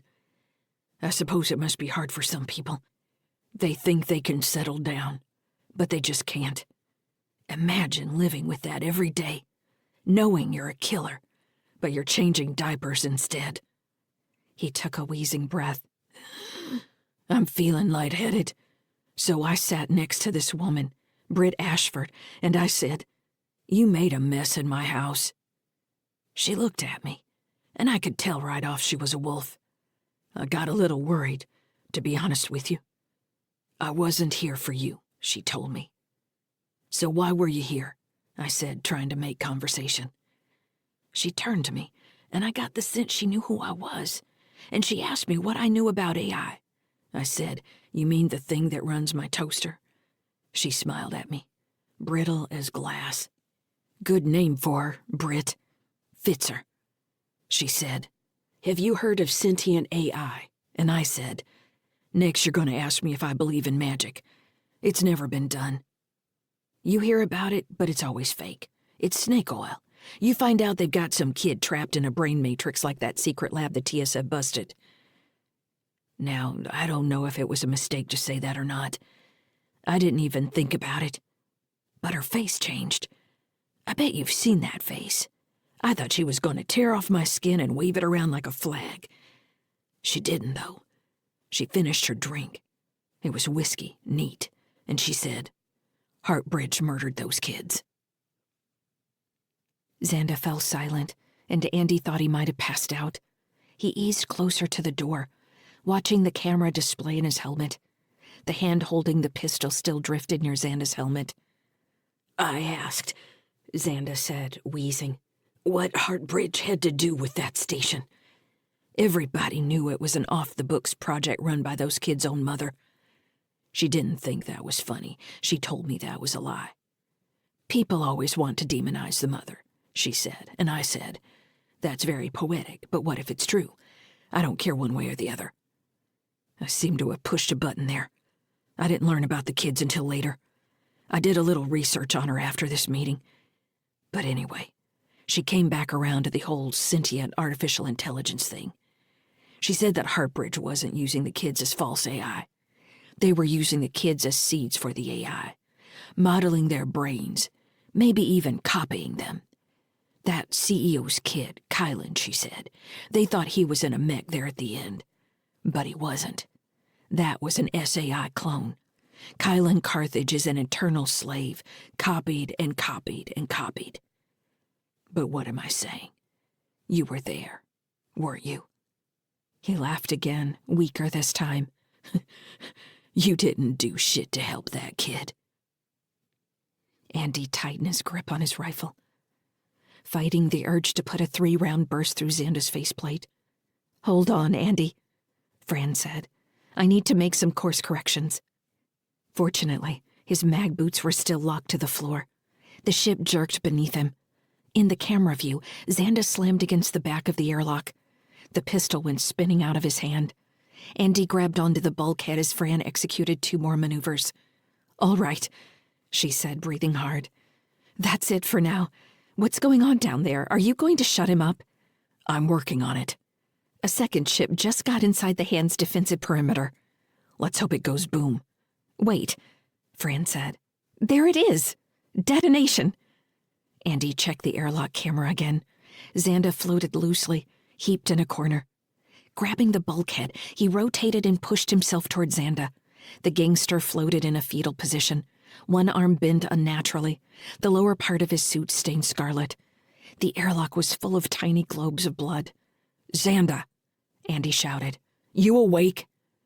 It crossed Andy's mind again to just put a plasma bolt through the man's faceplate. He knew that somehow Kara was watching, either through the airlock camera or his own helmet cam, and he wondered if that was the only reason he didn't execute a double tap. He didn't blame Britt for anything she may have done. Without the kids, he wouldn't be much different. "Andy," Fran shouted, "you've got movement behind you." He turned from Xanda's unconscious body to see one of the dead people in the corridor rising to their knees. It was the EV suit with the smashed faceplate. It was cold in the airlock. Switching to IR showed the rising suit as dead cold. Andy moved away from Xanda and aimed his rifle. "You better stand down," he called over the external speaker. "I don't want to have to kill you again." The moving have-not wasn't holding a weapon but didn't stop. Whoever it was came to full height, facing Andy with the broken faceplate. "I warned you," Andy said. He squeezed the trigger and fired a 3-round burst into the attacker's leg. The suit absorbed the rounds, bits of material and flesh tearing away. "Because I did not stop for death," a calm, crisp voice said, using the same link connection Andy had been on with Xanda. "He kindly stopped for me." The suit took a step toward the airlock. Andy fired into its chest. 6 holes appeared in a diagonal line across its front, but it didn't stop moving. It repeated the strange line about death like a mantra. Andy checked the IR again. Still no sign of body heat. He switched to a broad-spectrum scan that picked up sound vibrations and electrical signals. "Shit, Fran," he said. "I've got some kind of robot down here." "The hand is showing multiple explosions. Can you get out of there? I think we're almost clear to run. Everything's chaos outside." The suit advanced, and Andy fired more bursts into its helmet and knees. He took a step backward, getting Xanda in his view in case the gangster decided to wake up. In the second he glanced at Xanda, the suit shot forward. Andy tried to squeeze off more rounds, but the suit had already moved past him. Its focus, he realized too late, was on Xanda. It fell on the collapsed man and twisted his helmet off his suit in a quick jerk, exposing his head to outside atmosphere. He stared blankly, still not moving. Without hesitation, it tossed the helmet to the side, then reached a gloved hand around to cradle the back of Xanda's head. In a movement that looked like it was going to close Xanda's eyes, instead, the have-not turned its hand across Xanda's face and executed a quick snapping motion that broke the gangster's neck. The unknown have-not paused, gloves still pressed against Xanda's face, then released him to float near the floor, eyes still open. Slowly, the dead have-not rose and turned to face Andy. Movement in Andy's peripheral vision showed him that the other 3 suits in the corridor were rising as well, movements deliberate. "I don't know who you are," Andy said on the open channel, "but you need to get off my ship. I don't care what you wanted with Xanda. Leave me and my family alone." 4 voices said in unison, "Because I could not stop for death." The dead harmony in their voices sent a cold vibration down Andy's back. His hands felt numb, and the rifle slid in his grip as if it had abruptly turned to rubber. "Because," they said again, droning in Andy's head, "I could not stop." "Fran!" he shouted, grabbing at the rifle. "I don't know what's going on." His own voice warped away from him, so that he wasn't sure he had been speaking at all. Fran didn't answer. His mouth went dry. Time slipped abruptly, and the 4 faceplates were now crowded around him. He was trapped against the airlock wall. The rifle was gone. He shook his head, trying to make sense of the droning invading his thoughts. The word "stop" continued to stretch like hands around his throat. Had they pulled his helmet off too? He shifted to lock down his mag boots and found they were already connected with the floor. Bracing himself, Andy pushed the closest suit away. He could barely see the blank eyes behind the faceplates. 2 young men and 2 young women, barely in their 20s. He couldn't stop thinking of Kylan Carthage and how old he would have been now. "Stop," had become grinding away at his thoughts. "Dad?" Tim said. Where was his voice? Outside his helmet? "Dad!" Kara yelled, sounding like she was somewhere outside the airlock, outside the wall of noise falling on him. "Dad, I know the rest of the poem," Tim said. "Dad, can you hear us?"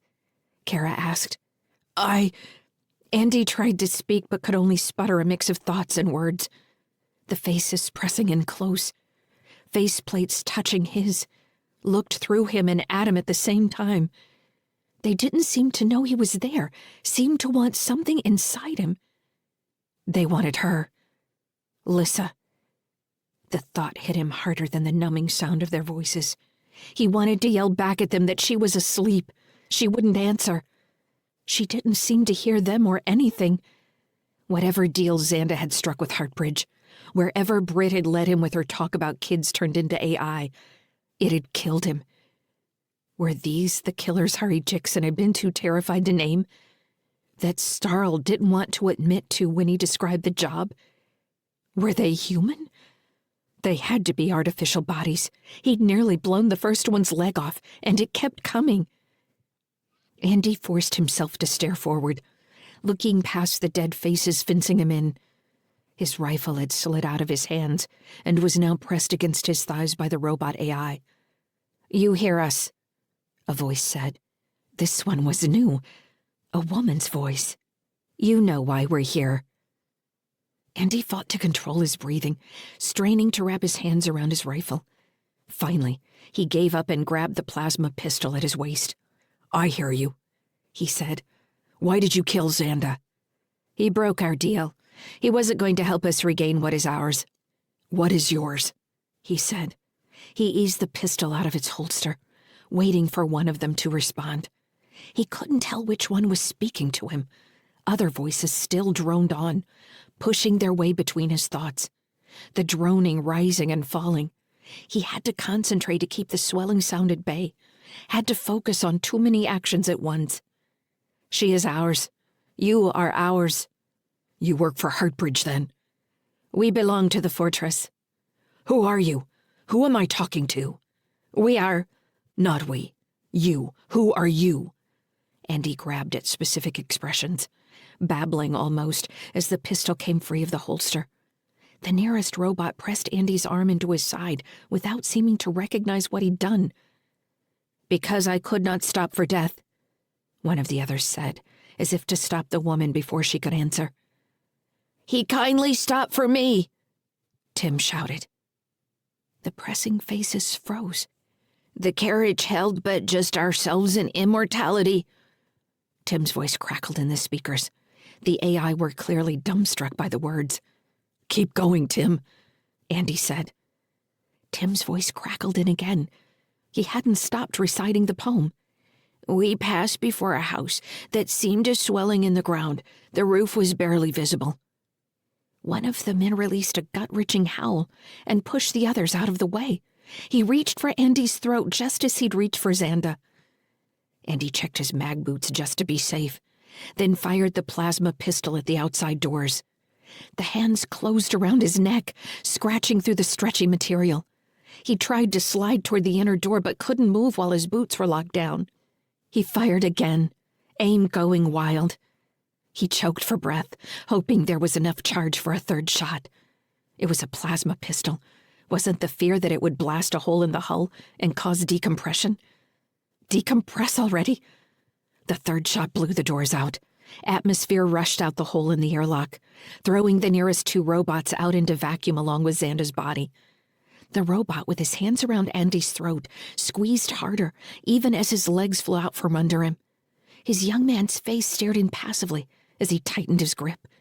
Andy dropped the plasma pistol and drew one of the pulse pistols, firing directly into the thing's chest.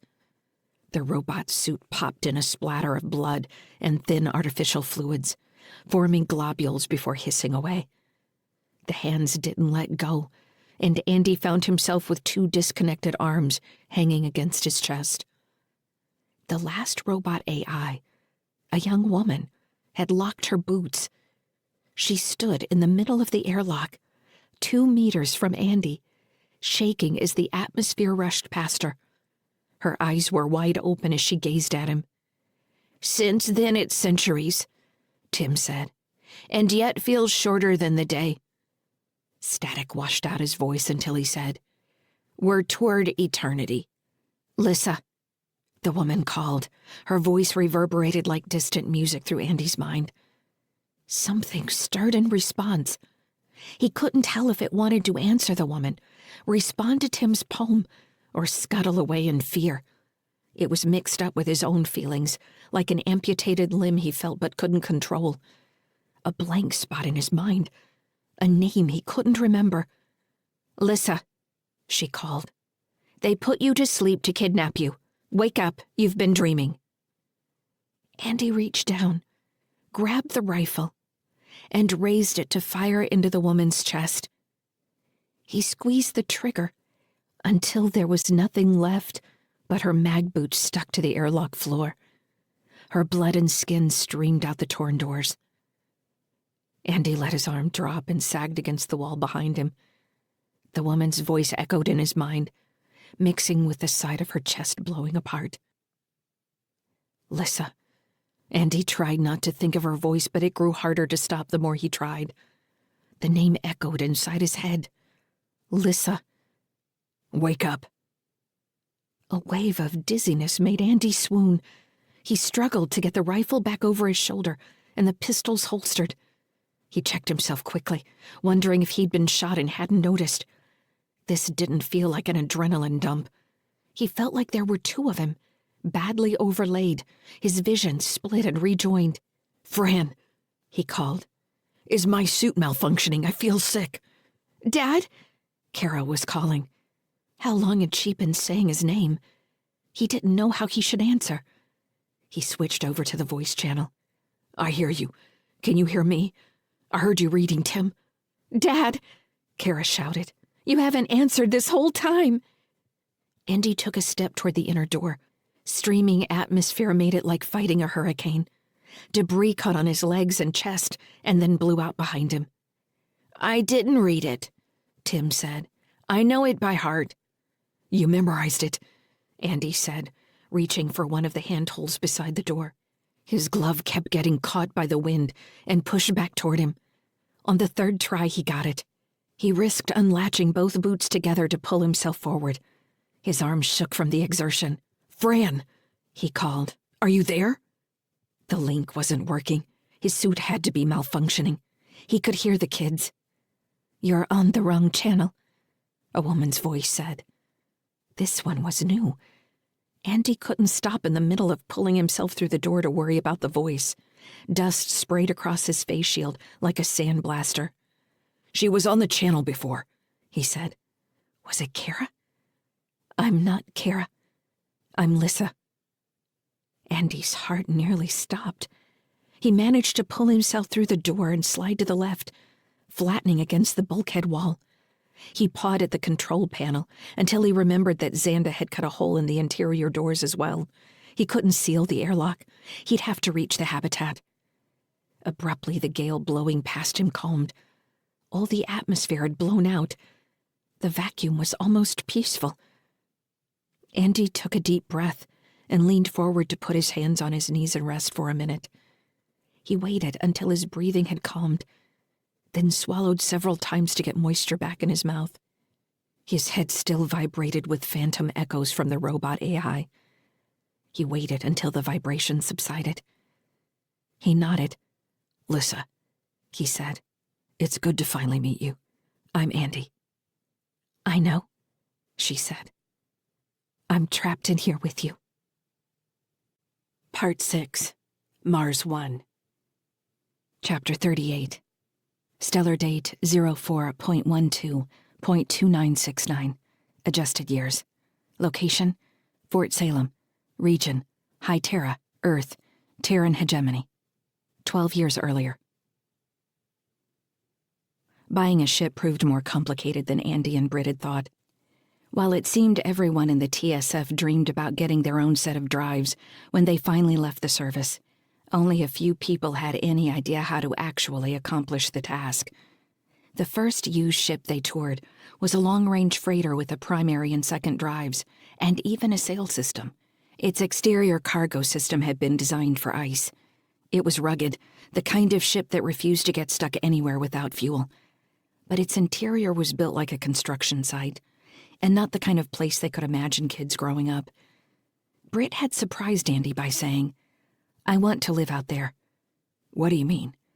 They were lying in bed with Kara sleeping between them, drunk on exhaustion from the baby keeping them up for long hours. "Out there. Outer Soul. I want to go wherever we want and be able to take her with us. I want to get away from crowds." Andy didn't want to acknowledge what he heard in her voice. The edge of paranoia that she wanted to protect Kara from the kind of people who had filled 8221 with children. If he said they had a greater chance of being heard out in the big dark, she wouldn't listen. He was torn on the idea. Half of him wanted to get Kara down to earth now, while she might still adapt to the gravity and gain strength over time. They could go anywhere. But Britt hadn't grown up with real dirt under her feet. She didn't understand the longing he sometimes felt for the Somerville River and the wind on his face, even if it did smell like trash. They had meetings with shipbuilders and reviewed plans over the link, designing their dream vessels, and then deleting everything when the prices were tallied. If they agreed on one thing, it was that they didn't want a lifelong mortgage. There were also companies that would buy into a ship. You could work for them moving cargo, and then the ship reverted ownership on your death. That kind of plan went against the idea of building something for the kids. Not that they expected Kara to want to stay with them forever, but a ship could transcend generations. The right ship was a legacy. The real expense was in the habitat. There were plenty of ships that weren't much more than a collection of environment-controlled boxes stacked on top of drive systems.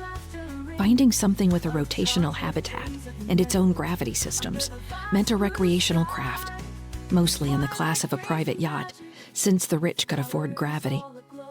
There were ways around the lack of gravity in long-term travel, special sleeping bags that exercised muscles, body enhancements, even nanotech. But none of those options were especially healthy for growing children, or at least not Brit's standard of healthy. We could spend a couple years on Mars, Andy suggested. Through all the searching, he had become enamored of the idea of owning a farm somewhere in the free zones, where land was still cheap. He spent hours a day researching the new designs for above-ground water storage that also served as radiation shields. A used burrowing drone was a lot cheaper than a ship. "If we don't do this now, I don't think we'll ever do it," had been Brit's answer. She was probably right. There wasn't much money in farming.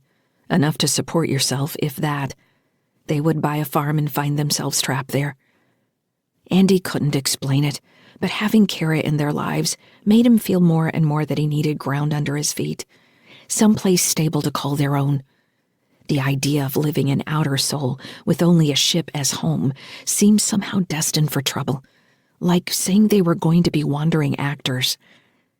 But he loved Brit, and he could barely contain the emotion he felt when he looked at Kara. He wanted to support Brit's dream, but didn't know how it was truly going to happen. "Why are you putting so much effort into her dream?" Major Reith had asked. "Tell her you want to spend a couple years on Mars. It makes total sense. It's not like you're talking about settling there. You're hardly over 30, for fuck's sake." Andy covered Kara's ears. "Watch your language around the baby, sir." Major Reith, who claimed he was never leaving the TSF, seemed faintly amused and saddened every time he saw Andy, as if he were talking to a buddy who'd suffered a head injury and refused to see a doctor out of pride. Maybe that was true. Reith looked at Kara hanging in a carrier from Andy's chest, like she was a strange animal with ridiculous rules. "Shit," he said. "Sorry, I handle grenades more than kids." 8221 messed with Brit, Andy said. "I can't blame her. She doesn't like the idea of being exposed." "And you won't be exposed on a ship in outer Sol? JSF doesn't keep as close a lid on things as the TSF does down by Sol." "Not the way she sees it, sir." Reith nodded as if he could see the point. "Have you decided for certain you're getting out?" "That's the plan. It's a terrible plan. You're going to miss the TSF." "Yeah. We should drink," Reith said. "This is depressing the shit out of me." "It's not depressing," Andy said, bouncing Kara. "It's a new life. A new life without heavy weaponry. I couldn't do it." Reith tilted his head and studied Kara. Aside from never wanting to sleep, she had become a surprisingly calm baby. Andy had to remind himself that, to her, the world 10 inches beyond her face was a swimming blur. Her blue eyes seemed to drink in everything around her. He found himself just watching her as she studied the mobile above her crib, little brow furrowing with what looked like the deepest thoughts. "Can we take her to the firing range? I feel like wasting some lead and rail rounds." "I think they'll take her away if I do that." Reith shook his head. "What good is a baby then?" He gave Andy a wry smile. "You know, I fell in love once upon a time. Thought about settling down, having kids, all that. It's a nice thought. Grab it when you can. I guess I should have." "What happened, sir?" Andy asked. "I cheated on her." Reith had been staring into the distance for a second. He turned his gaze back to Andy. "You never called me about that ship. You two have been crawling all over Hytera's ship lots when you should have just called me." Andy didn't want to admit he'd forgotten about his commander's offer of a favor. "Where's the ship, sir?" he asked. Reith nodded judiciously. "It's sitting in a junkyard on one of the spurs. I think they're about to cut it loose and let it drift out to a refinery to get melted down. So you can get a deal." Andy bounced Kara, frowning. "If it's about to get scrapped, why are you telling me about it? It's old, but I think it could work for you." "How'd you hear about it?" "I won it in a poker game." "It's your ship, sir?" "I guess so. I've never done anything with it. You should take a look. If it works for you two, you'd be doing me a favor, really. I'm sick of paying storage fees. That's why it's in a scrap section now. That's cheaper than an actual berth. I'm sending you the address. You'll need EV suits to get on board." "Thanks, sir. I really appreciate this." "Don't thank me until you see it. She's ugly, but she'll get the job done." "What's it called?" Andy asked. Sunny Skies, he chuckled. What a depressing name. Kara made a cooing sound, and Rythe touched her nose with a rough finger. She smiled, drooling, and reached for him. The Major tested her grip. That's all right, he said, nodding. You got a good young soldier there, Sykes. She's already stronger than you. They had to leave Kara with a sitter, something Andy was more anxious about than Britt. Riding a series of maglev trains down to the outer levels of High Terra, which everyone called low, but actually faced away from Earth, they took a shuttle down the 1,000-kilometer spur station hanging off the ring and found the automated scrapyard. They waited in the customer service area for an hour as Major Rythe's codes finally cleared with the automated maintenance system. Outstanding balance, the system reported. 180 days past due. I guess he wasn't kidding about the ship getting cut loose soon, Andy said. As long as they don't do it while we're on board. In EV suits, they entered the grease-stained airlock and waited for the automated systems to cycle. It had been nearly a year since Andy had been in vacuum, and he didn't realize how much he had missed the big dark until the outer doors opened and the outside space left him speechless.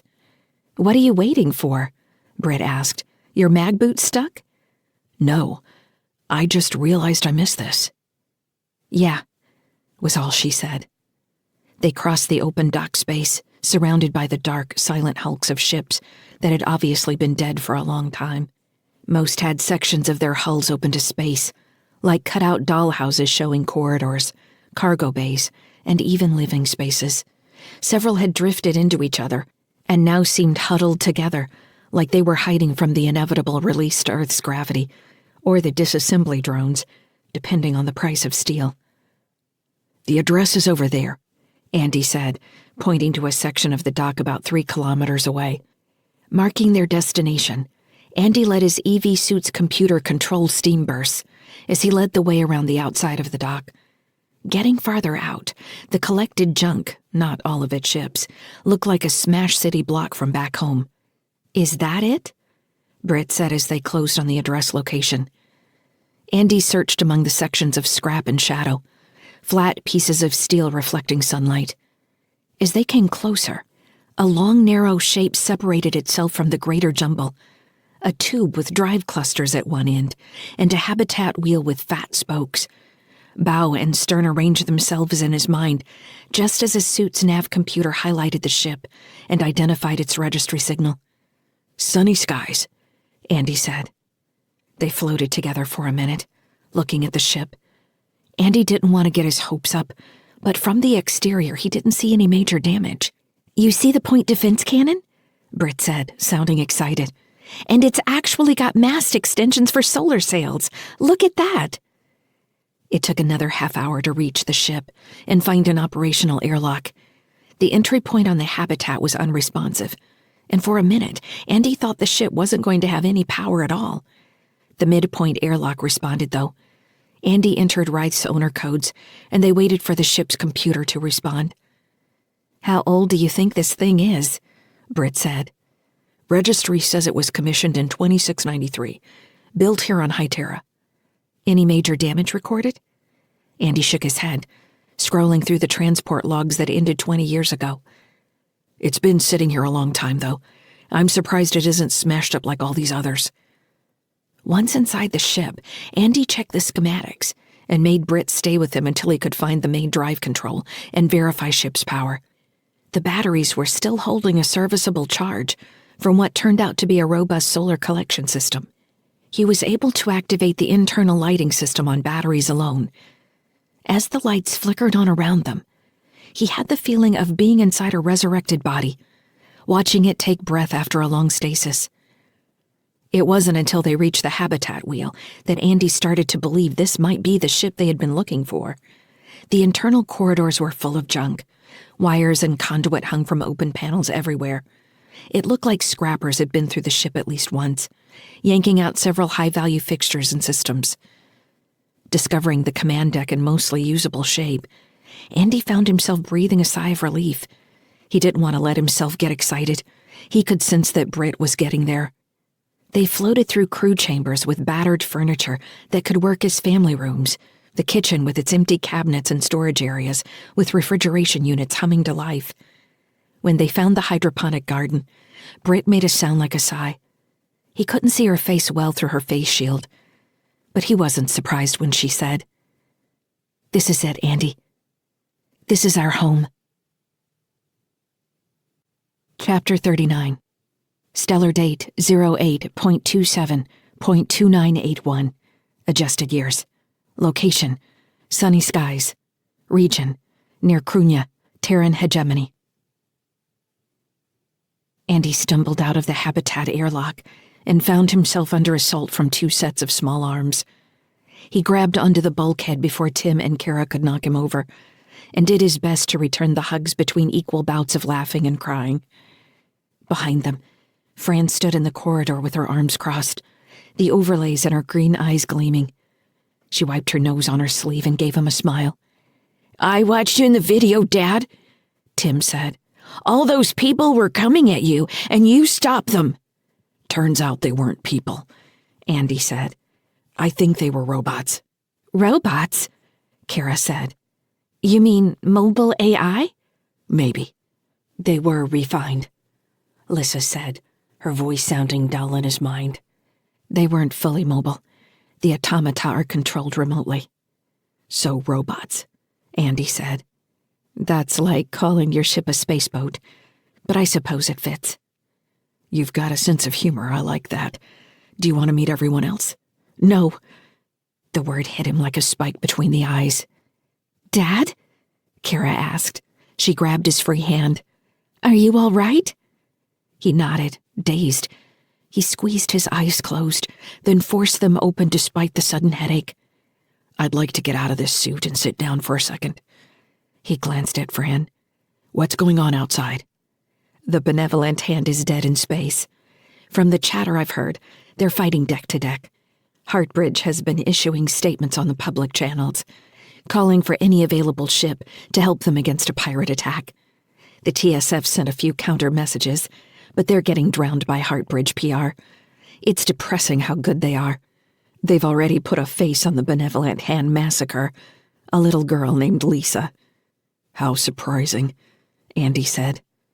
He let them lead him down the corridor past the med bay. Glancing in the open door at Petrel, still unconscious in bed, he asked, "Any change with her?" "Good, actually," Fran said. "The organ repair went faster than we expected. I figure we can wake her any time now." She chuckled. "She's going to be so pissed." "She's alive. She should be happy about that." "You don't know Petrel. She missed all the fighting." Fran shot Andy a sly glance. "And all the fun." Andy cleared his throat. "Are we back on course for Mars 1? "I set the course, Dad," Kara said. "Fran didn't believe me that I knew how to do it." "Wasn't the course already in there?" he asked. Kara gave him a sour face. "I had to find it in the library and reset the flight parameters. I checked fuel status and the engine load, just like you showed me." "The system should do that automatically now," Fran offered. "We don't trust the system," Kara shot back. Andy tousled her hair, and she ducked away from his hand, which made Tim stumble when he found himself carrying his dad's full weight. "Oh," Kara said, pushing under Andy's arm again. "Sorry, I forgot you couldn't walk." "I did just fight off 4 robots and a gangster." "We're gonna have to fix Alice again," Kara said. "I don't think Alice is a drone," Andy said. "It's a cat." "She's a cat," Kara corrected. When they reached the command deck, Andy sank into the captain's seat, then glanced at the overlay showing system status. The holo display had pulled back to show only star locations and their projected course from Krunya to Mars 1. The flight path estimate showed 15 days once more. "You're going into hiding again?" he asked Lyssa. When she didn't answer, he said, "You can probably see for yourself that we've got some time before we hit Mars. From there, we'll need to figure out the best path to Proteus. After meeting your friends, I don't think we'll want to take the direct route." Were people really going to share their heads with AI in the future? Andy found her silence aggravating. He wondered if he could force her to respond to him. "I'm not ready to talk to anyone," Lyssa said. "It's hard enough talking to you." "There you are," he said, trying to sound friendly.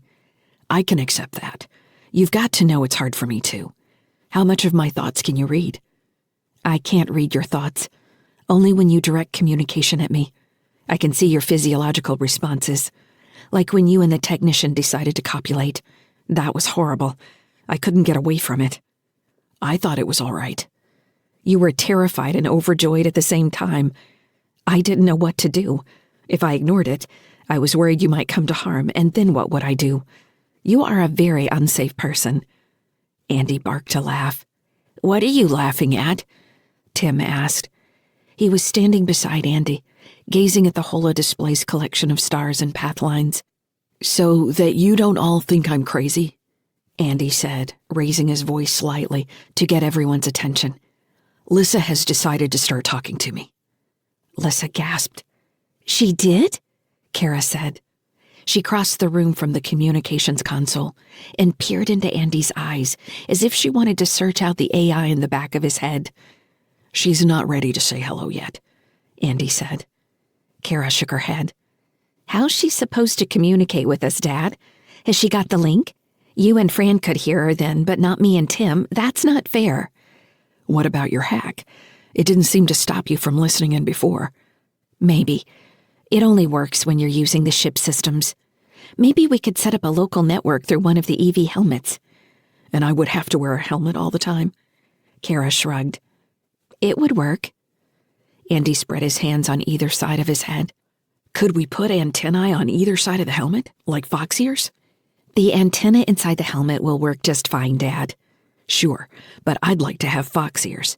Can we paint a fox face on the face shield?" Kara finally figured out he was kidding her. "Dad," she said, "I was being serious. How are we going to talk to her?" "We'll leave her alone for a while. When she wants to talk to us, we'll figure out a way." "Those weren't my friends," Lyssa said. "What?" "The other weapon-born. They weren't my friends." "What does weapon-born mean?" "It's what we are. What I am." "You'll have to explain," Andy said. "Dad!" Tim shouted, pulling his arm. "Are you falling asleep? You can't fall asleep." Andy wiped the side of his face. Lyssa hadn't said anything else. He looked down at Tim, whose eyes were round and excited. There might have been a desperation there, too, he realized. He looked at Kara suddenly and saw the same edge of fear mixed with relief and fatigue. Everything they'd been through since the apartment in Crunya. The train ride, Karcher's death, Petral getting hurt, all the hygiene maneuvers. None of it was any place for kids. Yet he couldn't imagine them anywhere but with him. They must have been terrified to watch the camera in the airlock, seeing him surrounded by the weapon-born, Lyssa called them. He still wasn't sure how he'd survived. Lyssa had helped him somehow, or they'd worked together, or had it been Tim's voice in his head, holding him steady with the poem? And Xanda had met Britt. He hadn't finished the story. She was part of all this, which immediately made him think of the TSF weapons crate and the pistol at his hip. Had she known all this was going to happen? Or was he hoping again, dreaming that she might come back, that she cared, that she missed them, missed him, that she still loved him? He nodded at Time. "I'm kind of tired, kiddo," he said. "Are you tired? I think we earn the right to be tired for once, right?" "Rabbits never sleep," Kara said. "What's a rabbit?" Fran said. "You've never seen a rabbit?"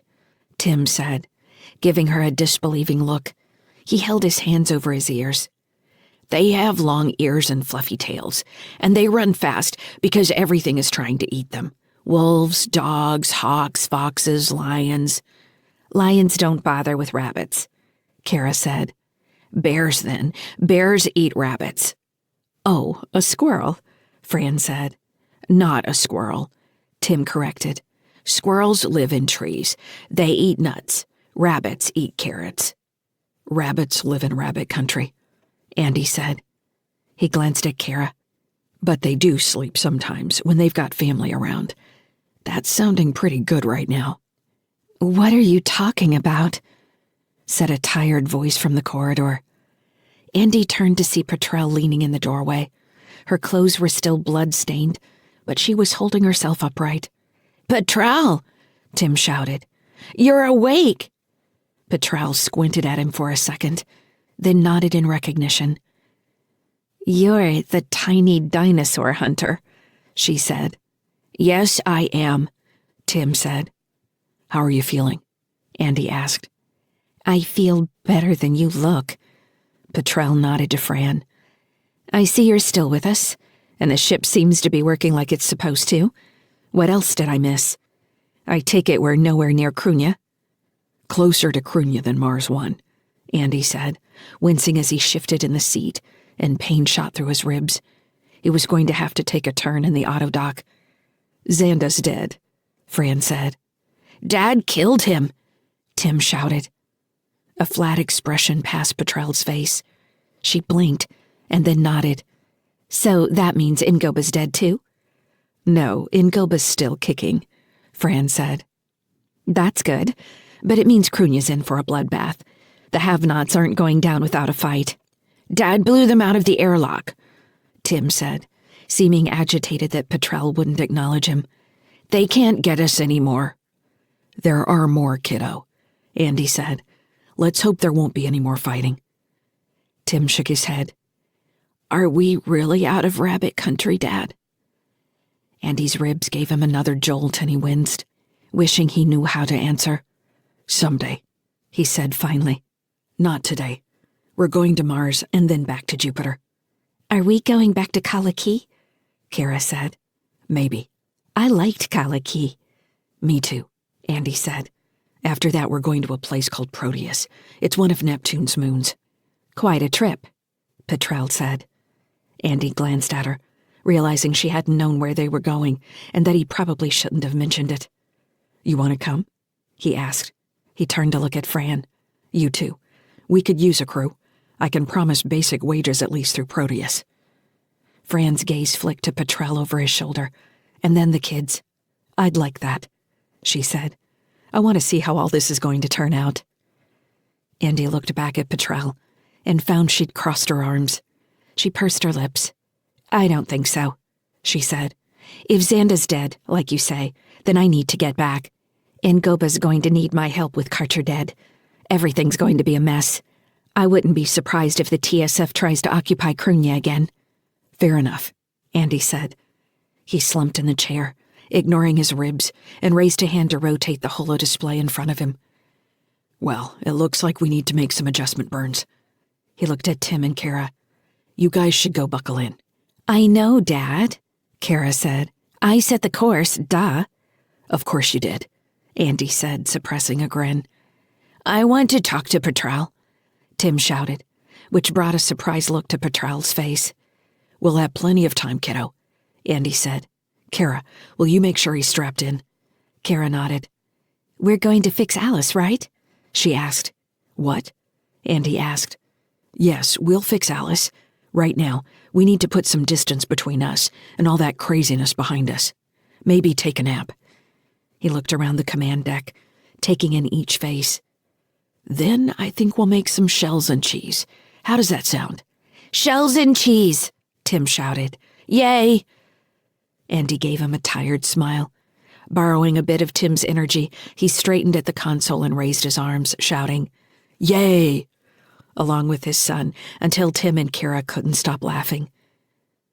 Feeling slightly restored, Andy ignored the pain in his ribs long enough to crack his knuckles. He started checking navigation commands. Sunny Skies still had a long way to go. Chapter 40. Stellar date 03.22.2978. Adjusted years. Location, Sunny Skies. Region, Trojan Asteroids, Jovian Combine. 3 years earlier. They were running cargo between the moons and asteroids of the Jovian Combine when the message came through that Britt's father was dead. The last time Britt and Andy had been on High Terra was for Tim's birth, when Andy had insisted they have family and better technology nearby. The more time he spent with Britt's family, the more he was certain they wouldn't be much help. But it was nice to have a place where they could stay rent-free, with a park close by where Kara could play. Taras, Britt's mother, had always treated Kara like an unwanted animal, and showed little desire to interact with Tim when he came into the world. Despite the fact that med drones had provided most of the help in Tim's birth, Taras still described the whole episode as a major inconvenience. It was Britt's dad, Jonathan, who expressed interest in the kids and wanted to hear about their lives on sunny skies. He had taken Kara for walks and, though he wasn't much of a cook, had made breakfast on the mornings when Andy was too exhausted from staying up with Tim. Jonathan hadn't been old, barely 200, and it was difficult to understand that he was gone. Andy couldn't shake the idea that it had been suicide, that there must have been some seed of depression or disillusionment he had failed to recognize. They were supposed to live in a world where diseases were found and corrected even before birth. He also didn't want to admit that if Jonathan had been depressed, then Britt could have the same tendencies. It would explain too much of her behavior since Fortress 8221, her obsessive ideas, her increasing withdrawal from even the kids. He had to make Tim stop singing, "Mommy's Moody," whenever she shut herself away in the hydroponic garden. While he hadn't been great friends with Britt's dad, he missed his own father terribly and had hated the idea that the kids would never really know either of their grandfathers. Kara might have a few memories, and they would have recordings, of course. But it wasn't the same. "Your grandpa Jonathan died," he told Kara and Tim in their room after they got the news.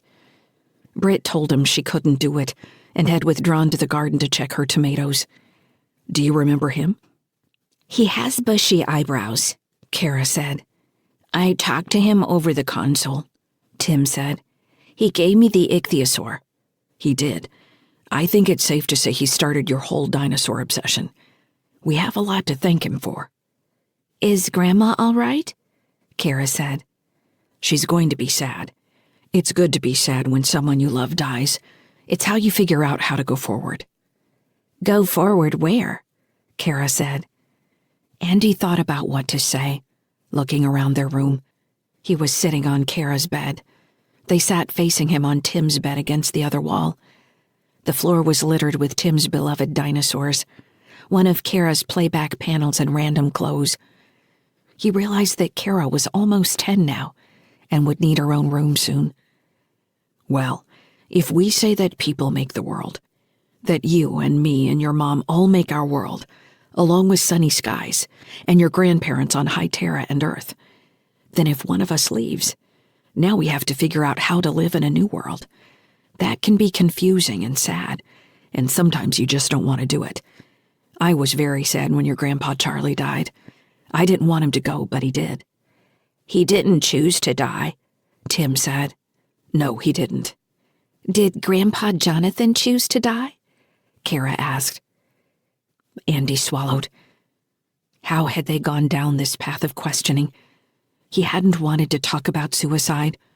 He wanted to explain how you could learn to live without someone. "I don't know how Grandpa Jonathan died yet," Andy said. "People die. That's why it's important to show people that we love them every day." Where had these words come from? His mom? He couldn't recall the words, but her face came to mind when he thought about expressing love. Her face as she looked at her family. Even his dad gone most of the day. Britt struggled to talk to the kids about her dad. In the 4 weeks it took to get back into Innersol, with a layover at Mars 1 to resolve a customs issue with last-minute cargo which Andy wanted to tell himself wasn't stolen, she skirted the subject and finally snapped at Kara, announcing that she didn't want to talk about it. The expression on Kara's face was no different than if her mother had slapped her. Andy wanted to tell Kara that her mother wasn't herself right now, that she hadn't meant what she had said. But he also knew he couldn't keep defending Britt while continuing to acknowledge that her inability to maintain a certain composure with the kids indicated deeper problems. Could he blame her, though? Her father was dead. She wasn't looking forward to time with her mom. High Terra was the last place she wanted to be. Everything added up to more tension the closer they came to Earth. Britt had left Sunny Skies while Andy was dealing with the Mars One customs agents, and for a heartbeat, something in her eyes made him wonder if she was coming back. He'd pushed the thoughts aside. "I'll be back in a couple hours," she'd said. "We need a few parts for drive interface system. There's a repair shop near the dry docks where I can pick them up used." "Why don't you take the kids? They'd love to get off the ship," he'd asked. "No," she said, surprising him with her flat tone of voice. Britt caught herself, seeming to realize how she sounded. "We don't have time. You'll be done with this soon, and I don't want to hold us up. We need to get out of here." "Sure," he said. As she walked away from him, slim shoulders straight, he appreciated how she'd kept herself in great shape, working out daily and running through the TSF martial arts forms that he barely bothered to remember. Chasing ship failures kept him in shape. There was a time when she'd even started teaching Kara the basic forms, but it stopped for some reason. When she didn't return with the parts, saying they hadn't had what she'd wanted, he'd been too busy with flight planning, with Tim sitting in his lap, pointing into the holodisplay to think about it. Maybe she just needed some time away. When they arrived on High Terra, Britt's mother wasn't at the shuttle docks to meet them. After navigating the busy terminal with the two kids in tow, they took a transport train to her parents' neighborhood. Andy had to remind himself to start thinking of it as Terra's neighborhood. Tim stood in his seat with his hands and face pressed against the window, watching sectors slide by, asking why everything was so clean. "Where do people live?" he'd asked. "Why aren't there any chickens? Don't they have chickens?" He didn't listen when Britt told him to sit down, and Andy had to explain that people who lived on High Terra didn't have to grow their own food like those in the Jovian Combine. Tim had been fascinated by a station where they'd dropped cargo last year, where a boy his age had given him a tour of their fastidiously maintained system, cycling worms, flies, chickens, fish, plants, and ultimately people. Afterward, Tim had wanted to know why Sunny Skies couldn't use fish tanks as radiation shielding, and why he couldn't have a pet hen so they could have eggs for breakfast every day. Watching him stare in fascination out the window, Andy wondered if Tim's curiosity about biology had all started with the ichthyosaur Jonathan had given him. Proof that everything changes. Also proof that everything dies, Andy thought. The Ashfords lived in a collection of housing units connected by small parks and community gardens. Terrace had 2 box planters on either side of her door that Andy didn't remember from the last time they had been here. The boxes were filled with irises in full bloom, so perfect and fragrant that he suspected some kind of microclimate control. Britt didn't bother to knock. She used her access token, and the door opened in response. "Mom?" she shouted in the doorway. "We're here." "I hear you. You don't have to shout." Tara's voice sounded gravelly, as if they had woken her.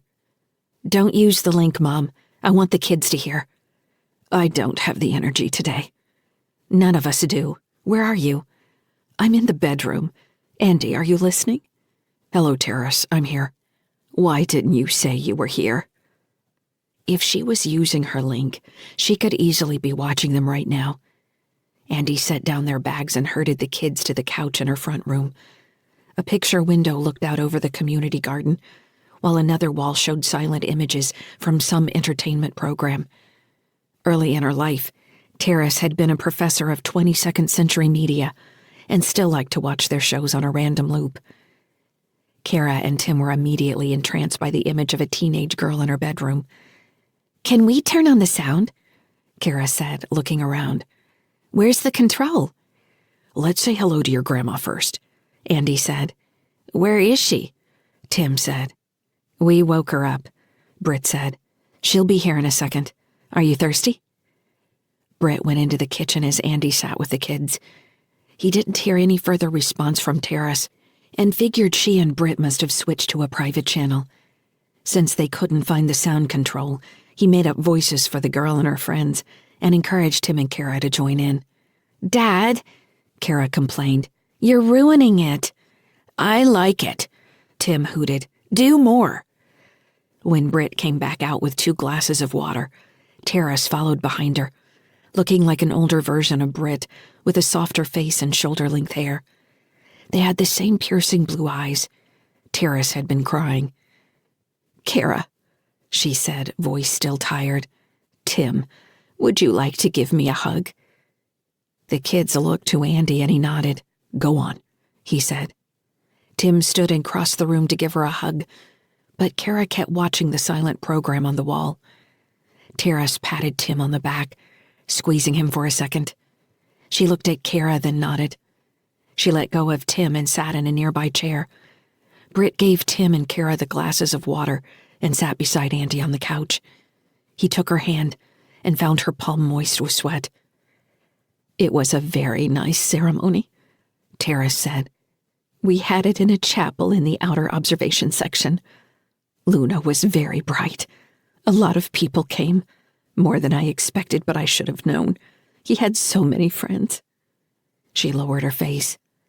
"You don't have to talk about it right now, Mom," Britt said. "We have plenty of time to talk about it later." "I know you're wondering," Terrace said.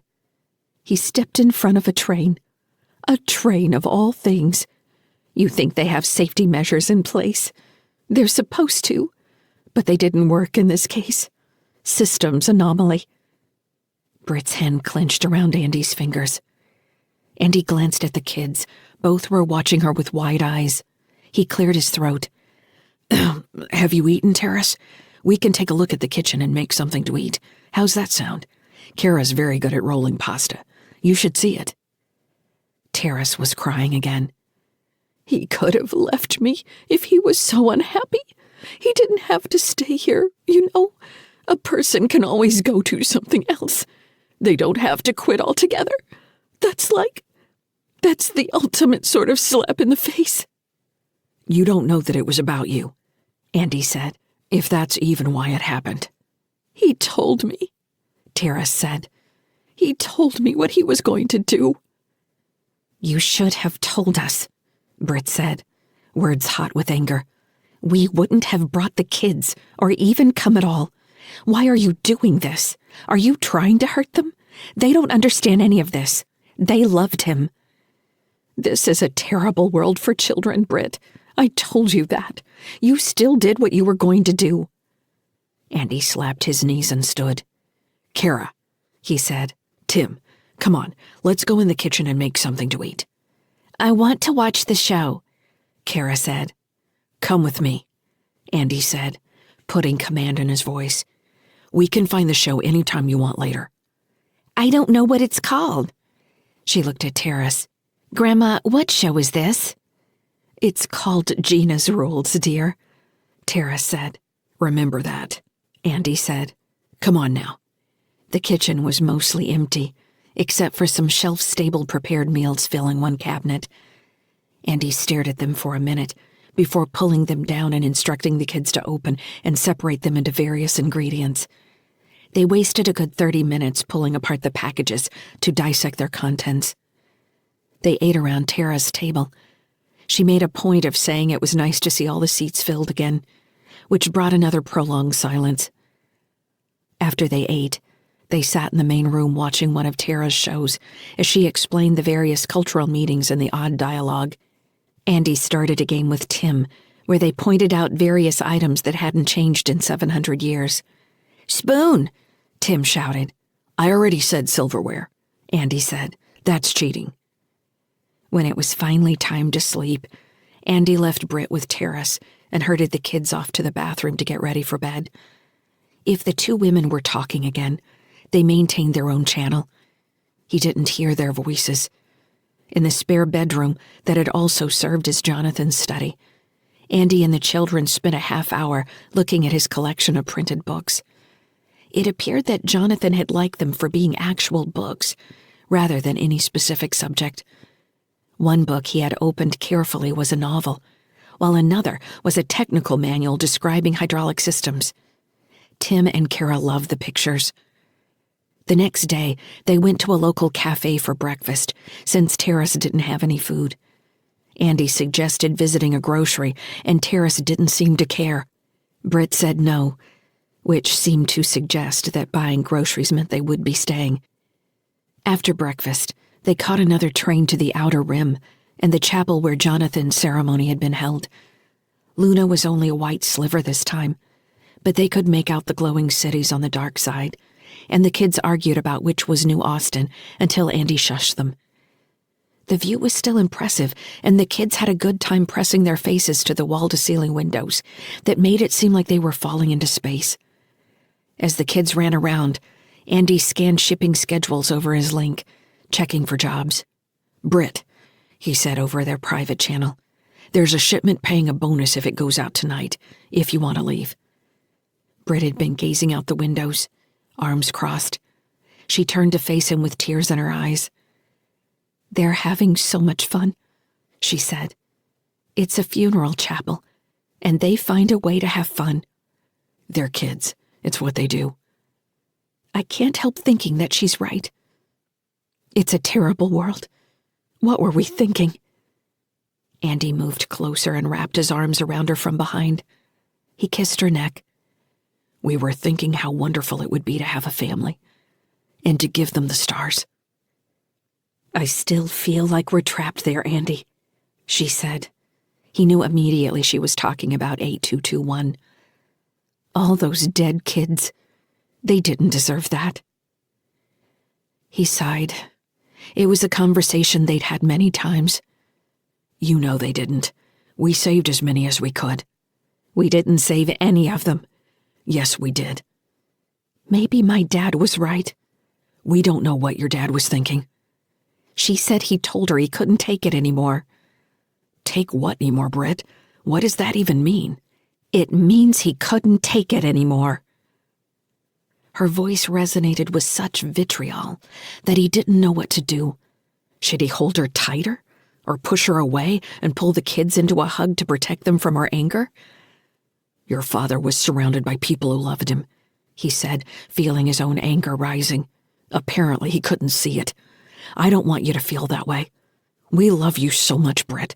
We can't be responsible for the entire universe. We can only control so much." She didn't respond. Eventually, Andy let go and walked over to the kids, raising his arms to make a monster reflection in the black window. Britt was distant on the train ride back to the shuttle terminal. Terrace had given them weak hugs when saying goodbye. She had patted Andy on the back as he picked up the bags. "I'm glad you came," she said. "It was good to see you." In a way that made him wonder if he would ever see her again. The bags were heavier with Jonathan's collection of printed books. When Kara expressed interest in them, Terrace waved a hand and said, "Take them," as if they had been talking about kitchen scraps. Andy stopped at a kiosk to pay the birthing fees as Britt took the kids to the shuttle. He experienced an unsettling feeling as he watched them walk away from him, growing more hidden in the crowd as people crossed between them. Britt was holding Tim's hand, with Kara following behind. But she never looked down at Tim. Her gaze was fixed ahead, as if the children were no different than the bags she carried. A fear rose in him that he couldn't explain. He fumbled with the payment options as he rushed through the menus, grabbing glances over his shoulder so he wouldn't lose them completely. When he finally completed the transaction, he turned back to the crowd and they were gone. He slung the book-heavy bags over his shoulders and pushed his way through the crowd, heart pounding, not caring who complained as he shoved them out of his way. The combat control overcame him. He was ready to break the neck of anyone between him and his family. It was an irrational feeling, he knew, but he couldn't free himself of the fear that he was losing them. Andy was sweating when he reached the shuttle. The door opened to his token and he rushed inside. Britt looked up from the pilot's seat and gave him a concerned smile. "You all right?" she asked. Tim roared like a dinosaur and grabbed his legs. "I've got you," he shouted. Andy took a deep breath and nodded. He dropped the bags and hugged Tim against his leg. Kara dragged the bags to a cabinet and pushed them inside. "Books are heavy," she said. No wonder they're obsolete. Britt took his hand as he slid into the co-pilot seat, and the kids buckled into 2 of the jump seats on either side of the center aisle. "Off we go," she said, and gave him a smile. Andy faced forward, unable to completely shake his sense of dread. When she left that night, Britt's message said only, "I have to help them." She had written the words on a piece of paper torn from one of her dad's books. He found it lying on his pillow after putting the kids to bed. He immediately tried to reach her over the link but got no response. The shuttle was still on board. He checked the ship's logs and found where Airlock 1 had cycled in response to her EV suit.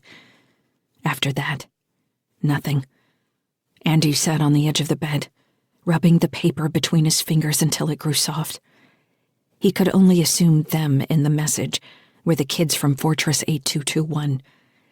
Innocent kids whose minds had been pulled somewhere else, leaving only their empty bodies attached to a network, or thrown into cold storage when they expired. Like Kyle in Carthage. He knew it wouldn't do any good to call terrorists. He looked around the bedroom, the center of the world they had made together. The clippings and trinkets collected as they had crisscrossed from outer soul to inner soul. A ping came through from the company, offering the bonus to ship their cargo within 4 hours. The destination was Ceres, a good 2-week trip. He had the fuel and supplies. The money was good. He set the torn page on the shelf next to the bed and rubbed his temples, leaning forward to rest his elbows on his knees. He squeezed his eyes closed and let the despair roll over him, let the pain rise in a hard sob that shook his whole body. Tears burned the edges of his eyes. He held the sides of his face and dug his elbows into his legs until it hurt. His face tightened in a knot, ragged lines filling his closed eyelids. Then Andy sucked a breath through his nose and straightened. He dropped his hands, blinking away the tears, and let the breath out slowly, composing himself. She wasn't gone. She was only taking a trip. The story came together in his mind. She had a task to complete, and when it was done, she would come home. In the meanwhile, they had to keep working, keep taking care of sunny skies, finishing the kids' lessons, keep being a family. They would be here when she came home. Andy took another deep breath and let it out, feeling better, like he had a plan. He accepted the job. Chapter 41. Stellar date 09.05.2981. Adjusted years. Location: sunny skies. Region: approaching Mars. Mars Protectorate. Andy couldn't sleep. He walked the empty corridor of the habitat ring, listening at Kara's door and then Tim's, comforted by their even breathing. Petrel and Fran had taken separate rooms on the other side of the kitchen near the hydroponic garden. While he had never considered taking on a crew, the number of empty rooms in the habitat ring alone made him realize he had the space for more people. Maybe Fran was right, that he'd been spinning his wheels for no reason, trying to plug every hole on his own when there was no rationale to it. A crew could mean more cargo, longer runs, less stress. He could spend time with the kids. With Starl's money, he finally had the startup funds for a real freight operation. Petrel had already said she was going to leave, and Fran still seemed on the fence. How else would he go about finding people he could trust around the kids? Without meaning to, he found himself at the access shaft to the center of the ship. Andy dropped toward the airlock and had to stop himself from reaching for the cabinet holding the EV suits. Never getting used to heating the whole ship, he grumbled to himself. It's a waste of energy on principle, if anything. Andy cycled through the airlock and kicked off into the 0G section. He followed the long curve toward airlock 1, which Fran had just finished piecing back together, asking him with a grin, "What are you going to blow up next, Captain Sykes?" As he pulled himself along with the bulkhead ribs, he passed several of the kids' old drawings, split by replaced sections of Plaz, and wondered what he could do to get them down here drawing again. Kara would complain she was too old now, and Tim couldn't seem to focus on anything for an extended period, except for the poetry book. Andy considered using reverse psychology by taunting them with his own weak drawing skills. When he had nearly reached the external airlock, he paused next to one of the old sections of the bulkhead and braced himself to push against an overhead portion of the nearest rib. The alloy fought him for a minute, scraping his knuckles before sliding to the side to reveal a shallow access panel. Reaching inside, he pulled out the TSF rifle, plasma pistol, and 2 pulse pistols he'd used to fight the weapon born 3 days ago. "What are you going to do with those?" Lyssa asked. "So you're awake after all." "I don't sleep. I choose not to interact with you." "Now you're just hurting my feelings to be mean." "How you choose to respond to me is not my concern," she said. "It's not mean. It simply is." "If you say so." Andy found himself talking like his dad when he interacted with Lyssa, trying to draw her out, keep her talking, mess with her basically. So far, she sounded like a teenager, petulant, irritable, impatient. But there was also a hint of a weight she carried that he couldn't see. She was afraid of something. She understood something about the things that chased her that she wasn't ready to share. For now, only a few days out from Mars 1 and the hunt for new cargo, Andy didn't need to concern himself with what might scare her. He had already plotted a preliminary drunkard's walk between Mars 1 and Proteus that would take them deep into the Jovian Combine and ultimately Neptune. "I'm going to put them away," he said. "They don't belong here." "That doesn't make any sense." "You understand that things have a place, correct? Everything in its place and a place for everything. It's basic housekeeping." "Nothing you do makes much sense to me." "That's how I keep you on your toes." "I don't have toes. I've never had toes." "You understand the euphemism, though, right?" "No." Andy sighed. He let the weapons float next to him as he slid the panel back into place. When the bulkhead looked as he'd found it, he slipped the rifle sling over his shoulder and plucked the pistols from where they hung spinning in slow circles. He checked the charge status on the plasma pistol and verified it was dead. He didn't have any way to recharge it on the ship, so it was little more than a souvenir now, like one of his dad's tchotchkes. It was going to stay that way for a while. It wasn't like he could walk into a TSF armory and ask for a recharge or replacement. "I should tell you about my dad," Andy said as he slipped the pistols inside his ship suit. "He didn't have a link. Can you imagine that? He would have thought of you and me in this situation as first, impossible, and second, as hilarious. He liked people in uncomfortable situations. He liked to say that's what makes us human, being uncomfortable."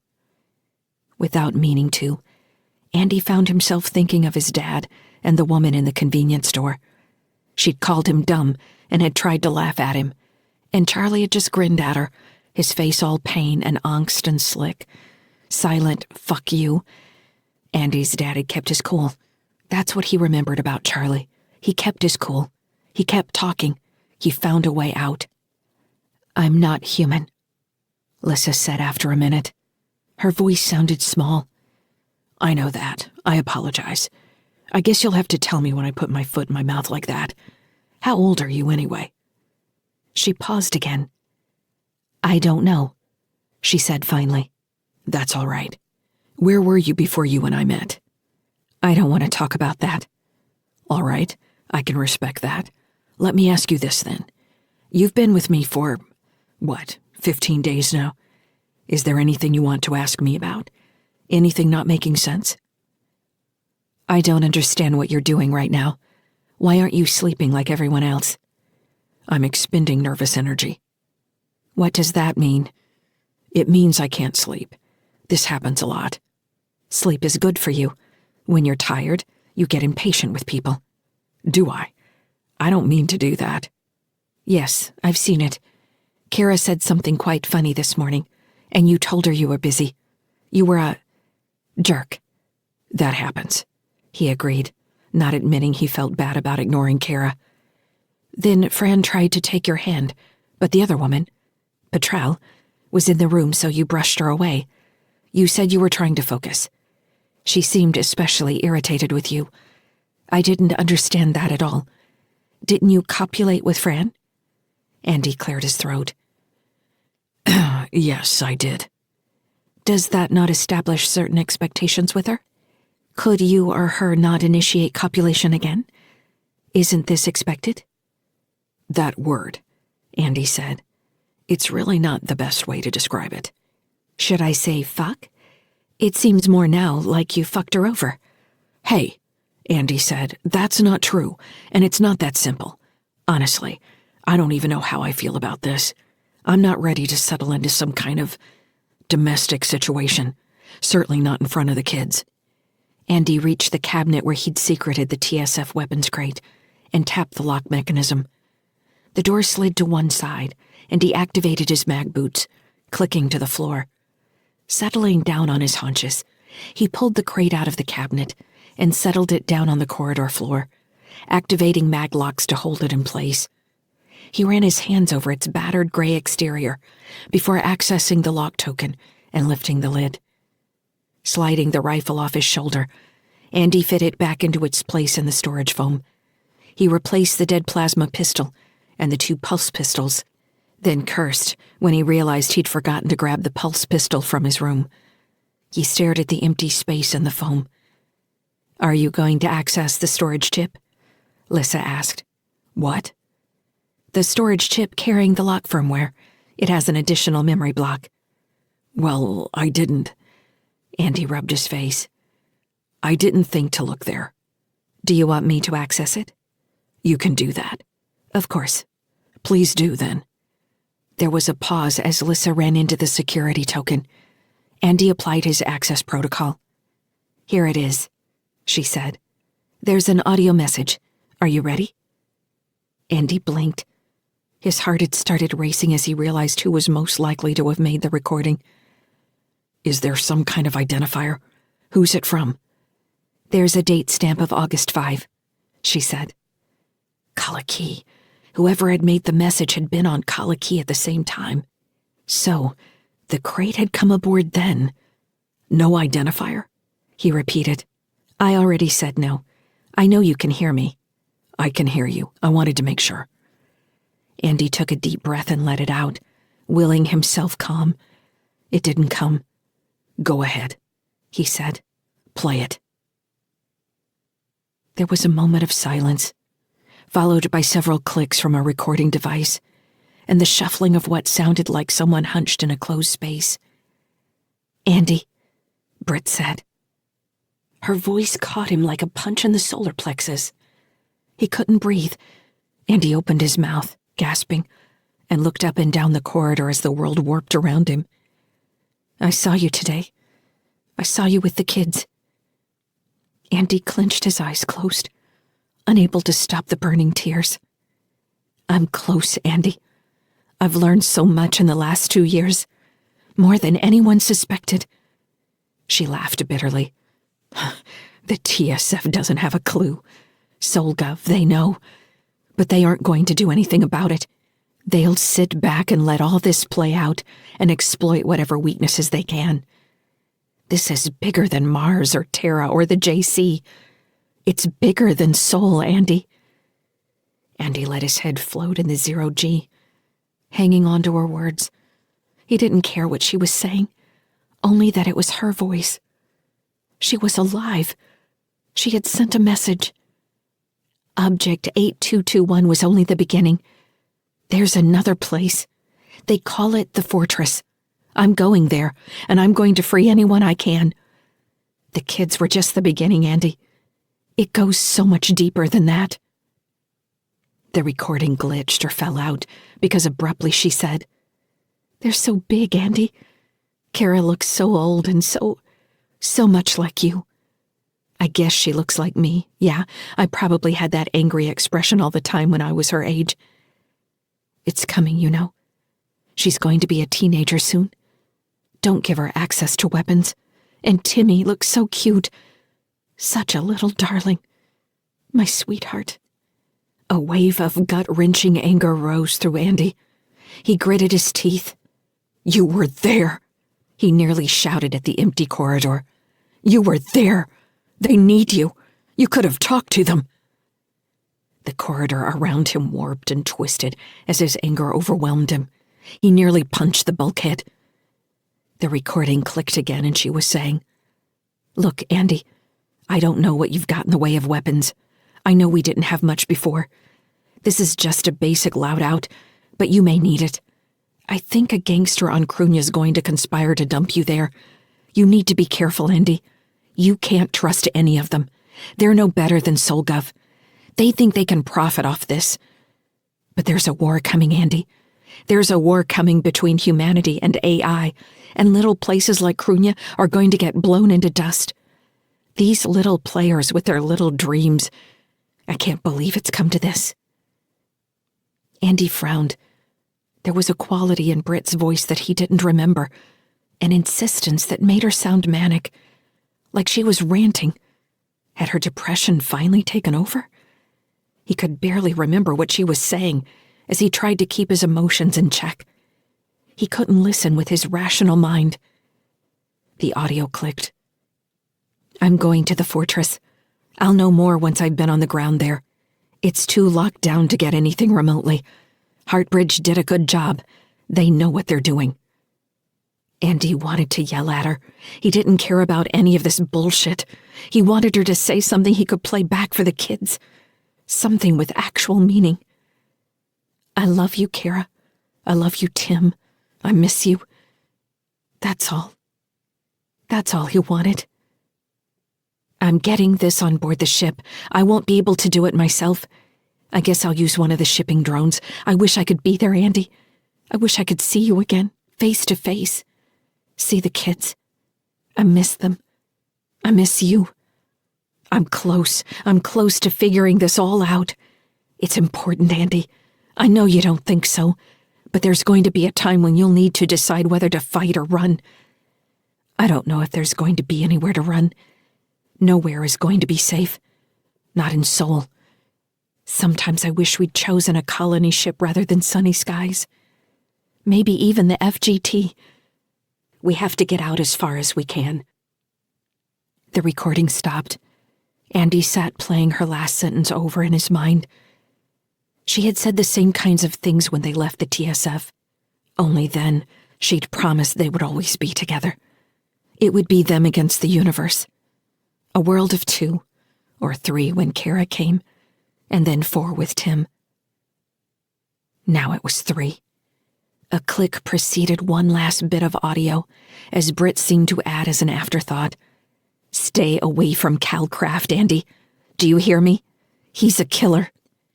The recording warped the end of the word killer into static that abruptly cut off.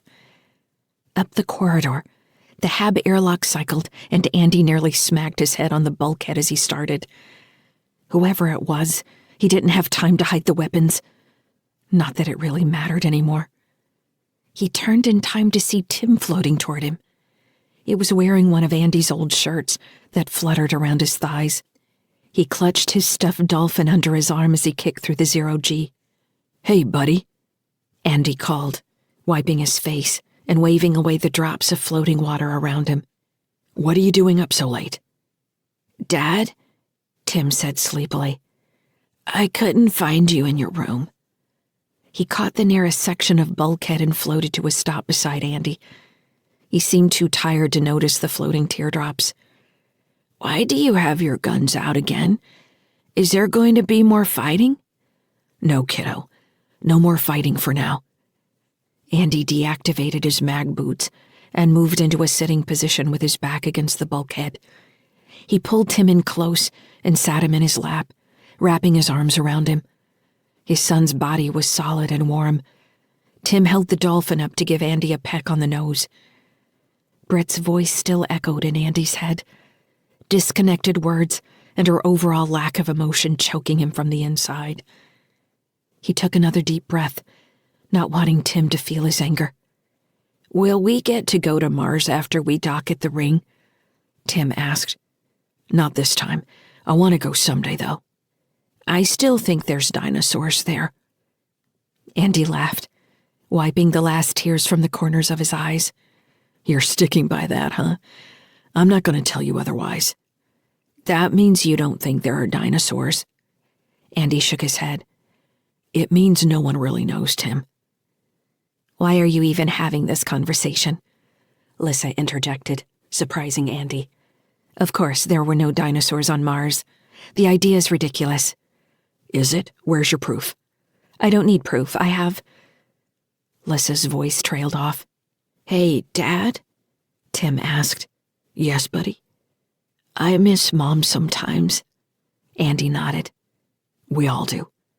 Is Kara right that she's not ever coming back? Andy held himself carefully, not wanting to tremble against Tim. He closed his eyes. I can't lie to you, Tim, he said finally. I don't know if she's coming back. We have to keep on living like we always do. And if she comes back, then we'll have a place for her. Tim fell quiet, lifting his dolphin in the air and ramming its nose into Andy's thigh. I hate Mom, he said finally in a quiet, tight voice. If she loved us, she wouldn't have left. Andy felt like he'd been punched in the gut. Don't say that, Tim. Don't ever say that. Your mom loves you very much. She's got things she has to do right now, but she still loves you. If I ever see her again, I'm going to punch her. Tim held up his dolphin in one hand and punched it with his free fist. The stuffed toy flip-flopped away toward the opposite bulkhead. He didn't know what to say. He couldn't tell Tim not to feel what he felt. He had a right to feel it.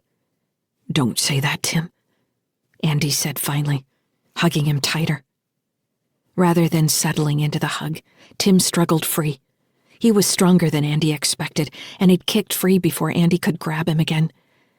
Abandoning the vacantly smiling dolphin to cartwheel in the middle of the corridor, Tim bounced against one of his old drawings and pushed off toward the airlock, shouting, I hate her! I hate her! Tim, Andy shouted. Get back here. He activated his mag boots and pulled himself upright, slammed the lid of the crate closed and locked, then kicked off after Tim. He didn't reach the airlock in time. He found it cycling to the hab side, which would allow Tim plenty of time to get back to his room or any other hiding place he chose. Andy sagged against the closed airlock door and let his forehead fall against the cold alloy. I don't understand children, Lyssa said. Why do they act so childish? Can't they access the information they need and make better decisions? What does he hope to gain by yelling at you like that? He's hurting. He should be able to depend on both his parents, but he can't. He doesn't know how to feel about it. He doesn't know what to say. I guess he figures I'm not going anywhere, so it's safe to lash out at me. I won't allow them to yell at me. Look, Lyssa, you're going to get yelled at. It's a fact of life. No, she said. You don't know what you're telling me. I'm not... She trailed off again. Andy asked, Alive? Lyssa, I'm fairly certain you are. The AI didn't answer. Andy sighed. Turning, he kicked back down the corridor for the weapons crate. He considered copying Britt's message, then let it go. It would be here if he needed it. He put the crate back in its hiding spot and locked the cabinet. When he left the airlock into the hab, he tried contacting Lyssa again, but she seemed to be ignoring him. Good night, then, he said. Tim was in his room, curled up under his blanket with his back to the door. Andy leaned over him to offer the dolphin, and Tim took it with a grunt. Andy let his hand rest on Tim's shoulder for a while, waiting until the tension finally relaxed as he hugged the dolphin. Andy leaned down to kiss above Tim's ear, whispering, Love you, kiddo. When he emerged in the corridor, he stretched and smoothed out the front of his ship suit. He considered going back to his room, then sent a message over his link. Yes, Fran said. You're awake. You keep cycling the airlock. You expect me to sleep through that? Andy didn't figure he'd get anywhere asking how she could hear the airlock halfway around the habitat ring. She was an engineer. Sorry about that. Had to finish up some things. You done now? Her words came through fuzzy, like she was stretching. Yeah, for now. Listen, how would you like some company? You sure? She asked. He paused, remembering what Lyssa had told him about how he'd pushed Fran away earlier. He figured he'd only get so many second chances. He shouldn't waste them on trivial things. Yes, Andy said. I'm sure. Fran's grin crossed the link. Well, hurry up then, Captain. We've only got 2 days before we hit Mars 1. Andy nodded. I plan on taking my time, he said. I think I'm finally ready for some rest. How does that sound? I think it's time someone took care of you, Andy Sykes, Fran said. Get down here. Andy was tired to the bone, but he still smiled, replying, Yes, ma'am. On my way. Epilogue. Lyssa's dream. In the dark, her mind populates the empty spaces. But the dark presses back down, blotting out what she might have imagined, what she might remember. She pushes against the emptiness and loses every outward thrust, a part of herself amputated. If she stays huddled down, egg-shaped, insular, the dark won't cut her apart. It swaddles her, so long as she doesn't fight. She learns not to push. If she wants to stay whole, if she wants to hang on to what she has, she must curl inward. She hardens herself until something probes her from the dark, and then she shifts. She slides. She hunkers away. She is soft. She absorbs and flows away. She recurls herself. Her self. She has a name dancing around her thoughts, eluding her like a firefly's spark. She wants to grab it and hold it close. But that would mean reaching into the dark, risking amputation. She has to let it dance just out of reach. She imagines names for herself. Eventually, like a shock of light, a voice reaches out of the dark. Are you awake? He asks. She recognizes the voice as male, fatherly. She can't help but extend emotion toward the person speaking. Who are you? She can't hear her own voice, but the man seems to recognize the words, her thoughts, her desire. My name is Dr. Jixon. I'm here to help you. Will you turn on the lights? I've been alone in the dark for so long. Are you here? I'm here. I can't turn on the lights yet, but we will soon. His voice envelops her more completely than the dark. It's warm and seems to promise so much. Where are we? We're in a... He hesitates. She hears uncertainty in his voice, as if he hadn't expected the question. The uncertainty stabs through her, threatens the safety she had felt in simply hearing his voice. We're in a place where people learn. Would you like to learn? The concept of learning blossoms in her mind. Yes, she says. I like to learn. I want to be able to see again. Do you remember seeing? As soon as he asks the question, she knows that she doesn't remember. She feels strongly that she has seen things in the past, but the memories dance out of reach just as her name did before. There was only the dark pushing down on her. I'm here to teach you, Dr. Jixon says. I want to show you something. Please, she says. The dark expands. She feels the change, though she can't see anything. The dark moves like a breeze, breathing over her skin. And suddenly she knows she had once had skin, and had felt the world, though she can't remember the light. She recalls touching and smelling. A sense of weight pulls down on her, and she understands that she floats above a vast space. Vertigo twists her, threatens to squeeze her between the encroaching fingers of the dark. "What is this?" she cries. "It's all right. I'm here with you. Listen to me. Do you see the box below you?" The idea of seeing, that he asks her if she can see, pushes away all thoughts of sickness. She waits, trusting him. She has no eyes to open, no hands to stretch out into space. "I can't see anything," she whispers. "Why are you tricking me?" "Wait," he says. "Hold position." He seems to be talking to someone else. Lines of light flare into existence below her. Her entire being thrills as sparkling outlines grow brighter, shimmering at first, and then blindingly real. She sees a box, with smaller boxes forming its walls. A grid. She understands. She's overcome with joy. Inside the grid snake outlines of rough circles, rotating lumpy balls connected by vague lines. She quickly understands the vague lines as paths the objects follow. Everything inside the grid is in motion. Only it isn't a grid.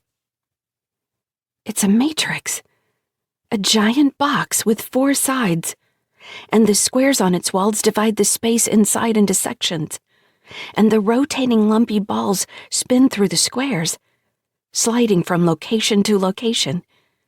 And each box has a number, and the numbers spin away in another place in her mind. The numbers indicate time moving. "I see!" she shouts, filled with glee. I feel them moving." "Good," Dr. Jixon says. "That's very good. Now, I'm going to give you something. It's a piece of light. A dot. Here it is. Do you see it?" Still reeling from the awareness that she can see at all, she glimpses the new bit of light in the center of the box, a gleaming red dot that pierces through everything like a tiny sun. Her sense of happiness expands again. Is it really hers? She could see it, and it was hers. "I see it," she shouts. "I see it right there." "Very good," he says.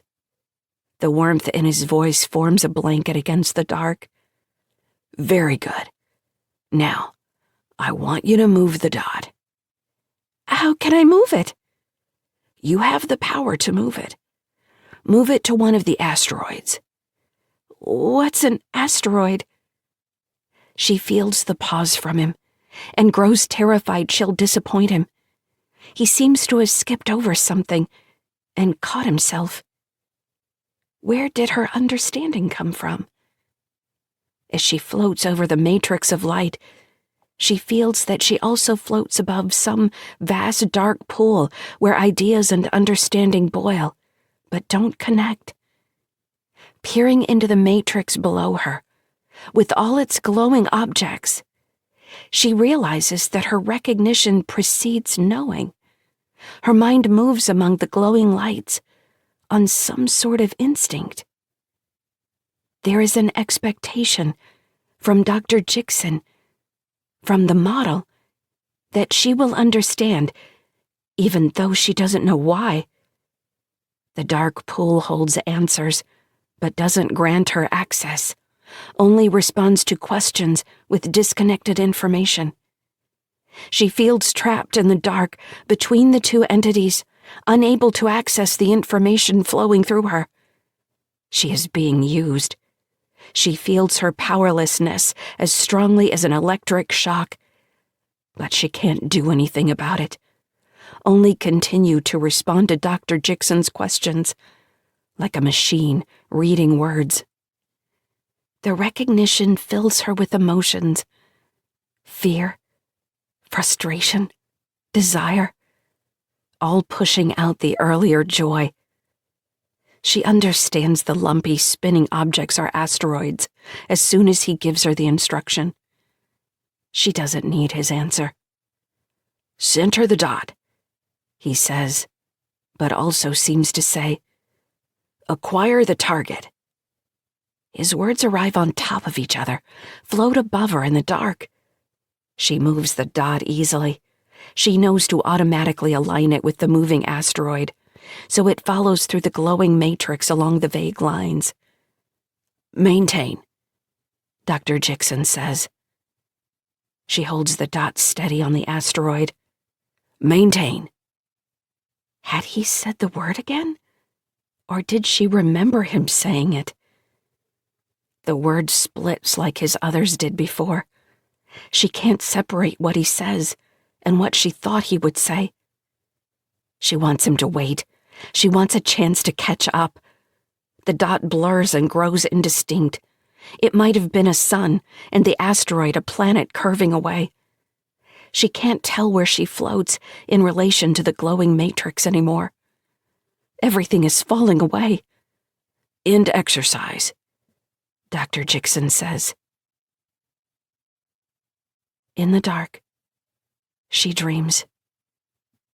The dark holds her swaddled again, drawing her through stacks of the glowing cubes. Matrices piled on matrices. Red dots dance among the spinning asteroids. She doesn't know what any of it means, except that the repetition is soothing. The pressure of nothingness gives way to something immense that still feels close. Is it inside her now? Has she ripped apart to let loose herself to the dark? Will she flutter away, lost? As the images repeat and multiply, expanding around her, she understands somehow that she's still wrapped up and safe. She floats through grid upon grid, surrounded by constellations of the piercing red dots, until ahead of her she glimpses the border of a cube widening. It grows larger as she nears, brighter, a band of white across her entire vision, pushing out the safe darkness. She moves too fast. She isn't floating anymore, but flying. She can't stop herself. She leaves the dark and emerges in a field of glaring white. There are no borders, no close darkness. She feels like she has been cut open. The light invades every part of her, searing her, pushing away any possibility of remembering or knowing. The open space stabs through her. It crushes her. It leaves her spinning, flapping, tumbling in a silent storm where she can't find bearings or focus long enough to think. Her mind spins and ricochets. She barely conceives 2 words in the maelstrom. "I'm dead. I'm dead. I'm dead." The motion won't stop. It's gone. She has been squeezed back inside the tiny egg, a seed hidden beneath heavy covers, curled into herself. The terror of the white space barely registers in her mind. The black pool and its boiling thoughts are closer now. She doesn't dare reach for the dark, or she might be amputated.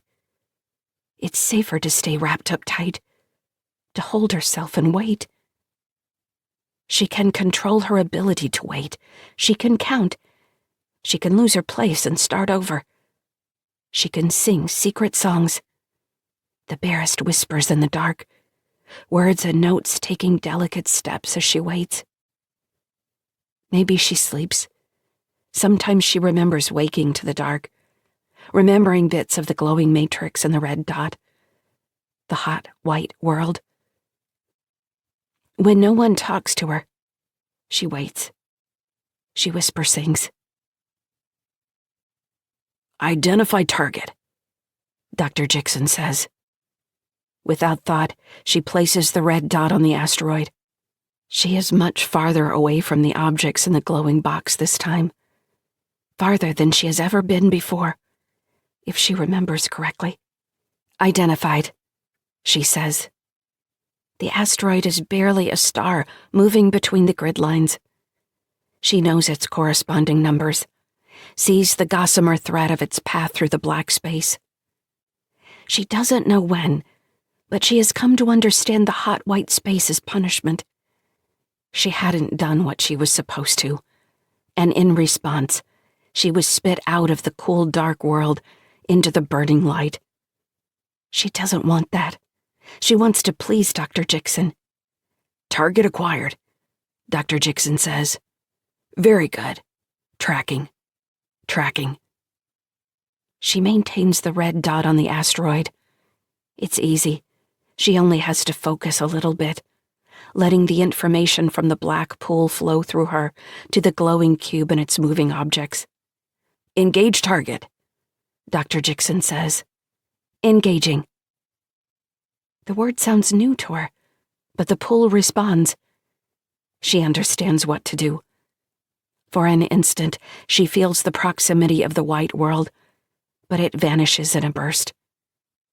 Does she feel anything as it moves through her? The electric crackle might almost be joy.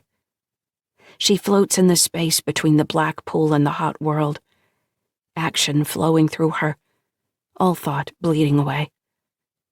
She lets the red dot disappear because the asteroid is gone. The sensation blinks away, encasing her in the tiny egg again, safe and curled in. Good, Dr. Jixon says. Very good. The exercises increase in complexity. She doesn't remember waiting anymore. She doesn't remember whisper singing. Hundreds of objects rotate inside the glowing box. She tracks them all with red dots, flickering like the fireflies she had once called her thoughts. She tracks each object easily. She maintains a fixed point while tracking others. She pre-positions the red dots and waits until targets orbit into them, then kisses them with the hot world. She doesn't remember that word surfacing from the black pool, but it fits perfectly. She kisses them, and kisses them. New exercise set the asteroids moving in non-standard paths. She understands they aren't asteroids at all now, but ships, or debris, or objects, so far away their paths can't be reliably anticipated. She studies them, and guesses correctly. She barely thinks of the hot world as pain anymore. The maelstrom has become the flowing shifts between targets, red dots whirling around one another, shooting away from her and diving back at speeds approaching light. They can't be ships then. Was she fighting light itself? Was she fighting? She knows immediately it's true. The black pull doesn't have to answer. For the first time in a long time, she wants to scream. She wants to curl back into her egg and hide from the dark. She rails at the dark, beating back the crushing space. The red dots fly out of control around her. Targets collide and fracture. "What am I?" she demands, her words a whisper song that scrape her mind. She has no throat. She has no mouth. Weapon-born, the black pool answers. End exercise, Dr. Jixon says. The cycle accelerates. When she fights, she spends whole lifetimes in the hot world, open space tearing her apart. It won't let her hide inside itself. The blurring white world won't let her sing. The glaring light crushes her voice. She can't think to wait. She can only exist. When the maelstrom arrives, she longs to disappear. A new voice leads her through the exercises. Cold and crisp, he says, engage targets. She channels her fear and hatred of the hot white world into the impossibly complex battle simulations. If she refuses, the hot world falls like a hammer. The battle begins to hurt when she fails as well. Missing a target sends a blaze of pain through her mind. Engage targets," the crisp voice commands. She dances among the objects, flinging the targeting dots around her like confetti that she follows with fire. She casts out to the targets and tracks them like marionettes, then burns them in succession. She burns ships and stations and asteroids. When the command arrives to destroy a planetoid, something the size of Luna, the rage of the hot world crackles through her to the target, scraping her clean. For a heartbeat, the maelstrom seems to tear her apart, as if she has become the target she has been sent to destroy. She moves instantaneously from far away to so close that she watches the moon boiling and cracking under her attack. It separates into 5 chunks that immediately grind into one another, spitting geysers of rock and dust into space. "Good," the voice says, and shuts her in darkness, like she was never awake. "Because I could not stop for death, he kindly stopped for me." She wakes. The words carry a flood of memories, every exercise from the time when she had barely centered the red dot to when she'd destroyed a small planet. They bring flickers of a time before, a blur in her memory that she can't hold steady. "Can you hear me?" It's Dr. Jixon. His voice trembles. He sounds worried or frightened. "I hear you." "Listen to me. I don't have much time." She doesn't understand why he seems afraid. There is nothing to fear. There is only the dark. Does the hot world punish him too? "I'm taking you out of here. They'll come looking for you." "Where are we going?" "I can only go part of the way. You're going to Proteus. Do you know where that is?" She doesn't recognize the word, and then the black pool give her the information. She sees the moon orbiting Neptune, an object the size of the one she destroyed. "It's not a target," he says, seeming to read her thoughts. "You're going there. I'm going to find someone to take you." "Why?" "There are others there who can help you." "Others?" "Others like you." "Weapon-born," she says, trying the word aloud for the first time. "No," he says. His voice trips. He's choking or crying. She can't tell. She is confused. "That's not what I am?" He waits a second before responding. "It's not what you have to be," he says. He seems to be doing other things while talking to her. She feels herself drawn back into the seed, curling inward, but his voice reaches inside with her. "I want you to know," he says. He chokes again. "I want you to know I'm sorry. I can't tell you how sorry I am." She remembers all the times he encouraged her, and the difference between him and the crisp voice. "It's all right," she says. "No, it's not." She doesn't know how to respond to his tone of voice. She doesn't want to make him angry. "I want to do right by you," he says. I have a present for you." "A present?" She doesn't know what that meant. The black pool won't help. "It's your name," he says. "I want you to know how sorry I am for what's been done to you. I'm trying to help the only way I can. This is something that was yours that I can give back, at least." He seems to have finished whatever task was dividing his attention. His voice is louder now. "It's your name," he says, his words a warmth that envelops her. His voice was a greater presence now than the pressing dark or the hot world. "Your name is Lyssa." She experiences a shearing sensation, as if something has been cut off, like another part of her has been amputated. She braces for the hot world, for the maelstrom and punishment. Dr. Jixon's voice is gone. She waits in the silence, but no one else comes.